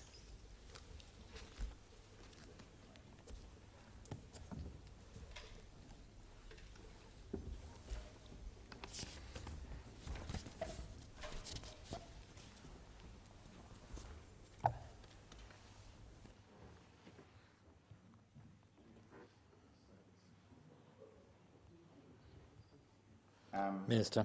Depending exactly what you're trying to establish, Senator Cash, There obviously is the provision in the bill that exempts businesses under 20 employees from being, in your words, compelled to be part of a single interest bargain. There are a lot of employers that are quite happy to do this, is the other point worth observing, and there are a lot of employees who are quite happy to do this. There's a lot of people who don't need to be compelled to do anything because they choose to undertake bargaining with their employees. So I think that's probably the simplest answer, is to just refer you back to the thresholds that I've already discussed. Senator Cash. And just to be clear, I've already ruled out we're not talking about supported bargaining, so let's put anyone under. I would actually say 16 at the moment, but I understand the amendment will go through, so I am giving you the benefit of that doubt before a vote has been cast, and saying 21. So it's 21 or above. You may define that as a medium-sized business. I still think it's a pretty small business. Let's talk in terms of numbers. 21, head count. How many employees does a business that sits within the single interest stream require before it could be compelled to bargain with a large business? Now, if you're saying you don't know, that's fine, you don't know. If you're saying that's left to the discretion of the Fair Work Commission, I'm happy to accept that answer as well.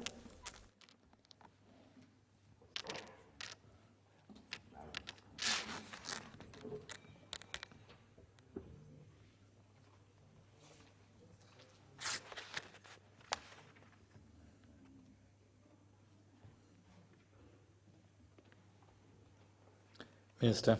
I think there's a bit of a false premise going on here, Senator Cash. As you know, should the amendment go through, and I'd be very happy to put it to a vote if you'd like to do so, what the bill will provide is that employers who employ fewer than 20 employees may not be added to a single interest employer agreement or authorisation without their agreement. Once we get over that 20 number, then again it's a matter for whether the majority of the workforce wishes to be part of a single interest employer agreement, and all of the usual factors that would need to be met to enter a single interest employer agreement would have to be met. So there's no numerical, no particular number. There's a range of other factors that are provided for employers and employees who choose to go down this path. Senator Cash. 21 and above, and you're in. Thank you. No, correct. For the numbers, though, met. correct. We're not ruling anyone in and out. 21 plus, you're in. Thank you. God, it's just got worse. I want to start with 21. Seriously, 20.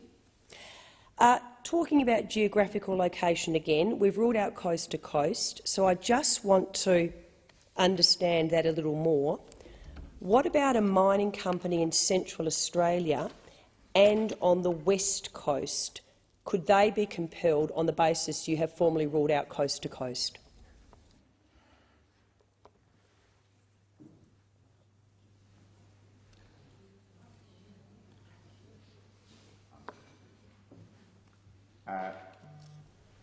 Senator Cash, it may surprise you to know that I was not one of the people that you appointed to the Fair Work Commission when you were the minister. I obviously didn't tick the right boxes, so I'm not in a position to prejudge what the Commission will decide.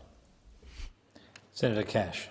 Thank you. So we're not ruling it out.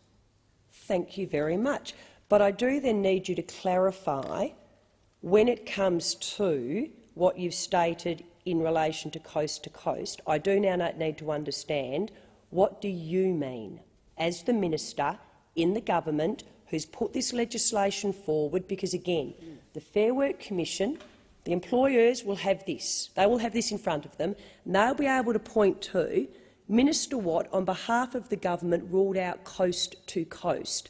I need to understand now, there are a lot of companies in Australia who have raised this with me, not just in the mining and resources sector. I need to understand what the Albanese government means by you ruling out coast to coast? Minister. Thanks, Deputy President. I would have thought it's pretty obvious what anyone means when they're talking about coast to coast to coast, but it is the government's. All of these matters are, as I say, matters for the Fair Work Commission to determine independently, but it is very hard to imagine that any commissioner would consider that a small retail outlet in Perth would have common interests and would be reasonably comparable to a larger retail outlet in, say, Brisbane on the other side of the coast. Senator Cash. What is your legal definition of very hard to imagine? Minister. These are all matters for the Commission's discretion. Senator Cash. If two businesses are in the same shopping centre, do they share a geographical location?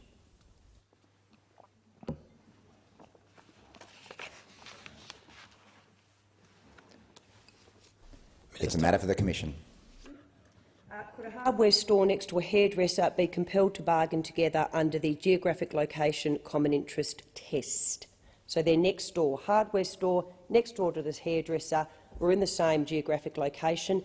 If they both, remember, we're talking 21 and above, so we're in the single interest stream, can they be compelled to bargain together under the geographic location?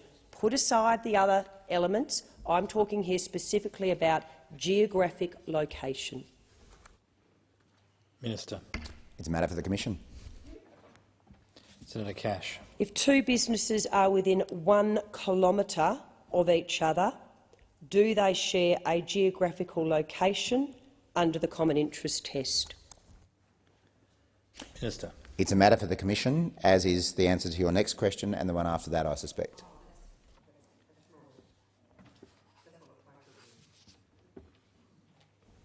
Senator Cash.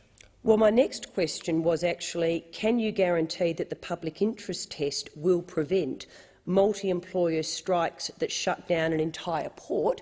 So the bad news for anyone in that industry, for anyone in a supply chain, the National Farmers Federation, anyone in the mining and resources sector, anyone in a supply chain, any Australian who may want to see their food get to the supermarket, can you guarantee that the public interest test will prevent multi-employer strikes that shut down an entire port? The answer to that question, thank you very much, is it is a matter for the Commission.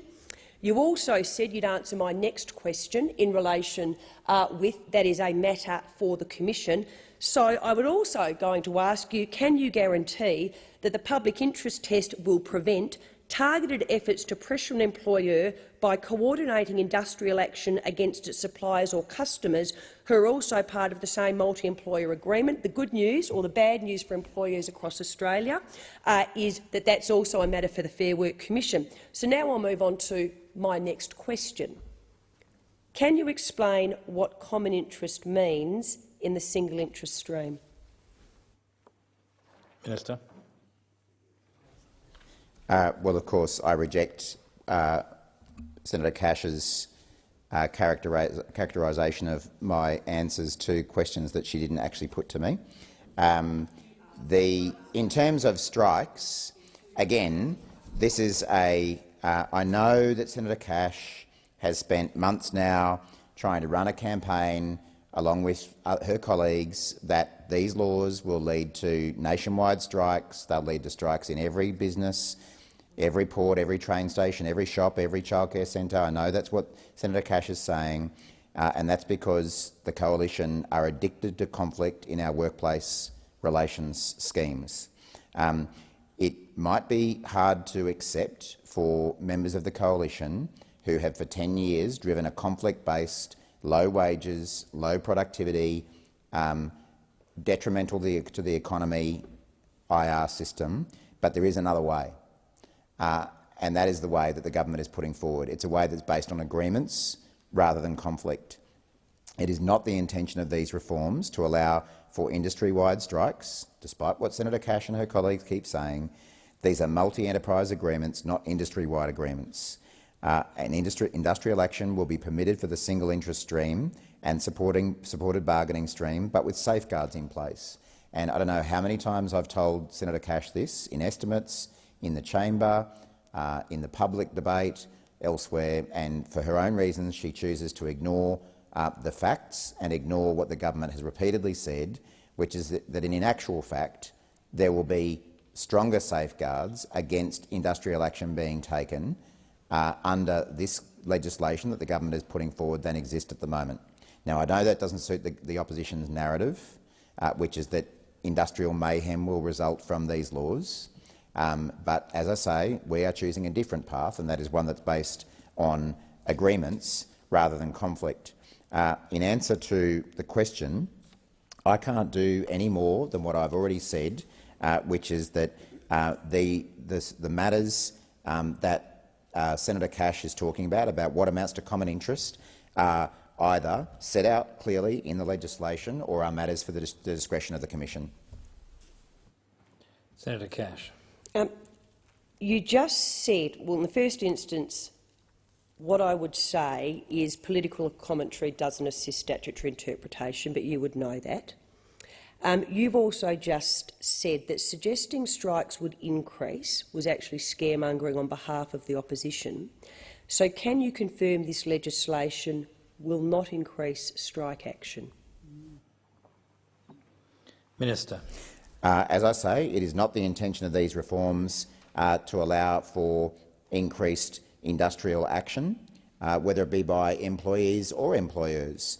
And I note that only in the last couple of days we've seen notification of an impending strike involving firefighters at airports, and that has happened under the existing legislation of the government. Strikes happen under the existing legislation, and I suspect that under any legislation that any government put through this parliament, there would be forms of industrial action taken, but it is not the intention of these reforms to allow for industry-wide strikes in the way that the opposition keeps claiming will occur. Senator Cash.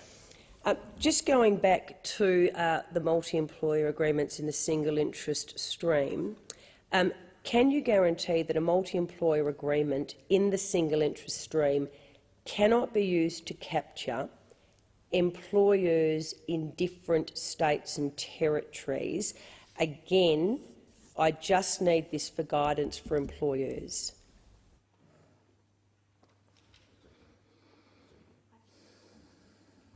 Minister. Again, that's a matter for the discretion of the Commission.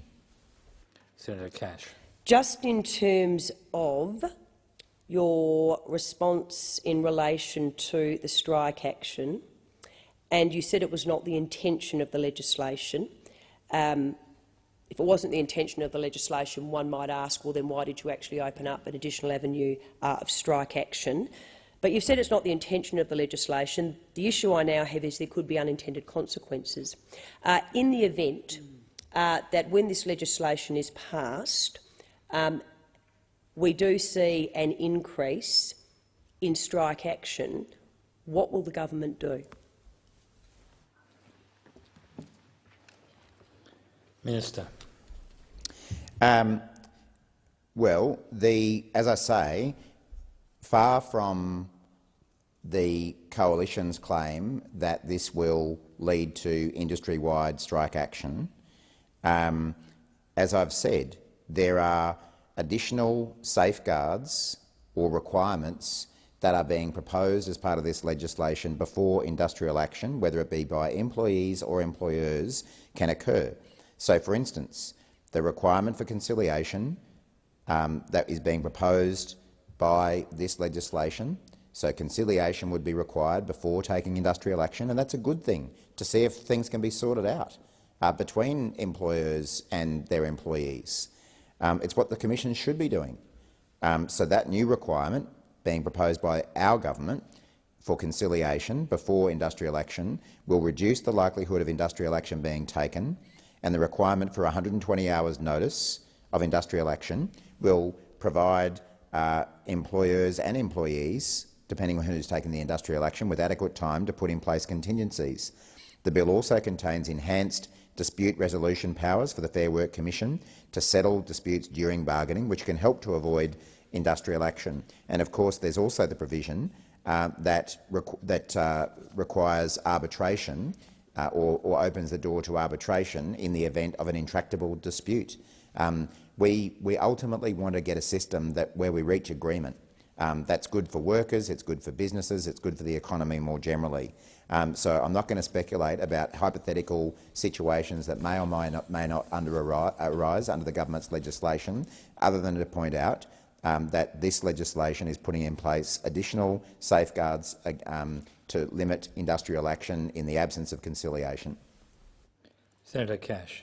You just stated that one of the purposes or the objectives of the government is to reach agreement between the parties. Why then is the government allowing a situation that actually compels employers against their will into the single interest stream? Minister. Well, I know that Senator Cash doesn't accept that employees of a business have some rights here and have some say here. She points to this folder of letters that she's received from employers, which suggests to me that she hasn't bothered going and speaking to any employees about what they want out of an industrial relations system. And as I say, our government is taking a much more balanced approach, where we are listening to employers and we are listening to employees. And we think that it's fair that if a majority of workers in a particular workplace wish to be part of a multi-employer bargain, and they can meet the various other tests that are set out in the legislation, that they have common interests with the other workplaces, that they are reasonably comparable to the other workplaces, then they should have a say on this as well. Senator Cash. Thank you. And again, political commentary doesn't aid statutory interpretation. The employees I've spoken to are just worried that they won't have a job, so they're very happy for me to ask the questions on behalf of their employer, because they actually know their employer pays their wage. Can I go back to my line of questioning? Can you guarantee that a multi-employer agreement in the single interest stream can't be used to capture employers in different states and territories? You've said that is a matter for the Fair Work Commission. I just need to understand, though, when we say different states and territories, can you just confirm, though, coast to coast is ruled out? Because I do have some people listening in who've asked me specifically just to get that again from you, the guarantee. Minister. I've already answered that. Well, again, just to clarify, because 1 minute it's the Fair Work Commission, the next is you're able to provide an answer. Employers in different states and territories, Fair Work Commission, I accept that, but I just need to understand coast to coast. Does that capture also the Fair Work Commission, or have we formally ruled that out? The West Coast to the East Coast. If we're formally ruled out, that's actually a good thing. I will give you that. That is actually a good thing. I just need that clarification. Minister. I refer to my earlier answers. Can I just go to the public interest test now? Can you just take me through what the public interest test actually is? Minister.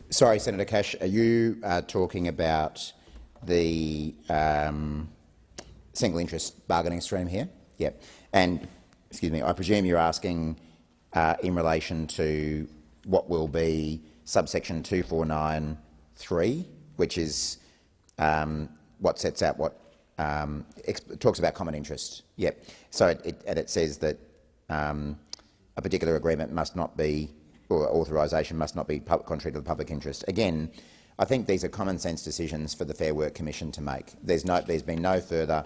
I don't think there's been any further definition provided of that.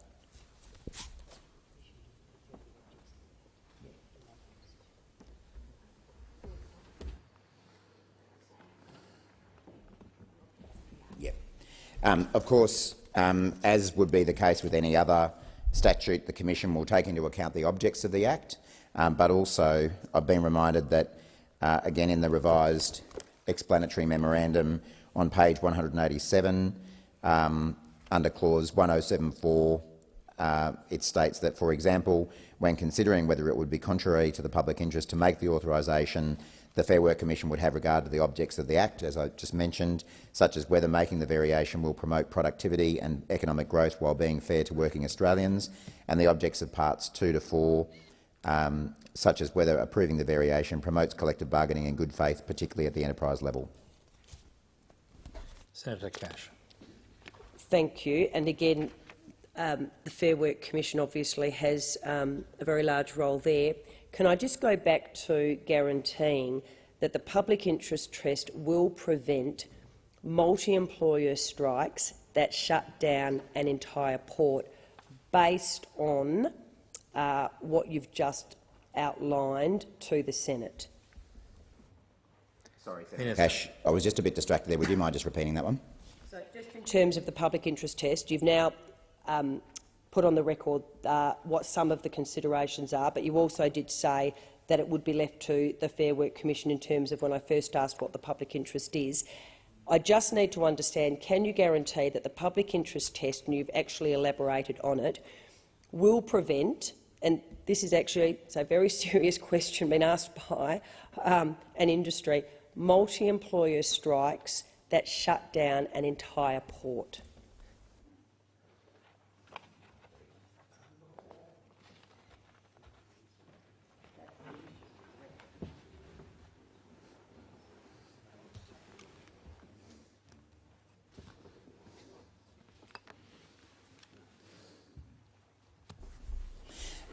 As I've said, Senator Cash, I'm not going to be getting into hypothetical situations, but I can remind you that under the current legislation, which we've inherited from your government, we very nearly had an industry-wide industry-wide lockout of ports, effectively by SVITZA, until the Fair Work Commission intervened. So the very scare campaign that you seek to run about what may happen actually very nearly occurred under your own legislation.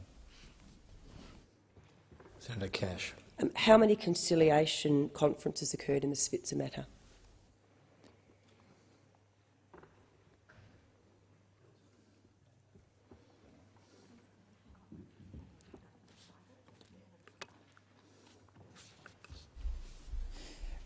As you'd be aware, Senator Cash, conciliation conferences are usually undertaken in private, so that's really a question that only the parties could answer, and the Commission. Senator Cash. How many instances of industrial action occurred since the Switzer Enterprise Agreement came to an end in 2019 that were undertaken by employees and the unions?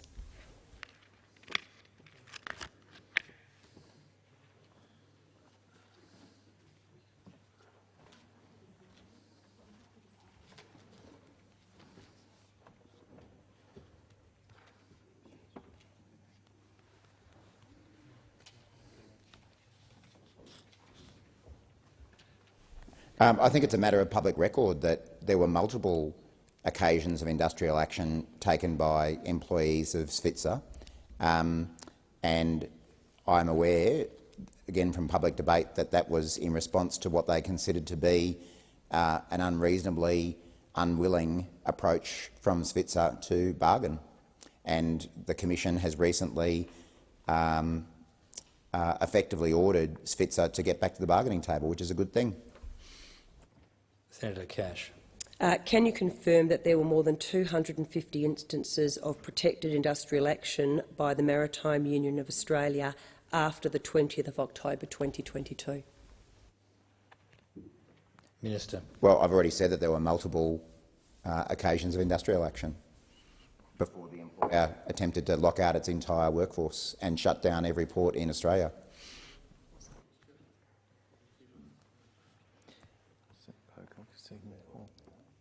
Senator Pocock, is this? Are you okay, Senator Cash? Is this on this line of argument? I'll give you the call, Senator Cash's. Okay, thank you.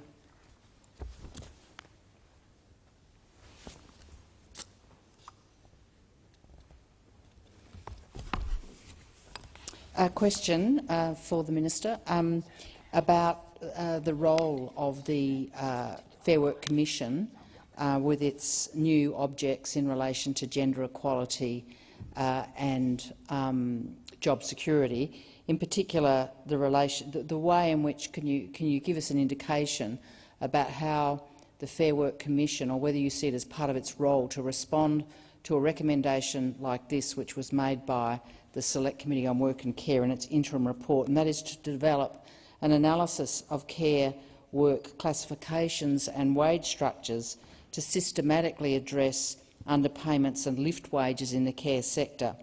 Such an analysis could consider the variability and value of work across the care sector and establish the interrelationships across different care types, recognising and revaluing the value of care work.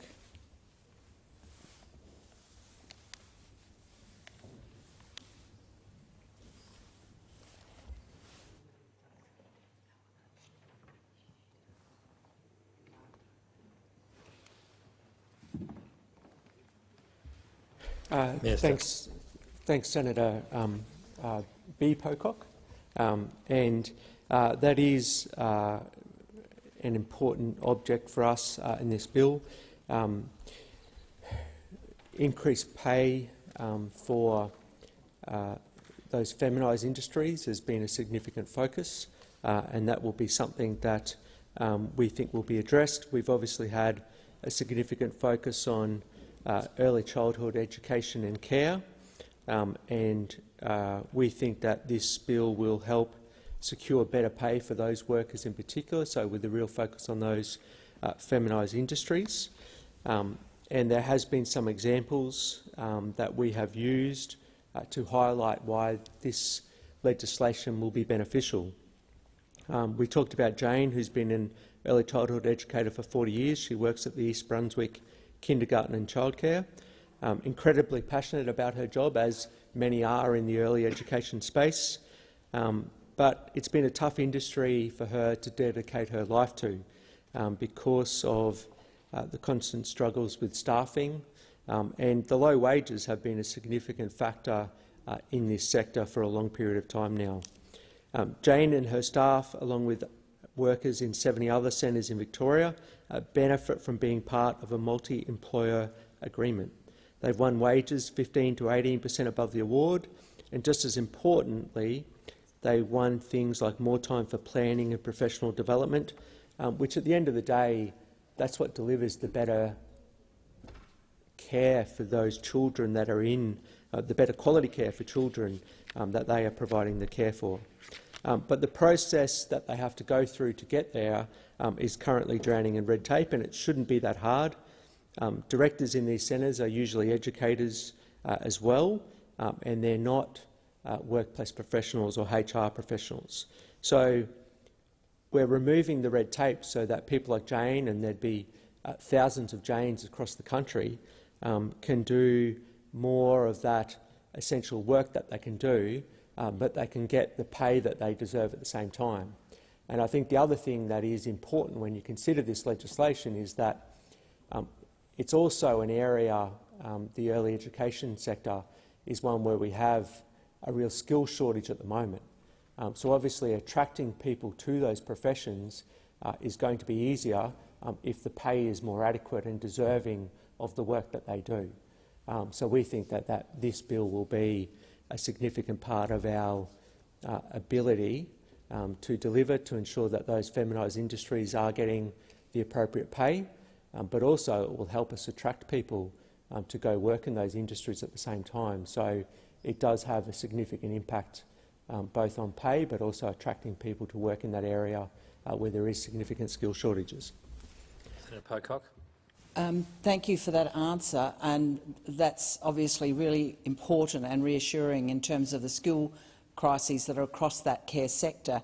And there are, as you say, many thousands of Janes. We've certainly heard of many of them in the work of the Select Committee on Work and Care.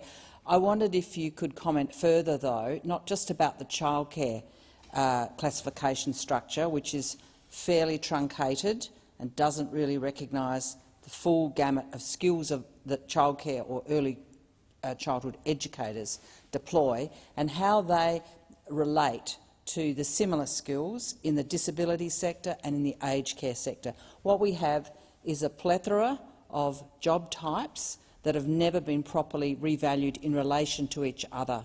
We've got the aged care sector running ahead at a 15% long overdue pay rise, but what would be the role specifically of the panel on care and community services?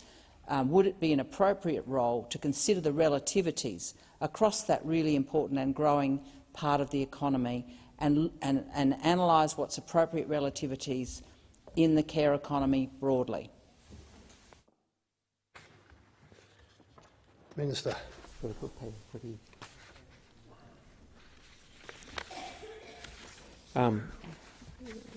Thanks, Senator B. Pocock, for the question. We have set up two panels that will be responsible for looking at the specific areas that you mentioned. One is in regards to pay equity, and the other is in regards to care and community, into the care and community sector. So I do note the work that committee did, and I think that it was quite a decent effort to do that committee in the short time frame that you did. Not all Senate committees work as efficiently as that one, and that's a particularly good effort for someone who is relatively new to the Senate at the same time. So we see that as being a significant part of what we do. Obviously, we went to the election with saying that we want people to get a wage increase.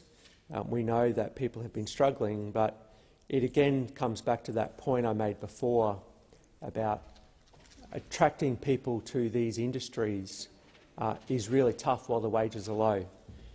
I spend a significant amount of my time in regional Australia and particularly regional Queensland, and I know how hard it is to attract people to work in some of these industries, whether it be aged care, whether it be providing services through the NDIS. And there's not the market in a lot of these places that there are in the capital cities. So attracting people to this workforce, ensuring they've got the training that they need to be able to work in this area, but also ensuring that they're getting paid adequately so that it can, one, attract people so that they do see a career for themselves in this industry, but two, so that once we do attract them, they become long-term employees. So it is something that we think is dealt with as part of this bill, and it's something that this government is absolutely passionate about delivering on. One, because we want to see people paid better, but two, we understand how important these community services are, whether it be in the NDIS, whether it be in aged care, whether it be in other parts of the care economy. We know how important those workers are to the community, and we think that they will greatly benefit from the parts of this bill that apply. Senator Pocock. Thank you for that answer. I wanted to ask a couple of questions about the minimum wage. One of the new objects of the Act is to improve gender equality, and one of the fastest ways to do that is to lift the minimum wage. I wondered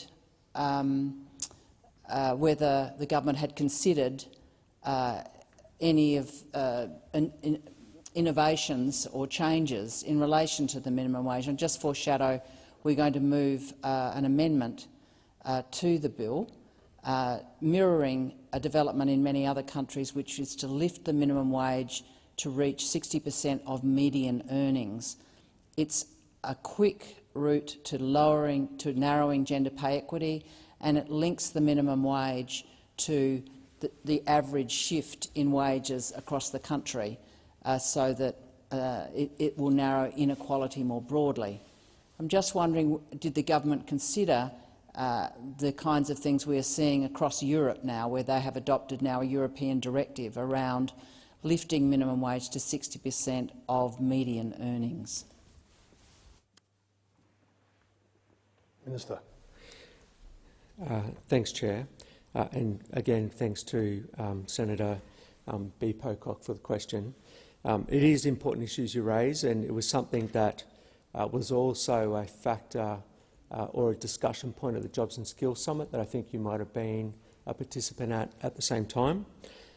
What we committed to doing or reviewing at the Jobs and Skills Summit was a review into the living wage, and our commitment was to initiate a detailed consultation and research process on the concept of a living wage, reporting back in late 2023.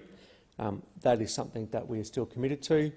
Obviously, it is a significant issue, and I think that the gender equity parts, our commitment to gender equity that runs at the same time is obviously important.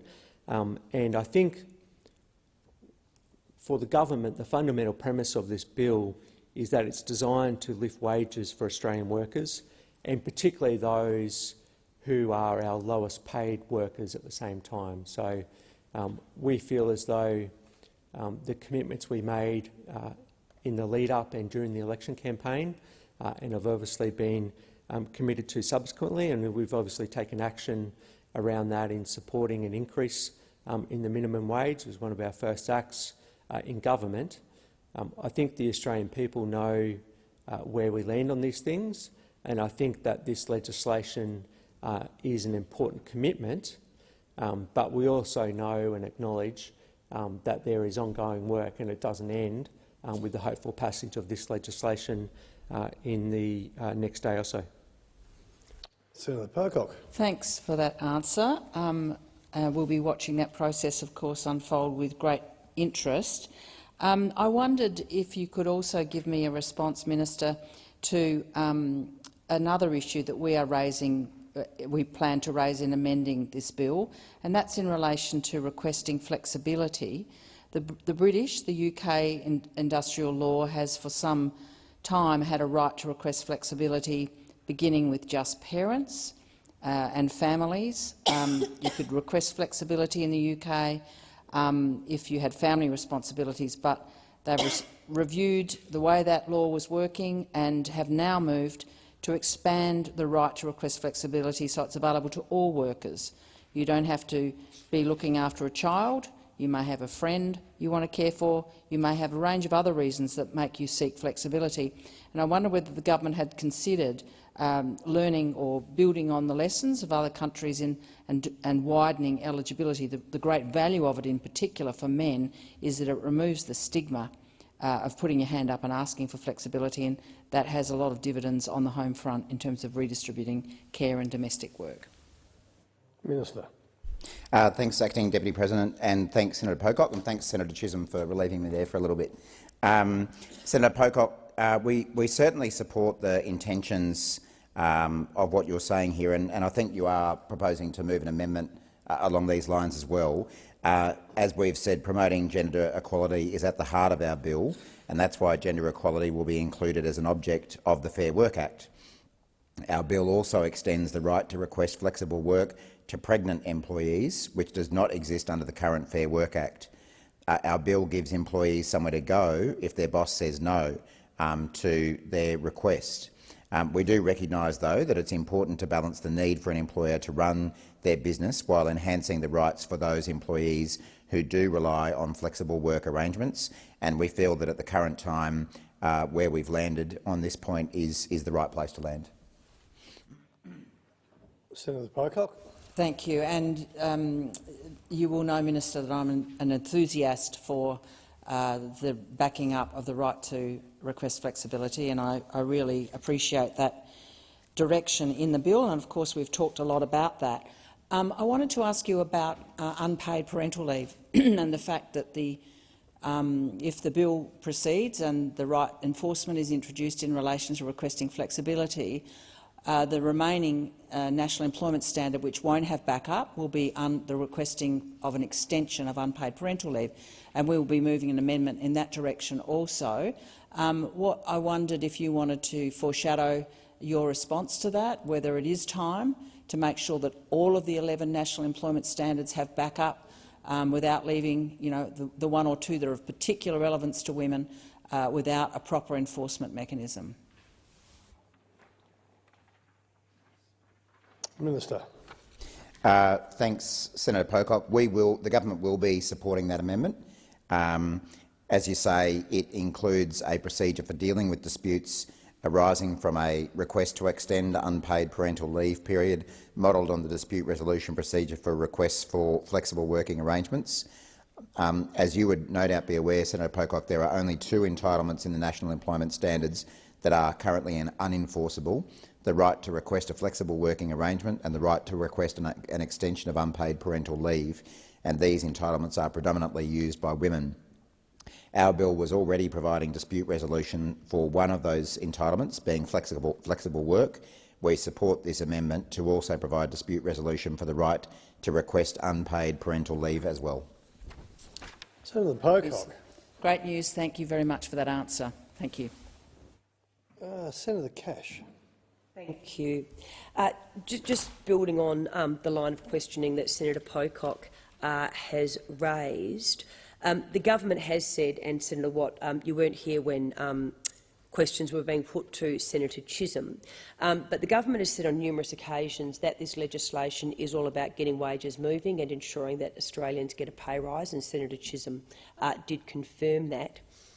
In fact, in the overview of the bill, in the explanatory memorandum, it states the bill would amend the Fair Work Act 2009 and related legislation to get wages moving, boost job security, tackle gender inequity and restore fairness and integrity to fair work institutions.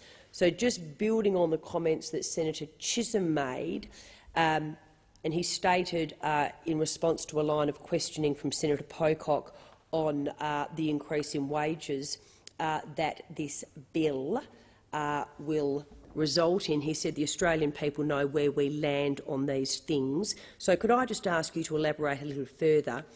When does the government expect wages to start increasing as a result of the legislation?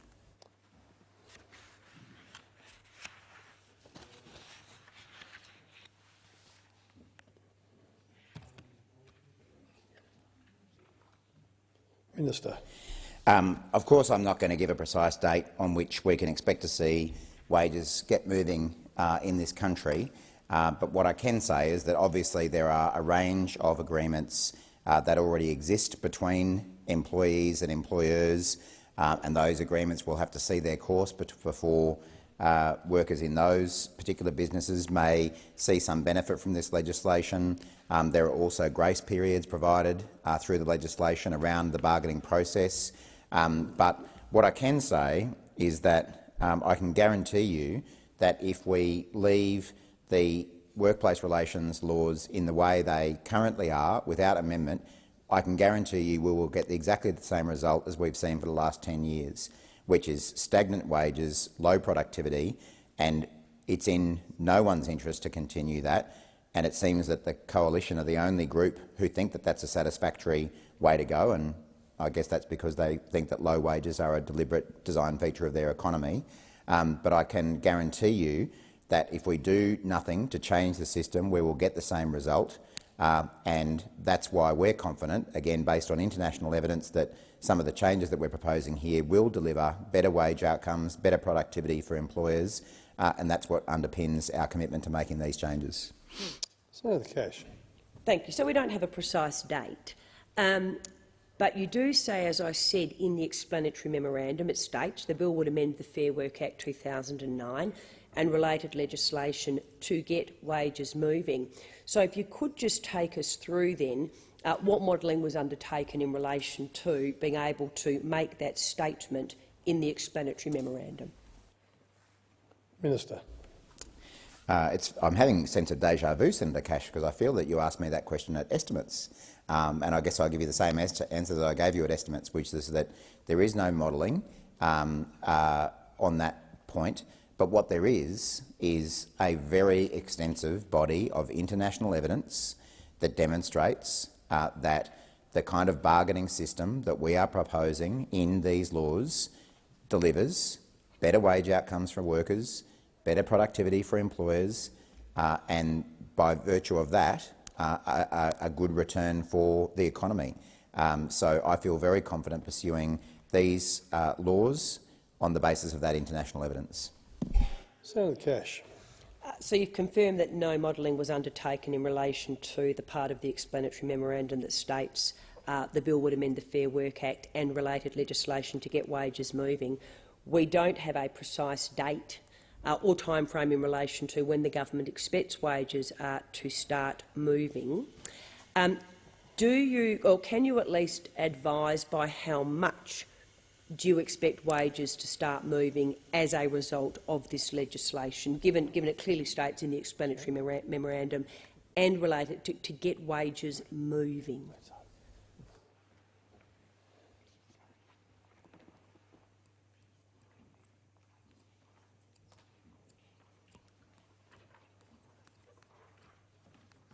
Minister. Thank you, Acting Deputy President. Again, I think I answered this question at estimates, Senator Cash, but there's no one in the country that could give a categorical answer on that because, of course, every agreement that is struck is different. There will be some agreements that are struck under this legislation that provide for higher pay rises than others. There will be some agreements that are struck that provide for a range of different conditions, some better than others. That's how the system works. But what I can tell you is that things like inserting job security and gender equality as objects of the Fair Work Act will provide for a fairer system of at work and pay rises. Things like banning job ads that pay less than the minimum wage will help lift wages.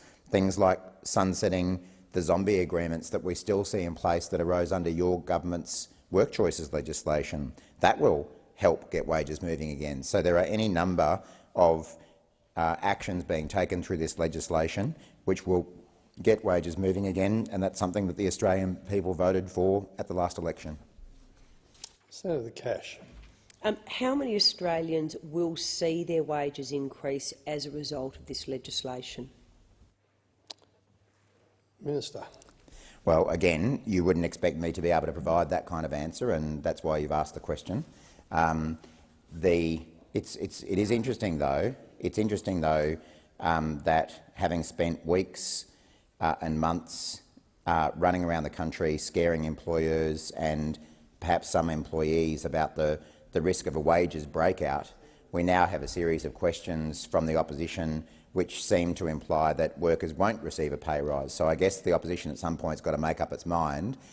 What is the right scare campaign? Is it going to be a continuation of scare campaigns that wages are going to be out of control, or are we going to pursue a different kind of scare campaign, which is that workers might not receive the wages that they think about they might get? So perhaps some consistency from the opposition would be kind of helpful on this front. Senator Cash.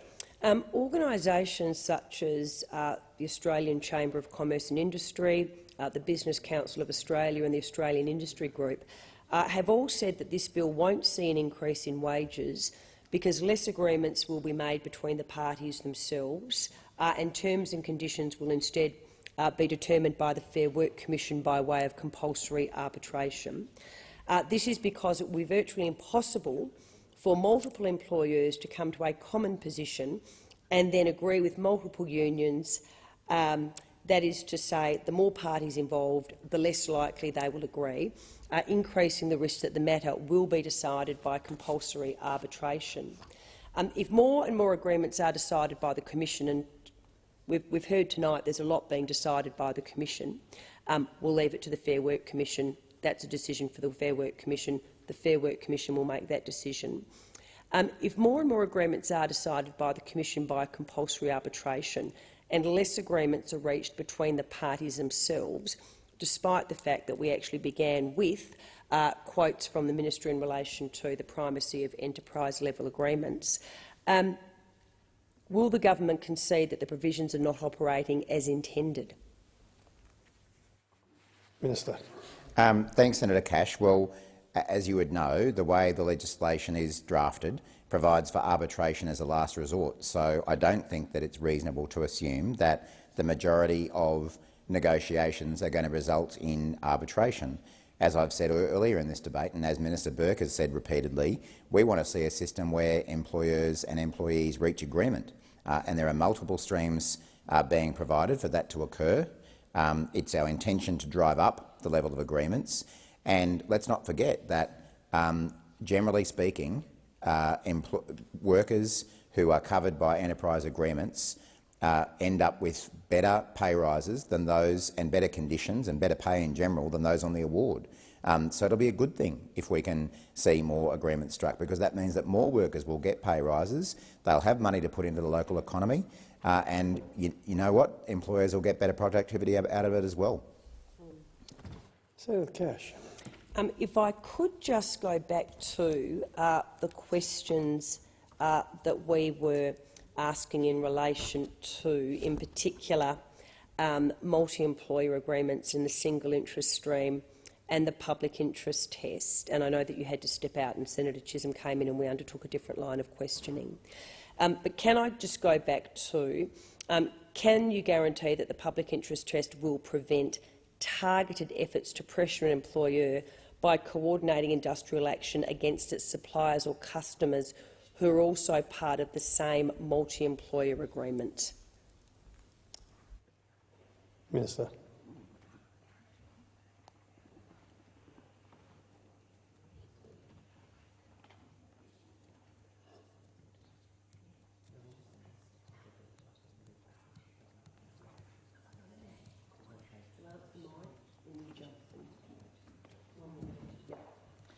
As I said earlier in the night, Senator Cash, our legislation actually imposes additional safeguards against the taking of unjustified industrial action. Conciliation needs to occur.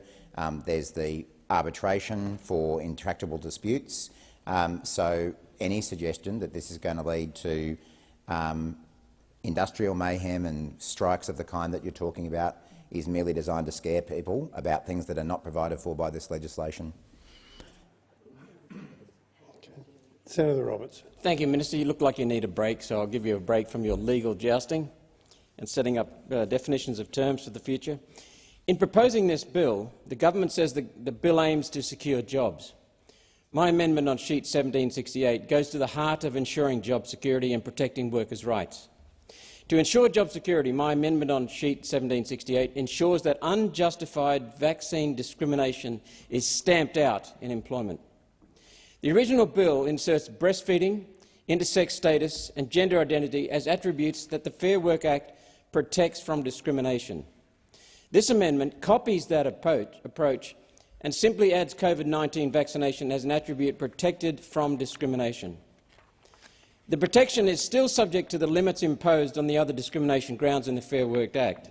An employer will not be in breach of the anti-discrimination grounds where the employer can prove, as they should have to, that it is a genuine and reasonable requirement of the position. This amendment is reasonable. In its approach, it is not radical because it uses and simply extends the existing mechanisms in the Fair Work Act. We've long known that COVID vaccines do not stop transmission. Before this became apparent, however, getting vaccinated to, quote, protect others was the justification many businesses used to roll out vaccine mandates. As a condition of keeping their job, many employees were coerced and still are being coerced, into receiving COVID injections and boosters they do not want. These vaccine mandates cannot be justified given the fact the vaccines do not guarantee protection from transmission. The New South Wales Personal Injury Commission agrees with this view, with workers' compensation being awarded for psychological distress stemming from mandates in the determination of Dorking and the Secretary of the Department of Education handed down on the 3rd of November.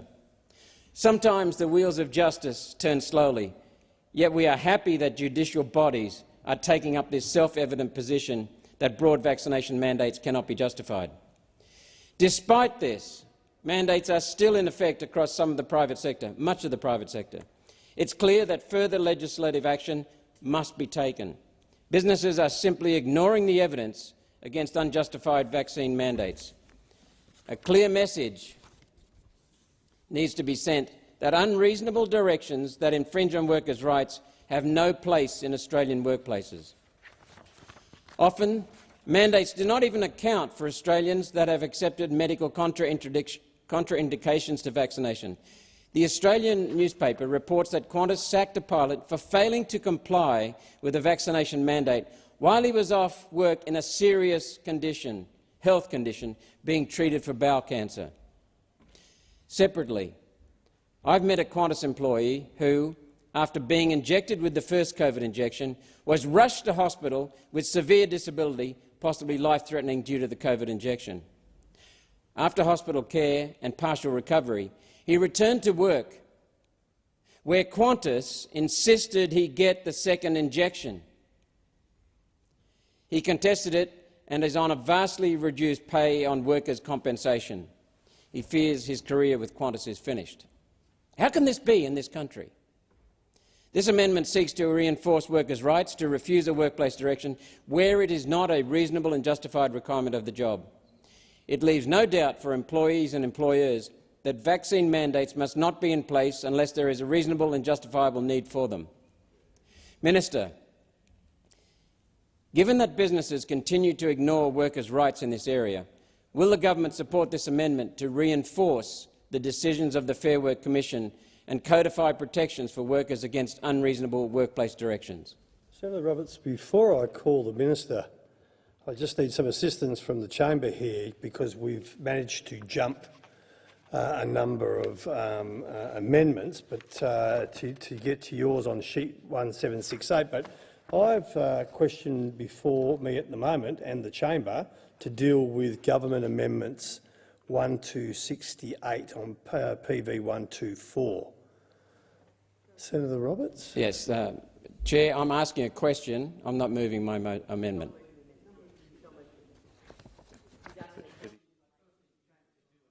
But to help me out, Senator Roberts, and I know we're in for a long haul, you have to be relevant to the amendments that I've got in front of me at the moment.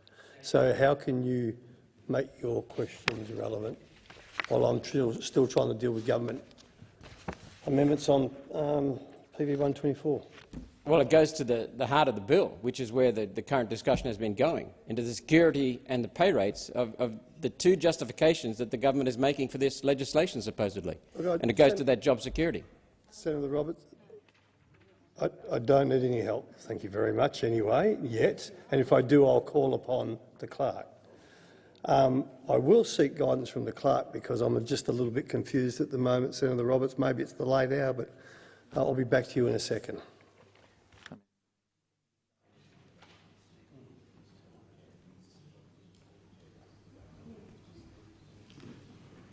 That's right. Senator Roberts, and you and I are mates, but I'm going to stretch the friendship here and test it. You have to be relevant to the question of the government amendments in front of me. Now, I'm happy to put the government amendments and take the vote on it now. So what I will do, and I'm not making this up, Senator Roberts, I'm surrounded by some very intelligent, helpful people up here, but I will put the question. A lot more questions. Senator Cash, I was just going to read and I didn't see you jump, but Senator Cash. Can I go back to the questions then in relation to the multi-employer agreement in the single interest stream? We were talking about the common interest. And in terms of the common interest, can you guarantee that two mining companies won't be found to have a common interest just because they both undertake mining?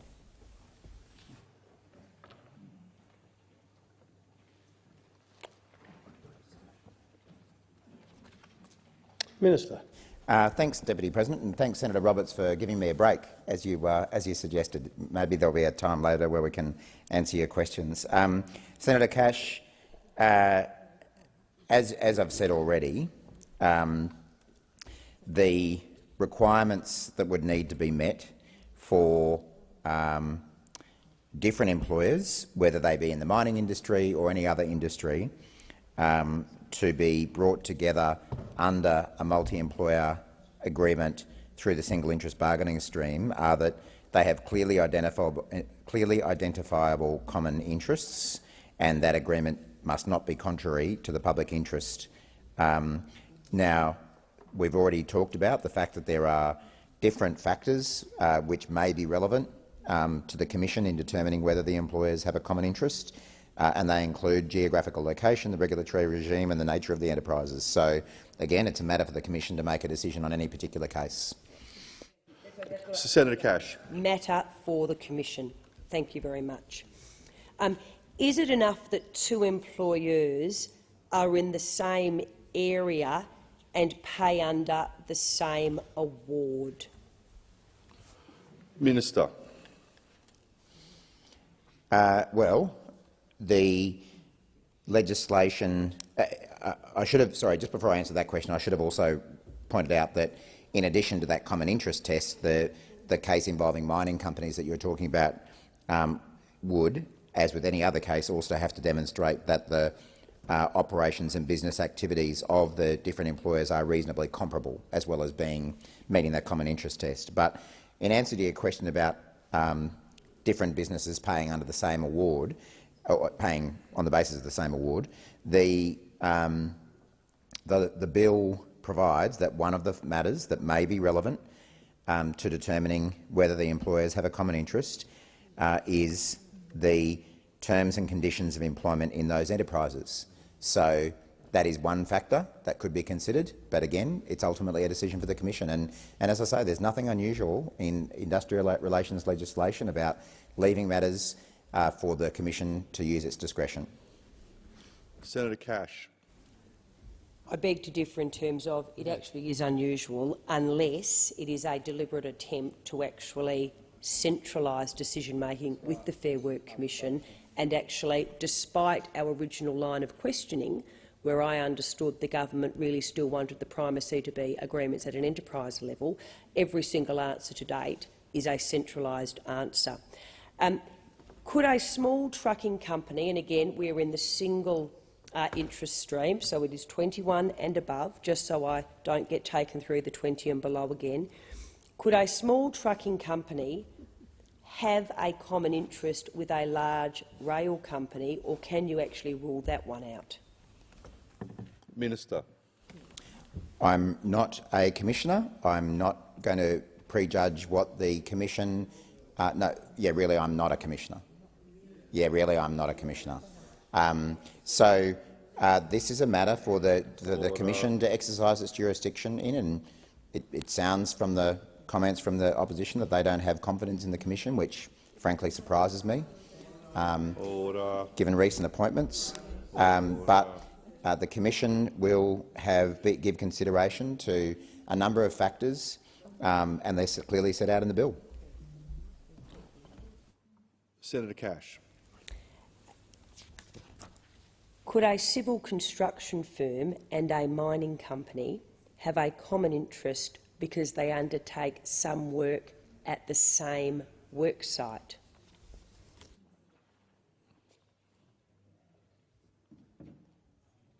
Minister, sorry, Acting Deputy President. Well, civil construction is exempted from multi-enterprise bargaining under the bill.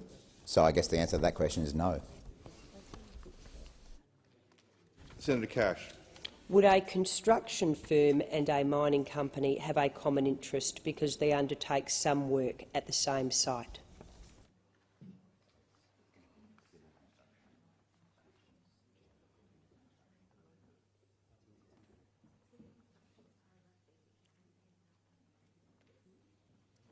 Minister. So the amendments that we're moving to the bill provide that work in the civil construction sector is to be considered general building and construction work, which means that work in that sector would not be subject to multi-enterprise bargaining. Senator Cash. What is the government's rationale then for excluding certain parts of the building and construction industry from parts of the new bargaining stream?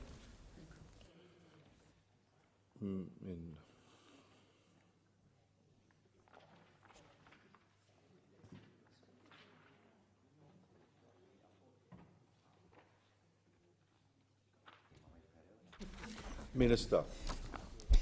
Under the bill, the Fair Work Commission must not approve multi-enterprise agreements that cover employees in relation to general building and construction work. Multi-enterprise agreements are not necessary or appropriate for the general building and construction industry. The scope of the work that has been excluded has been carefully defined to ensure that the exclusion is appropriately limited. Following government amendments in the Senate, general building and construction work will include work in the civil construction industry. As with general building and construction work, multi-employer agreements are not necessary or appropriate for the civil construction industry. Senator Cash. And again, can you just take me through, though, what is the government's rationale for undertaking this action? Minister.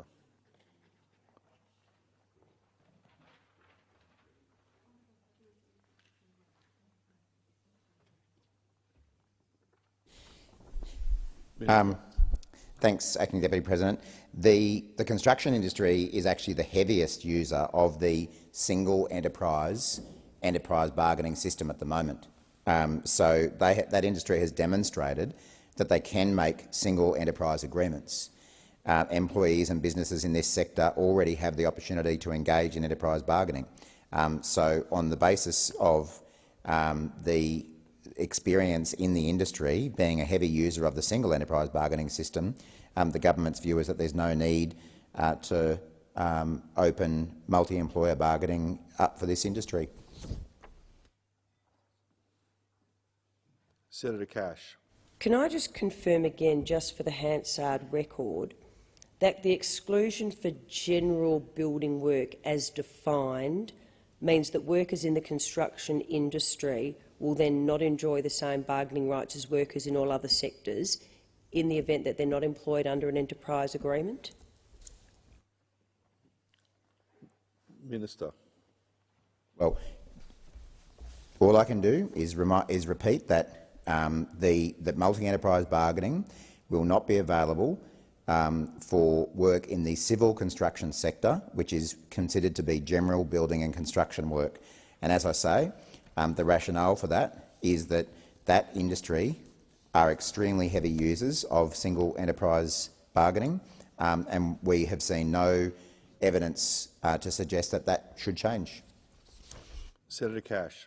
When you say the civil construction sector, is there anything not included, like and I haven't looked at the amendment properly yet, have you actually excluded anything from that definition?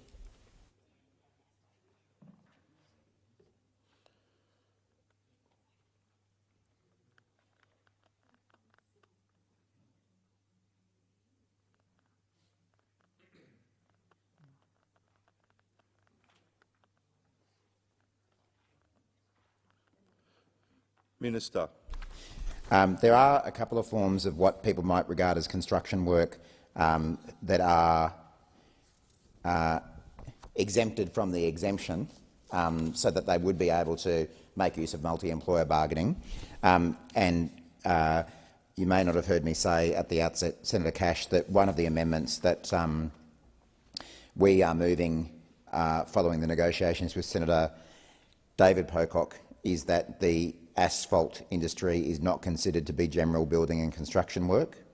And also there's an amendment which I didn't mention earlier, which is work that is the construction, repair, maintenance or demolition of powerhouses or other structures that use eligible renewable energy sources to generate electricity.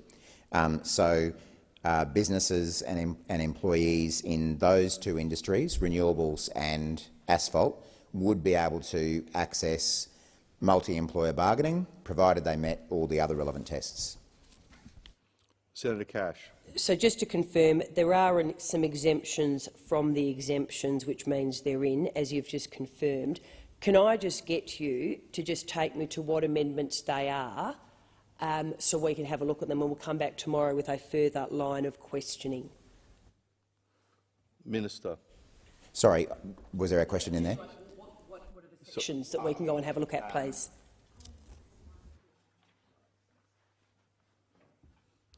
It's item 61 of the amendment sheet, and I got one detail wrong there. I understand that the amendment in relation to renewables is as a result of the discussions with Senator Pocock.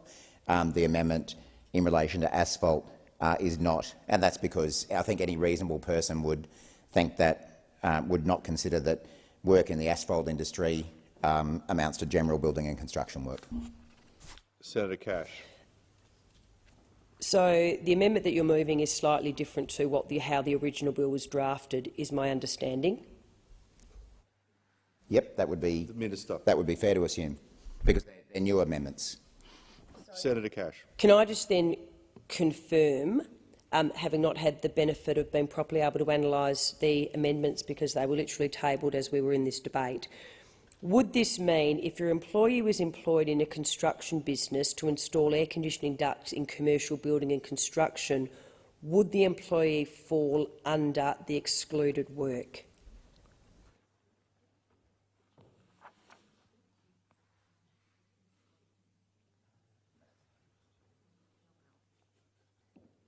Minister. Thanks, Senator Cash. The original bill itself, in what would be clause 651 capital B, which adds a new section 23 capital B, it actually sets out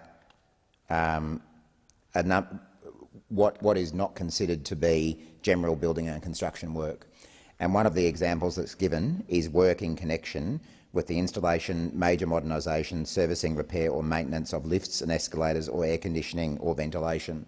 So that work in relation to installation, major modernisation, servicing, repair or maintenance of, I think you said air conditioning or ventilation, is not considered to be general building and construction work, and therefore could be the subject of multi-employer bargaining if the employers and employees chose to do so and if a part that passed the other tests. Senator Cash. So just confirm, so the answer is yes. Would this mean if your employee was employed in a construction business to install air conditioning ducts in commercial building construction, would the employee fall under this excluded work clause? The answer is no, they're actually in. You also just said, though, that if the employer and the employee agreed to enter into, are you saying the employer in this particular circumstance cannot be compelled? Minister. Well, no, I was talking colloquially and saying that if all the usual tests were met, and I'm reminded that there is an association, the exact name of it I've forgotten, but it's essentially air conditioning and maintenance. Mr. Is it Scavera, I think his name is, who has been in the media speaking on behalf of businesses involved in this industry, who has said that he and his members are very much looking forward to taking part in, well, that's 9 employers. I didn't know that we were being selective about which employers we thought were the right ones and the wrong ones.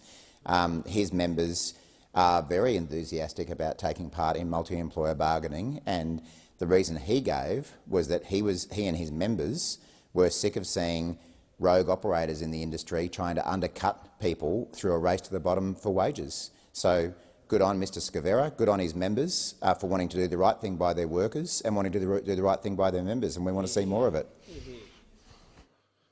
Senator Cash. Just going back to the government's rationale for excluding certain parts of the building and construction industry. And one of the reasons, in fact, it would appear to be the prime reason that the government has undertaken this exclusion is, as you said, they are a high that their use of enterprise agreements is very, very high. My understanding is, though, the mining sector in particular on the East Coast is also a significant user of single enterprise agreements. Was the government approached in any way by any of the mining companies to actually also have an exclusion on the basis that they already have a high proportion of enterprise agreements, and consistent with the government's rationale in terms of excluding certain parts of the building and construction industry.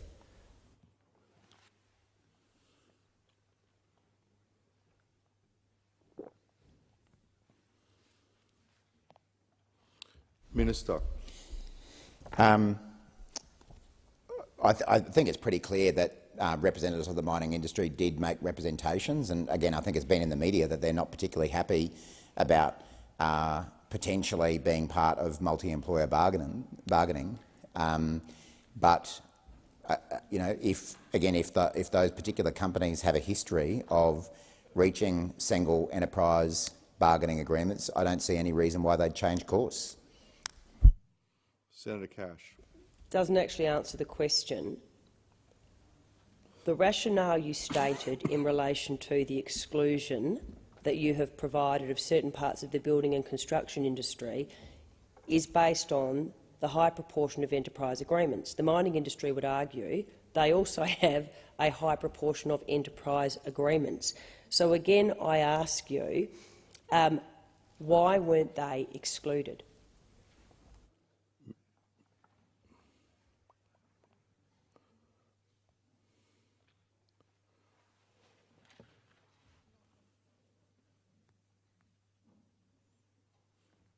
Minister.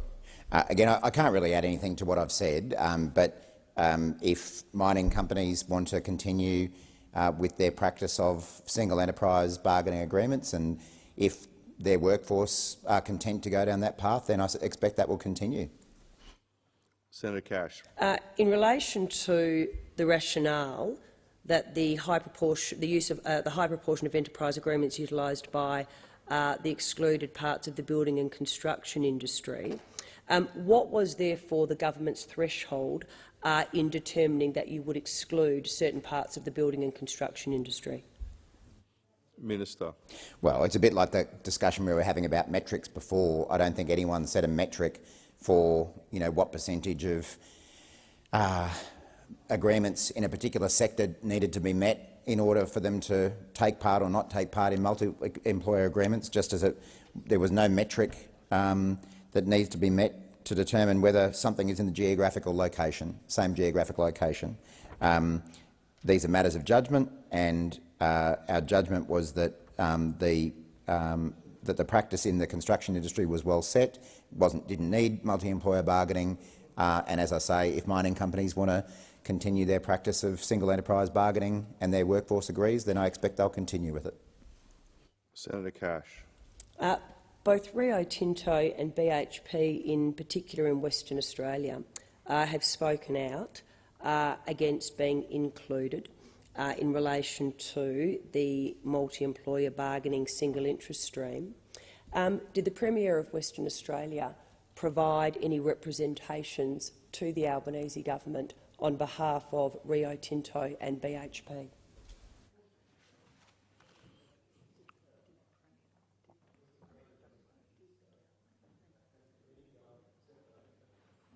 Minister. Not that I'm aware of. Senator Cash. What safeguards in the bill would prevent a multi-employer agreement growing to cover a whole industry or most of an industry or even cross multiple industries? Does the bill limit the number of businesses that can be part of an agreement?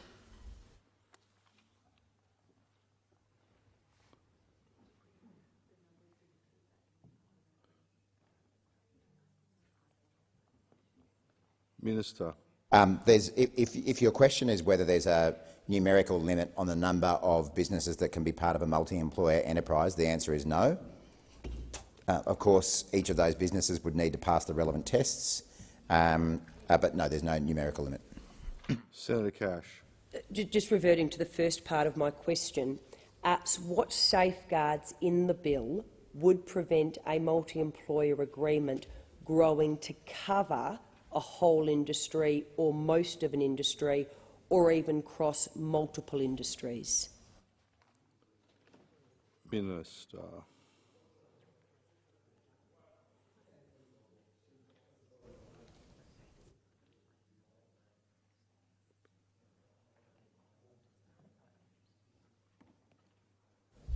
Minister.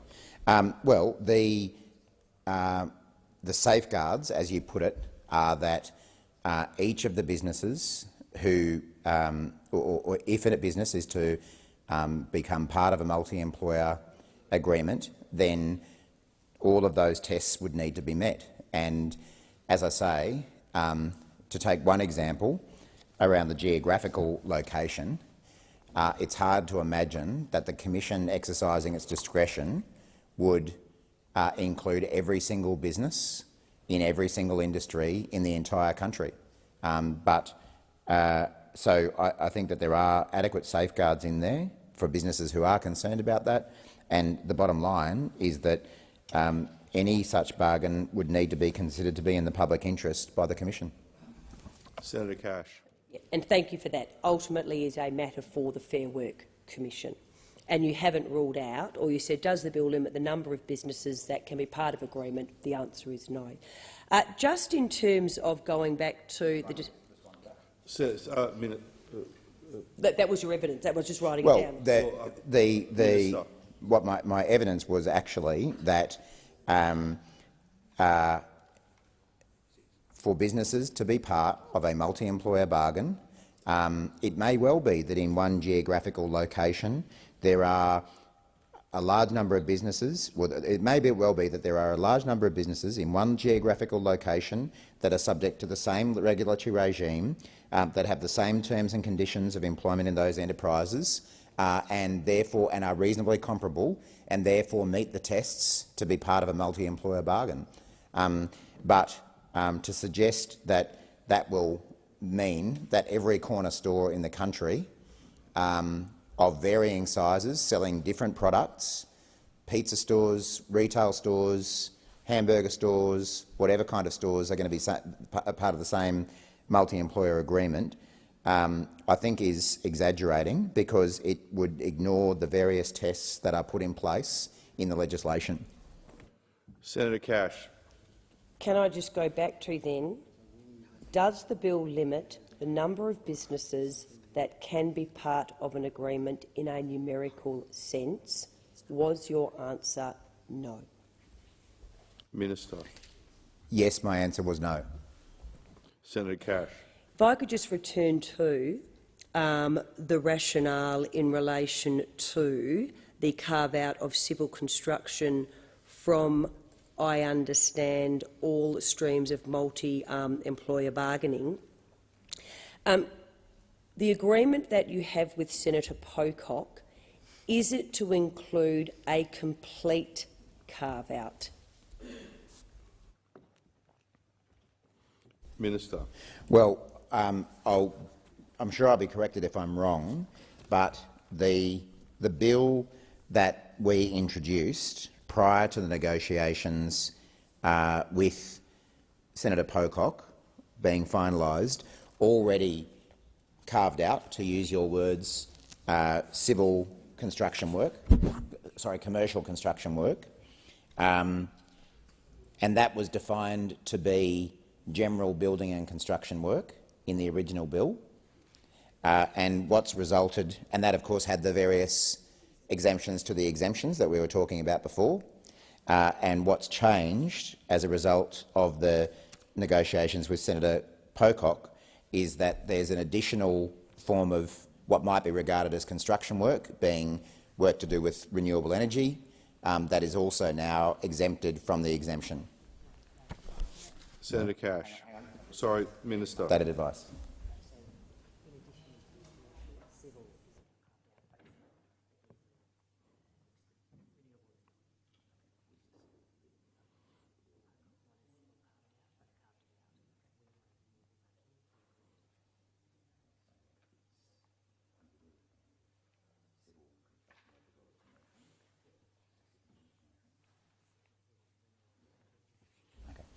Sorry, just to clarify, as a result of the negotiations with Senator Pocock, the category of work that was excluded from multi-employer bargaining was expanded from being commercial construction work to civil and construction commercial work. And through the course of those negotiations, it was agreed that that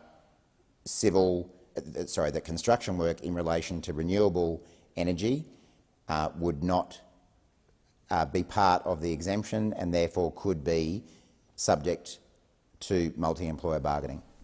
Right? Senator Cash. Could I just now turn to the competition effects of this bill?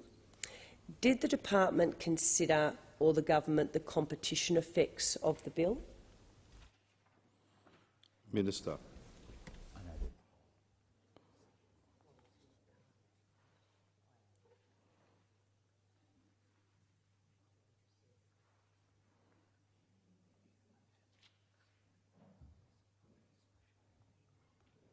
Minister. I know this issue about the application of competition laws has come up a bit, and again has been used by some to create concern in the broader community. But industrial laws are not subject to competition. Yeah, have always been, or for some time now, have been exempted from competition laws. So I don't think that the concerns that have been raised in this regard are valid. Senator Cash. So, industrial laws as they stand today under the unamended Fair Work Act are, yes, you are right, exempt from competition law. The bill that we are currently debating has some of the most fundamental changes to the industrial relations system that this parliament has seen in decades. You are opening up a new stream of multi-employer bargaining. In relation to the common interest test, the public interest test, the comparability test, you have advised the Senate, it is on record for statutory interpretation purposes, and I quote, that will be left to the discretion of the Fair Work Commission. You have refused to rule out scenario after scenario after scenario. Employers in different states and territories, employers across different industries, big businesses and small businesses, marginal businesses and profitable industries. You have said to me directly, does the bill limit the number of businesses that can be part of an agreement? The answer was no. So when this bill passes, we will be talking about a fundamentally different state of affairs. And you are right. The impacts on competition have been raised time and time again in the incredibly short time that employers and employees across this country have been having in relation to understanding the impact of this legislation. So, given that you admit that this issue has been raised, hasn't been raised in relation to the current regime, it has been raised in relation to the fundamental changes that are now occurring. Did the department consider competition effects of this bill? And if not, why not? Minister. Yes, the department did consider this in drafting this legislation, and what it also considered was the long-standing exemption of industrial relations laws as they relate to terms and conditions of employment from competition laws. And in fact, the former Commissioner of the ACCC, Rod Sims, has only today made the public statements that workplace relations laws, particularly in relation to the terms and conditions of employment, have been exempt from competition laws since 1965 for good social policy reasons, and nothing has changed as a result of this legislation. Senator Cash. Was the bill run through Treasury to ensure that when the changes are made into law, it will not create problems with the Competition and Consumer Act or other adverse consequences?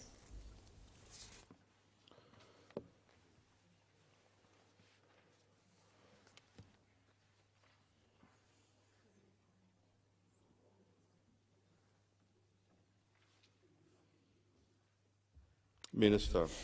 Treasury, along with a range of other departments within the federal government, was consulted about the drafting of the bill. So, yeah, that's probably best leave it at that. So they were consulted. Were they specifically consulted in relation to the impact on or potential impact on the Competition and Consumer Act or other adverse consequences? Minister. They were consulted on the entire bill. In relation to the Competition and Consumer Act and the competition effects of the bill, what was Treasury's response? Minister. Well, I think, Senator Cash, you know from being a minister that you wouldn't, in this sort of debate, provide information about advice that one department has provided to another, and I don't propose to do so either. Senator Cash. Without then providing me the advice, were Treasury asked specifically in relation to the impact on competition and whether or not problems would be created within the Competition and Consumer Act, based on the fact that you have stated that this has been raised with the government?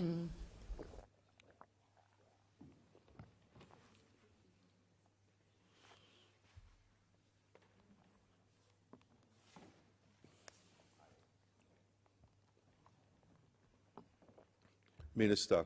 Well, again, Treasury was consulted about the entire Act. Every provision in it was put to Treasury for their views, and they provided the feedback that they provided. And I mean, I know that. I mean, what we're trying to get to in this country is a workplace relations system where we see competition among businesses on innovation, on the quality of their product, on the quality of the service that they offer to their customers, not competition based on undercutting each other's wages.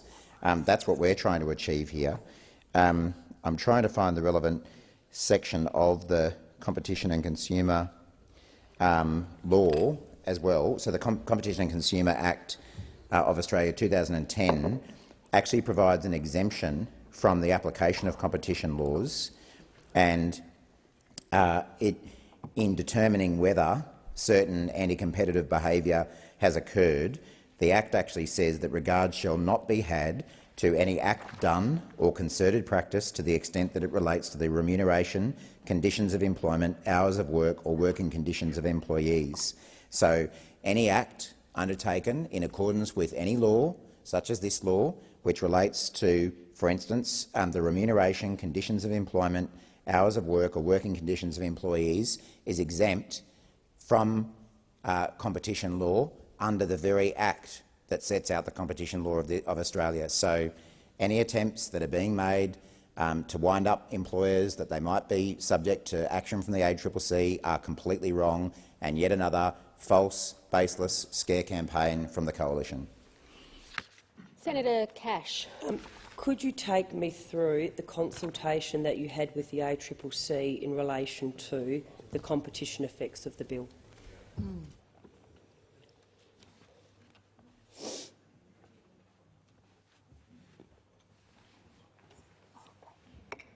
The Minister. Thank you, Acting Deputy President. The ACCC, as you would recall, falls within the Treasury portfolio. The Treasury portfolio was consulted through the drafting of the bill, and again, we've had just today the former chair of the ACCC, Mr Sims, make the point that workplace relations laws and matters to do with the terms and conditions of employment are exempt from competition laws, and it was there in black and white in section 51, subsection 2. So, you know, yes, the Treasury was consulted. ACCC falls within it, but it's pretty crystal clear in the law that there's nothing to be concerned about. Senator Cash. Well, again, I'm not raising these concerns. Businesses across Australia are raising the concerns, and they're not raising concerns in relation to the regime as it currently stands. They understand the regime as it currently stands. They are raising concerns in relation to the potential impact of multi-employer bargaining and the fact that competitors may well be compelled to bargain together.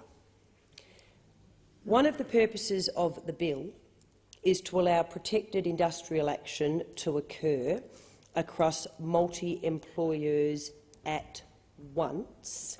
Can you just confirm that where a single enterprise agreement expires and bargaining does not commence, that particular employer could be compelled to bargain under this Act? The Minister. So sorry, Senator Cash, the hypothetical that you're putting forward is, could you just repeat the last part of the question? Senator Cash. If you currently have a single enterprise agreement and it is in force, I understand you are excluded. However, when that agreement comes to an end, if you do not recommence bargaining, you could actually be compelled under this particular bill. The Minister. You could be compelled to be part of a multi-employer bargain? Well, I know that, I know it suits the narrative to talk about businesses being compelled to be part of multi-employer bargains. But as we've been talking over the course of the night, before any business becomes party to, I mean, they might, as I say, they might actually choose to be part of a multi-employer bargain. It does happen. There are businesses who want to do this. Mr Scavera, who I was referring to before, and his air conditioning and ventilation businesses want to be part of this so that they can stop a race to the bottom on wages. But even for those businesses who don't want to be part of it, first of all, the majority of their workforce has to vote in favour of it, and then they have to satisfy all of those common interest and reasonably comparable business tests. And in relation to the competition matters and the concerns that you're saying that businesses are raising, you've had many opportunities over the last few months, Senator Cash, when I and others have responded to your questions and given you the facts of the situation. You've had many opportunities to go out there and provide those facts to those businesses, but for reasons of your own you haven't done so, and you keep coming back asking the same questions and fuelling the scare campaigns that businesses unfortunately are on the other end of. I'd encourage you and your colleagues to actually pass on the facts that you have been repeatedly told, rather than continuing to fuel scare campaigns on the basis of incorrect information that you've been repeatedly told is incorrect. Senator Cash. What opportunity exists for an employer to exit the cooperative stream in the event that the collegiate negotiations they've entered into voluntarily move towards an arrangement that would make that employer's business unviable, resulting in probable business destruction and associated job loss? Additionally, how will these laws prohibit business conversations that would actually otherwise contravene Australian competition laws with respect to collusion?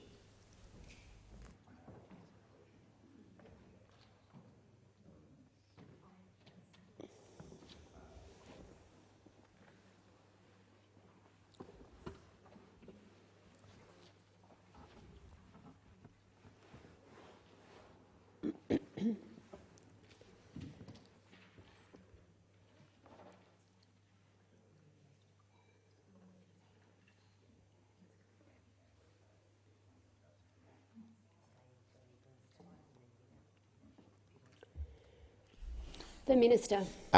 Well, I've obviously dealt with the collusion point by saying that there is no risk of anti-competitive conduct action being taken.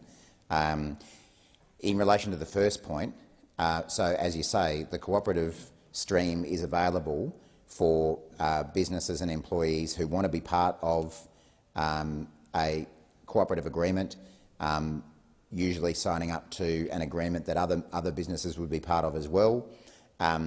There is provision within the Act or the bill for businesses to withdraw from cooperative stream agreements if they have the agreement of the relevant union. And of course, if that isn't the case, then, as is the case for many other agreements, that agreement that has been signed up to would expire at its expiry date. Senator Cash. Just again in relation to the common interest, I had asked you, can you confirm that to satisfy the common interest test, all three factors do not need to be satisfied? And you said, no, they don't. So can I just confirm then, there is nothing in the legislation that makes the Fair Work Commission consider any other factor? So, for example, it could determine that there is a geographical common interest and then move straight to the comparability test. Can you confirm that is true?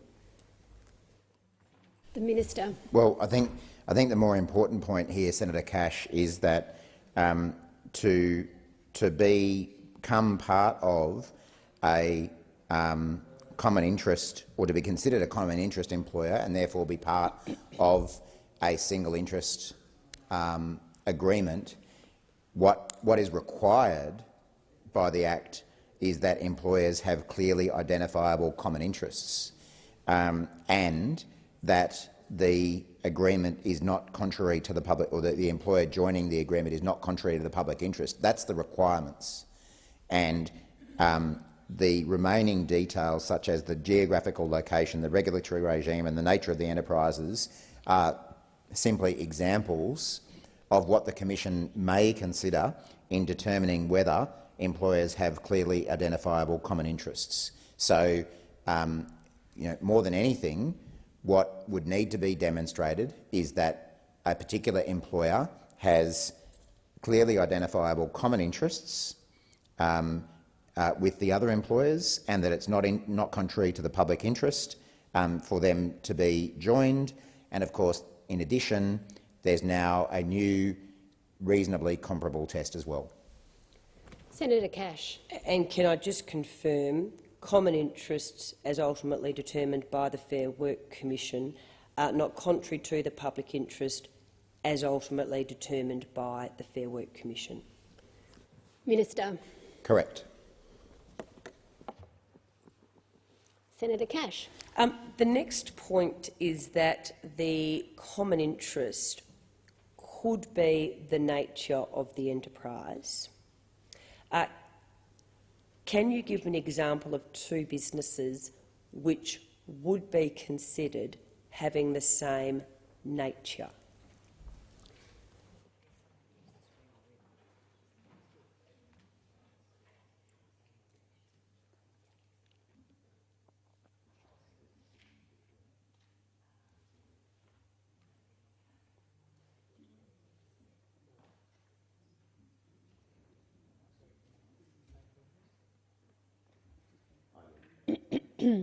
Minister. Senator Cash, again, this is ultimately a matter for the discretion of the Commission. However, I'd remind you that there are a number of businesses who already make use of this system under your government's legislation. For instance, I believe it's Catholic schools in a particular state, or in various states and territories.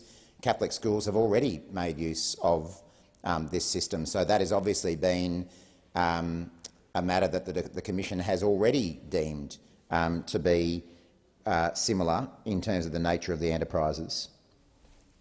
Senator Cash. So again, we go back to ultimately a matter for the discretion of the Fair Work Commission. If I turn to the revised explanatory memorandum, it says that relevant factors include the relative size and scope of the relevant enterprises. So can you then provide me with some examples, given you have put this into the explanatory memorandum, relative size and scope of the relevant enterprises? Can you please provide some examples of two businesses who may have, therefore, the same nature? The Minister. Again, Senator Cash, I'm not going to speculate on hypotheticals, but while just thinking about this and talking to my colleagues here, I've been reminded that not only do businesses already have the capacity to reach multi-employer agreements under this single interest bargaining stream under the current law that you administered, but that law which you administered left the discretion as to whether businesses should be allowed to be part of a multi-employer bargain to the minister. So you might like to make something of the fact that items are being left to the discretion of the Commission, but the system that you presided over gave you, as the minister, the discretion to make these decisions. So I think most Australians would feel a lot more comfortable with the Fair Work Commission making those decisions rather than any minister of the day, whatever their political persuasion. Senator Cash. Would any two retail stores be considered as having the same nature? The Minister. I'm not going to speculate on hypotheticals. Senator Cash. I'm very much struggling to see how that could possibly be a hypothetical question. Part of the common interest test is clearly articulated in your legislation as being the nature of the enterprise. I am merely asking for further guidance in relation to what is the nature of the enterprise, and would any two retail stores be considered as having the same nature? I am asking for guidance here. The retail sector would like to know. The Minister. I can't add to what I've already said. Senator Cash. Can I ask then, would it therefore be a matter for the Fair Work Commission to determine? The Minister. I can't add to what I've already said. Senator Cash. So a butcher and a news agency are both retail stores.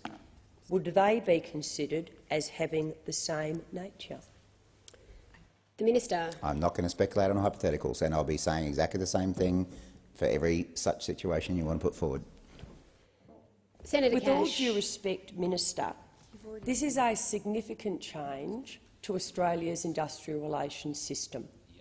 Businesses, employees, Australians have had little to no time to properly consider this legislation.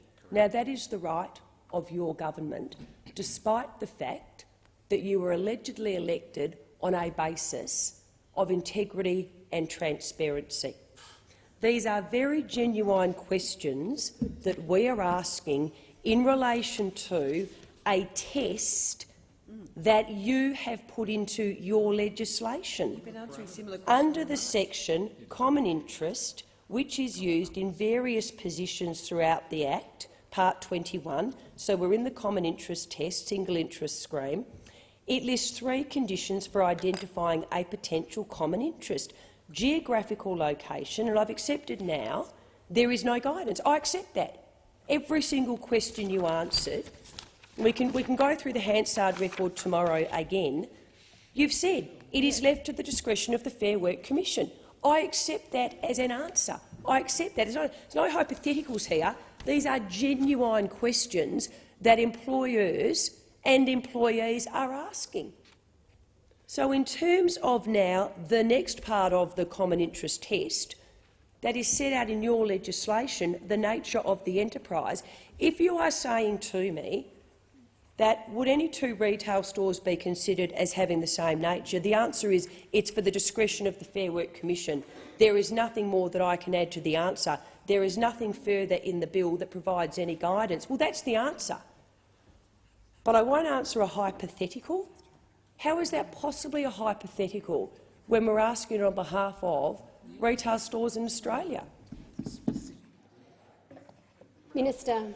Well, there are any number of hypotheticals that anyone can get up and give, and I'm simply not going to speculate on those hypotheticals, whether it be butcher shops, retail shops, pizza shops. I was going to say video shops, but there's not many of them left these days. Burger shops, coffee shops. We could be here all night with any combination of hypotheticals that you want to put forward, and what I will keep saying is that these are hypotheticals and I'm not going to speculate on them. Senator Cash. And at the commencement of your answer, you were prepared to put on record that 2 schools were reasonable. So let's work now. If 2 schools are reasonable, why is it a hypothetical to ask you, would 2 retail stores be deemed as having the same nature?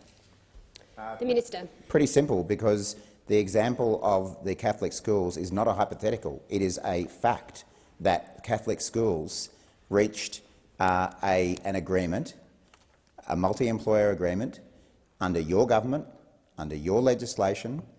That is not a hypothetical.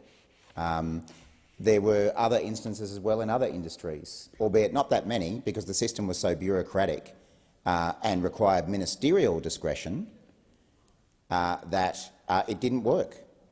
So that is a fact that that occurred, and of course that's different to a hypothetical. Senator Cash. Well, on behalf of the employers across Australia, and I don't have an issue that you have complete contempt for them. I think it's disgusting, but you clearly do have complete contempt for them, because they are the ones who are asking. There's no point. The Minister, Point of order. I ask impugning motives. I ask Senator Cash to withdraw her remarks that I have contempt for anyone. I'm just trying to answer some questions, and there are some questions that cannot be answered. Senator Cash. If Senator Watt is so insulted by the fact that I said he has contempt if you're for going business, to withdraw, you should withdraw I will without withdraw condition. it. But what I will say is, this is very, very disappointing. You are refusing to provide guidance about who could be compelled to bargain together. You are making changes to the system. You are actually standing here tonight in the committee stage of a bill, and I said to you at the beginning, I read out to you the tone in which I would ask the questions, the importance of questions when it comes to statutory interpretation. Because to date, despite the committee process, the farce of a committee process that was undertaken in relation to this bill, despite the alleged consultation that your government keeps saying it is undertaken with businesses across this country, there are hundreds of questions I would put to you, legitimate questions that employers would like answered before this bill goes through. If you go to your own regulatory impact statement, you can't answer any of these questions. It's at the discretion of the Fair Work Commission. We've now moved from— I'd rather you say it to the discretion of the Fair Work Commission, because at least then employers have some idea. But to say it is hypothetical, quite frankly, you are mocking businesses in Australia who are the employers in this country. Your own regulatory impact statement says that if they get into this bargaining process, if you're a small business, you could be $14,500 worse off. If you are a medium-sized business, it was $75,000 until the $5,000 typo was found out, the $5,000 typo, so they'll need to fork out around $80,000 to get their own advice. That's wrong, and you know it. And what is worse is you are now saying that we are delving into hypotheticals. So tell me, would 2 businesses in the mining sector be considered as having the same nature? The Minister. I'm not going to comment on hypotheticals. You talked about Senator Cash being disappointed, and I know what is really disappointing for the coalition is that wages might get moving again. That's what's really disappointing, and that's why we see this filibustering where even after all this time, even after 10 years of suppressing wages, that's not enough for the coalition. Even after an election where Australians voted for wages to get moving again, that's not enough for the coalition. Even though we're 7 months after the election, nearly, and that's still not enough for the coalition, because the truth is that for the coalition, it's never the right time for Australian workers to get a pay rise. That's what's disappointing to the coalition. And you can ask every hypothetical question you want, you can soak up every minute you want, you can soak up every hour you want. We know you wanted to defer this legislation to next year, and if we'd gone along with that, you would have wanted to defer it to the next year after that and the year after that, because you would have rather had 2 decades of wage suppression rather than 1. But we're not going to let that happen. We're determined to change Australia's workplace laws from the decrepit system that you presided over, which delivered 10 years of stagnant wages and low productivity for businesses. Didn't work for anyone. It engendered conflict rather than agreements. It delivered low wages and low productivity, and that is going to change. And I'm surprised, frankly, that the coalition didn't hear the message from the Australian people at the election that they wanted something different.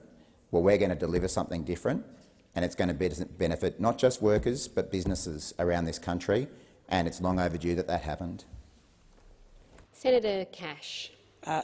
Well, Senator Watt, I've said to you time and time again this evening, political commentary does not aid statutory interpretation. Political commentary, you are in government, this is your legislation, and you are answering the questions, or failing to answer in this case. Political commentary does not aid in statutory interpretation. The situation we now find ourselves in is this. Given you have given no guidance whatsoever, in fact you have actually said they are mere hypotheticals, which anyone in Australia knows they are not. They are very genuine questions that are being asked. There is nothing stopping one Fair Work Commissioner, because everything is being left, and I quote, to the discretion of the Fair Work Commission, considering a butcher and a newsagent to be related businesses with a common interest, and another commissioner making a different conclusion. So I invite you again, on behalf of, in particular, retailers in Australia, is there any further guidance that you can give to them tonight? Because you are right, this bill is going through. It is going through. This is the final opportunity that the opposition on the crossbench and the Australian Greens have on behalf of their constituents, the people we represent, and in this case tonight for me, it's employers who want to do the right thing by their employees. They actually do want to do the right thing by their employees, and they are saying, can you please get further guidance from the government so that we have half an idea about what we do? And the only thing that we have established tonight is, and I quote, it is ultimately a matter for the discretion of the Fair Work Commission. Now, I do understand Senator Pocock, Chair, does have some questions, and I will cede now to him. Senator David Pocock. Thank you, Senator Cash. Thank you, Minister. Can I take you to the definition of casuals in establishing whether they count towards the new threshold of 20 employees in the amendment for exclusion from the single interest bargaining stream? Would seasonal workers be included in this figure? Thank you, Senator Pocock.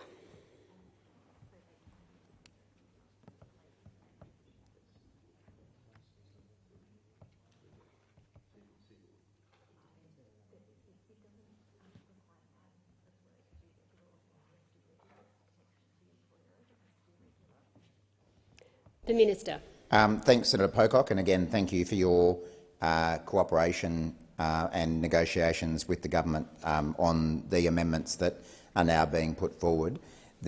Ultimately, that question comes down to whether the casuals are regular or not. The way the legislation is already drafted is that essentially regular casuals would be considered within the 20 employee cap, but irregular casuals, so people who haven't worked there for a period of time or something like that, would not. And that would apply whether we're talking about seasonal workers or other forms of casual employment. Senator Pocock. Thank you, Minister. Would, say, seasonal fruit pickers be regular, or what's the line there?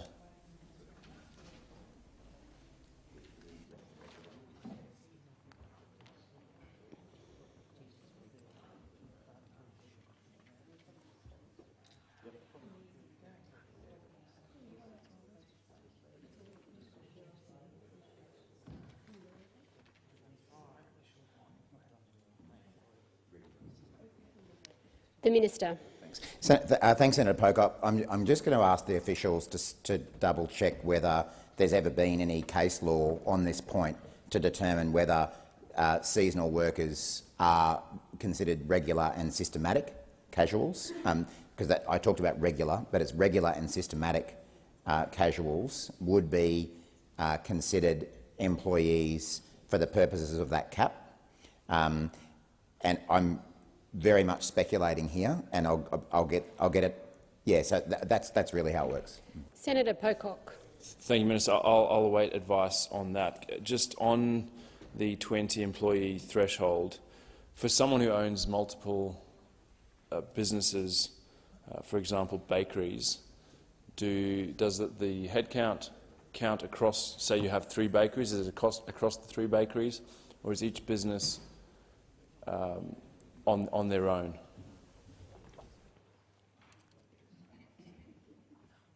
The Minister. If you're talking about 3 separate bakeries owned by the same person or entity, then the total employee numbers would be combined across the 3. So if they had a total of 20 or more across the 3 businesses, then that would be 20 or more. You don't have to have 20 or more in each of the 3 businesses. Senator Pocock. Thank you, Chair. Minister, can I take you to section 67 of the supplementary EM, where you note that it's quite a bit to quote, but it's new subsection 216DC3B, as amended, would provide the Fair Work Commission with discretion to refuse to approve variation of a single interest employer agreement to cover a new employer and employees. If the Fair Work Commission is satisfied, the variation should not be approved, having regard to whether the employer is bargaining in good faith for a proposed enterprise agreement covering substantially the same group of employees. The parties have a history of effectively bargaining for an enterprise agreement, and less than 9 months have passed since the most recent nominal expiry date of such an agreement. Does the inclusion of consideration of bargaining history respond to specific requests from stakeholders, and if so, whom?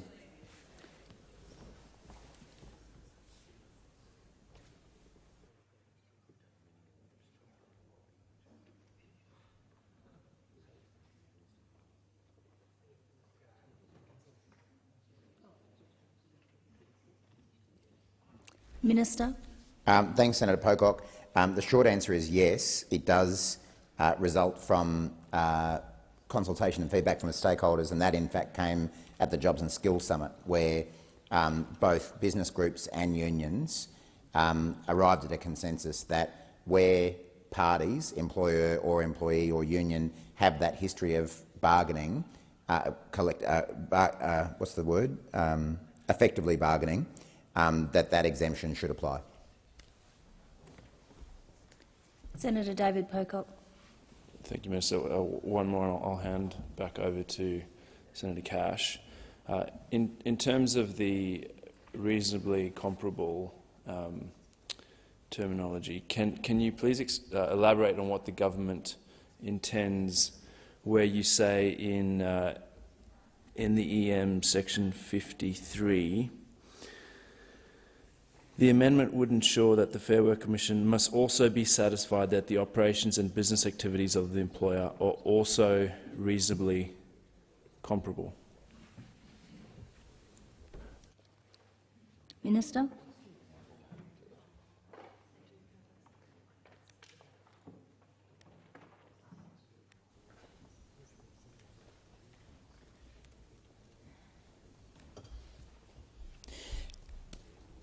Thanks, Senator Pocock. As you'd be aware, that term is not defined within the legislation, and again, I guess it would be a common sense test for the Commission to apply to determine whether a particular business is reasonably comparable to another. So I would expect that if they are in a completely different industry or of completely different scale, then it would be difficult to see how the Commission could say that those 2 businesses are reasonably comparable. But again, that's a decision for the Commission. Senator Pocock. Just to ask a supplementary on the scale, would that be the scale of individual businesses, or I know you're not dealing in hypotheticals, but indulge me with this because I don't know how to explain it. So say a Woolworths versus IGA, all the IGAs added together, you have the scale, but how will that be treated? Minister. Well, to take the specific example, IGAs, and I can't really remember what the ownership structure of IGAs is, and but I think they're sort of each shop is independently owned, and I would think that the Commission would consider each of those businesses as separate ones rather than rolling them together as a conglomeration. I mean, but again, it would depend on the terms and conditions of employment of those IGA employees. I actually don't know whether they all are they have the same terms and conditions, whether they're the IGA in your suburb in Canberra or mine in Brisbane. But if they are operated quite distinctly with different ownership, with different terms and conditions, I would expect that the Commission would consider them to be separate businesses rather than rolling them together as one big group.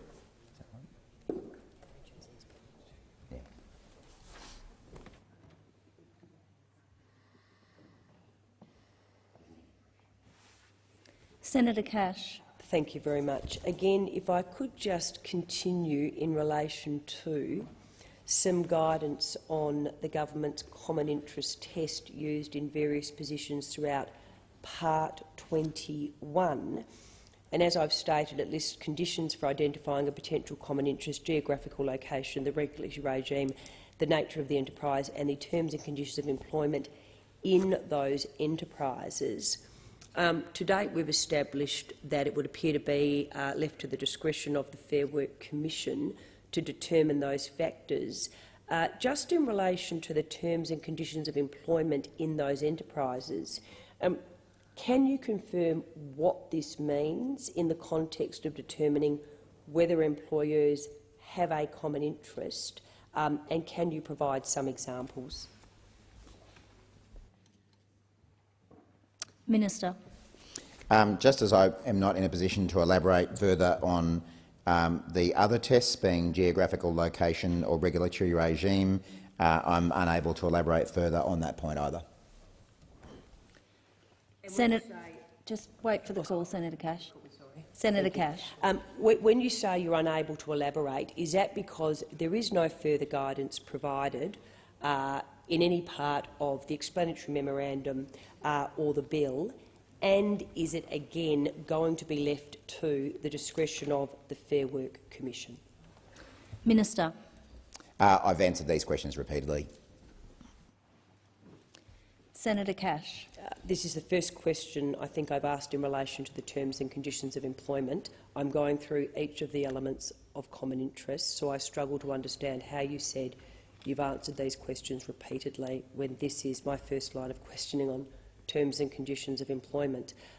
Can you therefore confirm that, and again, it will be left to the discretion of the Fair Work Commission? Minister. Well, I'm making the point that for every element we've gone over in detail, every element of the examples of what may amount to a common interest, and I've given the same answer over and over again, and I'll keep giving the same answer over and over again. So it's in everyone's interest that I refer back to those earlier answers. But again, I make the point that the overarching issue and requirement here is set out in the previous subsection, which is that employers have clearly identifiable common interests and that it's not contrary to the public interest to make the authorisation. That is what is actually required.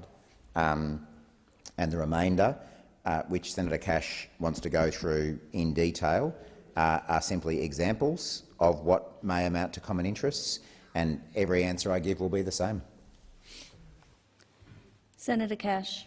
Well, again, this is where it is very unfortunate, because I've said to you, I've approached these questions tonight in a very deliberate manner.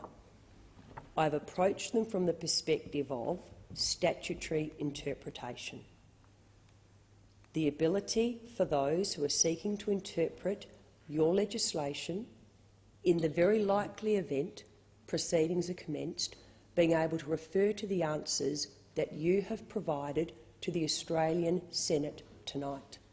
I really don't think my answers are going to be the same for the rest of the questions is going to help anybody in their efforts when it comes to statutory interpretation. So can I just confirm then, in relation to the terms and conditions of employment in these enterprises, which is a part of the common interest test or something that can be taken into consideration, you are not going to provide the Senate with any further information in relation to what this means in the context of determining whether employers have a common interest. Can I just confirm that? And then I can move on to my next line of questioning. Minister. What I can confirm is that there are a number of matters within the existing Fair Work Act that Senator Cash presided over as minister and that the former government presided over as the government for nearly 10 years, which leave matters to the discretion of the Commission. So the approach that the government is taking in this case is no different to what Senator Cash did as minister and the government of which she was a part did themselves.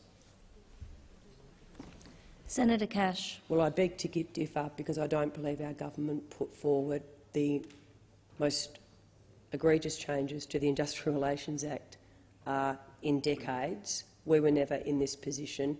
You are the government that's bringing forward these changes. And so, to be fair again to the employers and employees of this country who would like to do the right thing by each other, they have to now do the right thing under your legislation. You are unable to provide them with any further guidance, but I will just then confirm, as you've said, it will be left to the discretion of the Fair Work Commission. That was in relation to the terms and conditions of employment. Can I then turn to the other part of the common interest test, the regulatory regime? Can you please confirm what this means in the context of applying the common interest test? What does the regulatory regime actually mean?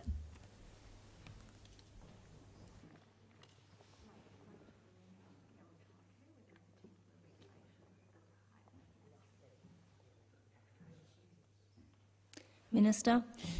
In this case, I can be a bit more specific because I can rely on real-life examples as opposed to hypothetical examples where certain groups have reached multi-employer agreements under the existing legislation which your government presided over. What we're talking about here is regulatory regimes in the sense of childcare regulatory regimes or education regulatory regimes or healthcare regulatory regimes. When those sorts of regulatory regimes apply, then that is a matter that could be considered by the Commission as demonstrating that particular employers have common interests. But again, this point about discretion is nothing new in Australian workplace law. Under the existing Act that your government presided over, that you as minister presided over, Senator Cash, the Commission, for example, had the discretion whether to terminate protected industrial action. Your government didn't spell out exactly what the test was, exactly what needed to be satisfied for the Commission to determine whether to terminate protected action. It left it to the Commission to decide that, based on certain factors, exactly the approach we're taking here. The Better Off Overall test that has been within the Fair Work Act for some time. It may have its detractors, it may need improving, and that's what we're doing in this legislation. But no previous government, including yours, including when you were the minister, ever spelt out categorically what better off overall meant. That was left to the Commission to decide. So if any employers or employees or unions are listening and concerned by this approach, then I imagine they would have had similar concerns about matters being left to the Commission to decide in the past. Senator Cash. Well, they weren't confronted with the situation that we are confronted with tonight, whereby you are opening up the single interest stream to multi-employer bargaining, you are potentially compelling employers who do not want to be part of these agreements. You are saying they can be compelled if they satisfy a common interest test. But to date what we've had is this. The government cannot explain the common interest test. You cannot explain what a geographic similarity is. You cannot explain what a similar nature is. You cannot explain what the terms and conditions of employment in those enterprises are. And you've basically said it will be left to the discretion of the Fair Work Commission. Is that the answer that you have for Australians? It will be left to the discretion of the Fair Work Commission. Minister. Senator Cash, I'm not sure if you've forgotten the legislation that you presided over, Minister, which left any number of matters to the discretion of the Commission, whether bargaining periods should be terminated, whether protected action should be terminated, whether a particular agreement was going to leave employees better off overall. They're just the ones that I've sat here and remembered myself over the last 3 minutes. I haven't even started looking through the Act to find every other reference to it. It's a system that you applied, and it's a common system. You applied it. It's being applied here now. And as I say, what would probably be helpful is if you and your colleagues didn't run around the country scaring employers about things that won't happen as part of a political campaign. But that's the path you've chosen. Senator Cash. Well, and again, Minister, political commentary does not aid in statutory interpretation.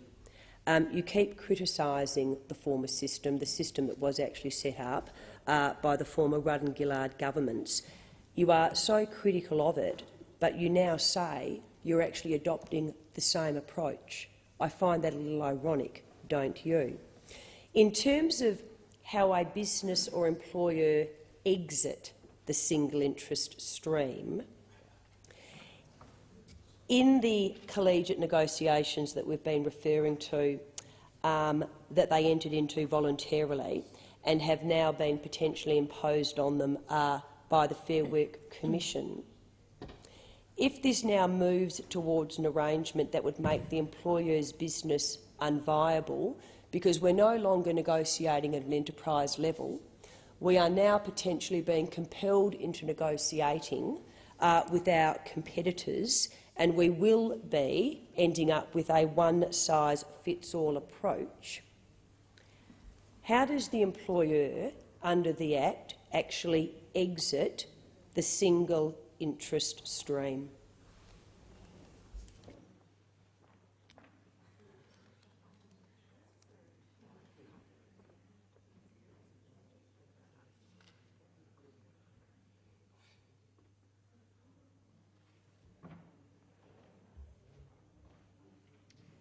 Minister. Thanks, Senator Cash. I think this matter is dealt with by one of the new amendments, and it would be in clause 53 of that. It refers to Schedule 1, item 637 on page 11 of the new amendments.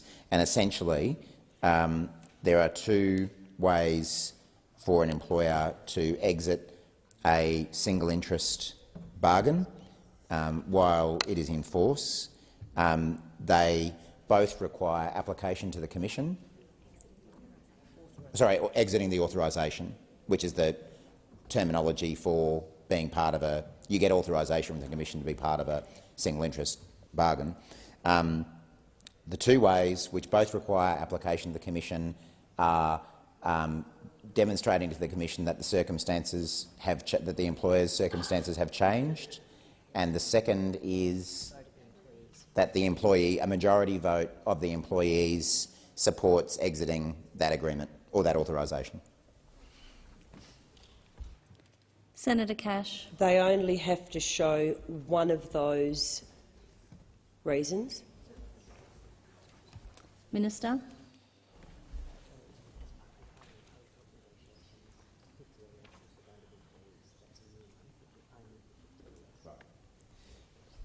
Yeah, they are the circumstances, and the point about having a majority vote of employees, that's only required for businesses with 50 or fewer employees.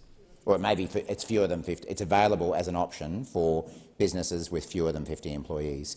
It would be it'll end up being subsection 251 to capital A, which deals with the circumstances that allow the Fair Work Commission to vary an authorisation. Senator Cash. So this is an amendment that the government is bringing in.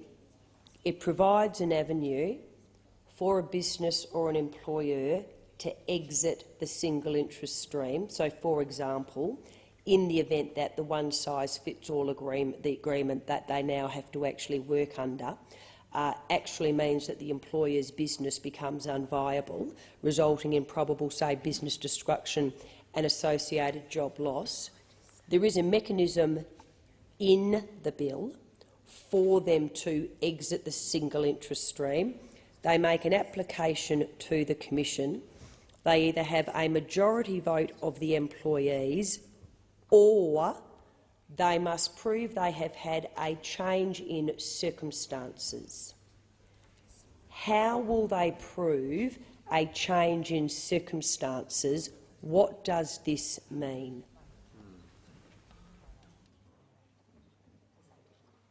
Minister. It's exactly the same test as is in the current Act, being the Act that you administered as the Minister. Senator Cash. Again, political commentary does not assist with statutory interpretation. These are very deliberate questions that are being asked. Employers have been unable to work this out. They've just seen the amendment. Could you then take me through what is a change in circumstances? They've been compelled into a multi-employer agreement. The multi-employer agreement has now resulted in their business becoming unviable. They wish to exit. They can A, apply to the Commission with the majority vote, or they prove they've had a change in circumstances. Can you take us through how they will prove this? Minister. Well, Senator Cash, I don't think you need me to explain that because it's in the Act that you administered as the Minister. It's exactly the same test. And can I say that having, like yourself, been an industrial lawyer, although I suspect probably on different sides of matters, I have certainly had a lot of experience of unions and employees being willing to renegotiate terms and conditions of their employment when faced with serious viability concerns.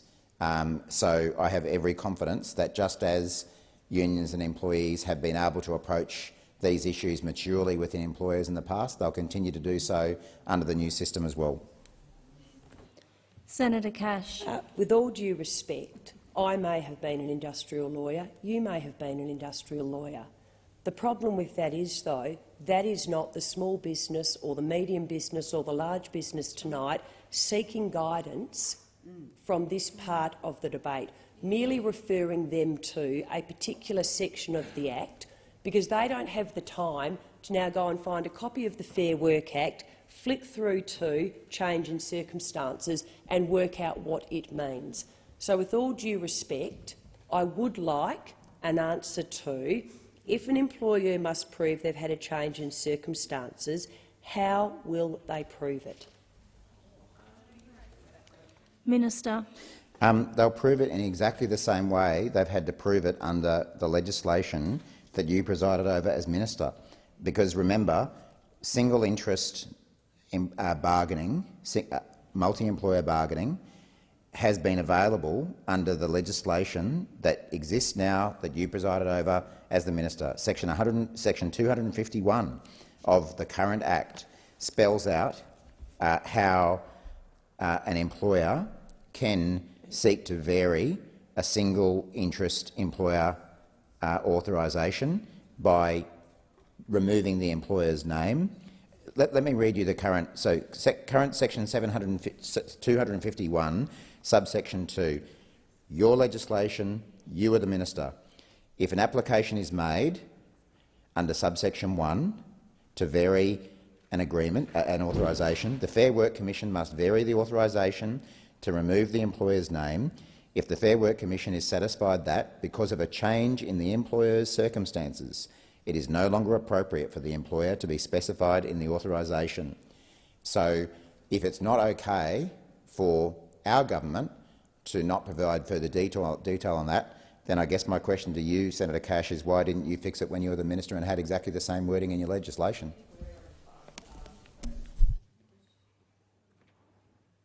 Senator Cash. This is a fundamental change to Australia's industrial relations laws. We're actually talking about entering into multi-employer agreements that you have been compelled to enter into. When you consider the process of exiting, can you confirm if this will present additional costs to businesses? Minister.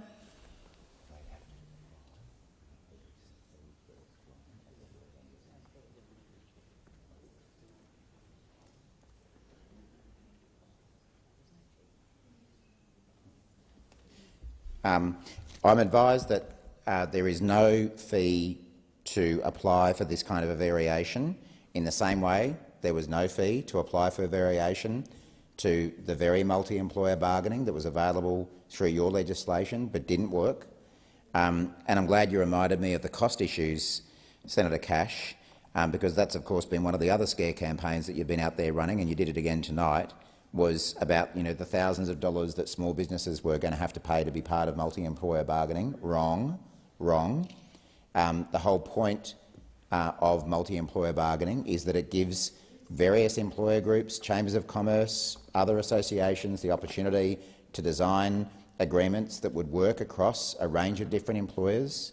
And I would hazard a guess that most small businesses or medium-sized businesses that want to take part in multi-employer bargaining might choose to take advantage of an agreement that has already been designed for them by an employer group, rather than deciding to go and engage a consultant at their cost to help them through the process. If they choose to go and engage a consultant to help them through the process and incur the thousands of dollars that involves, then that's a matter for them. But no one's forcing them to do that. No one's forcing them or compelling them to do anything. What we're offering is a different version of the same multi-employer bargaining that you saw fit to preside over, but apparently it's not okay when a Labor government tries to do it. Senator Cash. And I quote, "We are not forcing or compelling them to do anything." How then, under this legislation, if an employer does not want to enter into a multi-employer agreement, what is the pathway for joining them? Is there? Minister. As I've said over the course of the night, for any employer to become part of a multi-employer agreement, they have to meet various tests. Businesses that don't meet those tests won't be part of a multi-employer agreement. I know it doesn't fit the narrative, I know it doesn't help with the scare campaigns, but that's how the system works.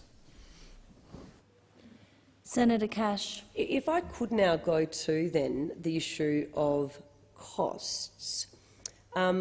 If we could just go to the letter between the Office of Best Practice Regulation and the Department dated the 25th of October 2022, in which the Office of Best Practice Regulation provides its assessment of the government's regulatory impact statement on bargaining changes.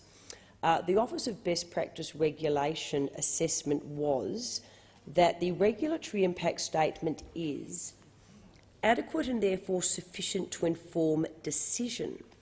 However, the letter states, to have been assessed as good practice under the guide, the regulatory impact statement would have benefited from further analysis of the potential impacts of productivity, real wages and other distributional impact, in particular on gender.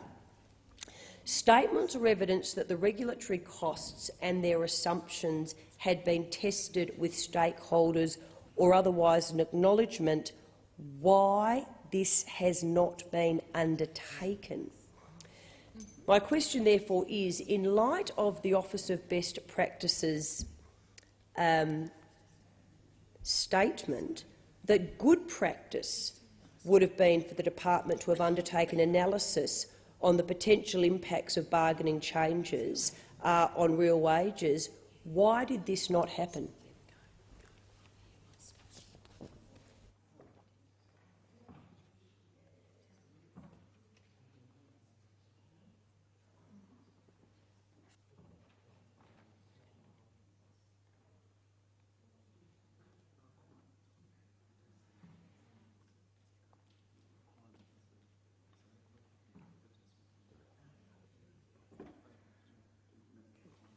Minister. What I'm advised is that all the requirements of the Office of Best Practice Regulation, or whatever its exact name is, I think that's what it's called, were met. So we believe that we've met all of those requirements. Senator Cash. Again, let me just put to you what the Office of Best Practice Regulation said. It said that their assessment of the RIS, the regulatory impact statement, is adequate and therefore sufficient to inform decision. However, the letter states to have been assessed as good practice under the guide, the regulatory impact statement would have benefited from further analysis of the potential impacts on productivity, real wages and other distributional impact, in particular on gender, statements or evidence that the regulatory costs and their assumptions had been tested with stakeholders, or otherwise an acknowledgement why this had not been taken. So can I ask then, in relation to that statement by the Office of Best Practice Regulation, what action did the government take? Minister. Well, again, I think, Senator Cash, you've answered your own question by saying that the first part of what was contained in that letter, which was that the words to the effect that the work that was done was adequate. It was what was needed. And I know that a lot of these questions go to gender impacts of the bill, and I've already made the point that this bill is going to be doing an enormous amount to rectify and close the gender pay gap that exists in Australia and that has been happening for a very long time. And I know your government used to crow about closing the gender pay gap and always left out the bit that the reason that happened was that male wages were falling. So the way to close the gender pay gap in the Liberal National Party world was to see wages decline for one part of the community. What we actually want to see is the gender pay gap with both genders' pay going up. That's the way to close the gender pay gap. And as I say, this bill does an enormous amount to address gender inequality in industrial relations in Australia by including gender equality as an overarching object of the Fair Work Act, by implementing the government's election commitment to establish expert panels for pay equity, and the care and community sector in the Fair Work Commission, backed by a dedicated research unit. There's the issues around banning pay secrecy clauses and allowing staff to talk about their pay if they want to, which is particularly important for women, stamping out workplace sexual harassment, extending eligibility for flexible work requests to cover cases where the employee is pregnant. Any reasonable observer would see that this bill is going to do more for gender equality in the workplace than we have seen in this country for a very, very long time. And it's a shame that the former government didn't do anything about these issues for the 10 years that it was in power. Senator Cash. And again, political commentary is of no assistance in statutory interpretation. Now, the issue I have with the answer that you just gave is you have stated that the regulatory impact statement says it is adequate and you've accepted that and therefore you've discharged your obligations. You then went on about a number of impacts in relation to gender. The issue I have is this, though. What the regulatory impact statement says is the RIS would have benefited from further analysis of the potential impact, in particular on gender. Given that statement and given your commitment in this bill to the improvements in gender equity, when the minister received this and it said further analysis of the potential impacts on productivity, real wages and other distributional impact, in particular on gender. What action was taken? What did you do? Minister.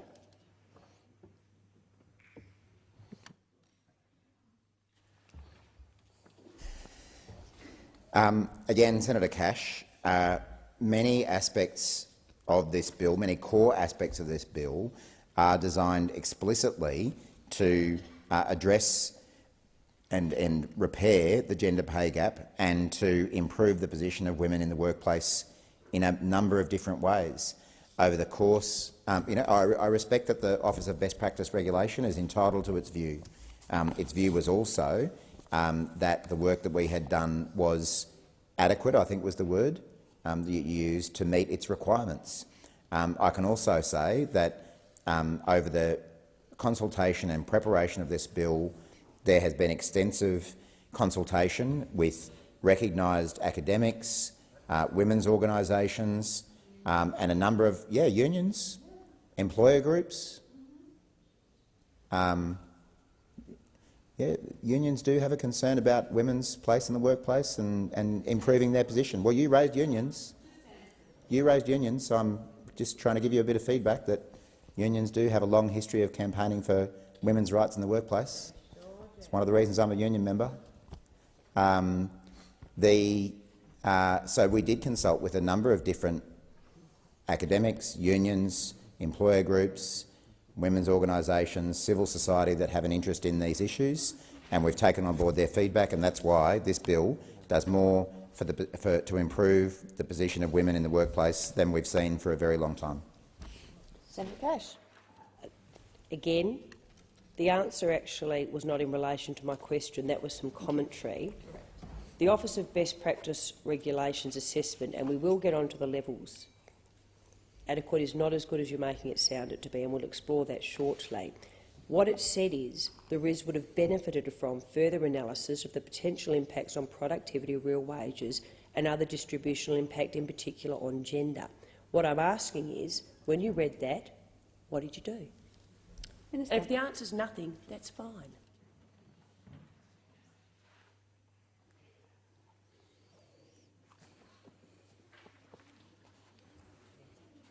I can't really add to what I've already said, other than to remind you that this bill is the result of lengthy and detailed conversations and consultation with a large number of academics, women's organisations and other groups, employers and unions, who had some very valuable ideas about how we could fix the gender pay gap, and I'm really pleased that this bill picks it up. Senator Pocock, I understand Senator Cash has got one more question in this line, and then I'll come straight to you. I have several more questions, but I'll ask one more question, and then I will obviously, absolutely. Can I just confirm, what was the gender pay gap when the Coalition came to office in May 2013? And what was the gender pay gap when you assumed office in May of this year? Minister. I'm happy to get you those figures. And I'm also happy to get you the proof that any reduction in the gender pay gap that may have occurred over your time in office was because male wages in real terms or relative terms fell. So I'm not really sure that I'd be particularly proud of any statistics that demonstrated that the relative pay of either gender fell, but I'm very happy to provide those figures to you. Thank you, Minister. Senator Pocock. Thank you. A question pursuing the line of questioning from Senator Cash.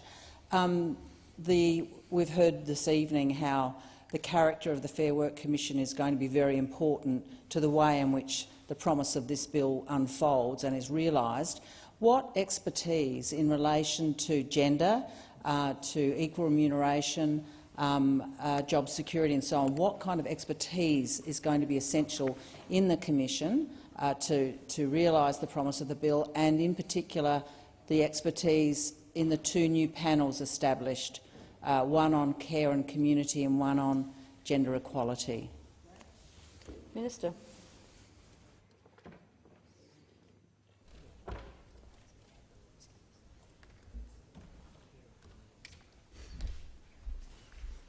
Thanks, Senator Pocock, and I again recognise your many years of working and campaigning on these issues. You're dead right.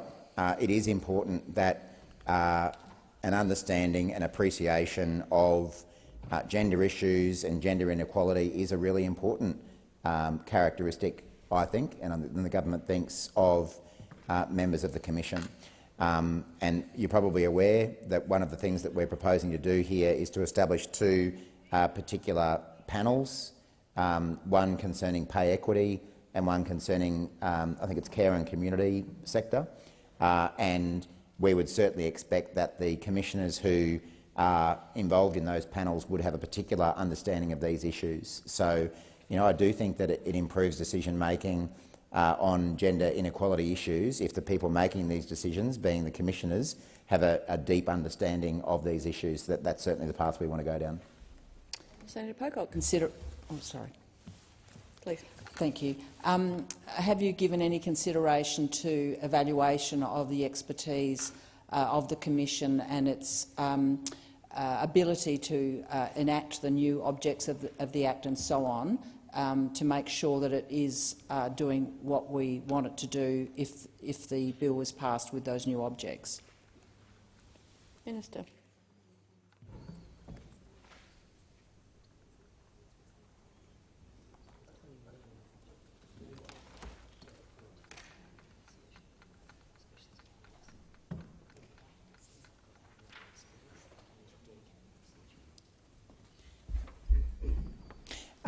Thanks, Senator Pocock. Those two panels that I was referring to, the Pay Equity Expert Panel and the Care and Community Sector Expert Panel, as you may be aware, in the budget this year the government announced $20 million to establish those panels with a dedicated research unit, and I've been reminded that the relevant skills and experience is a requirement of appointees to the Commission, so again, or to its panels. So I would fully expect that the people who will be involved in these panels will have those sorts of skills and backgrounds.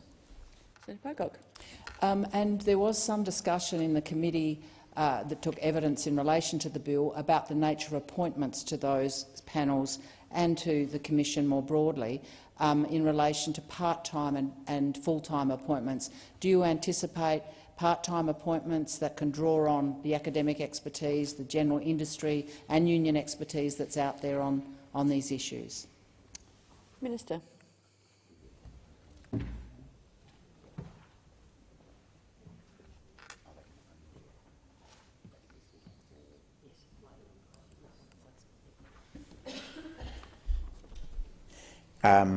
Yes, Senator Pocock. I mean, it would be somewhat ironic if we weren't open to part-time membership of these sorts of panels that are considering gender inequality issues. And what I'm advised is that expert panel members can be appointed on a full-time basis, but also can be appointed on a part-time basis for a 5-year term. And the part-time nature of this appointment reflects the short-term nature of the tasks these experts are appointed to perform, for example, the annual wage review. But the President also will have the power to appoint full-time members to panels based on their expertise, and that will give the Commission some flexibility with its resourcing. Senator Cash. Just if we could continue on the regulatory impact statement and the letter between the Office of Best Practice Regulation and the Department dated the 23rd of October 2022. In terms of the Office of Best Practice Regulation and Assessment tiers, I understand that there's actually 4. You accept, or you've said that you are happy with adequate. Can I just confirm that? Minister. Well, I didn't express a level of happiness or unhappiness. What I said was that the letter that you read from stated that the office considered that the work that we did was adequate. Senator Cash. Adequate for decision-making, there is actually a big difference. In terms of the Office of Best Practice Regulation Assessment tiers, there are actually, I understand, 4. insufficient, adequate, good practice and exemplary practice. Let's go through them again. Insufficient, bad, bad. Adequate, good practice, we're starting to get there, and exemplary practice. Page 55 of the Australian Guide to Regulatory Impact Analysis describes adequate as follows. Means the RIS is sufficient for a decision, but contains a number of shortcomings in its analysis and or the policy development process used to underpin the analysis, such as not conducting a reasonable level of consultation. I go back to the Office of Best Practices assessment, and it says it would have benefited from the regulatory impact statement. Statements are evidence that the regulatory costs, and we'll pursue them, and their assumptions had been tested with stakeholders or otherwise an acknowledgement why this was undertaken. What action did the government take in that regard, given in particular the fact that the RIS is merely assessed as adequate? It means it has a number of shortcomings in its analysis and or the policy development process used to underpin the analysis, such as not conducting a reasonable level of consultation. So when presented with statements or evidence that the regulatory costs and their assumptions had been tested with stakeholders or otherwise an acknowledgement why this had not been taken, what action did the minister take? Minister. Well, thanks, Senator Cash. And again, I thank you for pointing out that the guidance note, or whatever it was that you're quoting from, says that when the work is deemed to be adequate, that is, I think your words were, sufficient on which to base a decision. So it sounds to me as if the work that was done was deemed to be sufficient to make a decision, and that's what we've done. I think it would be probably interesting to find out, Senator Cash, whether regulation and legislation that occurred while you were a minister ever hit the adequate note as well, and I suspect that that's probably been the case in most ministers' careers, that sometimes it's deemed to be a higher level or a lower level, and I suspect we could find examples where that's happened when you were the minister as well. But I mean, given that this point ultimately relates to gender inequality, I've already given references to the extensive work that occurred to ensure that the Act delivered on gender equality in the workplace, and I've already run through the numerous ways in which the Act does that, or the bill does that. Senator Cash. It also related to the impacts on productivity and real wages. Are you therefore satisfied, in light of the Office of Best Practice Regulations assessment, that an appropriate level of consultation has been undertaken for the bargaining changes? Minister. Yes, I am. As you have said, the office found that the work that was undertaken was adequate and that it was sufficient to base a decision on. We've made a decision, and we're now getting on with legislating so that we can get wages moving again. Senator Cash. Does the department usually only aim for an adequate assessment? Minister. I'm sure that I don't know what the department's practice is, but I'm sure that it always aspires to the highest level.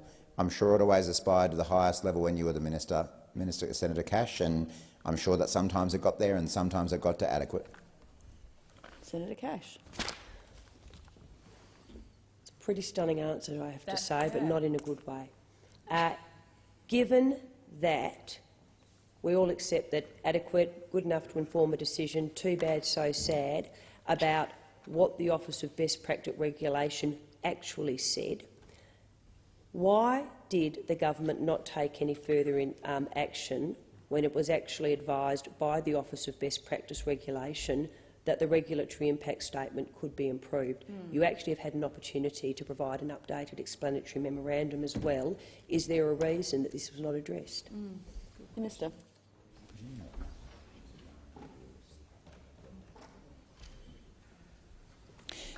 There's been I mean, it would be false to suggest, as I think you're suggesting, that consultation did not continue after that letter was received. There has been extensive consultation both prior to and after the receipt of that letter. But again, we make no apologies for bringing this legislation to the chamber to get it passed before Christmas, because Australians have been waiting for 10 years to have an IR system which delivered fair pay rises so that people could keep up with the cost of living. I know that your government had a different policy. I know that your government's policy was to keep wages suppressed and to keep productivity low. We don't want that. We don't want to wait. We don't want workers or businesses to have to wait a day longer than is necessary to get the system working, so that we get wages moving and that we get productivity moving, which will benefit the Australian economy overall. Senator Cash. Minister Watt, this bill will pass the Senate probably tomorrow. I have no issues with that. But tonight it is our opportunity, and tomorrow, to actually ask detailed questions in relation to the impact of the legislation, the absolute confusion that is out there in relation to the changes, and to date you are just making, quite frankly, a mockery of the entire process. I note that the Office of Best Practice Regulation has criticised the department for not providing evidence that the regulatory costs and their assumptions have been tested with stakeholders. If you go to page 50 of the regulatory impact statement, which says that the impact on employers of option 2, improving access to single and multi-employer agreements. This section refers to a number of assumptions, and we will go through the assumptions, that underpin the department's estimate that the cost of multi-employer bargaining changes, and I do want to pursue an answer you gave previously when I said the cost to small business was around $14,500 and you yelled out not true, and I would like to pursue why you say that's not true. So this section refers to a number of assumptions that underpin the department's estimate that the cost of multi-employer bargaining changes per business would be. And if you go to page 53 of the regulatory impact statement, it actually sets them out. It actually says this: therefore, the total cost per business using these estimates are cost of bargaining per business plus cost of external consultants per business. Small business, $14,638. Medium business, $75,148. We now know that's not true. There was a $5,000 typo, which actually increased, not decreased, the cost to business. And the cost of a large business, $94,311. So when you say in relation to, I said the cost of bargaining per business plus cost, as outlined in your RIS, was for a small business $14,638. Why is that untrue? Minister. Thanks, Senator Cash.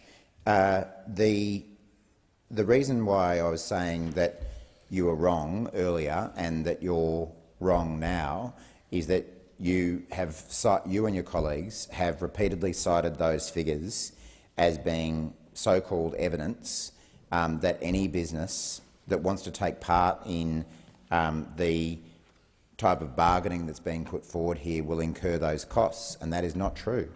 That assumes that the relevant business decides to go and get its own consultants, its own lawyers, its own this, its own that, when that is not the only option they have available to them. As I said earlier in the debate, what I would expect would happen is that we would see some of the employer groups, whether they be industry-based or cross-industry, develop agreements as a service to their members, that their members, the individual businesses, may choose to then join up to. And if businesses decided to do that, then they wouldn't need to incur the cost of external consultants. All it would cost them is their usual membership fee for that association. And those employer groups already provide an extensive range of industrial relations services to their members, and this would become another one that they could offer. So to be claiming, as you and your colleagues have now for a number of weeks, that any business that wants to participate in this is going to be up for tens of thousands of dollars is just completely untrue, and you know that. But you continue to say it because it feeds your scare campaigns, it feeds your narrative, but it's just not true.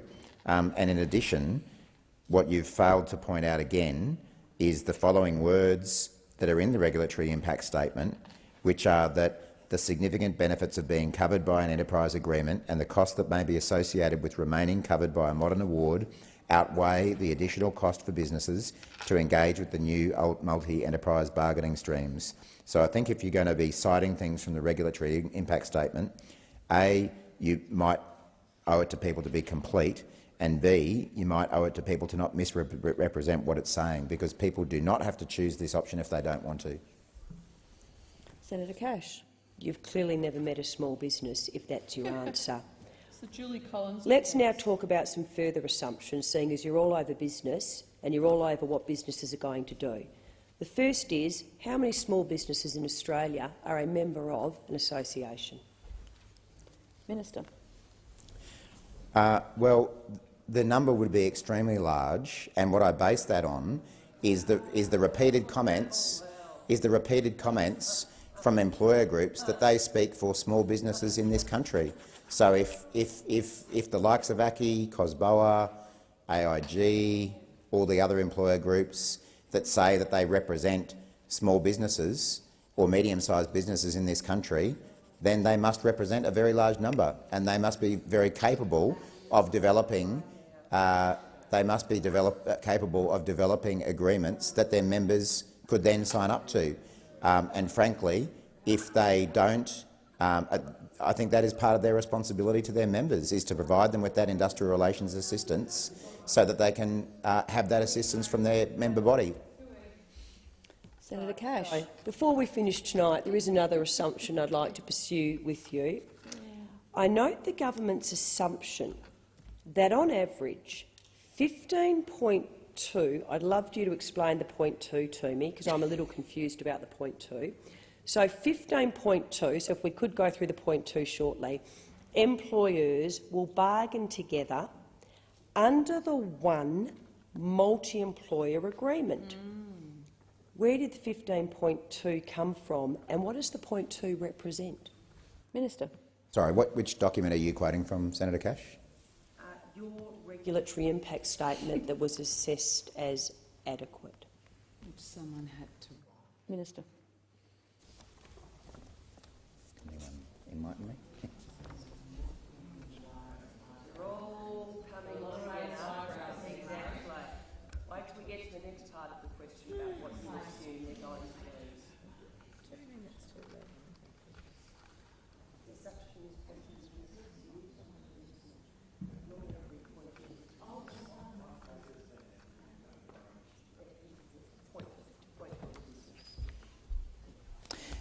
I'm getting some further advice on this, but what I understand at the moment is that it's based on the average number of businesses that have joined multi-enterprise agreements under the system that you presided over as Minister.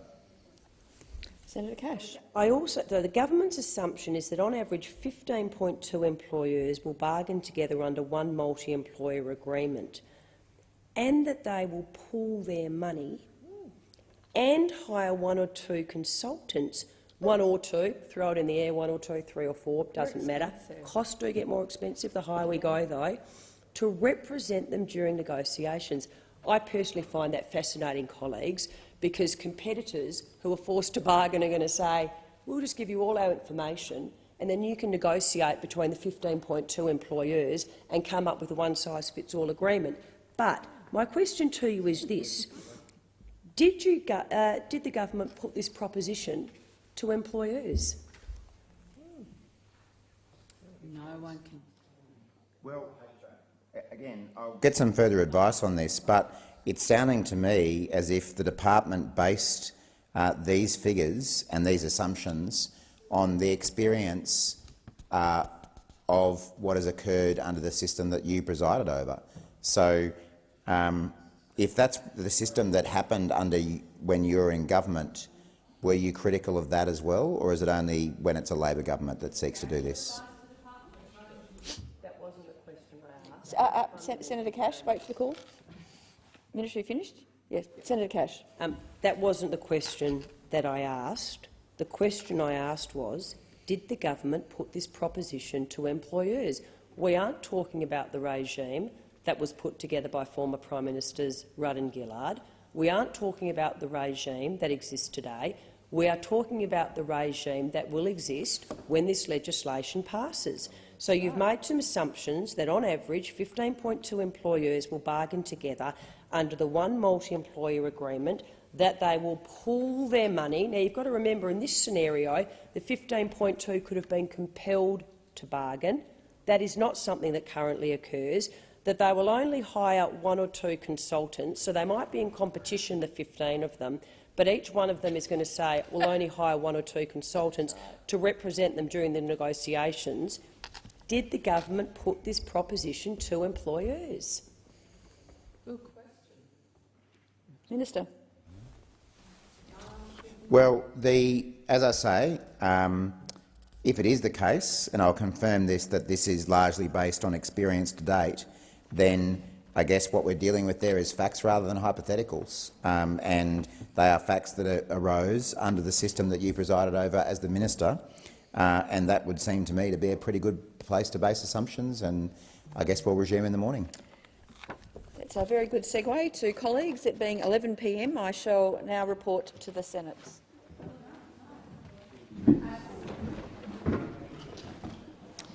The committee reports progress. And pursuant to the order, the Senate will now adjourn without debate. The Senate stands adjourned and will meet again tomorrow at 9 a.m.